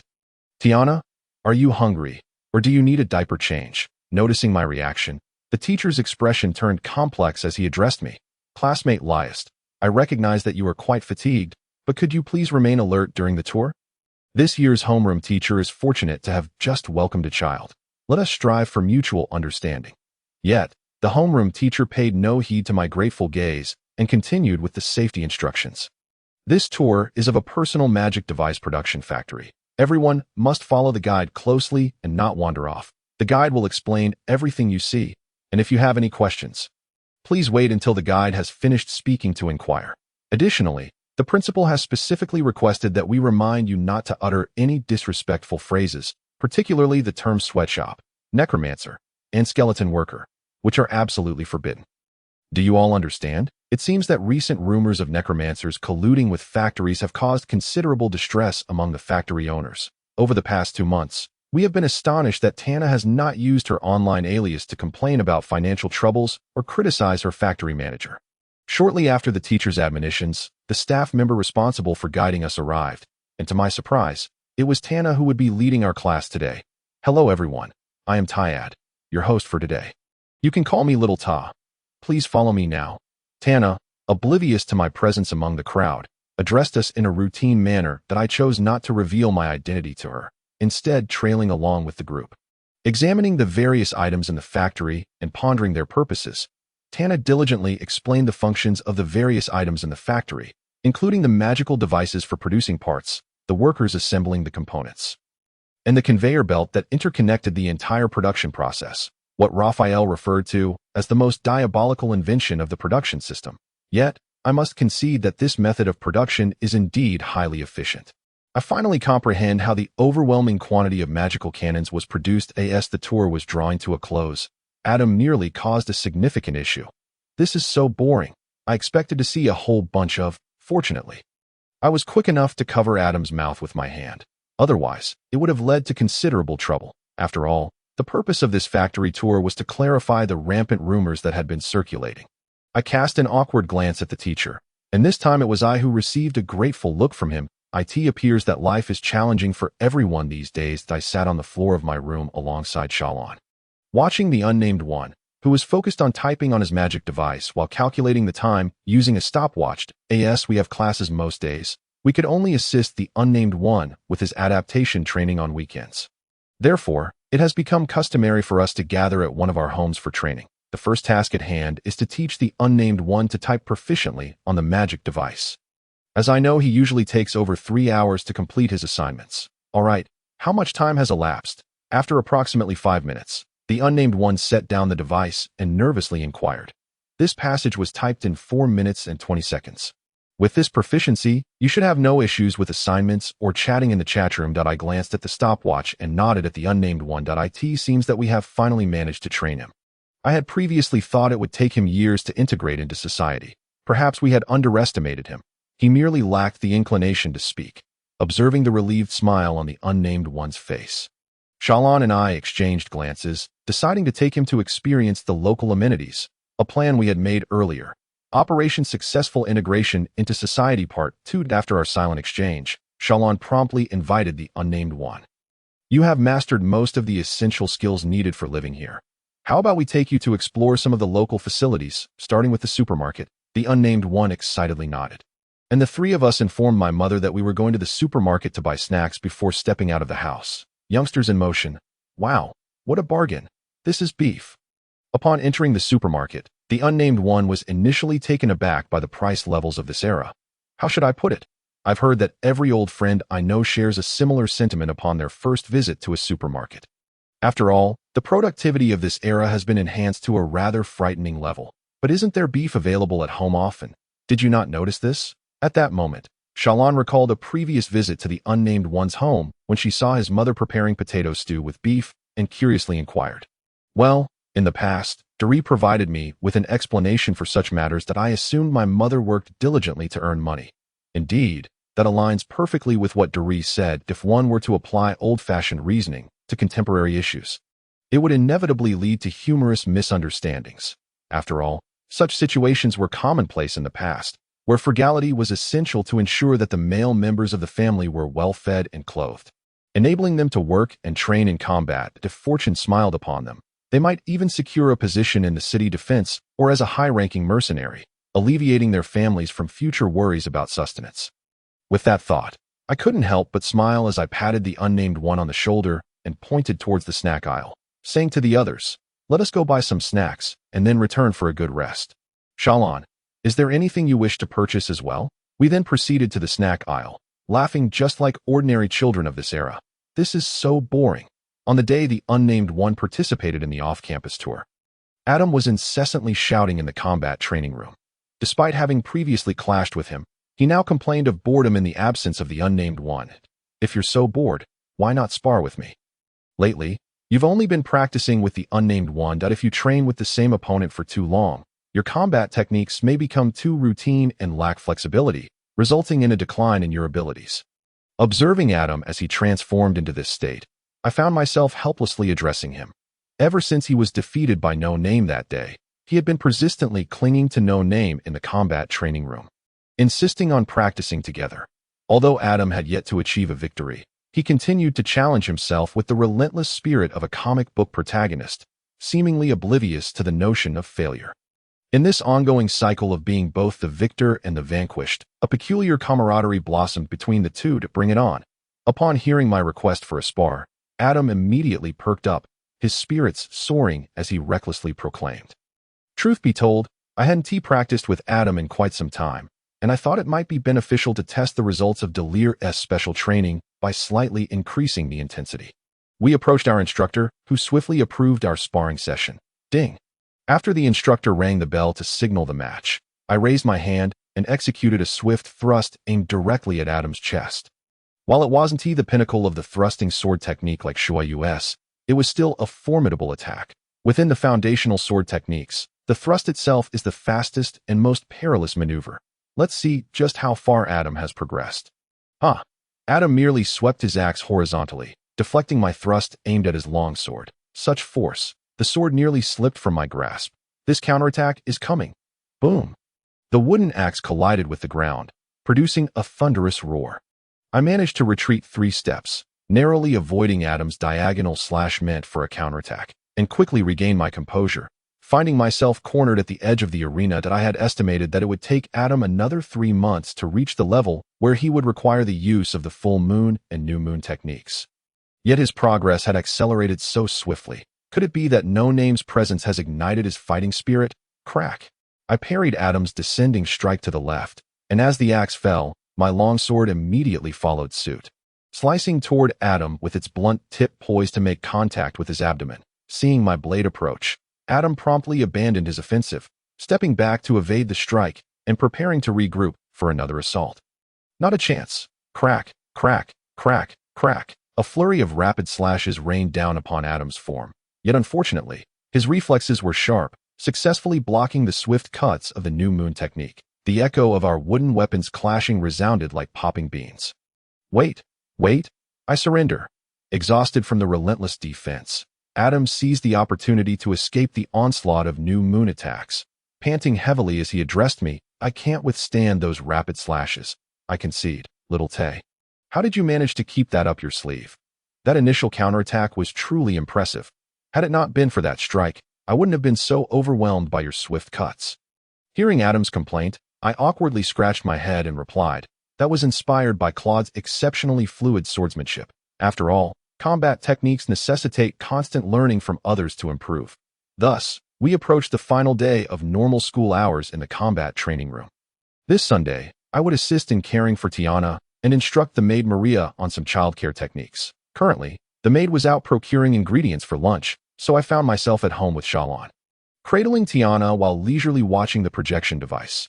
Earlier that morning, another report surfaced about a young man who had been transformed into a zombie in an alley on XX Street, believed to be linked to a series of similar incidents. The midday news continued to broadcast the tale of a necromancer who had claimed yet another victim last night, prompting Shalon, seated beside me with Tiana in her arms, to shake her head and exclaim, "What is wrong with this world? How can there be such a deranged necromancer?" Though, I suppose an early dismissal from the combat training room is a silver lining. I, meanwhile, adjusted the channel of the projection device to one airing a drama series. Letting out a sigh. Regardless of the era, deranged individuals always seem to emerge. However, they seldom live long. Observing the 3-dimensional images projected, Shalon, with a peculiar expression, turned to me and said, "I can't believe you're following Dream Dragon and Patrick. If that's the case, then a certain female author and waitress can certainly be deemed the most illustrious recipient of the New Moon Award in history. If she knew, she would undoubtedly be thrilled. Sword Saint of the New Moon." Faced with Shalon's teasing, I couldn't help but recall the exasperation I felt upon seeing this waitress at Adam's shop. How should I put it? Should I rage about why my name has been appropriated as the highest honor in literature? After all, my previous level of education was merely sufficient to read and write. Is it truly appropriate to symbolize such a prestigious literary accolade with someone as unrefined as myself? Seeing my expression akin to stepping in dog feces. Shalon, like a little imp, explained with a grin, "Isn't it because you always frequent taverns to listen to the tales of wandering poets, and then recount them to the children? Hence, they later regarded you as a symbol of literature for not abandoning the light of literature even in the darkest of times." Well, I suppose that's not entirely incorrect, but even such a trivial matter being treated as a grand achievement feels a bit excessive. At that moment, I caught sight of the projected image of the Dream Dragon and turned to Shalon, saying, "I wonder how that foolish dragon, Silas, is faring." According to historical data from the Information Network, its last known appearance was during the signing ceremony that concluded the war, and given the average lifespan of a dream dragon, it likely has little time left. After hearing about Silas, Shalon began to reminisce about the young dream dragon we had secretly nurtured in the back mountains. The noble dragon, celebrated for ending the World War, had transformed from the adorable little creature that once begged us for food and milk into a symbol of peace. Tut, I miss it a bit. In truth, I also felt nostalgic for that creature. It was merely a child by dream dragon standards, and it had been several years since we last saw it. I longed for the chance to converse with it one last time. Hold on. In 2 years, we'll attend the Grand Emperor's capital for our graduation trip. At that point, we can visit our old home and the places we once lived, including the back mountains. I have a premonition that foolish dragon is hiding there. Give me a hug. Haven't you been holding Tiana all morning? Aren't your arms tired? I took Tiana from Shalon's arms and inquired, beginning to discuss our plans for the graduation trip 2 years hence. The only two oddballs who eagerly anticipated their graduation trip this early were likely just us. Finally, liberation. On the same day the following year, as I watched the maid Maria expertly feeding Tiana and burping her, an eruption of joy surged within me, bringing tears of excitement to my eyes. No name could now live a normal life in this era. And Tiana appeared to be doing just fine. At last, I was free. I checked my magical device for any messages. Grinning, I picked it up and discovered that my old friends had gathered for a meeting that morning. After reviewing the records of the messages, I whispered to Shalon, can we step into the room to talk? Suddenly, Shalon's face flushed crimson, and she turned to me with a mix of shyness and embarrassment, seemingly having forgotten that I needed to discuss something important. However, I recalled that Shalon hadn't reacted this strongly before. Was it because a child's body is more sensitive, though she looked quite adorable in her current state? I awkwardly observed Shalon's reaction, playfully flicked her forehead, and quietly remarked, I do have something important to discuss. Where do you think I'm going? You will eventually marry me anyway, so it doesn't matter if it's now or later. May I enter your room now? With that, I took her hand and, while informing the maid that we were stepping into the room to rest, led Shalon toward her quarters. What are you planning? Speak up. What's so important? Upon entering the room, Shalon swiftly composed herself and inquired of me. Today, our old friends have decided to take turns patrolling the streets at night, claiming they aim to apprehend that necromancer. As I explained to Shalon what I had witnessed, I simultaneously requested a video communication with Keed. So, you intend to personally intervene and capture that necromancer, do you? Shalon remarked, casting a sidelong glance at me once she grasped the matter at hand. I knew you would wish to do so once the issues involving Ming and Tiana were resolved. However, it would be prudent to leave the reconnaissance to Keed and Deli, who are connected with the police. Previously, I had received a commission from Keed regarding this very affair, and now that the communication was established, I said, Sir Knight, please elucidate your plan to TUT that moment, within the emerging three-dimensional window. Keed bowed to us with a knightly salute before speaking. Esteemed Sword Saint and Princess, I hope that you and the two professors can remain in peak condition to handle any unforeseen circumstances. After all, we are entirely unaware of the necromancer's capabilities. Should he truly command an army of the undead, we must reserve a contingent to safeguard the town. Thus, we shall rotate our 3 groups on patrol while assisting the police in their search. With you acting as our backup, is that acceptable? After listening to Keed's words, I nodded and responded, Understood. You mean for us, the Holy Order, to serve as a trump card, correct? Very well, I wish you a successful search. It seems we shall indeed have some respite this time. The first victim. In the quiet of a deep night alley, I lay still upon the ground, awaiting the arrival of death. Blood flowed ceaselessly from the wound in my throat, marking the countdown of my life like an ancient hourglass. Once the sands of time, the blood, ran dry, the grim reaper would come to claim my soul. Crying for help and fleeing were futile. Even breathing had begun to grow difficult, let alone the fact that the assailant had severed my vocal cords and ligaments from the very beginning. In that moment, I could not help but gaze at the figure beside me, who was skillfully weaving some unknown dark sorcery, draining from me something far more lethal than blood. A man clad in a black robe, with skin of a sickly pallor. How unfortunate I was. I had merely gone out for a drink with colleagues after work at the factory, never anticipating such an encounter, especially since I was not one to return home particularly late. Why was it that I, of all people, had to cross paths with this malevolent figure in black on my way home? Very soon, you shall become a part of my power. Shortly, you will awaken as my slave, the man in black said as he lowered his hood. Leaning in close to whisper into my ear that moment, I beheld his grotesque visage, lacking a nose and ears, bearing only 4 grotesquely disfigured orifices. Yet, as I listened to his words, an inexplicable sense of calm washed over me. His eyes were devoid of white, entirely black, reminiscent of the abyss of purgatory. He now gazed at me with those terrifying eyes, scrutinizing my body, my soul, my innermost being. After observing me for a while, he began to caress my chest with his sickly pale hands, not in a lover's embrace, but rather as one appraising the worth of a pig destined for slaughter. Suddenly, his right hand plunged into my chest cavity. At that instant, I felt something within me being grasped. What organ lies within my left chest? I pondered, even as the black-robed man extracted my internal organ, exposing it to my view.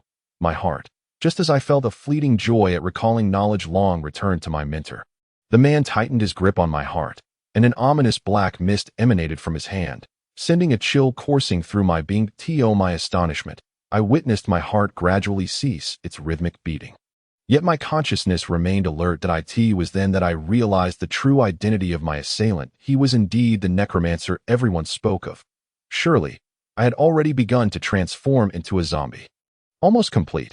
Let me return this to you first, he uttered, placing my heart back in its rightful place, the enormous wound in my chest healing instantaneously.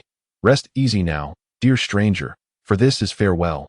With those words, he resumed his dark sorcery, and a wave of excruciating pain surged through me like a tidal wave that I could not pinpoint the source of the agony.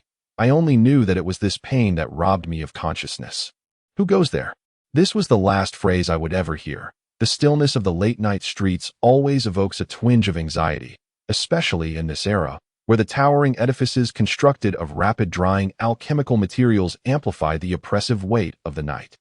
Such immense structures invariably instill a sense of dread, and I found myself walking alone along these streets, lined with skyscrapers. However, the proliferation of magical streetlights has indeed been a great boon. That I gazed at the streetlights illuminating the night and muttered to myself. Self-talk is a reliable method to maintain one's psychological state during such moments. The darkness, silence, solitude, and looming structures create immense pressure, and even the bravest souls require some means of fortification. The necromancer, who would go to such lengths for individual power? I must be out of my mind to have wandered the streets at night due to a sense of unease, as this is surely the duty of the police, is it not? In the midst of bolstering my courage, I reflected upon my own folly. After all, I was a healer by profession, and my work as a private tutor bore no relation to matters of security and law enforcement. While there had been a time, 3 centuries ago, when knights patrolled the streets for safety, that era had long since passed. Just then, I perceived something amiss in a concealed corner and called out in that direction. Who goes there? Suddenly, with a faint whoosh, a bone spear hurtled towards me, aimed directly at my brow. The bone spear, a mid-level spell of the skeletal arts, is crafted from bone into a finely honed javelin. Its power varies depending on the quality of the bone used and the level of the spell.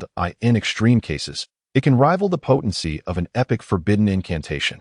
Under ordinary circumstances, even a trained soldier might succumb to such a sudden assault. Alas, the adversary had chosen the wrong opponent. Instinctively, I conjured a shield of holy light before me to deflect the bone spear, then raised my fists to guard my chest and addressed the figure in the black robe. It had been a considerable time since I practiced the hand-to-hand combat techniques of the holy light, and I was unsure of my current capabilities. Nevertheless, I had no choice but to engage the necromancer before me. After all, there was a freshly animated zombie at his side, and it seemed he had no intentions of sparing my life. The loathsome knight's best material for crafting black warriors. No sooner had I spoken than dozens of bone shards flew toward me from all directions, each a lethal attack imbued with tremendous force.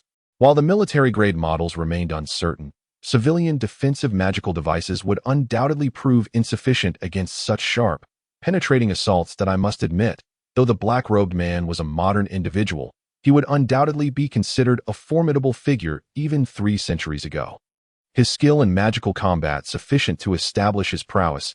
As I evaluated his strength, I countered the incoming bone spears with my fists, shielded by holy light, knocking them aside before surging forward toward the dark figure. Damnable police, consider this a reprieve for today, the black-robed man exclaimed nonsensically before vanishing from the alleyway with a teleportation spell. Who are you? This is a zombie. Behind me, 2 patrol officers, terrified and trembling on the ground, screamed in horror. Meanwhile, the zombie left behind by the man in the black robe lunged at me as soon as it was liberated from its master's control. That it appears that I have much to elucidate to you. With a swift motion, I delivered a punch to the creature's face, infusing it with a substantial amount of holy light. After completely purging the abomination, I turned to the two terrified officers who were at a loss. In the interrogation room of the precinct, a middle-aged officer, who appeared to be in his 30s, solemnly addressed me, "Mr. Keed, you discovered a man in a black robe and a newly transformed zombie in the early hours of last night. And then that man attacked you with bone spear and bone fong techniques. Is that correct?" After hearing this question repeated for the third time, I could only nod in affirmation. In response, you countered with a punch imbued with holy light and a low-level holy spell, successfully repelling him. Are you jesting? Necromancers are not easily dispatched. That individual is adept in advanced classical spellcasting techniques. The middle-aged officer erupted into laughter upon reviewing my statement and began to challenge my account. Believe it or not, while classical spellcasting techniques possess formidable combat capabilities due to their rapid execution, they are not invincible. Just 2 years ago, a master in this field was defeated by 2 young practitioners of martial arts. Was he not? In the face of the officer's skepticism, I presented the facts to refute his claims. Very well, you make a valid point, Xiaoxia. Take him to the scene to reconstruct the case. The officer, perhaps recognizing that he could not extract a truthful testimony from me, or perhaps believing my assertions, consented to my departure after the scene reconstruction. As I moved, I wondered if this was the location. After maneuvering through a wall of onlookers and reporters, a young officer named Sergei and I arrived at the alley where the incident had occurred last night. The scuff marks on both walls were made when he attacked me with bone fong techniques. I examined the marks on either side of the alley and quickly nodded in confirmation. Have the bone spears and fangs been recovered? Did you hear any screams beforehand? Sergei recorded my words and began to question me. Hoping to glean more information. No, had I heard anything, I would have rushed over immediately. Moreover, judging by the wounds on that zombie, its vocal cords must have been severed long ago. Sergei, astonished, inquired, although the victim's vocal cords were indeed cut. How do you know this? I retrieved my business card and reintroduced myself to Sergei. I am Kelland, an emergency physician, surgeon, and director of the morgue, having transferred from the Holy Emperor's General Hospital to this city hospital a year ago. As a doctor, I possess a certain degree of expertise. Sergei, taken aback, accepted the card and remarked, "Well, I did not expect you to be an expert, but what about the absence of struggle marks at the scene?" To my surprise, this officer named Sergei was not rigid in his approach. Upon learning of my position as the morgue director, he immediately began soliciting my opinions on the case, which was clearly beyond the scope of mere reconstruction. However, after a moment's reflection, I decided to offer my assistance to the investigation as much as possible, and thus shared my conjectures with Sergei, cautioning, "Please do not record what I am about to say as part of the case reconstruction, as it is merely my speculation. It is likely that some mental spells were employed, such as calming spells, charm spells, or mind control, which are sometimes utilized by psychiatric departments on violent patients. Thus, we swiftly completed the case reconstruction process and finalized the necessary paperwork before I hurried to the hospital to tackle the mountain of paperwork awaiting me. The consequences of dozing off during a lesson due to fatigue from night patrols had now manifested. Truly, the teachers have been rather peculiar lately, as I listened to the doubts expressed by my students regarding me from Richter's end. Accompanied by the muffled laughter from the other 2 participants in the video conference, I couldn't help but reflect on the myriad painful lessons encapsulated in the adage that a slip of the tongue can lead to disaster. Speaking of which, the children nowadays possess such vivid imaginations. The notion of Keed shielding a necromancer is indeed quite fanciful. That a message from Pharaoh appeared on the display, accompanied by his laughter. Is it fair to say that the current magical illusions positively stimulate the creativity of children? In our time, children could never have conceived such imaginative ideas. Tana then chimed in, laughing heartily in a rather unsavory manner. It is astonishing that a mere nap during class could lead to such misunderstandings. In the face of their teasing, I could only respond with an awkward acknowledgement. Just then, Richter extended a hand of rescue to me. Should we let them in? It's about time for Tana and Keed to clarify matters. However, at that moment, Pharaoh caught wind of some critical information that we had overlooked amidst the banter, thereby dismissing Richter's suggestion and attentively listened to the 2 young ones. Upon hearing Pharaoh's remark, we promptly set aside our jesting demeanor and focused intently on the intelligence being presented by the youngsters. That we uncovered 3 pieces of potentially valuable rumors. One concerning a sweatshop. That moment, I could already hear weeping coming from Tana's side. Very well. Given your current pitiable state, I shall refrain from pursuing your earlier unseemly laughter. Another rumor pertained to the ghostly woman purportedly haunting our school's restroom. As the result of a necromancer's summoning ritual conducted there, it stands to reason that this necromancer was not a recent practitioner of necromancy, but likely had been honing such skills since their school days. Leaving behind remnants. Wait a moment, young one.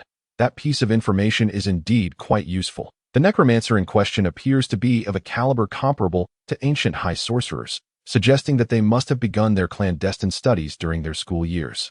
Thus, there should be remnants left behind. This realization dawned not just on me, but on everyone present, as we swiftly recognized the significance of this information and commenced exchanging thoughts in written form. This lead was indeed unexpected. Should we manage to locate the ghostly figure, we could considerably narrow down the identity of the necromancer. However, it is worth noting that schools with ghost stories are not limited to just this one. Should we send someone to investigate further? Upon spotting an opportunity to clear his name, Tana quickly regained his composure from his earlier distress and eagerly suggested, "Do we know anyone who fits this description?" Pharaoh questioned the feasibility of investigating based on this lead, while I contemplated a method to ascertain whether other schools indeed have ghosts. I then temporarily exited the video conference and requested to speak with the officer named Sergey. "Hello, is this Officer Sergey? It's Key. I have a small suggestion regarding the necromancer matter. After all, I am the coroner for that corpse, so how could it be considered meddling?" Once the details were conveyed, Richter also sought permission to join the video conference with me and the two youngsters. Upon entering, he immediately remarked, "Now, let us invite our genius surgeon Key to regale us with the tale of his remarkable friendship with a certain necromancer and internist named Tang Ji." Tana spoke candidly, punctuating his words with a rather unscrupulous laugh that I never anticipated that even a mere nap during class could lead to such misunderstandings. Faced with the playful banter of these two individuals, I could only respond with an awkward smile. At that moment, Richter extended a lifeline to me. Should we invite them in? It would be the perfect opportunity for Tana and Key to clarify matters.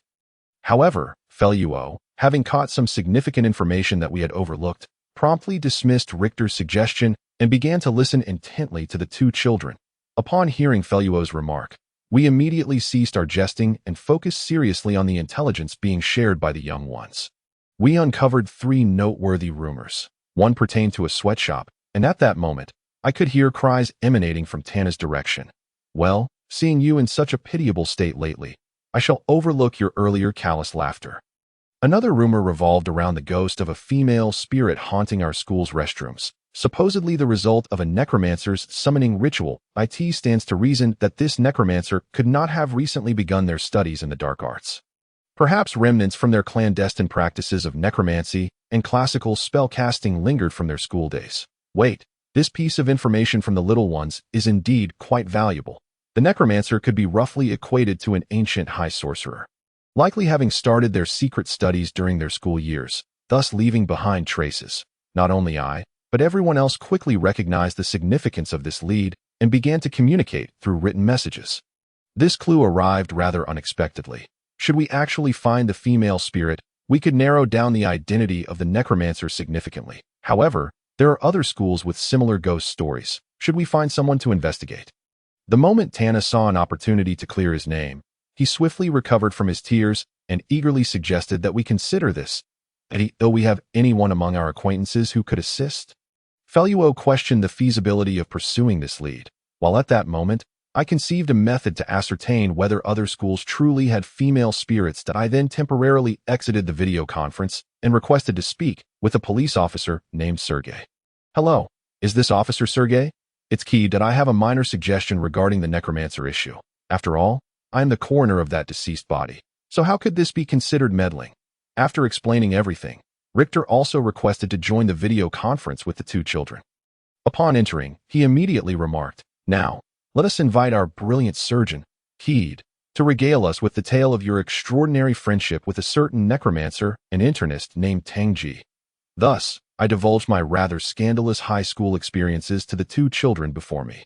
Naturally, I refrained from discussing the ancient figure from 300 years ago, opting instead to refine the narrative, yet I shared all that was appropriate.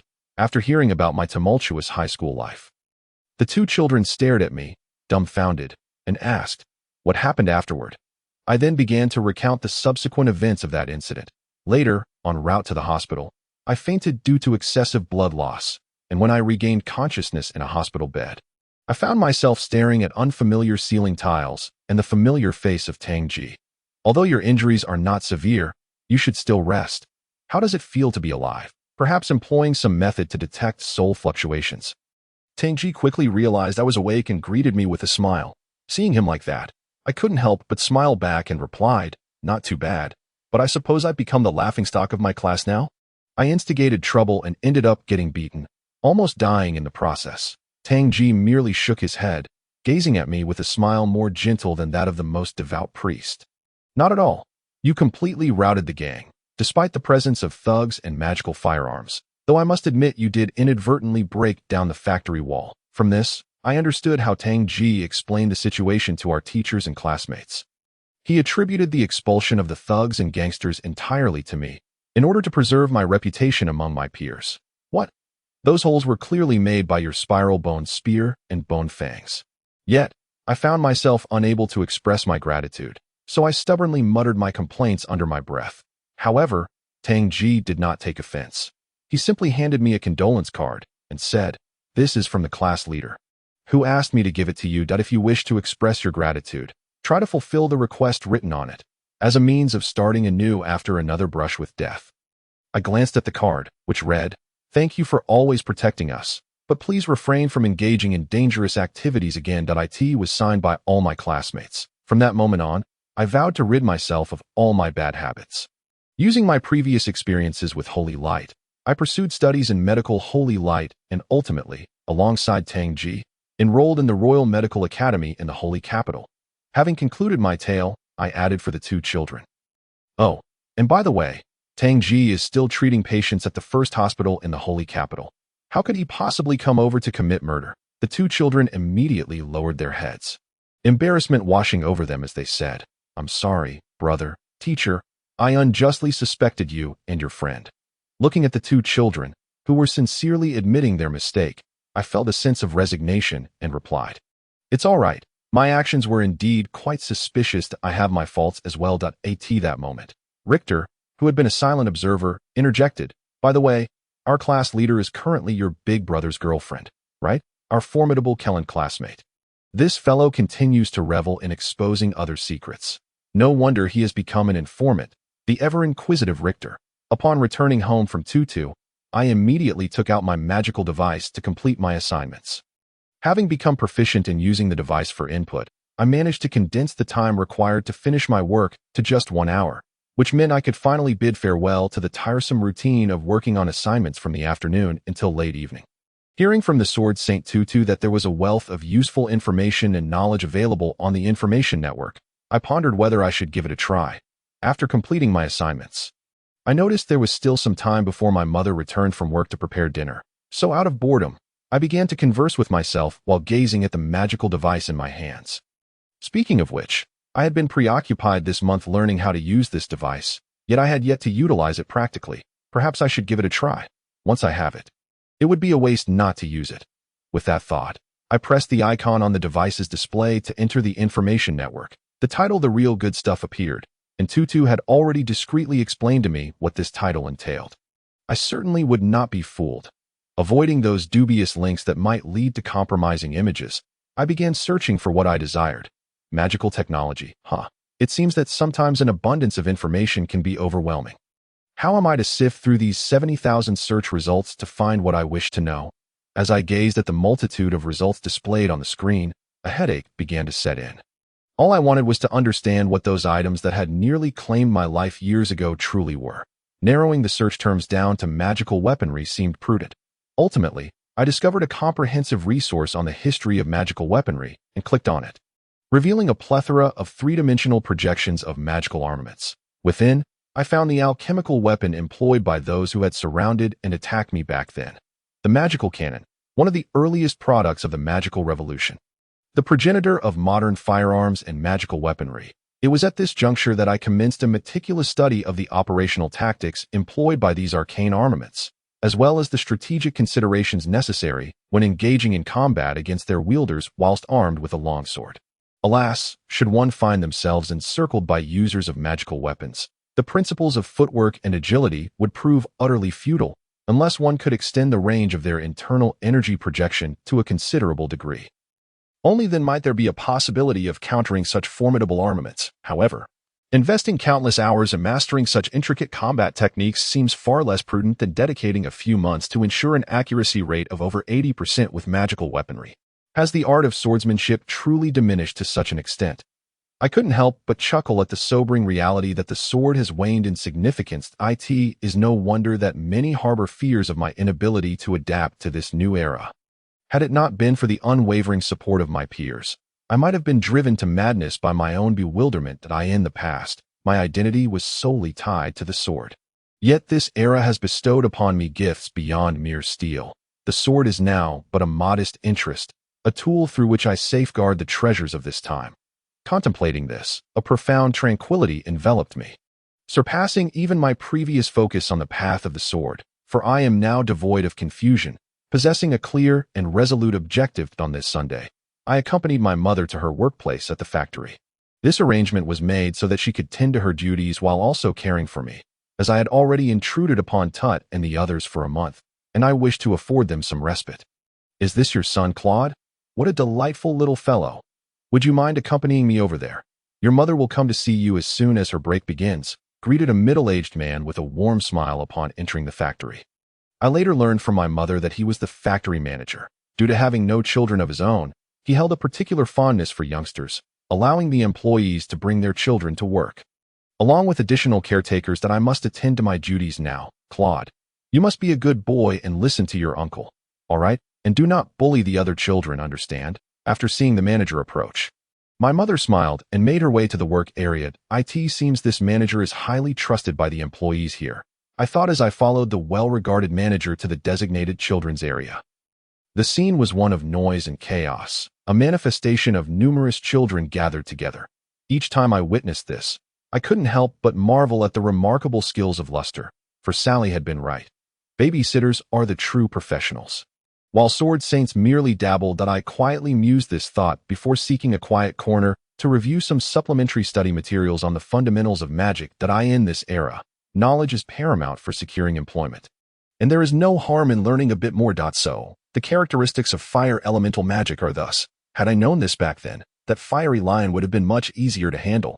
As I immersed myself in study, a ball suddenly soared toward my face at a swift pace. With so many people around, playing ball can be quite dangerous. "Please choose another game," I remarked nonchalantly as I caught the ball and set it down, addressing the children who had been playing in its trajectory. Those children, visibly displeased, rushed over intending to topple me and teach me a lesson. Such impulsiveness is characteristic of youth. In light of this, I stowed away my magical instrument into my pocket and sought to evade them, moving to a different corner to continue my reading. "What's with this kid? How does he evade us so easily?" the children exclaimed in surprise upon realizing they could not reach me. When launching an attack, it is wise to maintain a slight shift in one's center of gravity to ensure balance, particularly when certainty of hitting is lacking. I reached out to steady a child who had lost his balance and nearly fallen, then gestured to them before continuing on my way, ultimately spending the entire day engrossed in my studies. During the following Sunday, when I once again accompanied my mother, the children began calling me Big Brother and requested that I teach them sword techniques. It was then that I learned this was due to my undefeated record against Adam throughout the month. A fact that had become common knowledge. I had not anticipated that Adam was such a renowned combat prodigy in this era, nor that swordsmanship could retain its value even outside of combat. It seems there remains a great deal I am yet to discover in this age. This morning, a corpse of a young man, now transformed into a zombie, was discovered in an alleyway on XX Street. While I was having breakfast, my mother always made it a point to listen to the daily news transmitted via the magical communication device. "Mother, is this the work of the necromancer mentioned in the recent rumors?"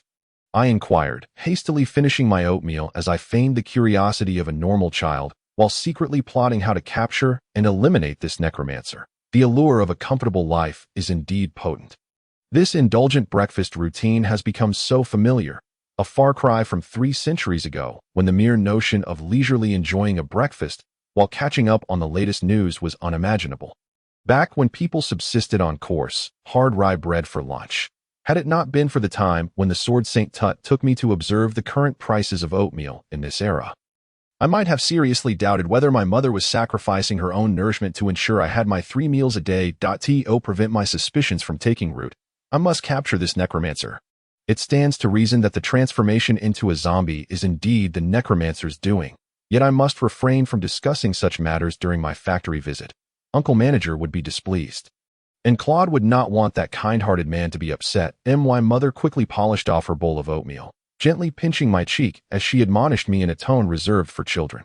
Uncle Manager, it would indeed be prudent to spare him some worry. Yes, I understand that I nodded in agreement, internalizing my mother's words that I then set off to school for a field trip mandated by the institution. Good morning, Claude. Did you catch the morning news? Upon arriving at school, my classmate Elisa timidly greeted me. Perhaps she was startled, considering the rumors pointed squarely at the various factories. Rest assured, the factory we are visiting is the one where my mother works. She assured me there are no skeletons or zombies, and should anything arise, I will be there to protect you. I assured the adorable girl with a smile. 3 centuries ago, my master had repeatedly emphasized that every woman is a divine treasure, deserving of utmost respect and kindness. Moreover, her cousin Edward had once assisted me, a debt of gratitude that, though small, must be repaid. Adding to that, Edward is a friend of the Sword St. Tut, which further compels me to protect this little girl. If any skeletons try to bully me, you must come to my rescue. Elisa beamed sweetly after hearing my promise. The child's joyous laughter is truly enchanting. I now comprehend why Sword St. Tut is so fond of children. Gazing at the lovely Elisa, I mentally vowed to ensure her safety. Classmates, please return to your seats. I will take attendance now. Afterward, we shall board the school bus to visit the factory, our homeroom teacher announced as I had intended to chat further with Elisa. Thus commenced my journey to visit the factory. In the days following our factory tour, I lived a life akin to that of a typical elementary student, attending school, returning home, and accompanying my mother to the factory on Sundays. Despite the continuous emergence of victims of the necromancer's attacks, it felt as if they were forever beyond my reach. The sole alteration this matter has brought to my life is that the factory's early closing hours allow my mother to return home sooner to prepare my meals. However, I am acutely aware that the necromancer will undoubtedly have a profound impact on my existence. Witnessing my mother's increasingly gaunt figure has made this painfully clear to me. It is imperative that we apprehend that necromancer swiftly. Should he continue to roam these streets, he will inevitably inflict harm upon those dear to me. My mother, Eliza, Adam, Edward, the benevolent factory owner, and the children along with their parents. I am resolute in my commitment to safeguard these individuals from the lurking threat of the necromancer. Thus, when Cord suggested that we voluntarily patrol the streets, I hesitated momentarily before deciding to join their nocturnal watch. To be candid, is this truly a wise course of action? You still have classes to attend, do you not? Subsequently, my companion Tana, concerned for my well-being, sent me a message. Although he harbors no doubts about my ability to withstand the necromancer's assault, he is apprehensive about my academic performance lagging behind the school's curriculum. In this era, poor academic results constitute a significant disadvantage, and my past experiences offer little assistance.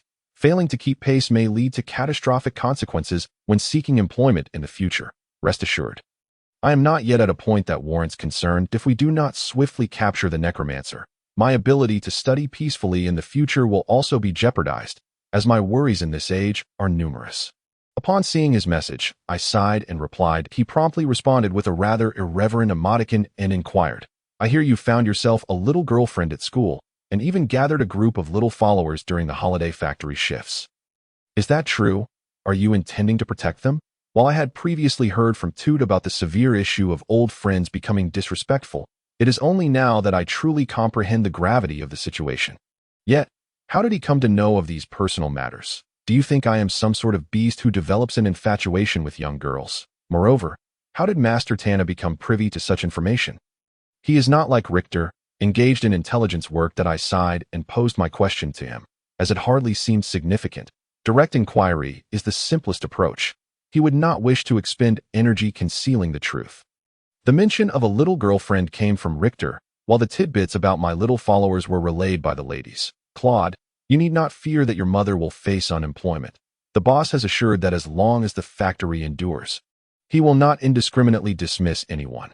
Upon receiving this message, I immediately discerned a critical detail. You are the manager of the Moonlight clan that my mother spoke of, one of the adults we must avoid emulating. Tana sent me a crying emoticon and remarked, "Do not presume you can best me. I am merely protective of children. These days, everyone is exceedingly busy. Leicester and Solace are preoccupied with childcare and teaching Claude how to use the magical device while completing homework, often appearing with dark circles under their eyes. Adam has informed me that Claude is in a similar state. It seems only I maintain a relatively leisurely existence, though my situation is somewhat more demanding compared to my peers. It is far less exhausting than theirs. Thus, it is only Adam, Eliza, and I who engage in light banter after lunch. Leicester and the nameless one seize any opportunity for a brief respite. Point one individual, despite appearing untroubled, seems to harbor significant issues. Today, I noticed a sorrowful expression on her face, which has persisted for some time, prompting my concern. Although prying into other secrets is not particularly commendable, I felt compelled to ask, "Eliza, what troubles you?" Upon my opening this line of inquiry, Adam chimed in, "Are you worried about the necromancer? Fear not. Eliza is a good child, and the necromancer will not target you." Upon hearing Adam's reassurance, Eliza immediately broke into a cheerful smile and replied, "Yes. Now I feel at ease." Yet, I could not shake the feeling that her smile was somewhat disingenuous. I understood that she would be reluctant to clarify the situation with me. It seems I must inquire with someone who might be more informed, Claude, though he is currently unavailable. Thus, I will have to approach my parents. That evening, I resolved to ask my mother about the matter. The situation is rather convoluted, and I cannot articulate it clearly. That I can only say that your uncle and aunt have had a quarrel, which has affected Eliza's emotional state. When you have the time at school, please spend more moments with her. I am not entirely at ease regarding that child. My mother sighed in response to my question, then knelt to stroke my head and asked, "Edward, may I inquire about something? Have you ever resented me for leaving you and your father here while I pursued my studies in the holy capital?" You were only 6 years old at the time that I understood the crux of her inquiry, and having grasped the difficult choice she faced, I recognized the cruelty of her decision from my perspective. Nevertheless, I chose to respond, "I harbor no resentment towards you, merely a sense of loss, for it was during that year that I forged the most meaningful friendships, learned invaluable lessons, and determined the direction of my future. Yet, during those joyful moments, you were absent from my side." Upon hearing my answer, my mother simply remarked, "Ah, so you have indeed grown." She then retreated to her room. Although her words seemed somewhat disjointed, I discerned the underlying issue Eliza faces. Her parents may no longer cherish her. In a more severe scenario, she could be subjected to abuse at home, and no wonder she harbors such dread of the necromancer's legend. With her gentle disposition, she would likely internalize the blame for any misfortune.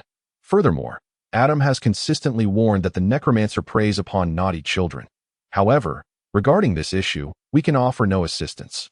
All we can do is watch silently and, at best, heed my mother's advice to spend more time with her at school. We are left with little recourse, save for hoping that my uncle and aunt reconcile swiftly.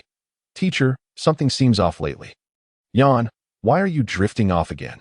If the output of holy energy exceeds the limit by 4 seconds, the patient could genuinely perish due to your negligence. Focus. Upon hearing the dummy's alarm, the teacher jolted awake, glanced at the dummy's records, and offered me a reminder. My apologies that I quickly regained my focus and concentrated on controlling the output of holy energy. Once I observed the energy readings on the dummy stabilize, I scrutinized the teacher, who had once again succumbed to drowsiness. This pattern has persisted for a week. The teacher has displayed a continual lack of vitality. Under ordinary circumstances, he would never appear this fatigued. Maintaining a robust demeanor is his guiding principle. Wait, I heard that the necromancer typically prowls at night. Moreover, the teacher has mentioned that necromancy is a mandatory subject in the medical academy, and he possesses some foundational knowledge of necromantic spells.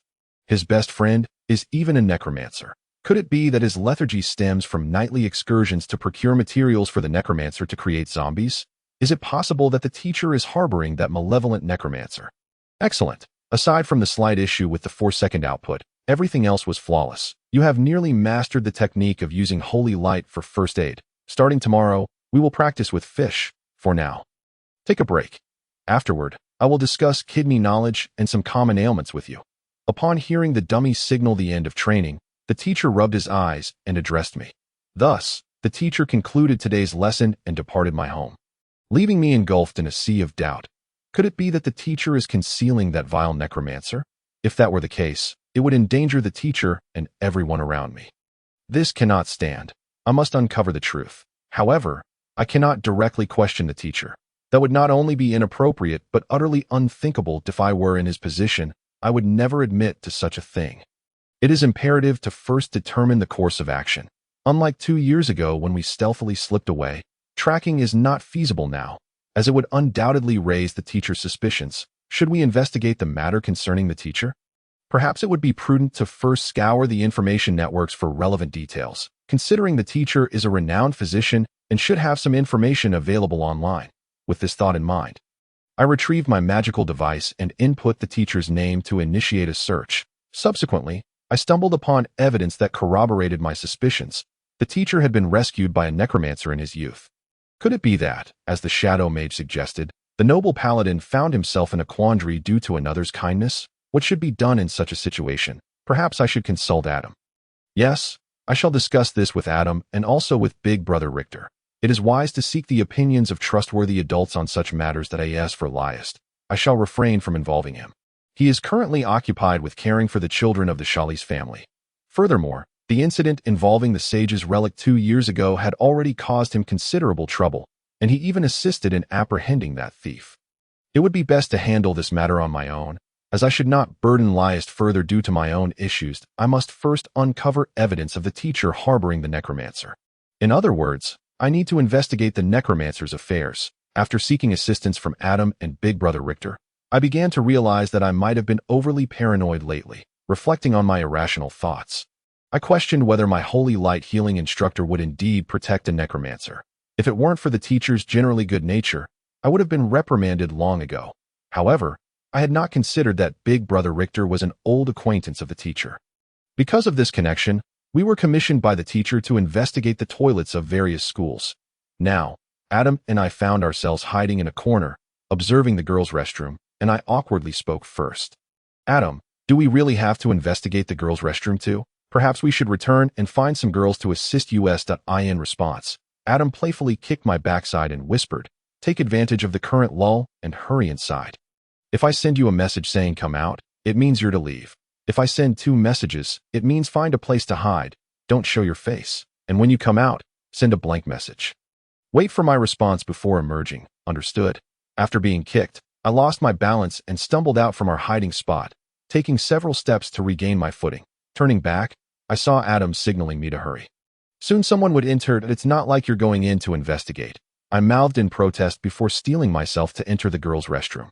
Once inside, I surveyed the surroundings, finding little difference compared to the boys' restroom, save for the absence of urinals. Never mind. Let's complete the inspection and leave. That I concealed myself in a stall, gazing at the toilet that bore no distinction from those in the boys' restroom, and couldn't help but reflect on the similarities. I then activated my magical device to detect malevolent magic. Just as the spell was halfway through its guidance, the device trembled in my grasp. That I couldn't stop now. I had already committed halfway. I quietly responded to Adam, but the device vibrated again. Had someone entered? What now? I needed to crouch on the toilet while ensuring my head remained below the stall's height. Anticipating such a scenario, I had previously searched for tips on hiding in restrooms online, initially intending to evade the necromancer. Time was of the essence. Class was about to start. At that moment, I heard sounds coming from both sides of the restroom, followed by the sound of running water. From the noise, it seemed our class's vice class representative was in the stall next to mine. No, I couldn't dwell on that. Furthermore, I must ensure to find a girl to assist with future investigations. This was far too awkward. Suddenly, I recalled Eliza. Perhaps distracting her with some task would be beneficial. Just then, I heard the flush of the toilet, and the chatter of the vice class representative began to fade. Finally, they left, concluding with no abnormalities. Now, I could step out and send Adam a blank message. Breathing a sigh of relief, I reviewed the magical device's results, confirming the absence of any anomalies, and after receiving Adam's safety message, I exited the girls' restroom. It was clear that we needed Eliza's assistance. After completing my final physical training session of the day, I reported to Big Brother Richter. Panting, he merely glanced at me before responding. All right, let us call it a day. So, no combat practice today? I curiously inquired as I noticed Big Brother Richter preparing to leave. Well, Adam isn't one of those hot-headed children. It's good to inform you in advance. Adam, do you remember the inner energy blade you released 2 years ago? Upon hearing my question, Big Brother Richter turned to me and asked, and as I pondered the question that had eluded me for 2 years, I curiously inquired, is the current training related to that? If we were to delve into this topic, it would indeed take a considerable amount of time. Let us sit over there. You can take a moment to catch your breath. Big Brother Richter suggested, pointing to a nearby bench. Suddenly, he remembered that I had just finished running and hadn't replenished my fluids, so he tossed me a bottle of water after catching it. I gulped it down and walked with Big Brother Richter towards the bench. Once seated, he immediately asked, do you understand the principle of externalizing inner energy? Or perhaps, I should ask, what is your understanding of inner energy? Upon hearing his words, I promptly recounted everything I had learned about inner energy in the combat training classroom. Inner energy is a force that flows within the human body, akin to blood and nerve currents, supporting our physical activities that by effectively accelerating the flow of inner energy. One can enhance physical capabilities by approximately 20%, strengthening both muscular power and neural responsiveness. However, even the instructors in the combat training classroom struggle to explain the concept of externalizing inner energy. This is due to the fact that they have not reached that level. The term energy blade was simply a misnomer that circulated during the late transformative era as people revitalized combat techniques. In the age of the strong, individuals generally referred to this technique as chi blade. After hearing my summary of inner energy, Big Brother Richter began to clarify some misconceptions and explain what an energy blade truly is. First, regarding inner energy, contemporary understanding often separates its flow from that of blood and nerve currents. However, in essence, inner energy is a product of the continuous flow of blood and nerve currents, resembling yet differing from the mental energy wielded by mages. Thus, the mainstream methods of cultivating inner energy, like meditation and contemplation, are somewhat flawed, as they resemble methods for cultivating mental energy more than anything else. To cultivate inner energy effectively, one should focus on muscular strength and cardiopulmonary power. As a side note, the best method for mental energy cultivation primarily enhances nerve currents. With this understanding, it becomes clearer what an energy blade truly is. Inner energy inherently possesses properties akin to mental energy, meaning the energy blade is a form of magic cast using inner energy, attracting surrounding free elements and releasing magic inherent to inner energy. Of course, unlike the agile manipulation of mental energy, the control and endurance of elements through inner energy are insufficient to unleash purely powerful magical skills. After absorbing Big Brother Richter's insights, I retrieved the wooden axe I had originally intended to use for practicing combat moves, concentrated my inner energy upon it, and swung it downwards. That a fierce gust of wind erupted but quickly subsided. Observing the unformed energy blade, Big Brother Richter chuckled. It seems you've grasped the essentials. However, to fully master it, your quality and quantity of inner energy still require considerable improvement. 2 years ago, you merely utilized your mental energy subconsciously to gather your inner energy, allowing you to barely manifest an energy blade. First, you should cultivate your inner energy through physical training before we discuss anything further. For now, let me take you home. I sat at my desk, casually flipping through a comic book that lay atop it. After perusing a few pages, I set the comic aside once more. Alas, I have lost count of how many times I have read these comics. They were merely discarded by others who had grown weary of them. Boredom enveloped me. Today is exceedingly dull. I gazed around my still chaotic room, unable to suppress my grievances. A few days prior, I had discovered a person who had been attacked by a necromancer and transformed into a zombie, leading to the decision to advance the dismissal times for all schools and private tutoring centers throughout the city starting this afternoon. The store is currently well-staffed, as Brother Richter advised me to conserve my energy for tonight's grueling training session. Wait a moment. I seem to recall that the individual attacked by the necromancer was identified. Perhaps I should check the information network for last night's events. With this thought in mind, I retrieved the magic device from my backpack and began searching for information regarding last night's occurrences. Breaking news: a frenzy of necromancers has emerged on the streets, and the Security Bureau urges all citizens to remain vigilant when venturing outside. Around 3:00 a.m. on the 17th, the police discovered a young man who had been turned into a zombie via necromantic magic. Even after his magical assistance was neutralized, the young man was still able to wield high-level magical attacks such as bone spears and fangs to engage those present, and he calmly escaped before reinforcements arrived. Preliminary assessments indicate he possesses advanced to legendary-level magical casting skills without assistance. The Security Bureau has decided to temporarily lift restrictions on the casting of the spells Detect Evil and Elemental Shield for citizen self-defense in emergencies. Additionally, the Bureau recommends that citizens limit their outings during the night. IN-related news concerning the unlocking of defensive magic. Indeed, the news is rather scant. I should gather more rumors that I glanced at the magic device, which indicated that the spells Detect Evil and Elemental Shield had been unlocked, and reluctantly navigated to discussion groups where rumors tend to proliferate. Demon God Saint. The necromancers are already slaughtering us, and the Security Bureau is doing nothing. It seems we are all in peril. Life is but a first encounter. Don't be too pessimistic. At least 2 spells have been liberated, right? Demon God Saint. Those spells are utterly useless against high-level magical bone spears. A mere elemental shield won't suffice. Who are you trying to fool? Moreover, what does it mean to not release offensive spells? Are we just supposed to passively await our demise? Sun Knight, you are quite amusing. If offensive spells were to be released, wouldn't everyone become a dangerous individual? Demon God Saint, laughing at the 5-cent party. This place is filled with such content. There is no useful information whatsoever. I sighed in exasperation. This is indeed a significant matter. If everyone stays indoors at night, it will undoubtedly affect the store's business. Yet, I have no leads in hand. What am I to do? At that moment, I recalled a rumor I had encountered regarding a ghostly woman haunting the school's restroom, linked to necromantic magic. If this is the case, I should investigate further. Perhaps I should suggest this to Edward and Little Tay tomorrow, as well as Claude. Although I hesitate to admit it, his swordsmanship is quite commendable and could prove useful. Hey, Adam, could you come over here for a moment? Edward, sitting in front of me during the break, said with a hint of urgency that there's something you wish to discuss? I inquired, intending to include Little Tay, but Edward hurriedly pressed a finger to my lips. It's just the 2 of us. Let us not involve Lucister this time. What could be so secretive? I pondered, but decided to follow Edward to a less frequented restroom. Once we confirmed that no one was around, he began to divulge the astonishing secret he had uncovered.